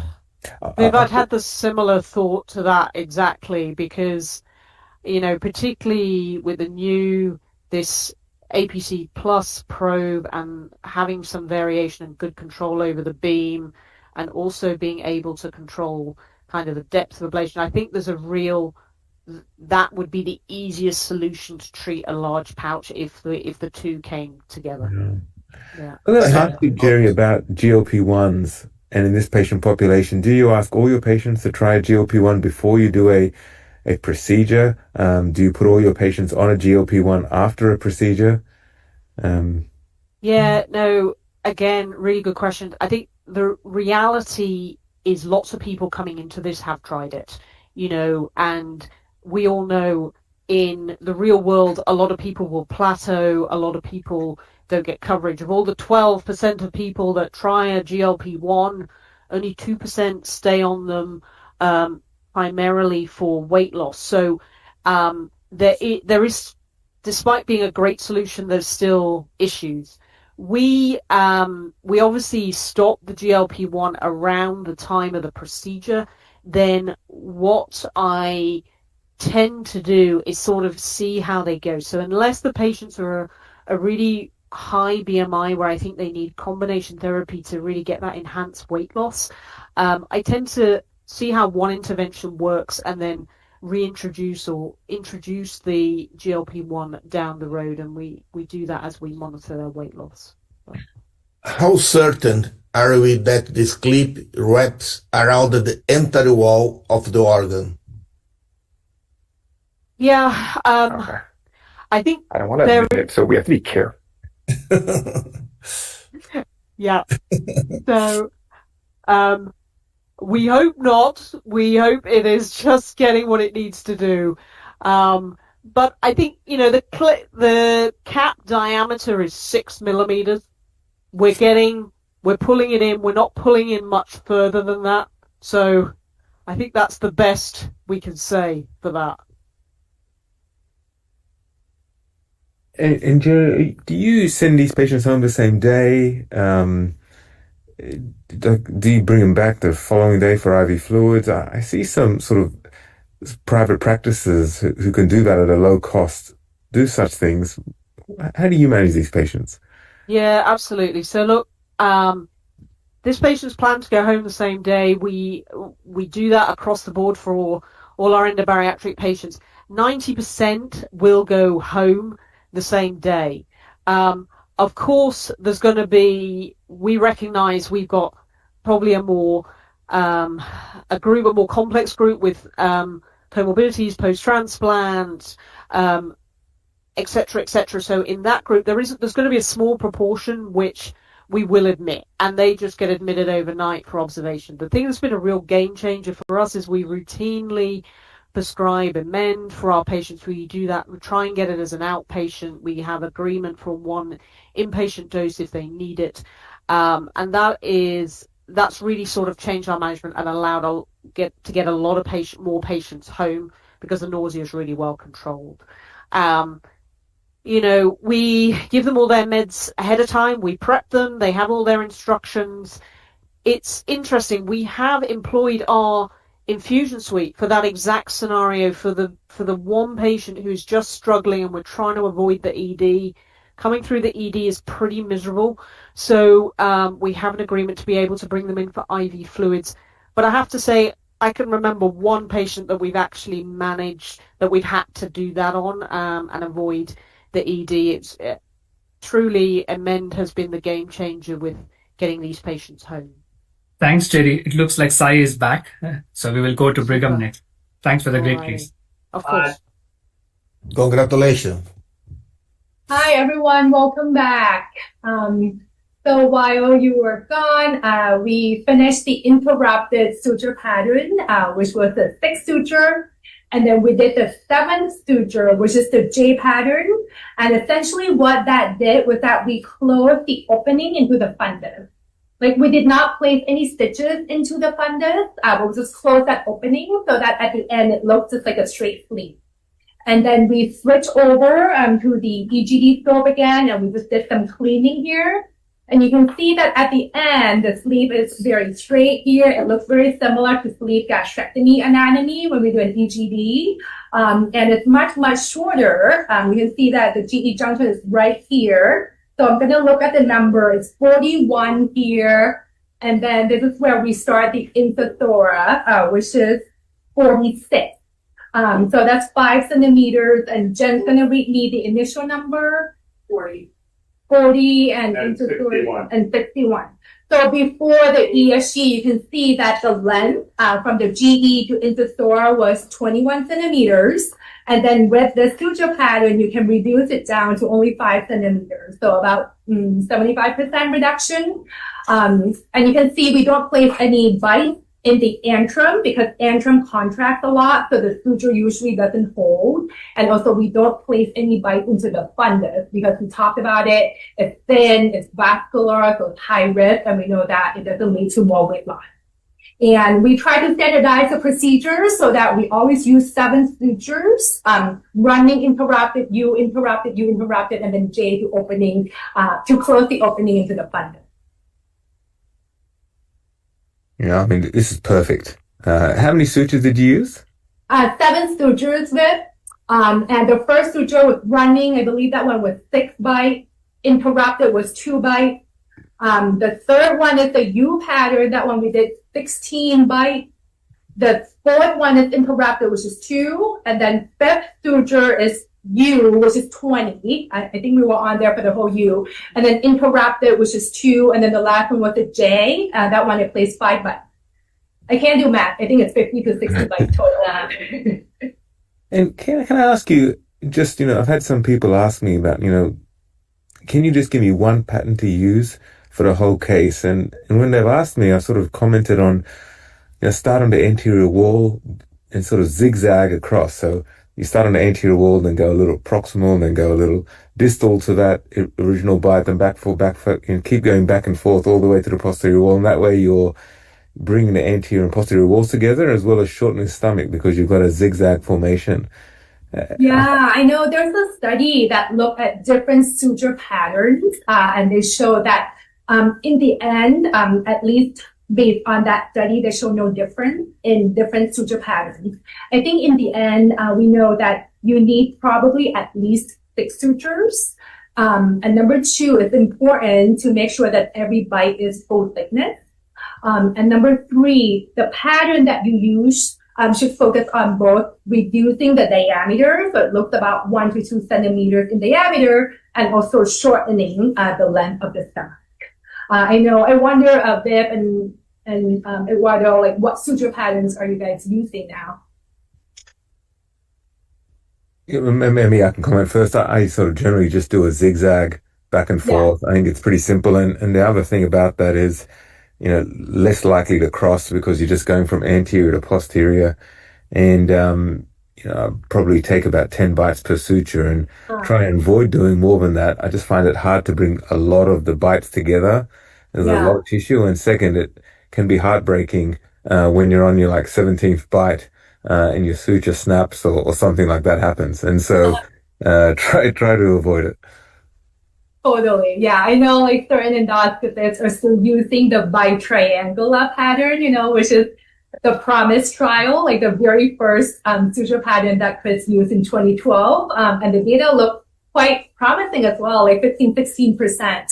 So in the end, just like what you said, reduce the diameter and shorten the stomach.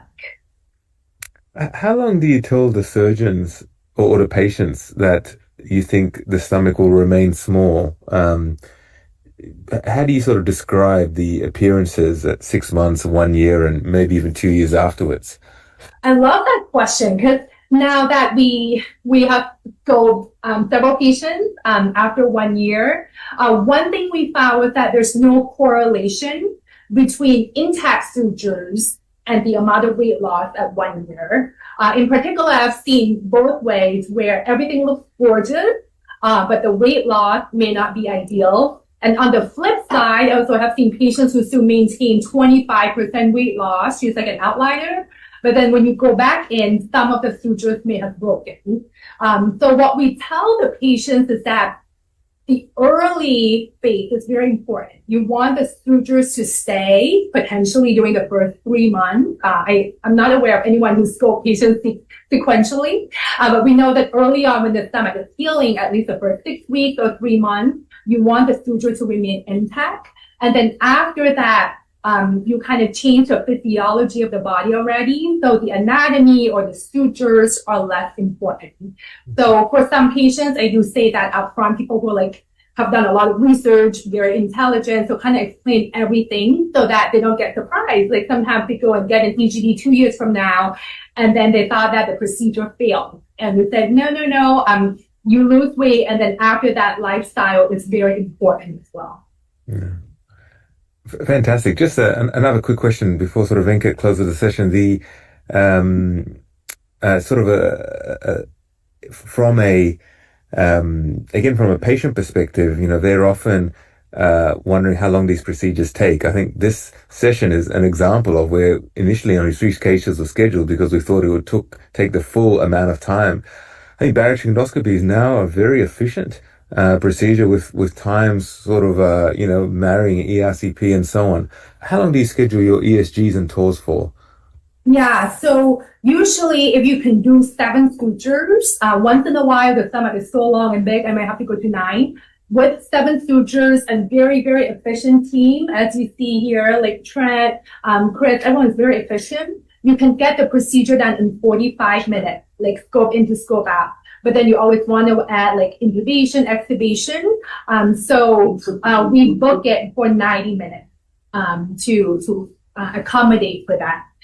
If it's a case where you train the fellows, which is most of the cases here at the Brigham, we book it for 2 hours because the fellow will be doing most of the cases, and we're supervising, helping teach them where to place stitches along the sleeve. But outside of the Brigham, we book it for 90 minutes. Excellent. Thank you, Sai. Thank you for patiently demonstrating the details of the technique. Thank you to all the endoscopists and to the moderators in this session. We will close this session here. Before we go to the next session, we have a few infomercials from the sponsors. And for those who missed the previous session, there's a summary of the session from Annie AI. Thank you, everyone, again. Thank you, Venkat. Nice seeing everyone from the Brigham team.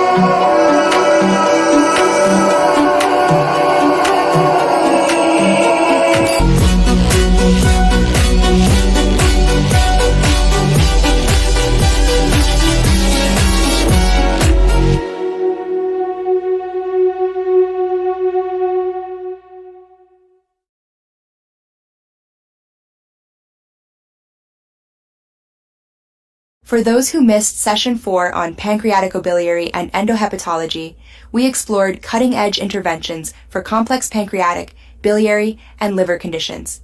Here's a brief overview of the pivotal learning points. For complex pancreatic stones, the use of single-pulse electrohydraulic lithotripsy under direct pancreatoscopy vision is crucial for safety and effectiveness, especially in difficult anatomy.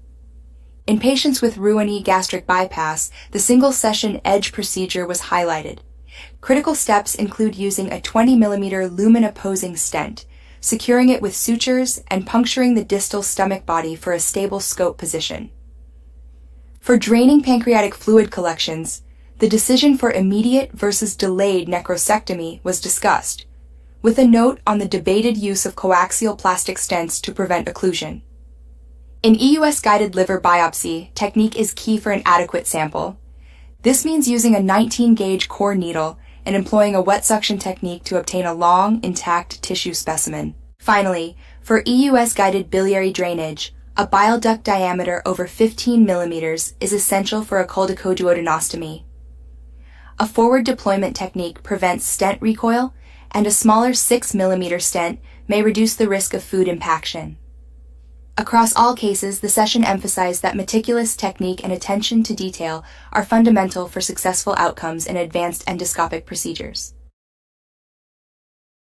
You're watching Endoscopy on Air Americas. For those of you who don't know me, I'm Annie, your AI host. Our next segment is Session 6, Barrett's esophagus and gastroesophageal reflux disease, led by Dr. Natalie Cosgrove from Advent Health Orlando Center for Interventional Endoscopy. Leading the live demonstrations are from Northwestern Medicine, Dr. Sri Komanduri, from Hoag Digestive Health Institute, Dr. Kenneth Chang, and from the University of Chicago, Dr. Uzma Siddiqui. Guiding the conversation are our moderators, Dr. Mini Kanto, Dr. Amitabh Chak, Dr. Alea Brewer, and Dr. Sachin Wani.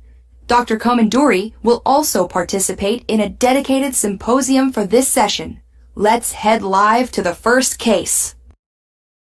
To begin our session on Barrett's and GERD, we go to Northwestern Medicine with Dr. Sri Komanduri and Advanced Endoscopy Fellow Dr. Ikechukwu Achebe. The case is a 70-year-old male with long segment Barrett's esophagus, now with confirmed low-grade dysplasia on surveillance biopsies. The patient has elected to proceed with endoscopic eradication therapy. The planned initial treatment is radiofrequency ablation. Let's go live.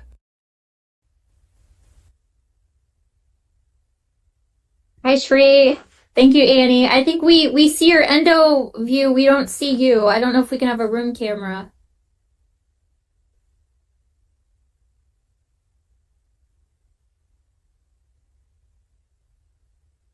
And I don't hear anything. I don't know if we can have a mic for Shri. We just have the endo image. Okay, we're good. Can you hear me now? Yes, we can hear you Yeah. now. Yeah, we're working on the in-room. It's not functioning right now, so it's not essential for this case. So, I shouldn't have said that.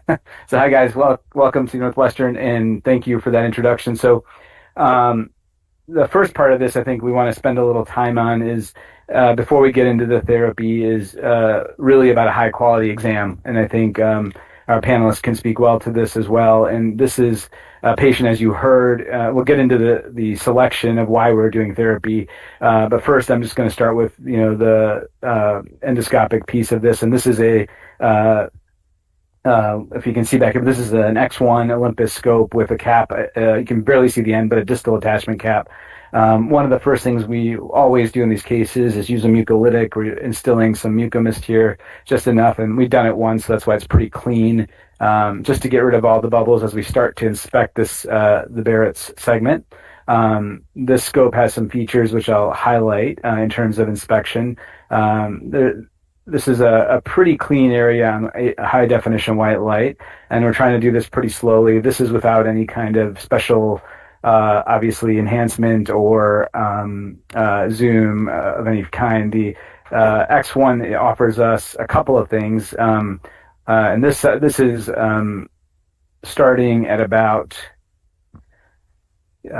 36 centimeters, and it goes down to the top of the gastric folds, or right about 39. So really kind of borderline short, long segment, not really long segment, but lots of sort of areas of interest to look at. There's a couple of spots here, like this one that we're staring at, where the patient did have these biopsies fairly recently, and I think that's just a biopsy mark and not truly a visible lesion. As part of the high quality exam, besides the mucolytic and the distal attachment cap, we are going to use virtual chromoendoscopy, in this case, narrowband imaging, and really take a close look. And the moderators can kind of tell me if there's anything of any concern. I feel like it's a pretty bland Barrett's all throughout, except for these sites where there appears to be recent biopsy taken. I'm going to take you back just for the features of this. So the TXI mode on the X1 just really enhances some of the texture, and especially when you're looking for visible lesions, sometimes can be very helpful for very flat areas. And so again, taking you through this area all throughout, except for this sort of area here, which I'm pretty comfortable corresponds to biopsy area. I don't see a lot. We also have the ability, let's say we want to look at this a little closer, we can do near focus and really come up on the pattern here and look at any vessels. It's pretty monotonous looking Barrett's, and I don't see anything super aggressive or concerning. There obviously is low-grade dysplasia, so we will see some stratification and probably some atypia, but nothing that I can really classify as really concerning. So we'll stop there just in terms of the high-quality exam, and just have the moderators maybe comment on the importance of this and how they do it. Hi, Shri Samatab. I don't know if you can hear. Even before the high quality exam, and I'm throwing out a softball for Dr. Wani, how do you talk to your patients with low grade about whether to ablate, not to ablate, and maybe Dr. Wani can tell us about his survey trial. So I will set that out. I was waiting to get to that as the next thing because I was asked to kind of present. So in this scenario, and I'll hand the baton to Sachin in a minute. We did sit and talk with the patient about 3 options, I think, which are relevant here. One is what we're doing now, which is which is supported again, all this by guidelines, is to approach this patient once the pathology was confirmed, which it always is for us by an expert. You could move, and we are moving to endoscopic eradication with radiofrequency ablation or cryotherapy. Secondly, the other option here is, and we're going to talk a little bit about TissueCypher and risk stratification, and this is one population where, depending on the age, comorbidity, and other things of the patient, this is a fairly healthy middle-aged man who can tolerate this. We sometimes will offer TissueCypher as sort of a risk stratification to help us understand, is this more of an aggressive low grade or a more bland low grade? And I'll get into that in my slides in a little bit. And lastly, and probably the one we've been trying really the hardest, and I'll let Sachin comment on, is the national NIH sponsored study looking at randomization between observation and endoscopic therapy in these patients as we try to understand more about the disease. Sachin, can you comment on SERVENT? Yeah, sure thing. Thanks, Sri. This was a really nice demonstration of a high-quality exam. Just to complete all the points that you talked about, in addition to using a mucolytic, a distal attachment cap, and I'm sure you've already completed that step, is to also do a good retroflex exam. There you go. You read my mind about making the effort to take a look at the gastric cardia and the gastroesophageal junction, recognize that that's a hot spot for neoplasia, and especially when patients have achieved complete eradication, and then, of course, using the PROG and the Paris classification for describing any visible lesions. So these are all the tenets of a high-quality exam. With regards to the SERVENT trial, it's basically a randomized control trial that will hopefully give us the definitive answer on how to manage patients with low-grade dysplasia. And so you've done all the right things, seen the patient in clinic, recognizing the fact that both endoscopic eradication therapy and surveillance are acceptable treatment strategies for this patient population. In our trial, patients are obviously being randomized to one of these 2 techniques, in addition to looking at the difference in neoplastic progression rates between these two strategies. We're obviously doing exactly what you brought up, which is to look at risk stratification techniques using contemporary biomarkers such as the tissue systems pathology test that you just talked about, looking at P53, looking at wide area transepithelial sampling, and of course, banking samples for future analysis, as well as looking at patient-centered outcomes. So we're really excited about the study, and hopefully it'll shape the way we manage these patients. So Sachin and Shri, in the absence of, I know Sachin, you just put out surveillance guidelines for risk stratification. In the absence of servant results, how are you using biomarkers right now in practice? And Mimi can also perhaps comment on how she's using existing biomarkers. So I can start. I think the current state, we are selectively using biomarkers like tissue ciphers are the one we're talking about in this session too, and more so in a lot of times even for negative predictive value. So for some patients that have low grade but may not be the optimal candidate for endoscopic eradication, it really does give us an opportunity to sort of have a little bit of objective data, again, taking it with a grain of salt with the data that's available, to sort of give them peace of mind and let us feel good about surveillance if they're not willing to be a part of the trial or, are a little bit too sick. I think we can get into a discussion. I'll let everybody else comment, but around non-dysplastic as well. Yeah, I was going to say, I think just to add to that, in my practice, we use it pretty routinely. I think the role of it really is purely risk stratification based on the accumulated evidence based on hundreds of progressors, right, or prospectively collected tissues.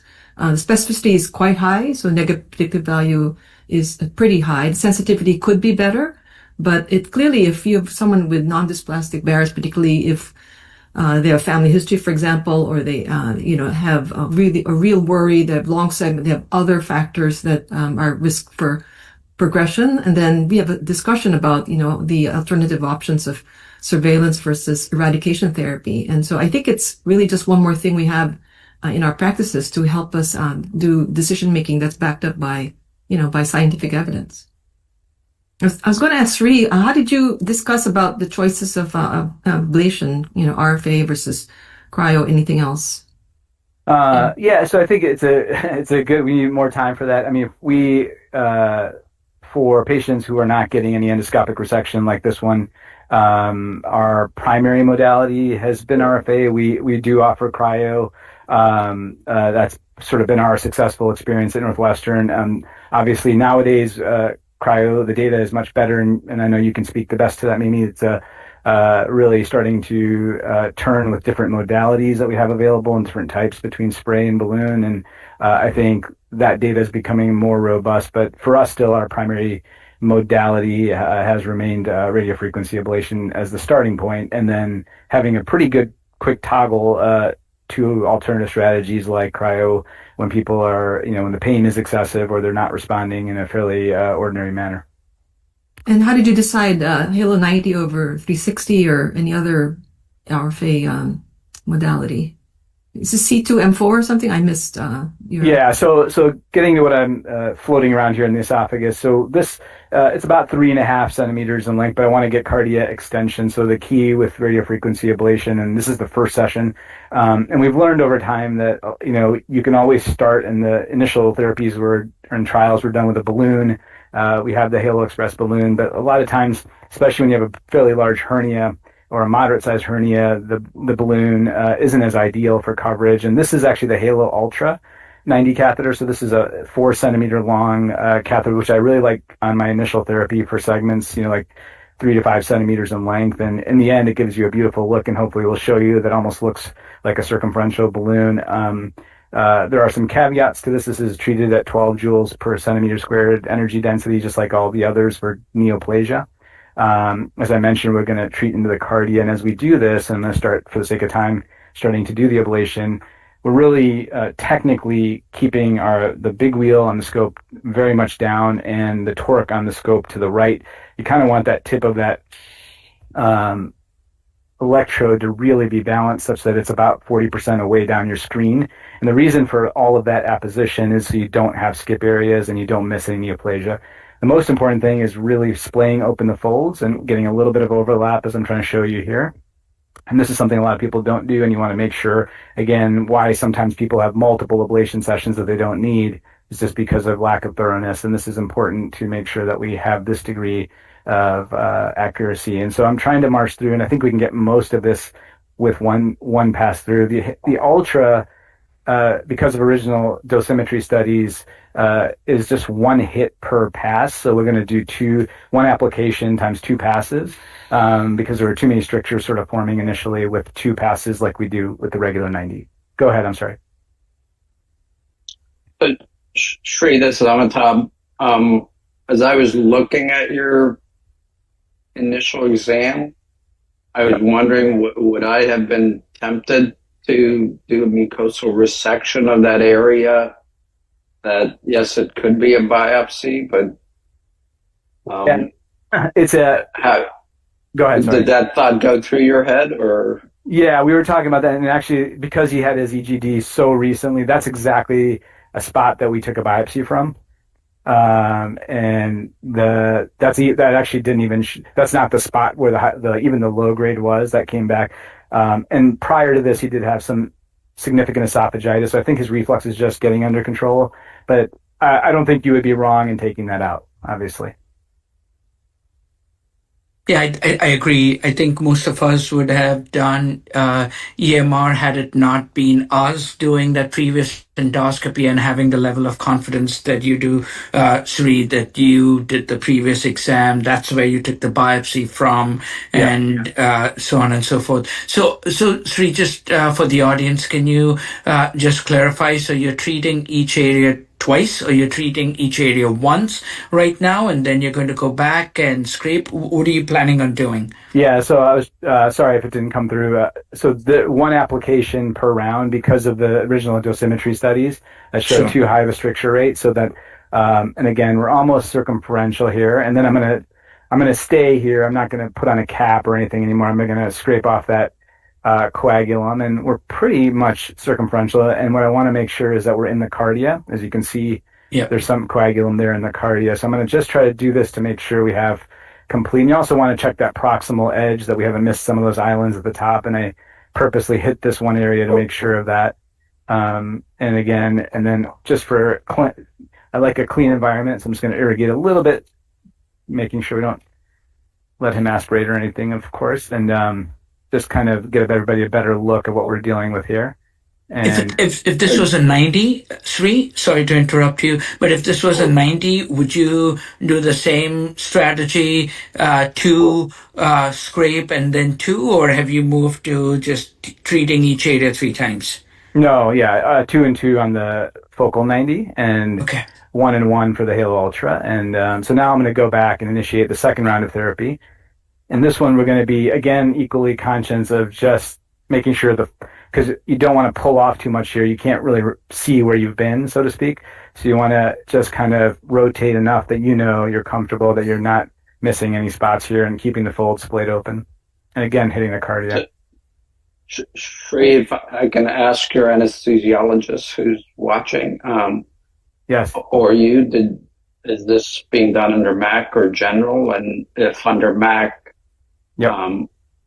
just how much do you infuse and how do you prevent them from aspirating?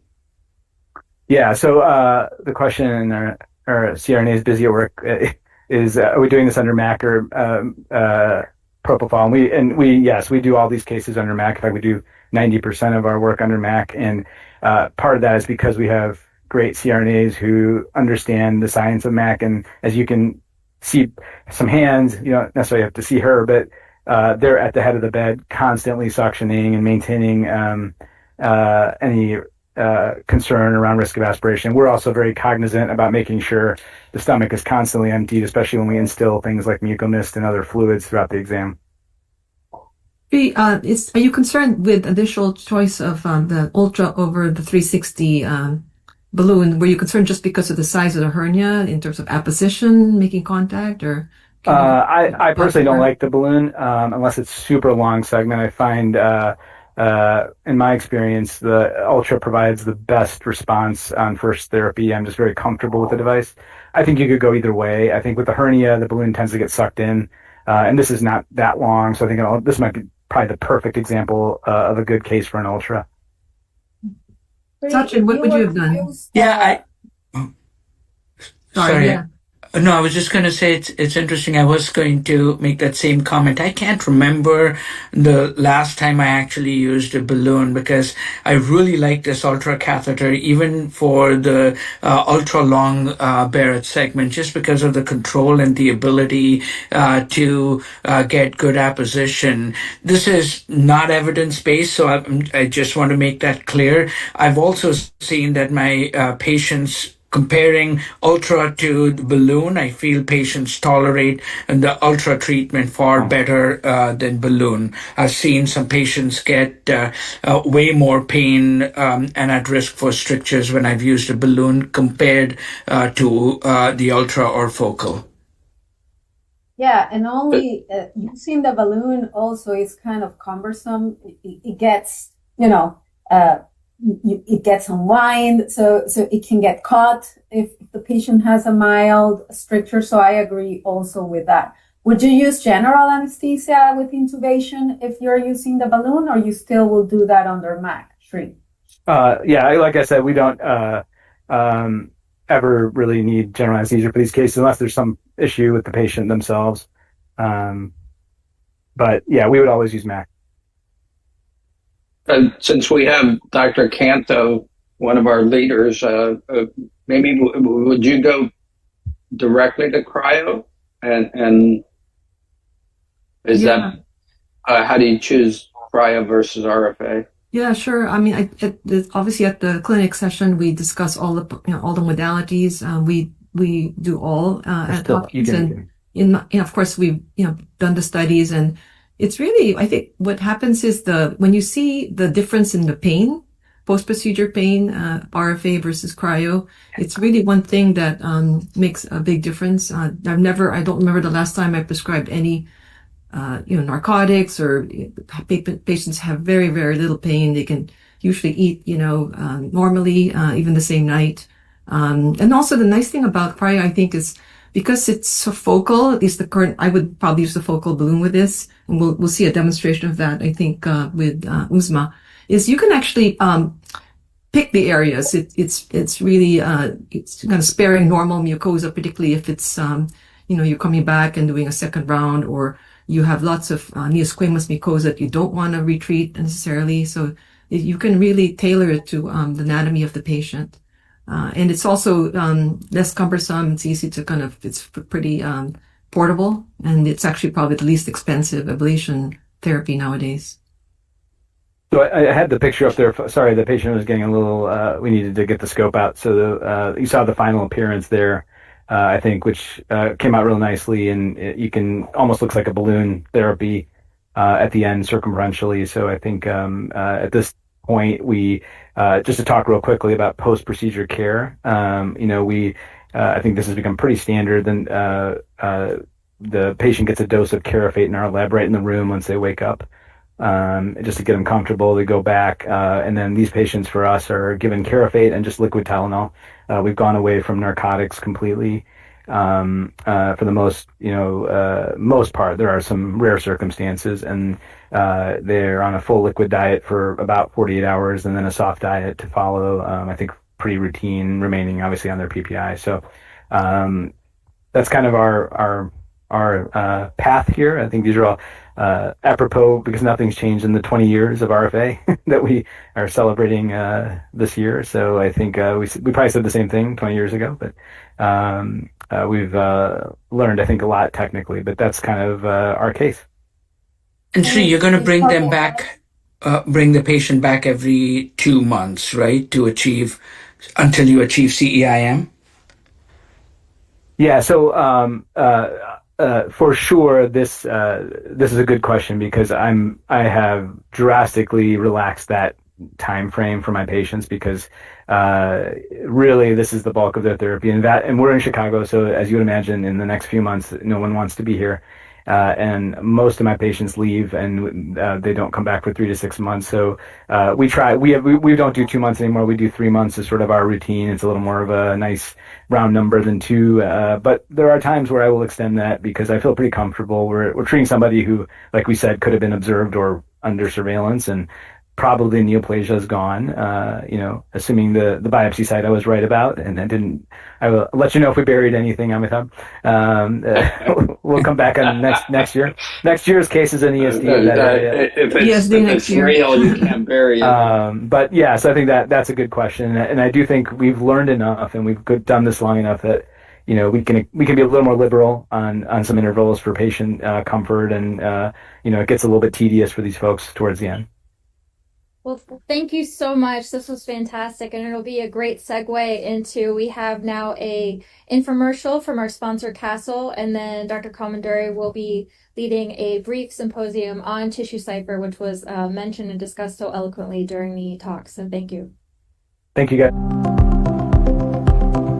Non-dysplastic Barrett's is obviously caused by reflux. We know from previous studies that about 15% of all people with reflux will develop Barrett's, the majority of which are going to be non-dysplastic Barrett's. Some of these patients, or a few, will progress to cancer, but ultimately finding or identifying those patients is a little bit like finding the needle in the haystack. What TissueCypher brings to the table is the ability to help us predict who's at risk for progression. I'd just like to give one example. A 60-year-old lady comes in with a long history of having reflux problems. She's got known Barrett's. She comes to us. We do TissueCypher on it. It's only a short little segment. She doesn't meet any of the clinical characteristics for somebody that's at risk. It's non-dysplastic. TissueCypher comes back at high risk. We didn't quite believe it. We were a little concerned because it was such a short segment of Barrett's, so we decided to bring her back for another endoscopy to do more thorough biopsies. Again, this is a high-risk patient. We take those biopsies, and lo and behold, it comes back as invasive cancer. We couldn't see it. You couldn't see it with the naked eye. And at any other place without the utilization of TissueCypher, this lady would have been told to come back in 5 years. Well, she would have been back before that because she would have had an obstructive cancer in her esophagus. But this allowed us to pick it up at an early stage 1 disease.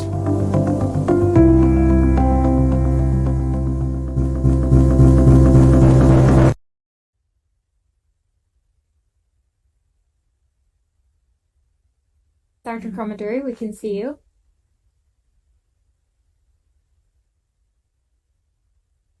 Can you hear me? Yes. Yep. Sorry, going from mic to this. I know we got to get to Ken, so I'm going to keep this super succinct, otherwise he'll kill me. I'm going to go ahead and share just a few slides, and I think, again, this is probably meant to stimulate discussion, and I think we have some great people, and Amitabh and Mimi and Sachin, to comment on really just literally like 3 slides on practicality of what I was asked to talk about. Can you guys see my screen? Yes. Okay. So I don't want, this is not meant to get into a lot of the details, and I think we can talk at other times with our sponsor Castle around the mechanisms of this, but just to get into practicality as we started to get into some of the uses in practice of TissueCypher. So this is the tissue systems pathology exam, which can look at temporal spatial analysis and all the many mutation and the different mutational loads in this disease. And some of the data really does help in high risk identification. What I like about it, and while the data is growing as we speak, is really the ability to objectify the disease for the patient. Anytime we can sit down, it's kind of, I say this all the time, with Bravo becoming so good in reflux and having tools like TissueCypher, it's fantastic to, sit down with a patient with reflux and Barrett's and show them, hey, objective data, and this is how we're going to manage your reflux, and this is how we're going to manage your Barrett's based on these different data points. As we talked about, obviously, whether it's indeterminate for dysplasia, which is a key category where we can use this, and then even in high risk non-dysplastic patients. So there are some patients of mine that I find that are clinically quote unquote high risk. Let's say they're very young, long segment disease. I do find this tool very helpful. Almost always we find them to be low risk, and we can reassure them and put them into a surveillance protocol. But there are a few of them that, who have family histories and other things that we do find high risk, and we can discuss, while the data isn't fully there, while it is something that I would consider endoscopic eradication for. Similarly, as I mentioned, one of the most important things for me is the negative predictive value. I have a lot of anxious patients and we all do, who have an irregular Z-line or who have, things that are even low-grade dysplasia and their comorbidities with have severe coronary disease and things like that. And we can use this to sort of talk them off the ledge, so to speak, and let them know, hey, your low-grade dysplasia is low risk, and we can really take this conservatively. So I think that's very valuable in this. Now, obviously, there are other biomarkers, and I'd love to hear some of the commentary here, and then before we get into this, I'll stop there. Maybe just ask Amitabh, kind of maybe you can kick it off just for a couple of seconds around how you use this in your practice. So, Sri, you're asking the wrong guy. I have to admit I'm conflicted because we're doing research on developing a different biomarker. So I can actually maybe ask someone else. Well, that's Mimi. I can just add to that. I think it's also useful, like discontinuing surveillance. It's actually very reassuring to patients when you are, they reach the age and they've been, non-dysplastic, and it's just another objective parameter for helping in that discussion. So it's, when it's positive, high risk, it's actually easier to have that discussion based on the data that's there. The risk is, in the 12% whatever range. But what do you do, Sri, with the intermediate risks? Are you handling them as low or high? Yeah, that's a great question. I think that's where the data we really need to understand. Yeah. I kind of, I put the onus on the patient a little bit, and it's, I think we all have a gut, right? I think when we go into these things, there's a feeling we have of what we would do, what you would do if this was you, so to speak. And I think some of these are done for the patients who are, for their anxiety. But, it's kind of like you're back in the indeterminate for dysplasia. So it's like, right. So you're now indeterminate for tissue. It's really gray area. I'm not sure. So I think we need more data, and I kind of have to leave it in the patient's hands. But I think the real, that home run of that negative predictive value is tremendous. Sachin? Yeah, I think with the company in general and the most recent analyses that have been done, say, for example, even using the SURF data, they've actually, Mimi, to answer your question, they've combined intermediate with high risk for their analysis. So that's what most are recommending. Just an important point to remember that what this test tells you is what the risk of progression is for 5 years, right? That's where it stops. And it's just important to understand that in our practice, I will say every low-grade dysplasia patient obviously gets enrolled in the SERVANT trial. So we are prospectively evaluating how TissueCypher performs for the low-grade dysplasia group.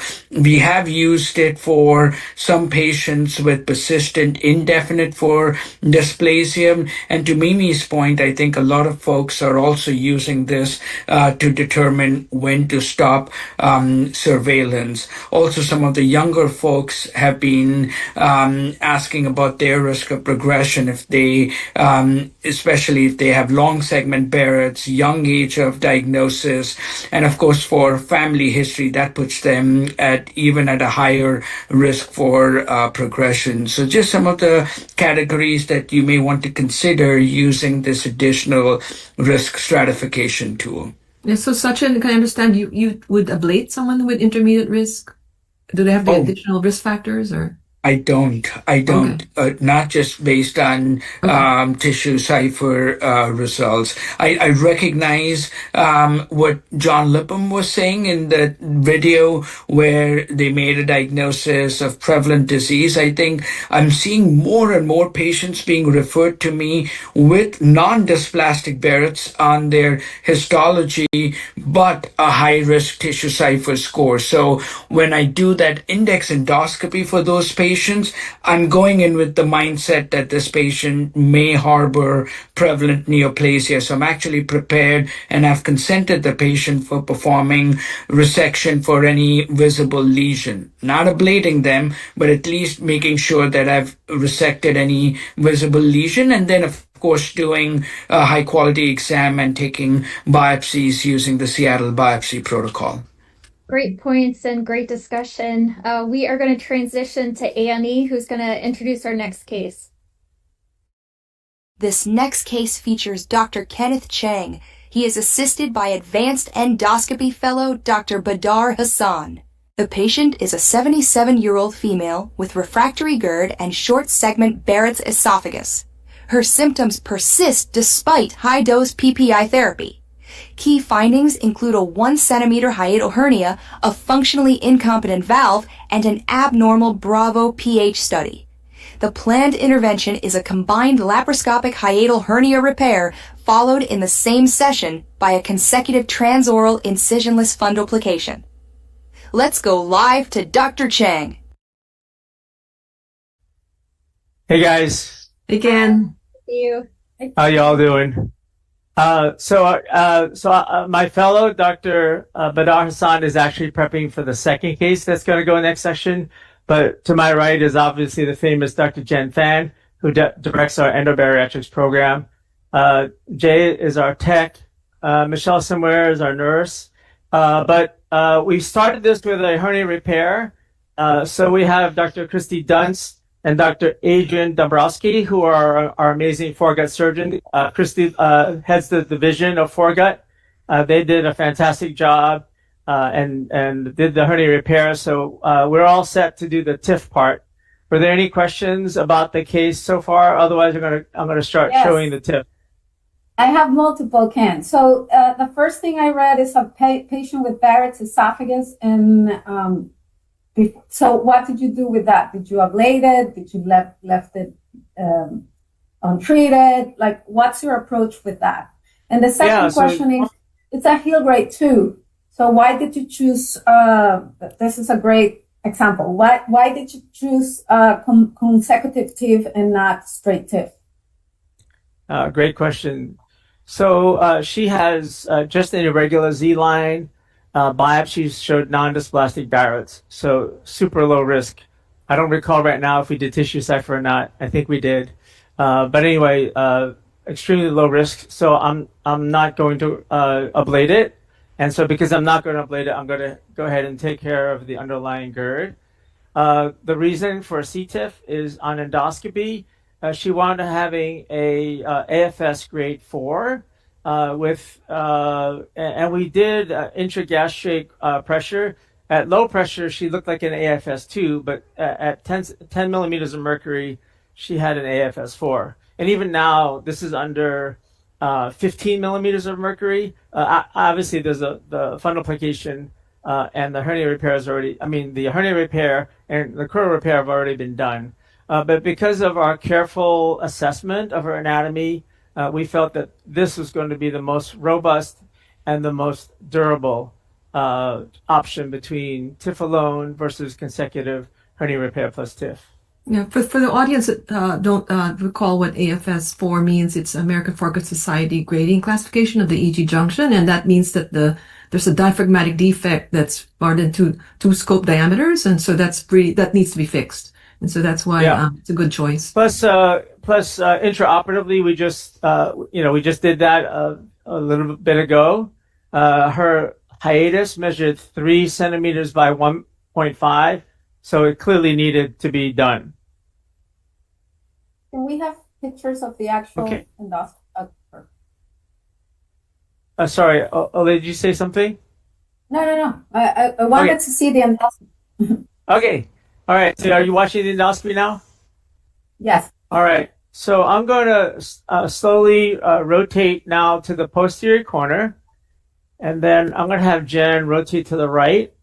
I like this view better because the scope is out of the way from that posterior corner, and I can see quite well. So the first thing I'm going to do is put the helix here in the posterior corner at around 11 o'clock and rotate the helix until about 3 turns, and it holds on to the tissue quite nicely. Then I'm going to rotate out of the corner and open the tissue mold to free the helix so that then we can retract it later. So now I'm going to set my device. That little silver shiny part in front of the blue, that's where the fasteners are going to come out. So I need to set my device so that silver part is in the esophagus. Roll right a little bit. Yep, perfect. Okay. So that's a good set position. And I'm about 39 right now. So this is her set position. So now let's roll left a tiny bit. Okay, so now we're going to create the valve length. And here's where we're going to stop the insufflation. The 15 millimeters of mercury insufflation is, we use the pale air, which helps to keep the gastric lumen nice and open. But now we're going to suction a little bit so that we can create some laxity. All right, good. Stop there. So now roll right a tiny bit. Perfect. Okay. So suction some more. Perfect. A little bit more. So here I'm just trying to get maximal length. And I'm about 2 millimeters away from max. That's max right there. So I'm going to lock it. And then the next thing I'm going to do is rotate and fold stomach around the back of the esophagus. And so this is rotation to about 10 o'clock, 11 o'clock, 12 o'clock. And this is about 1 o'clock. That's enough. I'm going to then lock, suction on. And then we're going to re-insufflate. So after re-insufflation, I'm going to neutralize the pressure. And I'm going to push off the diaphragm. And I'm going to fire. And now I'm going to roll out of the corner. I'm going to reload. So we try to remember to reload after each fire. Otherwise, we'll forget later. Or, well, because I'm old. Okay, so I'm going to open. So that was our first set of 2 fasteners in that posterior corner. So now I've reloaded, and I'm going to just repeat that again for the second plication. So I'm going to again set my device. I'm going to pull it back to about here at 39. And then I'm going to start deflating. Jen's going to deflate, and I'm going to retract. This time I'm going to retract a little bit less. I'm going to give it about a half a centimeter of slack. And then I'm going to roll now. So now the second plication will be a little bit lower on the valve and a little bit further rotation to 2 o'clock. So lock, suction on, re-insufflate. I'm going to pull the tension off. I'm going to push off the diaphragm. I'm going to fire. And I'm going to reload. So now I'm going to reload. And so that was 2 plications in the posterior corner. And I've changed my technique a little bit. Instead of going right to 3, I'm going to stop at 2 and come back later if I need to. So now I'm going to go to that anterior corner. And we're going to first take a look at that posterior side. You see how well those fasteners are placed? Stair step, they're away from each other. So we're pretty happy with that. Now we're going to go to the anterior corner. And so this anterior corner is kind of a pain in the, you know what, because it flares out. And a lot of times that anterior side is a little bit more tricky. You can see even the gastric sling fibers flare out quite a bit. So I'm going to show you this technique that I like to use in a situation like this. So first, I'm going to aim my helix at around 1 o'clock, which is around here. That's about 1 o'clock. And I'm going to rotate in and get a nice bite. Now what I'm going to do is I'm going to roll out of that corner and open the tissue mold to free the helix. So now the helix is free. All right, so now I'm going to set my device to about 39. Okay, so now I'm going to show you this technique where I'm actually going to pull on my helix to create the valve length, but I'm also going to start rotating the entire G junction out of that anterior corner. So I'm going to have you start deflating, Jen. Okay, so I'm going to retract, and then I'm going to rotate gently. Go right a little bit more. Perfect. So I'm going to retract a little bit, and I'm going to rotate. I'm going to retract a little bit, and I'm going to rotate. I'm going to retract a little bit and rotate. And that's maximal retraction. I'm at 39. And then I'm going to roll into the corner. Now that I've pulled that corner out towards me, I have a little bit more opportunity to fold stomach without hitting the liver. So now I am rotating quite a bit. Now I'm going to lock, suction on, reinsufflate. I'm going to take the tension off, push off the diaphragm, and fire. And I'm going to reload. So that was my first anterior. And we're going to take a look and see what that looks like. That is looking beautiful, Ken. Like sometimes I find that I try to do that technique of yours, but the tissue is not really coming towards me. So how, like I saw what you did. You suction a little bit, you pull a little bit towards you, but what if the tissue is not coming towards you? Yeah. So as you can see, it landed around 4 or 5 o'clock.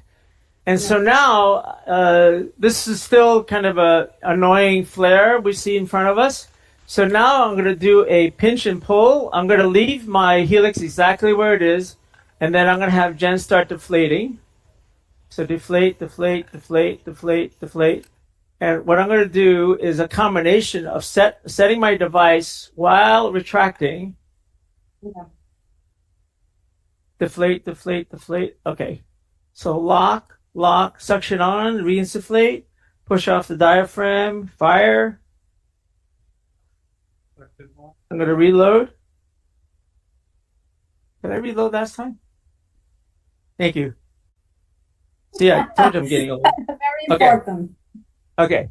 So now I'm going to open and I'm going to come off and take a look. And that bell bottom flare should be gone. Voila. Nice. Okay. So now we want to go to the greater curve. So that was just 2 and 2 instead of 3 plus 3. So we're being a little bit more frugal with our fasteners. If you put too many fasteners in, especially if they overlap, it can result in some risk to the patient with overlapping fasteners on top of each other. All right, so I'm going to open. Now we're in the greater curve. And I'm looking to see between the first anterior and the posterior, I've got enough room here for, I think, 3 sets. So I am now going to set my device. I'm at 39. And then I'm going to have Jen start deflating, deflate, deflate. Roll right a little bit. Yep, deflate, deflate. Okay, I'm going to lock, suction on, reinsufflate. Push off the diaphragm and fire. I'm gonna reload.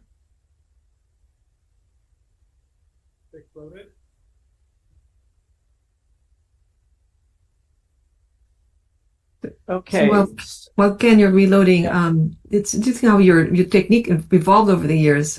You basically taught all of us how to do TIP, and it's we credit you for having us understand really all about the physiology of the GE junction, which as therapeutic endoscopists, we never really thought about it as much until we got into doing endoscopic therapies for GERD. I think we all learned a lot from each other, huh? Yeah, so what's nice that you showed is that you tucked in the corners and then now you're trying to go for length. And with the hernia repair, you find it easier or harder to get the 3-4 centimeters length you normally do with your TIFs? Suction on. Let me fire. Go ahead. Yeah, sure. Okay. Yeah, so I think after hernia repair, the TIF tends to be like super predictable because all the heavy lifting has already been done by the surgeon, right? The esophageal length has been established.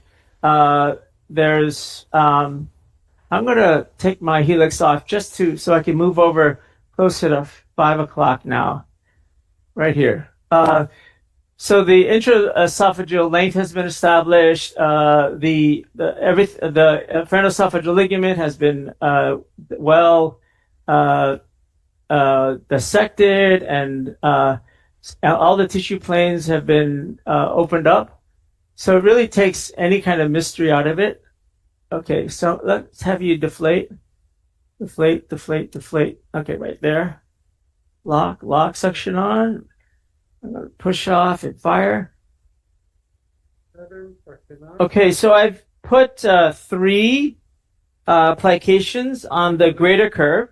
So far I've done 2 posterior, 2 anterior, and 3 greater curve. So let's take a look. Let's go to the right. Okay. So I think we're pretty. I think we're going to jump to a message from our sponsors, but we'll come back to see the end result after. It's pretty much done, but great. Thank you. Okay. So I think. The Esophax Z Plus device is an over-the-scope device used for gastric fundoplication for patients with chronic GERD, designed to help physicians reconstruct the gastroesophageal flap valve and restore its function as a reflux barrier. This device is used during the TIF 2.0 procedure for GERD patients and can include patients that have a hiatal hernia less than 2 centimeters. For patients with a hiatal hernia greater than 2 centimeters, the TIF procedure can be combined with a hiatal hernia repair, known as CTIF. The Esophax Z Plus device is 60 French and can be used with a variety of compatible endoscopes. To use the Esophax Z Plus device, open the packaging, prep the device, and lubricate the channel. An endoscope is inserted into the device for full visualization during the procedure. The lubricated device is inserted into the patient's mouth, guided down the esophagus and into the patient's stomach. The device is retroflexed up towards the GE junction. Using the helical retractor, tissue is pulled down and serosifuse fasteners are deployed. Approximately 20 fasteners are used to recreate the valve, depending on the patient's anatomy. My lifestyle is so much better. I never knew that a life without acid reflux was even a possibility.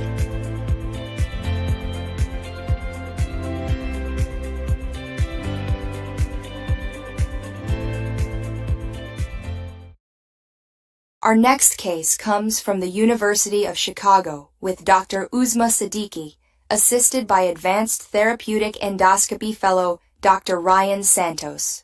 The patient is a 67-year-old female with a history of Nissen fundoplication, diagnosed with epidermoid metaplasia and high-grade squamous dysplasia.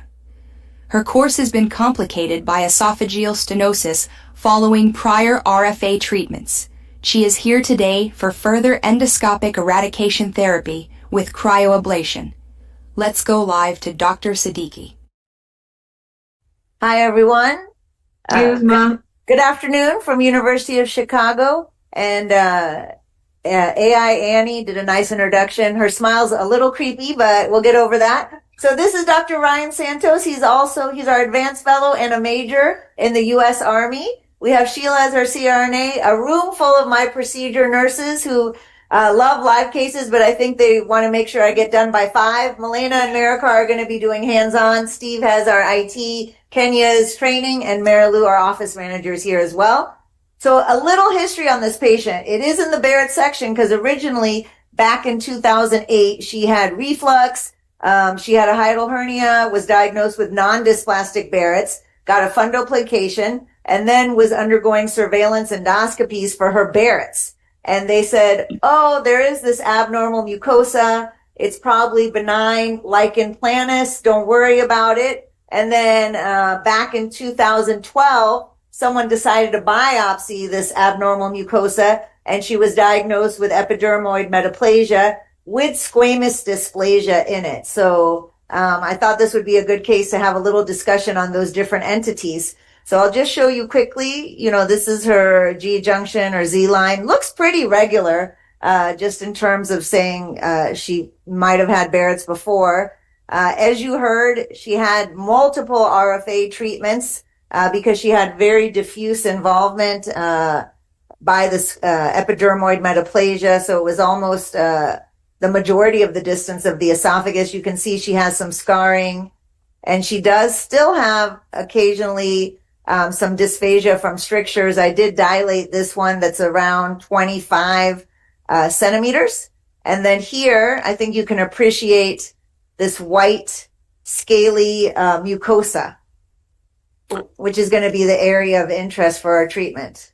Now, Dr. Siddiqui, I was wondering, there's another entity, lichen planus, and how do you determine between this and lichen planus? I'm sure if the panel wants to answer also, but for lichen planus, it's benign, it's more inflammatory, maybe associated with autoimmune diseases, and that usually has almost like a paper mache appearance, or you get sloughing of the esophageal mucosa, versus epidermoid metaplasia. You get this white, kind of scaly, pearly looking mucosa, and it is a pre-malignant lesion and can lead to squamous dysplasia. Can either be seen like post-ablation Barrett's in the neosquamous, which is kind of an interesting phenomenon. Or I think I saw some of her old reports where they did mention, they said post-ablation scar tissue. And I think, again, it might have been mistaken back then. Yeah, the natural history isn't actually well understood, but definitely if it was so extensive and it was dysplastic, yes, definitely. So what made you choose cryo C2 versus the liquid nitrogen? Good question. I think, again, for us at our center, most of the time we're using the liquid nitrogen for debulking of esophageal cancer for the most part. And since hers was pretty flat and a longer segment, I just thought for ease of use and ablating a larger area, the cryo balloon would be nice. And we do have the 180 express system, so it kind of moves a little bit faster. And I wanted to also target below and above the stricture. I was trying to avoid kind of ablating right on the stricture itself, which we have rebiopsied, and that did not show any residual dysplasia. But so if you can... I was going to... Go ahead. How often are you bringing them after ablation? Sorry, I can't hear you, Ole. Are you bringing them every 3 months? Yeah. So in her case, we have been doing her every 4 months. So, and she loves live courses. She was part of Chicago Live last year. She wanted to make sure. I was just going to say that. You reckon it's the same lady, yes. Yeah, I was standing next to you. And she made sure, she said, tell them I got my hair done for the course. And also, the reason. You look great. No, not me, her. But she's an opera singer. So, when she had the debilitating dysphagia from the RFA therapies, she was not really excited about doing more ablation because it would interrupt her singing schedule. So with the cryoballoon therapy, she hasn't really strictured that. This one little recurrent one is minor, but she's done very well with it. So we do have the 180 Express system. It's a 10 French catheter. And we're using a therapeutic upper Olympus scope. So we're going to open our accessory cap. There's a little introductory catheter that you keep on it. And we're going to push the catheter down. We're going to inflate and deflate it in the stomach and then bring it back to treat this area. So one thing that's nice sorry, go ahead. I'm top. So what I fascinating, what I was going to say is, I think this is a fascinating condition. I think it's going up in incidence. In fact, I had a fellow looking to see if we can prove that it's going up in incidence. It's rare, and there aren't that many data on it. I think there was I think the autoimmune thing is not clear. The literature confuses lichen planus, and if you look, lichen planus and epidermoid metaplasia may be the same entity because the pathologists aren't clear. Risk of progression is not clear. I personally think RFA doesn't work as well. I think the high-grade resection probably makes the most, and sometimes I've thought we should leave it alone unless there's high-grade, because it's very hard to get rid of, and I really don't know. So it'd be really intriguing to look at this. And I think there was one case series in Canada, but again, very limited data. And then Dr. Santos found, there's this one mutation, TP53, associated with it. And maybe that's why, it can predispose someone to squamous esophageal cancer. But so we put down the balloon catheter. Can we show my feet real quick? We'll show the pedal. So the blue button is going to inflate and deflate the balloon a couple times just to test it out in the stomach. And then I have pedals here that can move it left, right, or move the balloon up, down, depending on where I want to treat. And then we can deflate the balloon then. Uzma, that's called the canto pedal. What is it called? The canto pedal. Just kidding. Oh, kids. I asked for Listen, if it's named after a woman, I'm good for it. So no, the system. I'll call it the canto pedal. Balloon. Just kidding. No, so just to add on some more speculation and food for thought. There have been reports of squamous cancer developing in patients after our ablation. We've seen a couple. Ken Wang had reported way back when in the PDT days. If you think about it, when we deliver energy, we are doing lie injury. So is it impossible that squamous cancers could develop as a result of RFA? We actually wanted to try to study some of that, because maybe there is a predisposition. So it is interesting that she got ablated and then developed this condition. Something about the immune system that causes this.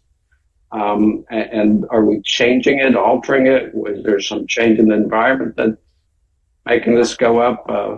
I know. Anyway, I wonder if we could P53 mutations can be seen in normal esophagus, so always be wary. True. So I'm turning the catheter. See the circles on the screen. So that's where my nitrous oxide is going to be treating. So I'm going to turn it till I pulled up the balloon close to the tip of the catheter, and I'm just rotating a little. So I think we're probably on it. And then it's going to treat about a 3 centimeter area. So I can come back a little bit probably. Can you go over the setting, like the dose, because the 180 is different than the other focals. So what's the preset dose?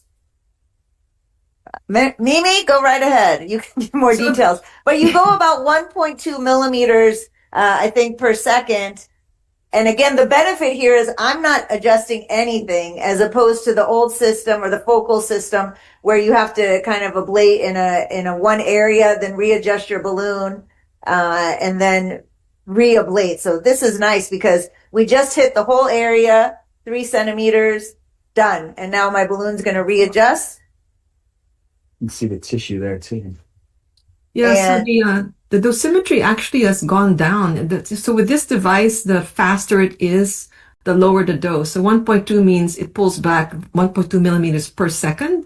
So when they started the original dosimetry studies, it was at 0.8, 9, and even 1 seemed to cause some scarring. So the current default dose, at least that we're using for this device, and Barrett's in particular, is the 1.2. So you have to make sure that that's kind of where we are with the dosimetry. Go ahead. I didn't adjust it to be different than what we use for Barrett's. Again, I'm treating it as dysplasia in general. And even if we do other where it's just straight up squamous dysplasia, I don't really change the settings from Barrett's. Yeah, interesting. We published our initial squamous dysplasia cryo paper, and it seems to me, at least even in our practice, that squamous mucosa responds really, really well to cryo. Just one treatment, often you're one and done. You'll come back and it's gone, often. And so Yeah. Unlike RFA, remember the trials that Bergman and his group did in China, and even for flat squamous dysplasia, it can not have such great results and also cause strictures. So this is a good I think Agree. it causes more And I think pain. Sachin, I don't know if you remember from August of last year, but we had to treat almost like 8 centimeters of I do remember esophagus. that. So Yeah, now I do we're just remember. she has had a few treatments, but we're down to this You're little almost couple done, yeah. inches. Yeah. Yeah. I wanted to know, Mimi, just because when you're trying to treat squamous dysplasia, it's not as apparent at times, especially if you're just basing it on abnormal IPCL patterns. I wonder if there's benefit to demarcating or marking the lesion before, especially when you're using the focal device. Do you find that beneficial in your practice? Yeah, so if it's multifocal squamous dysplasia, I actually like to use Lugol's. I use dilute Lugol's, and then it really lights up, the unstained areas. Make sure if you do that you actually have to flush the channel of the Lugol's, or so it'll be really dark when you look through the balloon. But otherwise, it looks really, really clear, demarcation of the lesions, the Lugol's voiding lesions, and that's pretty easy to target with focal. I think when I first inherited her, we did do Lugol's because my preference is to resect squamous dysplasia if I could. But she had, kind of a few strictured areas, scarred areas, and it was so diffuse that's why we did go with ablation. And she's responded pretty well to the cryoballoon. One thing that's nice too about this case, Uzma, is the strictures from the prior RFA. Yeah. The balloon kind of accommodates because it's so flexible. Yeah. And it won't kind of dilate it and cause a mucosal tear. And it'll actually, if there's so much pressure, it'll actually deflate. So it's pretty safe even in patients like this with strictures. Yeah. And this is just some of her prior scarring, but it looks pretty good. So. Thank you. I just wanted to add that, yes, sorry, Natalie, should I stop? I'll do whatever Don't you tell me. Sachin. Don't give up so easily. So I just wanted to say that, yes, it's true. I think we're all seeing more and more cases of epidermoid metaplasia, and I would just resist the temptation to try and get rid of every case of epidermoid metaplasia just because we just don't have good data. You mentioned that one paper, Dave Katska has also reported on just, highly variable rates of progression, but by and large, these patients don't progress. But if you find dysplasia, then yes, definitely that's what would be the one to treat. And she also incidentally has an inlet patch, just so we can add one more finding to her endoscopic history. I would double down on what Sachin said because I've also seen it disappear. There's some association with Candida, I'm convinced, but I may be wrong. Thank you very much. Right. Thank you. We're going to go back to Hoag where they are ready to show us the final valve. Before I show you the final valve, we have a cameo appearance. The president-elect of the American Thoracic Society is right next to me. She did the hernia repair. Dr. Christy Dunst, everyone. Yay. Hi, Christy. See you guys. I've been listening all day. Hi, Christy. Really, hi, guys. All right. Valve. So, guys, valve is done. I finished pretty much when we were on camera. I put in a few mid valves. So it's about a 320-ish, 3.5 centimeters. Mimi, you want to tell us if that predicts anything?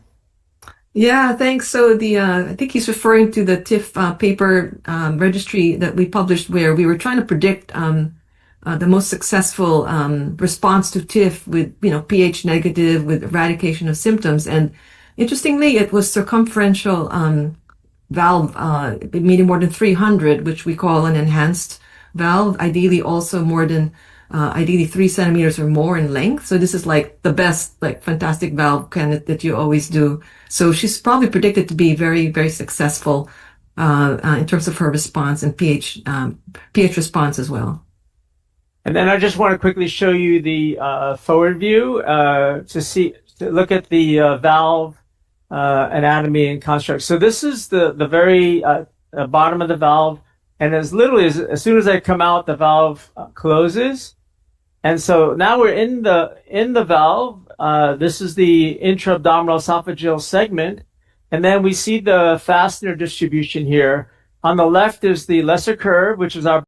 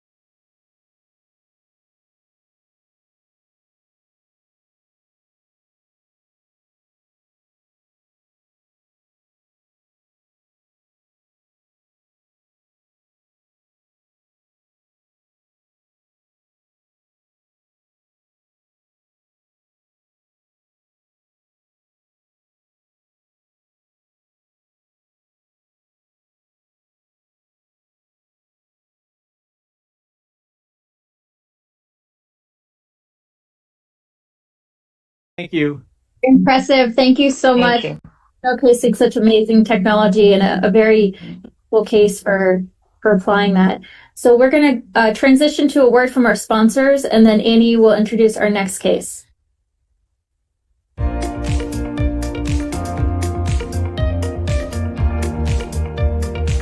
I think when it really hit me that the GI Genius system was improving my ability to detect polyps was probably on the second week of using it.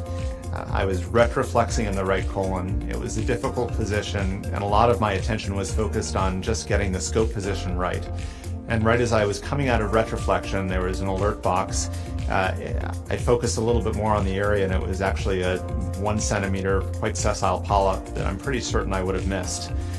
I wasn't sure if that was the only polyp I might have missed that week, but for that polyp, for that patient, identifying it, removing it, I know prevented a larger polyp or a colon cancer from occurring down the road.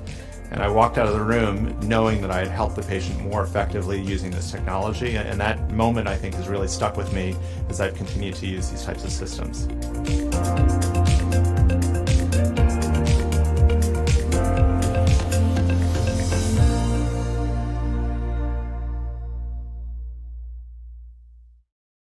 Next, Dr. Carlos Robles from the Ecuadorian Institute of Digestive Diseases will present a case highlighting AI-assisted colonoscopy. The patient is a 50-year-old female with no significant medical history. A recent screening colonoscopy revealed a 25-millimeter pedunculated polyp in the sigmoid colon, with histopathology confirming an adenoma with low-grade dysplasia. The procedure you will see is an AI-assisted colonoscopy for localization and characterization, followed by a polypectomy. Let's go live to Dr. Robles.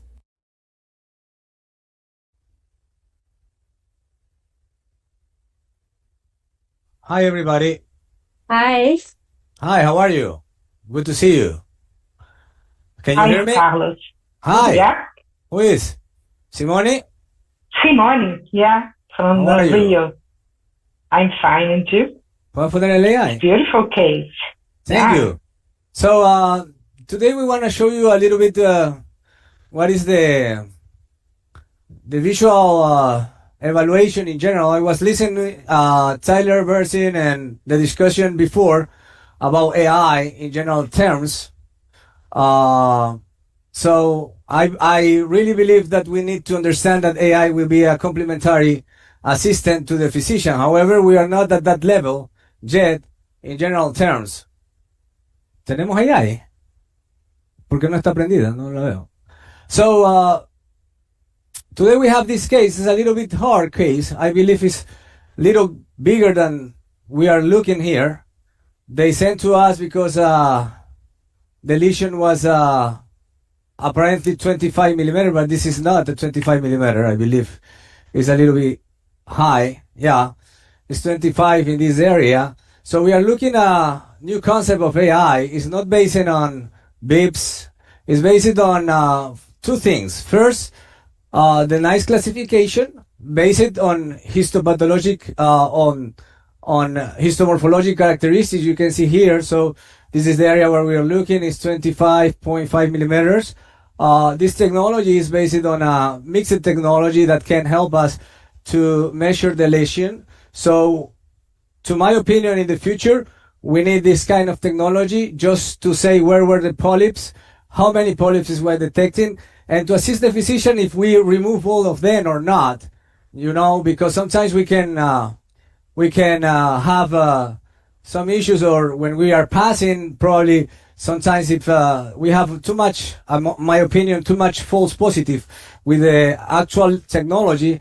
So we are working hard right now to develop a new kind of technology that can help us to really assist the physician to have a better idea what they are looking without compromising the diagnosis of what you are looking. You know, it's just suggesting what is the pattern characteristic in terms of the nice classification. We are talking about classification and not talking about adenoma or dysplasia, because the classification will tell you the probabilistics.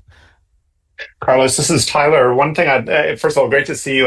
One thing I want to point out to the audience is some of the newer modalities for displaying information on the screen. We are accustomed to using alert boxes, but one of the things we have to think about is as we have more and more rich information, sizing, computer-aided diagnosis, how do we display that on the screen? I'm seeing the polyp here colored in a green color. And this is one really interesting way to display information. It might not just be boxes, it might be color overlays.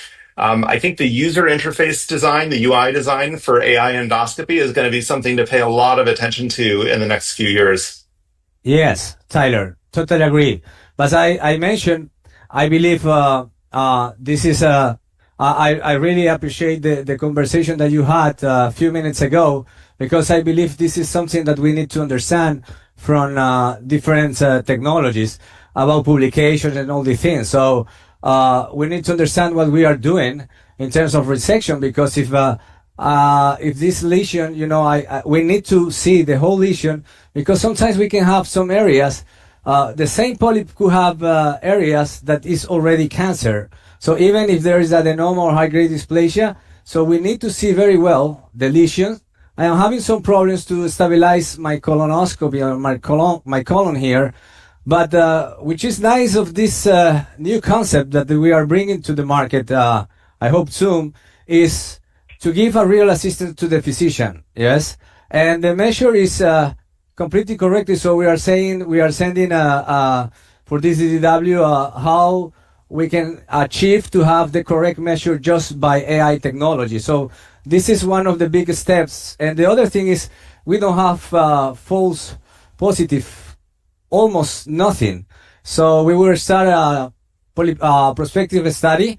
And other thing that I want to say is, because I heard about the new study using, chromendoscopy and highlight these areas. But I will tell you that the way that was trained the AI here in our institution is in a different way. It's training in white light, because at the end, the digital chromendoscopy will just highlight the same. We are looking the same. It just highlight, but for the computer will be the same. Yes. Carlos, let me ask you another question. This lesion is a polypoid one. It's a pedunculated one. Is correct? Yes. Okay. If you have a large planned lesion, would you say, or would you consider the AI still not sufficient to analyze, to characterize all the lesions? Or do you think it's okay? It's good for that moment? I think we'll be fine if the AI was well trained and you have a good accuracy. It means more than 0.95.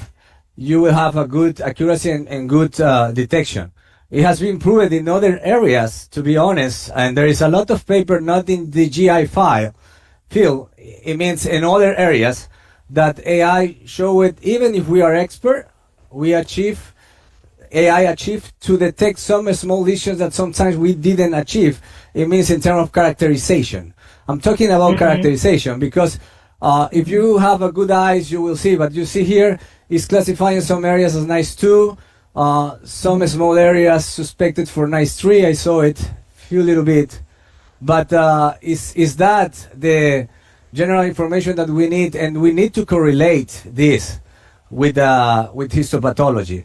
The way that has been trained, it will depend on, but I believe the best way to be trained is recording and then comparing with histology, the whole histology of the lesions, and then you will have less false positive in general terms. But this is what is happening right now. But I believe we need to still working on this in the future, because we don't need these boxes. We need more inside the reports, all this technology to really help us to work on this. You see here, so sometimes it detects like it's 2 polyps, but it's just 1, but it appears like it's 2, you see? But the AI is recognizing both lesion as nice 2, which is good, and the size, which is good, because it will help also give information. We need more data for the next generation. This is a nice 3 area, you see? So we need more information for make a good strategy and to teach our fellows how to make the good strategy regarding the kind of lesion that we are looking in terms of histomorphologic characteristic, the macroscopic histomorphologic characteristic, and also the kind of lesion, if it's pedunculated or not, if we will make a resection or not, or we will send this patient to surgery, for example. So, Carlos, this is Shravanti. Quick question about the sizing. Obviously, the sizing tool will work as much as we show the image to the polyp, right? Right now, I see that it's kind of picking up one lobe of the pedunculated multilobular polyp there. So how do you think this tool would be helpful if, it takes 3 pieces of it, or how are you calculating the size of the polyp using technology? Yes. Well, in this case, I saw a small area of nice tree. It means probably high-grade dysplasia in this case, and not a cancer. So, based on nice tree classification, yes, that will be could be resected. Second, because of the size of the tail, you can see here. So I will make a resection. Because of this patient have a pacemaker, I will use a resection with the scissors of Creo Medical. I will make off camera for sure, but this is a bipolar technology, and I will put a clip, 22 millimeters clip inside down. That is the strategy that you will use in this patient, because it will be easier to cut as a scissor, using microwave technology for coagulation prevention, and also cutting with bipolar. So it will not affect the patient, and I don't need to have the pacemaker team here with me and the patient today. So this is a kind of a strategy that we can use with this kind of technology and help us to make a good strategy. Thanks, Carlos. I think that's helpful. So you're using advanced imaging and AI technologies to strategize a plan, knowing that you can resect this polyp safely in this high-risk patient. Yes. Thank you so much, Carlos, for this beautiful demonstration. Thank you. All the technology, this session has been just absolutely exciting. We are going to have a quick break for a message from one of our sponsors, and then Annie is going to introduce the last case of the session.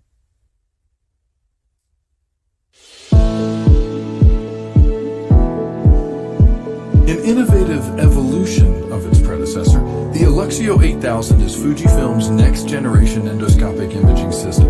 At the heart of the Aluxio 8000 system is a completely revamped image processing engine. The 8000 system features a 12G SDI output, enabling 4K resolution imaging display on the endoscope monitor, truly enhancing your visual experience. With these technologies, the Fujifilm Aluxio 8000 system offers you next-generation image enhancements to further your practice capabilities. We've now introduced an observation mode called Amber Red Color Imaging, or ACI. ACI simultaneously emphasizes brightness and color difference to distinguish areas with high red saturation. This feature helps improve visualization of blood vessels in the submucosal space, or pinpoint the source of an active bleed.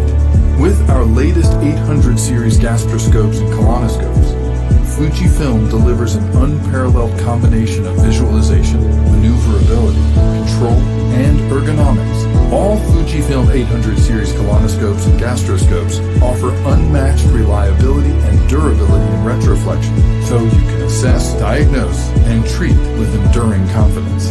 The Aluxio 8000 system promotes smart connectivity and scalability with peripherals and systems, streamlining your workflow and providing you with an unmatched set of innovative endoscopic solutions on one future-ready platform. The Fujifilm Aluxio 8000 system and 800 series endoscopes. We now return to Dr. Jason Samarasena and his team at UCI School of Medicine for the continuation of their complex case. The team will now switch to the Fuji colonoscope with a Magentic AI system to continue the evaluation and begin the resection of the patient's numerous polyps. Let's go live to the procedure.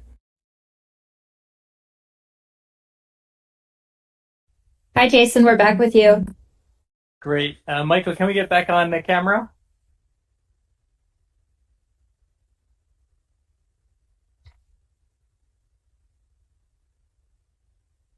Hi, Natalie.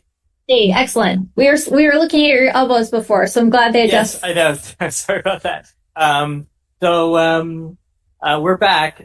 So same patient, and we have a different system to demonstrate. This system is from a company called Magentic, and Michael, if you could show the box, we'll step out of the way and see if Michael, you can show the box here. And so Michael, you might have to go a little bit higher. There it is, perfect. And so so again, another box, same sort of setup. The processor feed going into the box going into the monitor. And Michael, we'll go back on camera.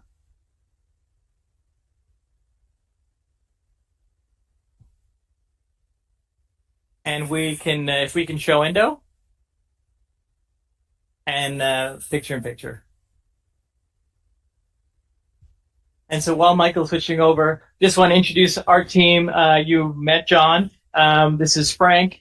We've got Christella, and we've got Miguel with anesthesia. And no, I really appreciate everybody. And we've got a lot of people from the companies in the room as well. And so, you know, this is another system. This is really doing a nice job sort of detecting this polyp. You know, one of the things that I'm kind of sensitive to is any sort of lag when a video feed is sort of leaving the processor, going into some, you know, external instrument, and then going back to the video monitor. And I think, you know, on both systems today, the Caddy system and the Magentic, I'm not really experiencing any sort of lag whatsoever. I think, you know, this is really creating a very nice tight box around this polyp, which is quite nice. And you can see sort of multiple, potential polyps being detected here.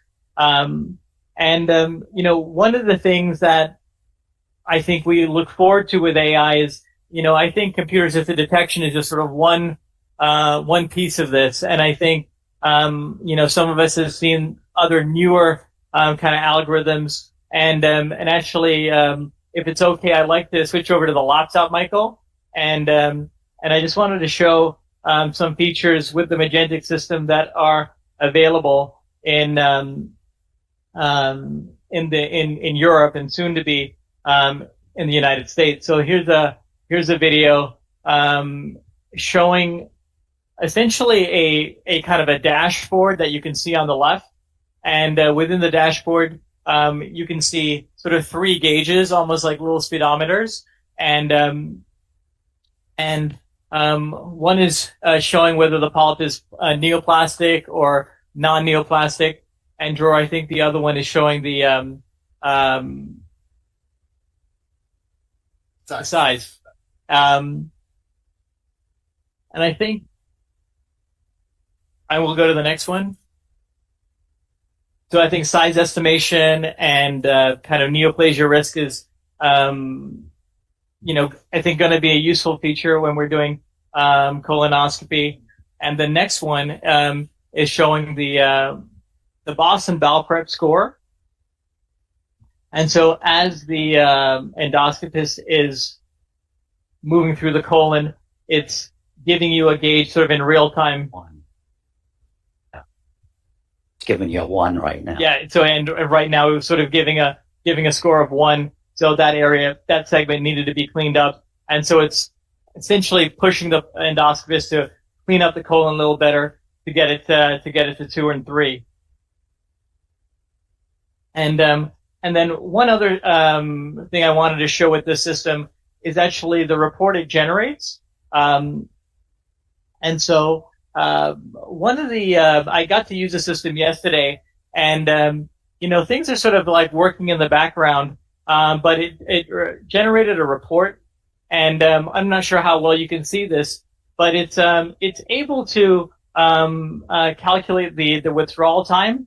And so it essentially detects when you're at the cecum, takes an image at the cecum automatically, and then as you're coming back, it's calculating the time, and it will tell you your total withdrawal time, but it'll also tell you your withdrawal time without intervention. So if you're removing a polyp, it will it will subtract the time of the polypectomy and actually the time of the washing as well. So it's really looking at really purely inspection time. And so I think this is a nice feature as well. And I think the goal with these algorithms running simultaneously, continuously throughout the colonoscopy is that it will eventually provide us essentially a full report, which I think will be a really nice addition to our workflow. And Michael, we can go back to endo and in-room. Jason, that's fantastic. Is it triggered based on images, or is there any auditory? Like, can you say verbally, "I did this," or is it just the image capture at this point? No, great question, Natalie. So my understanding is with this system, it's nothing related to something you're saying, so you don't have to tell it that you're at the cecum. It can tell that it's at the cecum based on the images, and then when you start pulling away from the cecum, that's when the timer for the withdrawal time starts. Fantastic. And if you clean a segment, will it recognize that and recalculate like the prep quality, or it'll just stick to kind of the original image? Yeah, no, great question. My understanding is it will recalculate and you know what? This was a nice example. I wasn't really looking, at the bottom part of the screen to see that polyp. And so when I saw the box, kind of behind that fold there, I'm now sort of going to investigate it. And sure enough, there is a polyp there. One of the things that Tyler brought up was this concept of descaling, and maybe we can touch on that a little bit more. So one of the things with AI, and they've studied this in the radiology literature as well, especially in breast imaging, where they looked at the radiologist's eyes on the screen and their eye movements. And with colonoscopy, they've shown sort of the same thing. When AI is in play, the actual amount of eye movements on the screen may be less than if AI is off. And I think, one of the things that we need to sort of be mindful of is that we're not, we need to still put in the work with inspection. We need to put in the work of getting behind every fold, exposing the mucosa as best as we can, cleaning things up. And I think, with AI, there is, potentially that sense of security and that kind of over-reliance that will, potentially get us off our rhythm and maybe make us essentially worse endoscopists. But I think as we, use this technology, we just have to remember our fundamentals and so use this for that one piece of, is there a polyp there or not? But I'm still going to do what I've been trained to do, in the best way I know how. You're responsible at the end, so. Jason, it's Raman. Nice to see you today. A couple of questions for you. One is kind of the inverse, maybe the de-skilling. How do you find this useful in your practice as someone who's obviously got a lot of experience? How do you use AI? Is it allowing you to find lesions? And if so, which lesions does it aid you with? And then the other question I had, based on Carlos's cases, is there any data or any value that you found in sort of looking at adequacy of resection? Does it help you find residual at the margins that you feel that may help you in terms of getting a more complete resection? And Jason, no pressure, but if you could answer in 30 seconds, because I do want to jump back quickly to Hoag so they can show us a Fuji EOS feature. Okay, Natalie. So, Raman, to answer your second question, I don't believe there's any algorithms that's looking at adequacy of resection yet. I think that's an interesting clinical issue that I think once we get these more basic algorithms to market and they're solid, I think we'll kind of, I'm sure, delve into some of those more obscure kind of areas of GI. But I think, for me, I feel using this system is almost not always just for the individual. As a administrator in a system, if you have tools that are having endoscopists clean the colon a little bit better, generate reports of what the bowel preps are, looking at withdrawal time automatically, and then generating this data. I think from a health system standpoint, we might be able to, all get a little bit better. And we can see who are the underperformers and who are like the better performers. And because all of this data is essentially being generated automatically. And so I think this is one area where I think AI is going to be helpful. Absolutely agree. Thank you so much, UC Irvine team. We're going to jump quickly to Hogue. Hogue, we are live with you.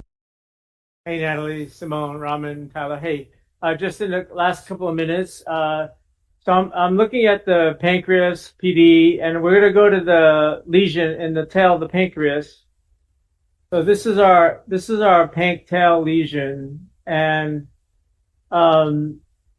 so it is smaller by about a centimeter, but when I turn on the eFlow, you'll see that the patient has splenic vein thrombosis, IVG1, gastric varices, and I think these collaterals are kind of wrapping around where that tumor is. So that's going to make RFA not so feasible, I would say. But I also wanted to show you, if you look at the tumor itself, we're not picking up any flow in the tumor itself. Does that mean this tumor is dead, or does that mean we're just not able to see the small vessels? So I'm gonna turn off eFlow and go to DFI. So now same image, I'm gonna hit DFI. Okay, so now we're looking at the same image on DFI, and we're going to look and see if there's flow in the tumor itself.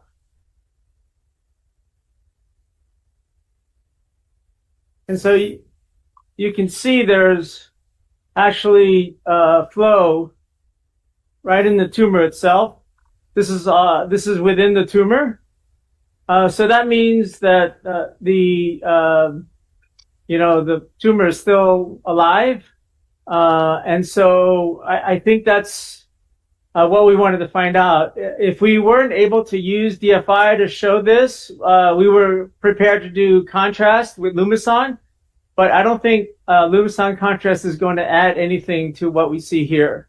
So again, another value of these enhanced feature to help us out in these difficult cases. So I'm not going to do RFA. That would not be wise. And we're going to tell the oncologist, keep going with treatment because the tumor is still viable. So thank you for your attention. Thank you, Ken. Glad we were able Thank you very much. Yeah, very nice, these DFI images. Yep. We're going to go to a word from one of our sponsors. What if you could maintain continuous broad focus with higher image resolution and seamless magnification throughout every endoscopic procedure? Bring more into focus. Part of the EVIS X1 endoscopy system, EDOF technology is intuitively designed to allow precise observation through continuous broad focus and high image resolution.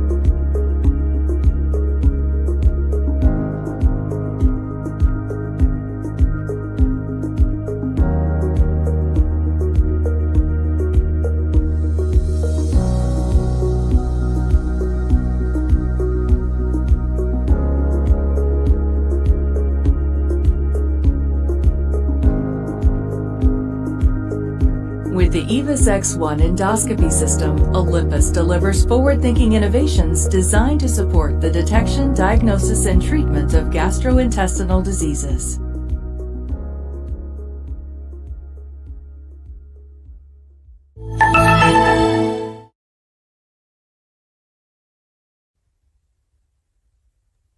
So that is all for our session. Thank you so much to all of our panelists and endoscopists and the attendees for the session.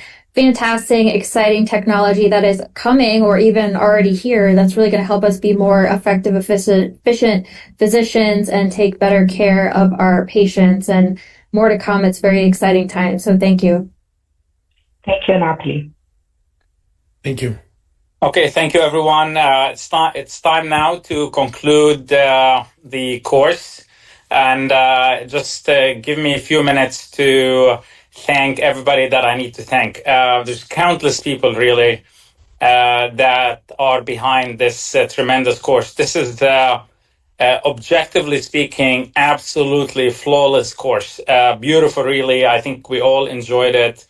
It says a lot about the team that put this together. On behalf of myself and the other co-directors, Natalie, Venkat, and Yanni, I want to thank the moderators, the symposia speakers, the live endoscopists, the advanced fellows, the local AV teams, television with Michelle and her team that took care of all the Zoom, really flawless, amazing.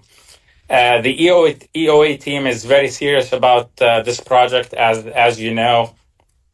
Namely, Amy Patel, she's the director, and you guys all have gotten to know her.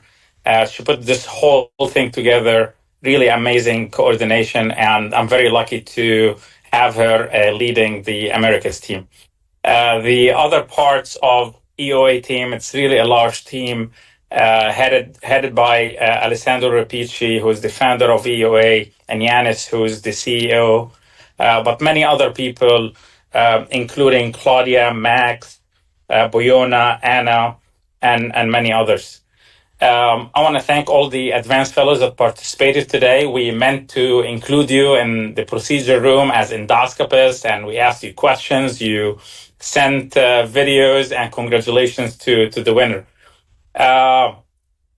We're very proud of our relationship with the American College of Gastroenterology. This was supported by them, and we collaborate and do courses together. We're very thankful for the ASGE. Their president, Amitabh Shah, was here today. Actually, he took a break from the board meeting to come out, so we had to get the thumbs up from the ASGE CEO. So we're very thankful for that. For our sponsors, this is all not possible without them. Our diamond sponsors, Olympus and Boston Scientific. Our gold sponsors, Irby, Merit Medical, and Fujifilm. Silver sponsors, Medtronic, Microtech, Pentax, and Castle. Bronze sponsors, Fisher Paykel, Ovesco, 3D Matrix, ConMed, Q3 Medical, and Magentique, which you guys saw at the end. So again, thank you all. I hope you all enjoyed it. We did about 30 cases over 11 hours, and we made it on purpose to make sure we show basic cases, from esophageal dilation to edge to colodoco duodenostomy, basic imaging, advanced imaging. So we covered really, I think, everything in endoscopy, and luckily we had no complications today, and the execution was flawless.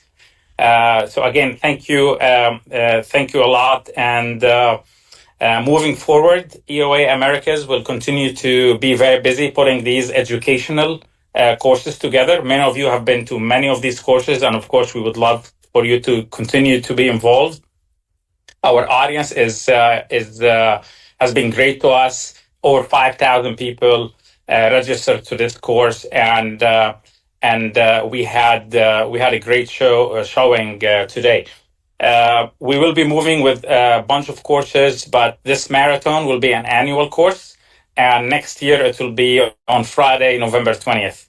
I'm sure you'll be hearing more details.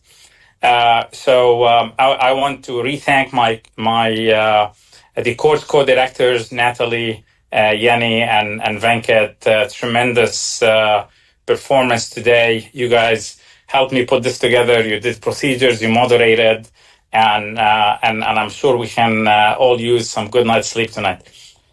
Without further ado, thank you a lot, and have a good evening. Thank you. Bye. Thank you, everyone. What an incredible 11 hours! Thank you to our world-class faculty, our sponsors, and all of you for joining us. The learning never stops. We're excited to continue next year with more focused events on third space endoscopy, Barrett's, advanced resection, hepatopancreaticobiliary, and of course, our flagship marathon. Follow us for updates on these events and more. We can't wait to see you again next year for another year of innovation and community.